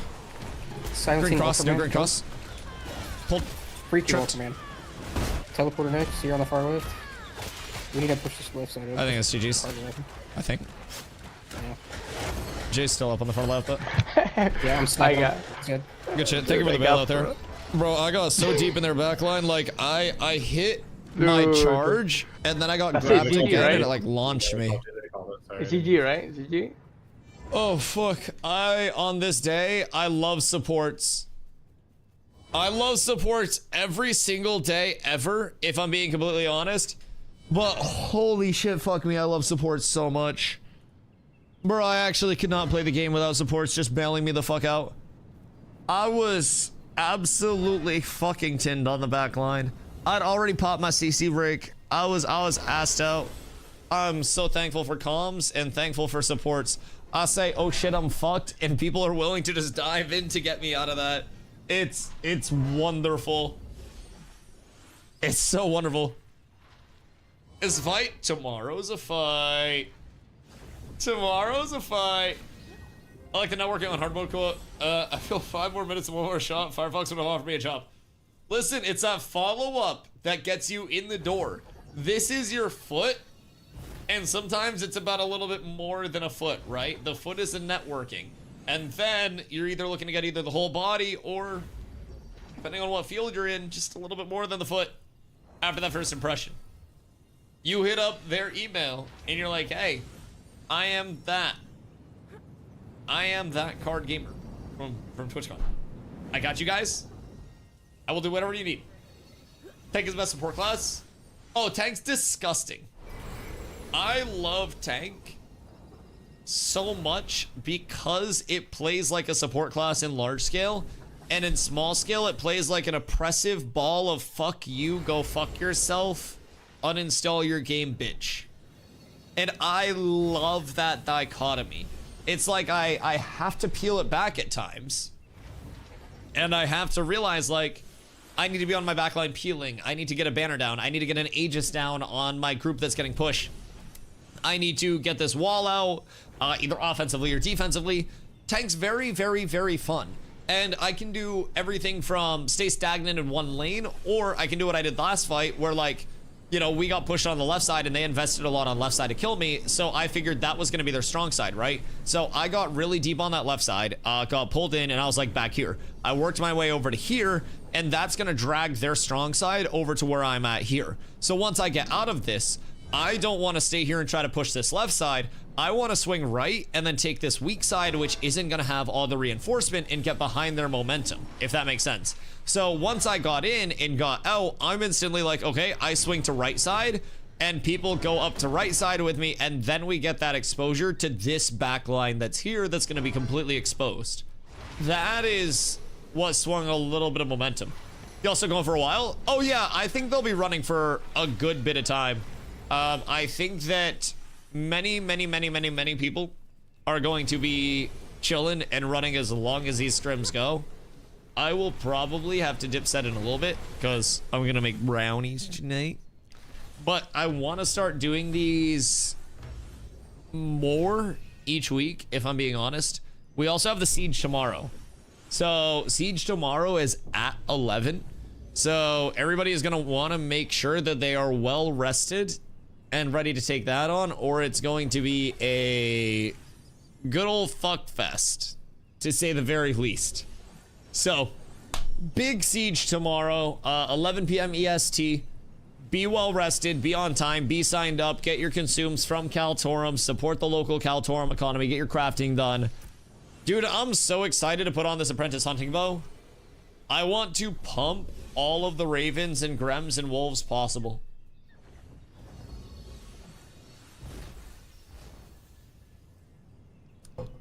Can I have that bow? Can you shut the fuck up? How's that sound? How many people learn a siege fight tomorrow? 200 reflex. It is 100 versus 100 on each side. It's been like 6 times over. Man, you want to know the craziest thing? If you just stand near me, you magically just don't die. It's kind of wacky and wild, if you really think about it. Well, it's like, GG Nori, do you even hunt? What's your hunting at? Bro, it's not even hard to get this bow. It was unironically easy as fuck to craft, and we could probably have another one crafted for you ASAP. It's Western Larch, 1 flax, and then copper fragments. And it's 1 copper. So 1 Lego copper. Or honestly, you could even do epic, I think, with any, no, you would need Lego. 1 Lego copper, 1 Lego linen, which is 1 Lego flax, and then 20 Lego larch. That's not that bad. And if you're using this bow for a while, that's gonna be huge. I'm tired, boss. You gotta keep going. What would DJ Khaled do, Emu? Exclamation key. Get yourself a DJ Khaled quote. Get yourself fucking inspired. Because if you're not inspired, then you don't have anything to live for. And if you don't have anything to live for, then what are you gonna do? He'd hire a poor? DJ Khaled would not hire a poor. DJ Khaled would make somebody rich. Almond milk plus cinnamon toast crunch equals major key to success. Almond milk, cinnamon dolce syrup, brown sugar syrup in a chai latte, iced from Starbucks. I call that the cinnamon toast latte. That shit fucks. I'm a former Starbucks store manager, trust me. It goes fucking hard. I've seen DJ Khaled mutilate a guitar playing it. Okay. And I bet DJ Khaled's also mutilated a whole bunch of punani. Because God did. The fuck's your point? DJ Khaled mutilates a lot. DJ Khaled's probably mutilated the dreams of many haters who want to bring him down. Because as he says, the key is don't entertain they. Keep, oh fuck, we're starting. Oh shit. God did. Anybody want to pull Blotto? Yeah. I got vines going out. FGR, I'm gonna Chaining him. Walled off for this. The rechain from him. Over on our left. Oh, he's in deep. He dies, he dies. Where the fuck is he going? Brother's off the fence. Roll can die. Alina, I'm with you. You're gonna stay in. I'm gonna walk up on this. Can you guys get a vines directly on top of me? I got Indrom. Diamond. I'm in way too deep. Okay. I'm getting back up for a sec. Look at the right side. Look at the right side. Look at the right side. They just dumped a lot on me. I have another grab ready. I'm gonna look at Diggity Fighter, new green crossbow. Vines. Back up on the right. Back up on the right. Walking on this. Big vines. Big vines. Yep. I'm getting a trip on this vines. I got stagger all in this. Gambit up, okay. We're doing good. Walling behind the vines. Walking behind the vines. Walk up on this. Walk up on this. Oh god. Guys, walk up on that. We have such an advantage. They're all so weak. Walk up on that. Everybody up on that. Everybody stand on that left side of the wall. Just keep walking up. They're all so weak. I'm up. Big heals on Dusty real quick. Top me off. Trust the guy. Trust the call. Trust the call. Ultraman can die on the left here. They're dropping. Don't worry. Good check. Pulling in, drop back in. I got a vines. They have that. Okay. Alright, good check, guys. Thank you for the rest. GG. Good. Once we walked in, perfect. Just a little bit quicker to walk in and everybody dies there on that wall. I could wait a little bit longer there too, but the fact that we recognized it late is better than not recognizing it at all. And everybody moved up after the fact. I can also calm better to have people walk in with that. I got in a little bit too deep, but that was good. That was really good. People actually were still able to get in like in enough time to capitalize on it through me taking a shitload of damage. So really good stuff there. I just assaulted Axe. Listen, all I do is try to make people feel very uncomfortable. I grapple, I wall, I tempo, and I take so much fucking damage, dude. Like, this shit hurts a lot. But I do a good amount of damage, too. I wouldn't sleep on my damage. Also, Intim Aura giving big staggers is fucking wonderful. Intim Aura plus Greatsword Cleaves. Like, look at that Intim tick. Wait. Look at that Intim tick when I went in. That's an Intim tick on 8 people that can put out 8 staggers. Yo, that's actually so fucking fat. That is unironically so good. Oh my god, look at all that damage coming in. Jesus Christ. I'm ticking Intim on so many people and getting staggers out when I come in. That's fucking massive. I love to see that that's actually hitting as many people as I think it is. Because those are massive ticks of it. Mages are looking at my combat log being like, well, Dusty, what do you mean massive? Bro, this is huge. This is huge. I need to level and get here to do some PvP. If you guys need... Intim's not great in PvP. You're on Fent. Intim in group PvP is fucking disgusting. Intim's not great in 1vs, but Intim in group PvP, not from a damage standpoint, because damage is not the emphasis. We are a support. Intim, from a standpoint of being one of the only full AoE staggers in the game, stagger facilitating a whole shitload of other abilities, not just your own, is absolutely massive. AoE stagger means that just on a tank standpoint, if you ground pound people that are AoE staggered, they're tripped because of that stagger. That allows you to then use shield slam instead of shield assault, which gives you more single target pursuit for finishing targets, getting in, getting out. It's really fucking good.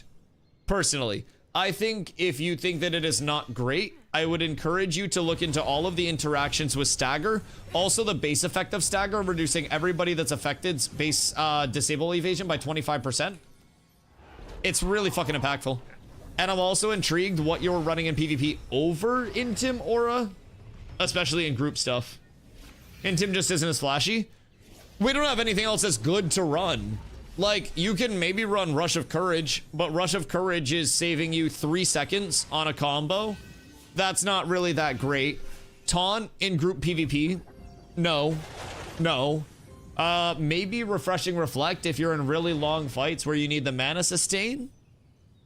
Extended Protect is worthless. Relentless Vengeance is ass in group stuff, good in 1v1s, and Inciting Strikes is absolutely fucking awful. I'll be completely honest. Inciting Strikes is just a way worse slam in terms of the damage output. It's a 0.8 150. I could have a 0.8 200. Very, very, very easily. It's just not worth using Inciting. So I'm definitely open to what you think is better than Intim for group-based PvP and what you would change on this tree. And everybody has their own preferences. But to say it's not great, you get an Intim out, and then you have a bard jump in with a fat Mez dance on a staggered backline. That's a stun instead of an in cap. That backline can then take damage. Chain Lightning, Aftershock, facilitated by stagger. Everybody is much more likely to get vines, much more likely to get tripped, frozen, CC'd, literally everything because of that AoE stagger going out. And if you're putting a stagger on 8 people that were not previously staggered, it's 8 people that are a whole hell of a lot easier to kill. And tank, again, in large scale, I'm gonna be real, if you're playing it just to do the most damage, you're playing the wrong class. We're a support in large scale. That's about it.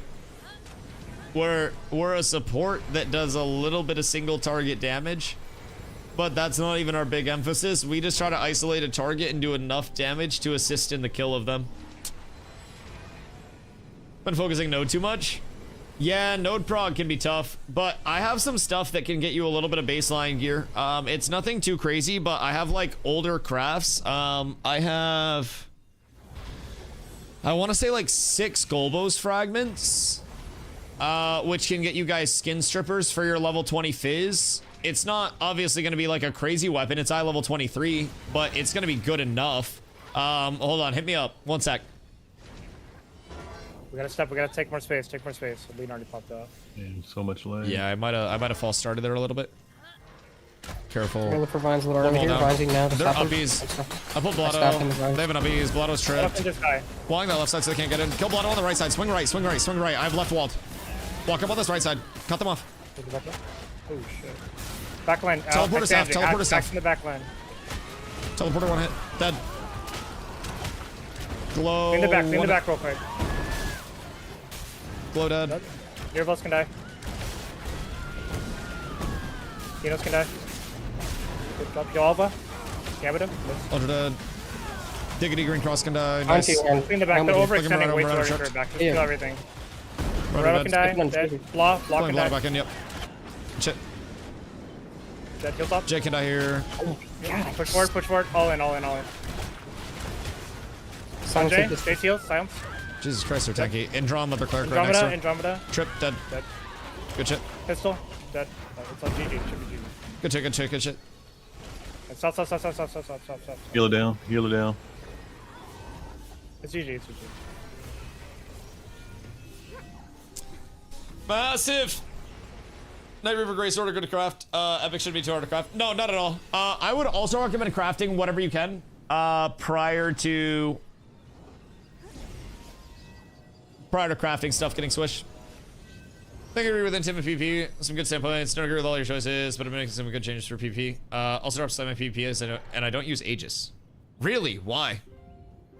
Slam and Aegis are disgusting, in my opinion. Slam is our most replicatable AoE damage output and is a frontal cone. So not only is it our highest AoE, but it's our second highest single target. And it is our biggest replicatable, like, just back-to-back damage output. So you save up full courage, get your grit up before you go in. Tremoring, slam because it's a 0.8 into your pulse. If you're slamming, if you're using slamming, you need courage in that scenario. Yeah, you always have courage as a tank. You should be auto-attacking as a tank literally all the time, and you get courage from your finisher and your extended finisher. And then you also get courage from taking damage. You should really never be out of courage. In Rush of Courage, I absolutely disagree. I think if you're not comfortable with managing stamina, Rush of Courage is good. You should use it for burst with that logic. Yeah, that's exactly what you do use it for. Yes. Yeah, Slam is your burst. And you generate courage extremely easily. Yes. And you also do not have the time to go slam, slam, rush, slam, slam, because that is a 3.2 second duration, and nobody with any brain is going to be locked down for 3.2 seconds in group combat. But yeah. I would watch the VODs because slam is a huge percentage of damage. The second you get somebody locked down and you can actually get slams off on them, keep in mind, slam does the same amount of damage as ground pound for 10 less courage. It does 25% less damage than pulverize on a 0.4 second faster cast, which is 33% faster. This is really, really, really, really, really good. And like the big part about slam as well is like just in terms of the speed of it, right? You trip, slam, and then you just have that instant pump, right? So between your tremoring, a slam, and then a pull to finish it up, if they CC break, then that's going to be 175, 225, which is going to be immediately 400, another 200 for 600. Like slam is disgustingly good, in my opinion. But yeah, everybody has their own preferences and things. So I think there's no like immediate right or wrong answer. I do like Rush of Courage as an ability, but I also feel like Rush of Courage is more a 1v1 when you're just looking to constantly pressure and when you have more time to stay in.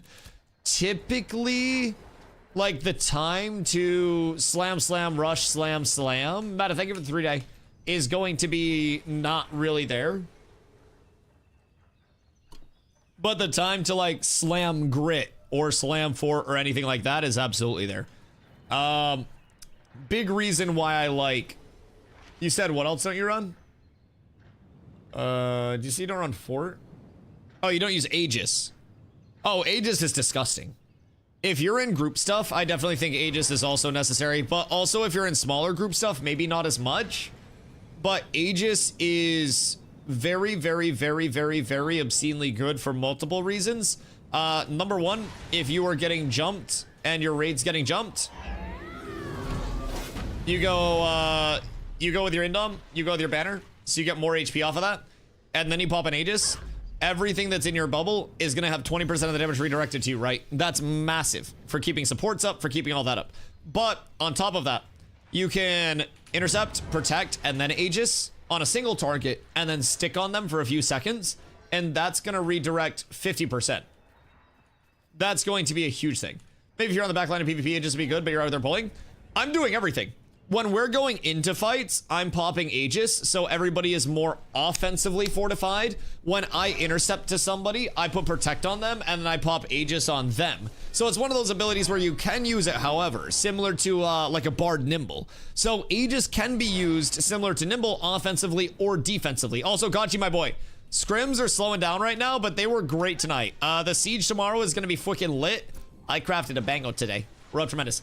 But yeah, so the thing with Aegis, it's like, it's got multiple use scenarios. It's good for defensives on initiates. If your raid gets caught, then you banner your raid, and then you jump in and you pop an Aegis on top of them. You pop it on a single target and you babysit the single target. You pop it on a full engage, so that way anybody that walks into your engage and through your initiate is then going to have all of that extra damage mitigation as they're coming in with you and stacking on top of you in that big clump.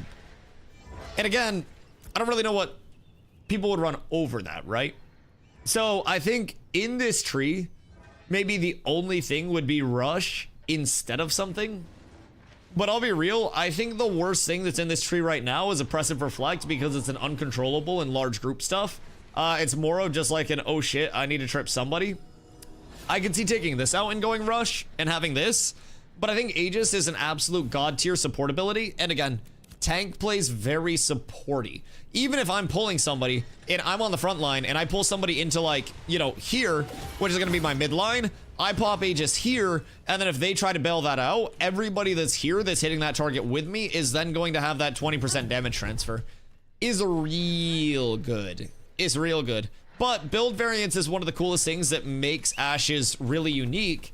And once we get our ranks for all of our abilities, it's only gonna get more of like a build variance discussion with it. So I think that's one of the coolest things, dude. Just because I like running something and I see a lot of variance, or I see a lot of validity in it, definitely does not mean that it's immediately like invalid to do anything other than what I say, which is a really cool state of affairs to have in a game these days. I think that too frequently, it's a big matter of like,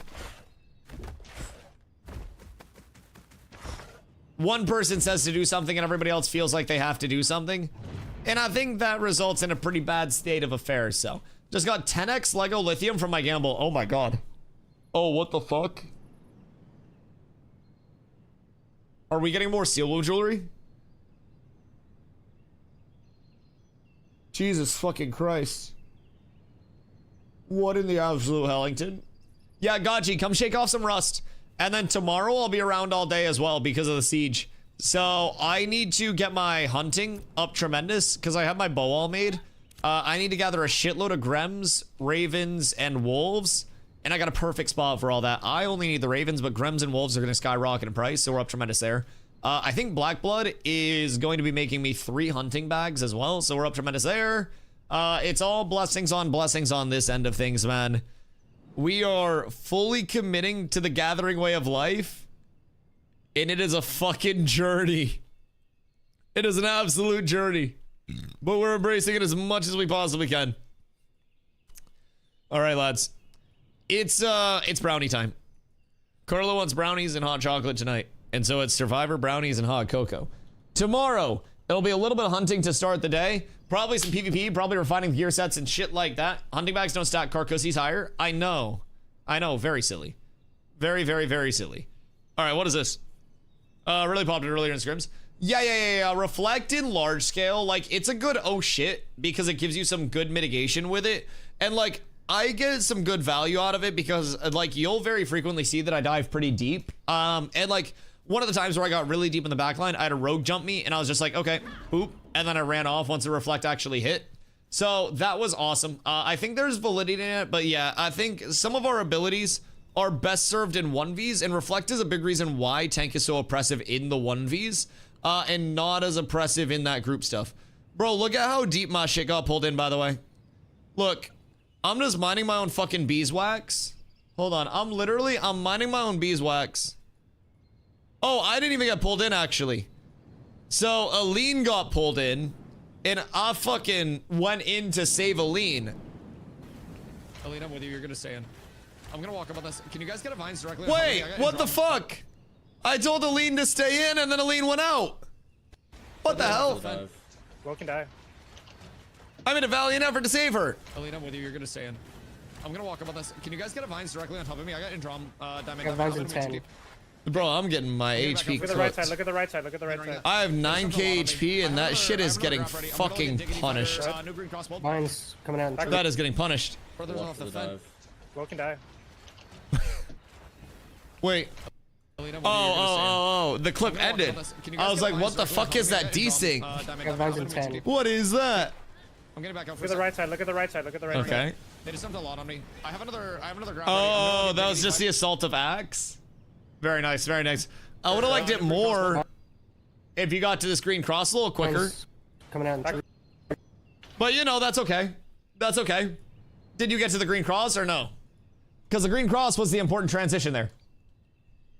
All right, boyos. If it is your first day here, I appreciate y'all coming through. My name is Dusty. I stream every single day starting around 2 p.m. EST.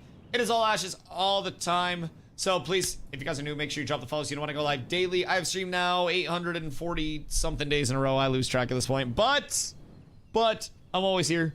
Please drop the follow, help support the stream. Also, check your primers, check your balls, make sure everything is good down there.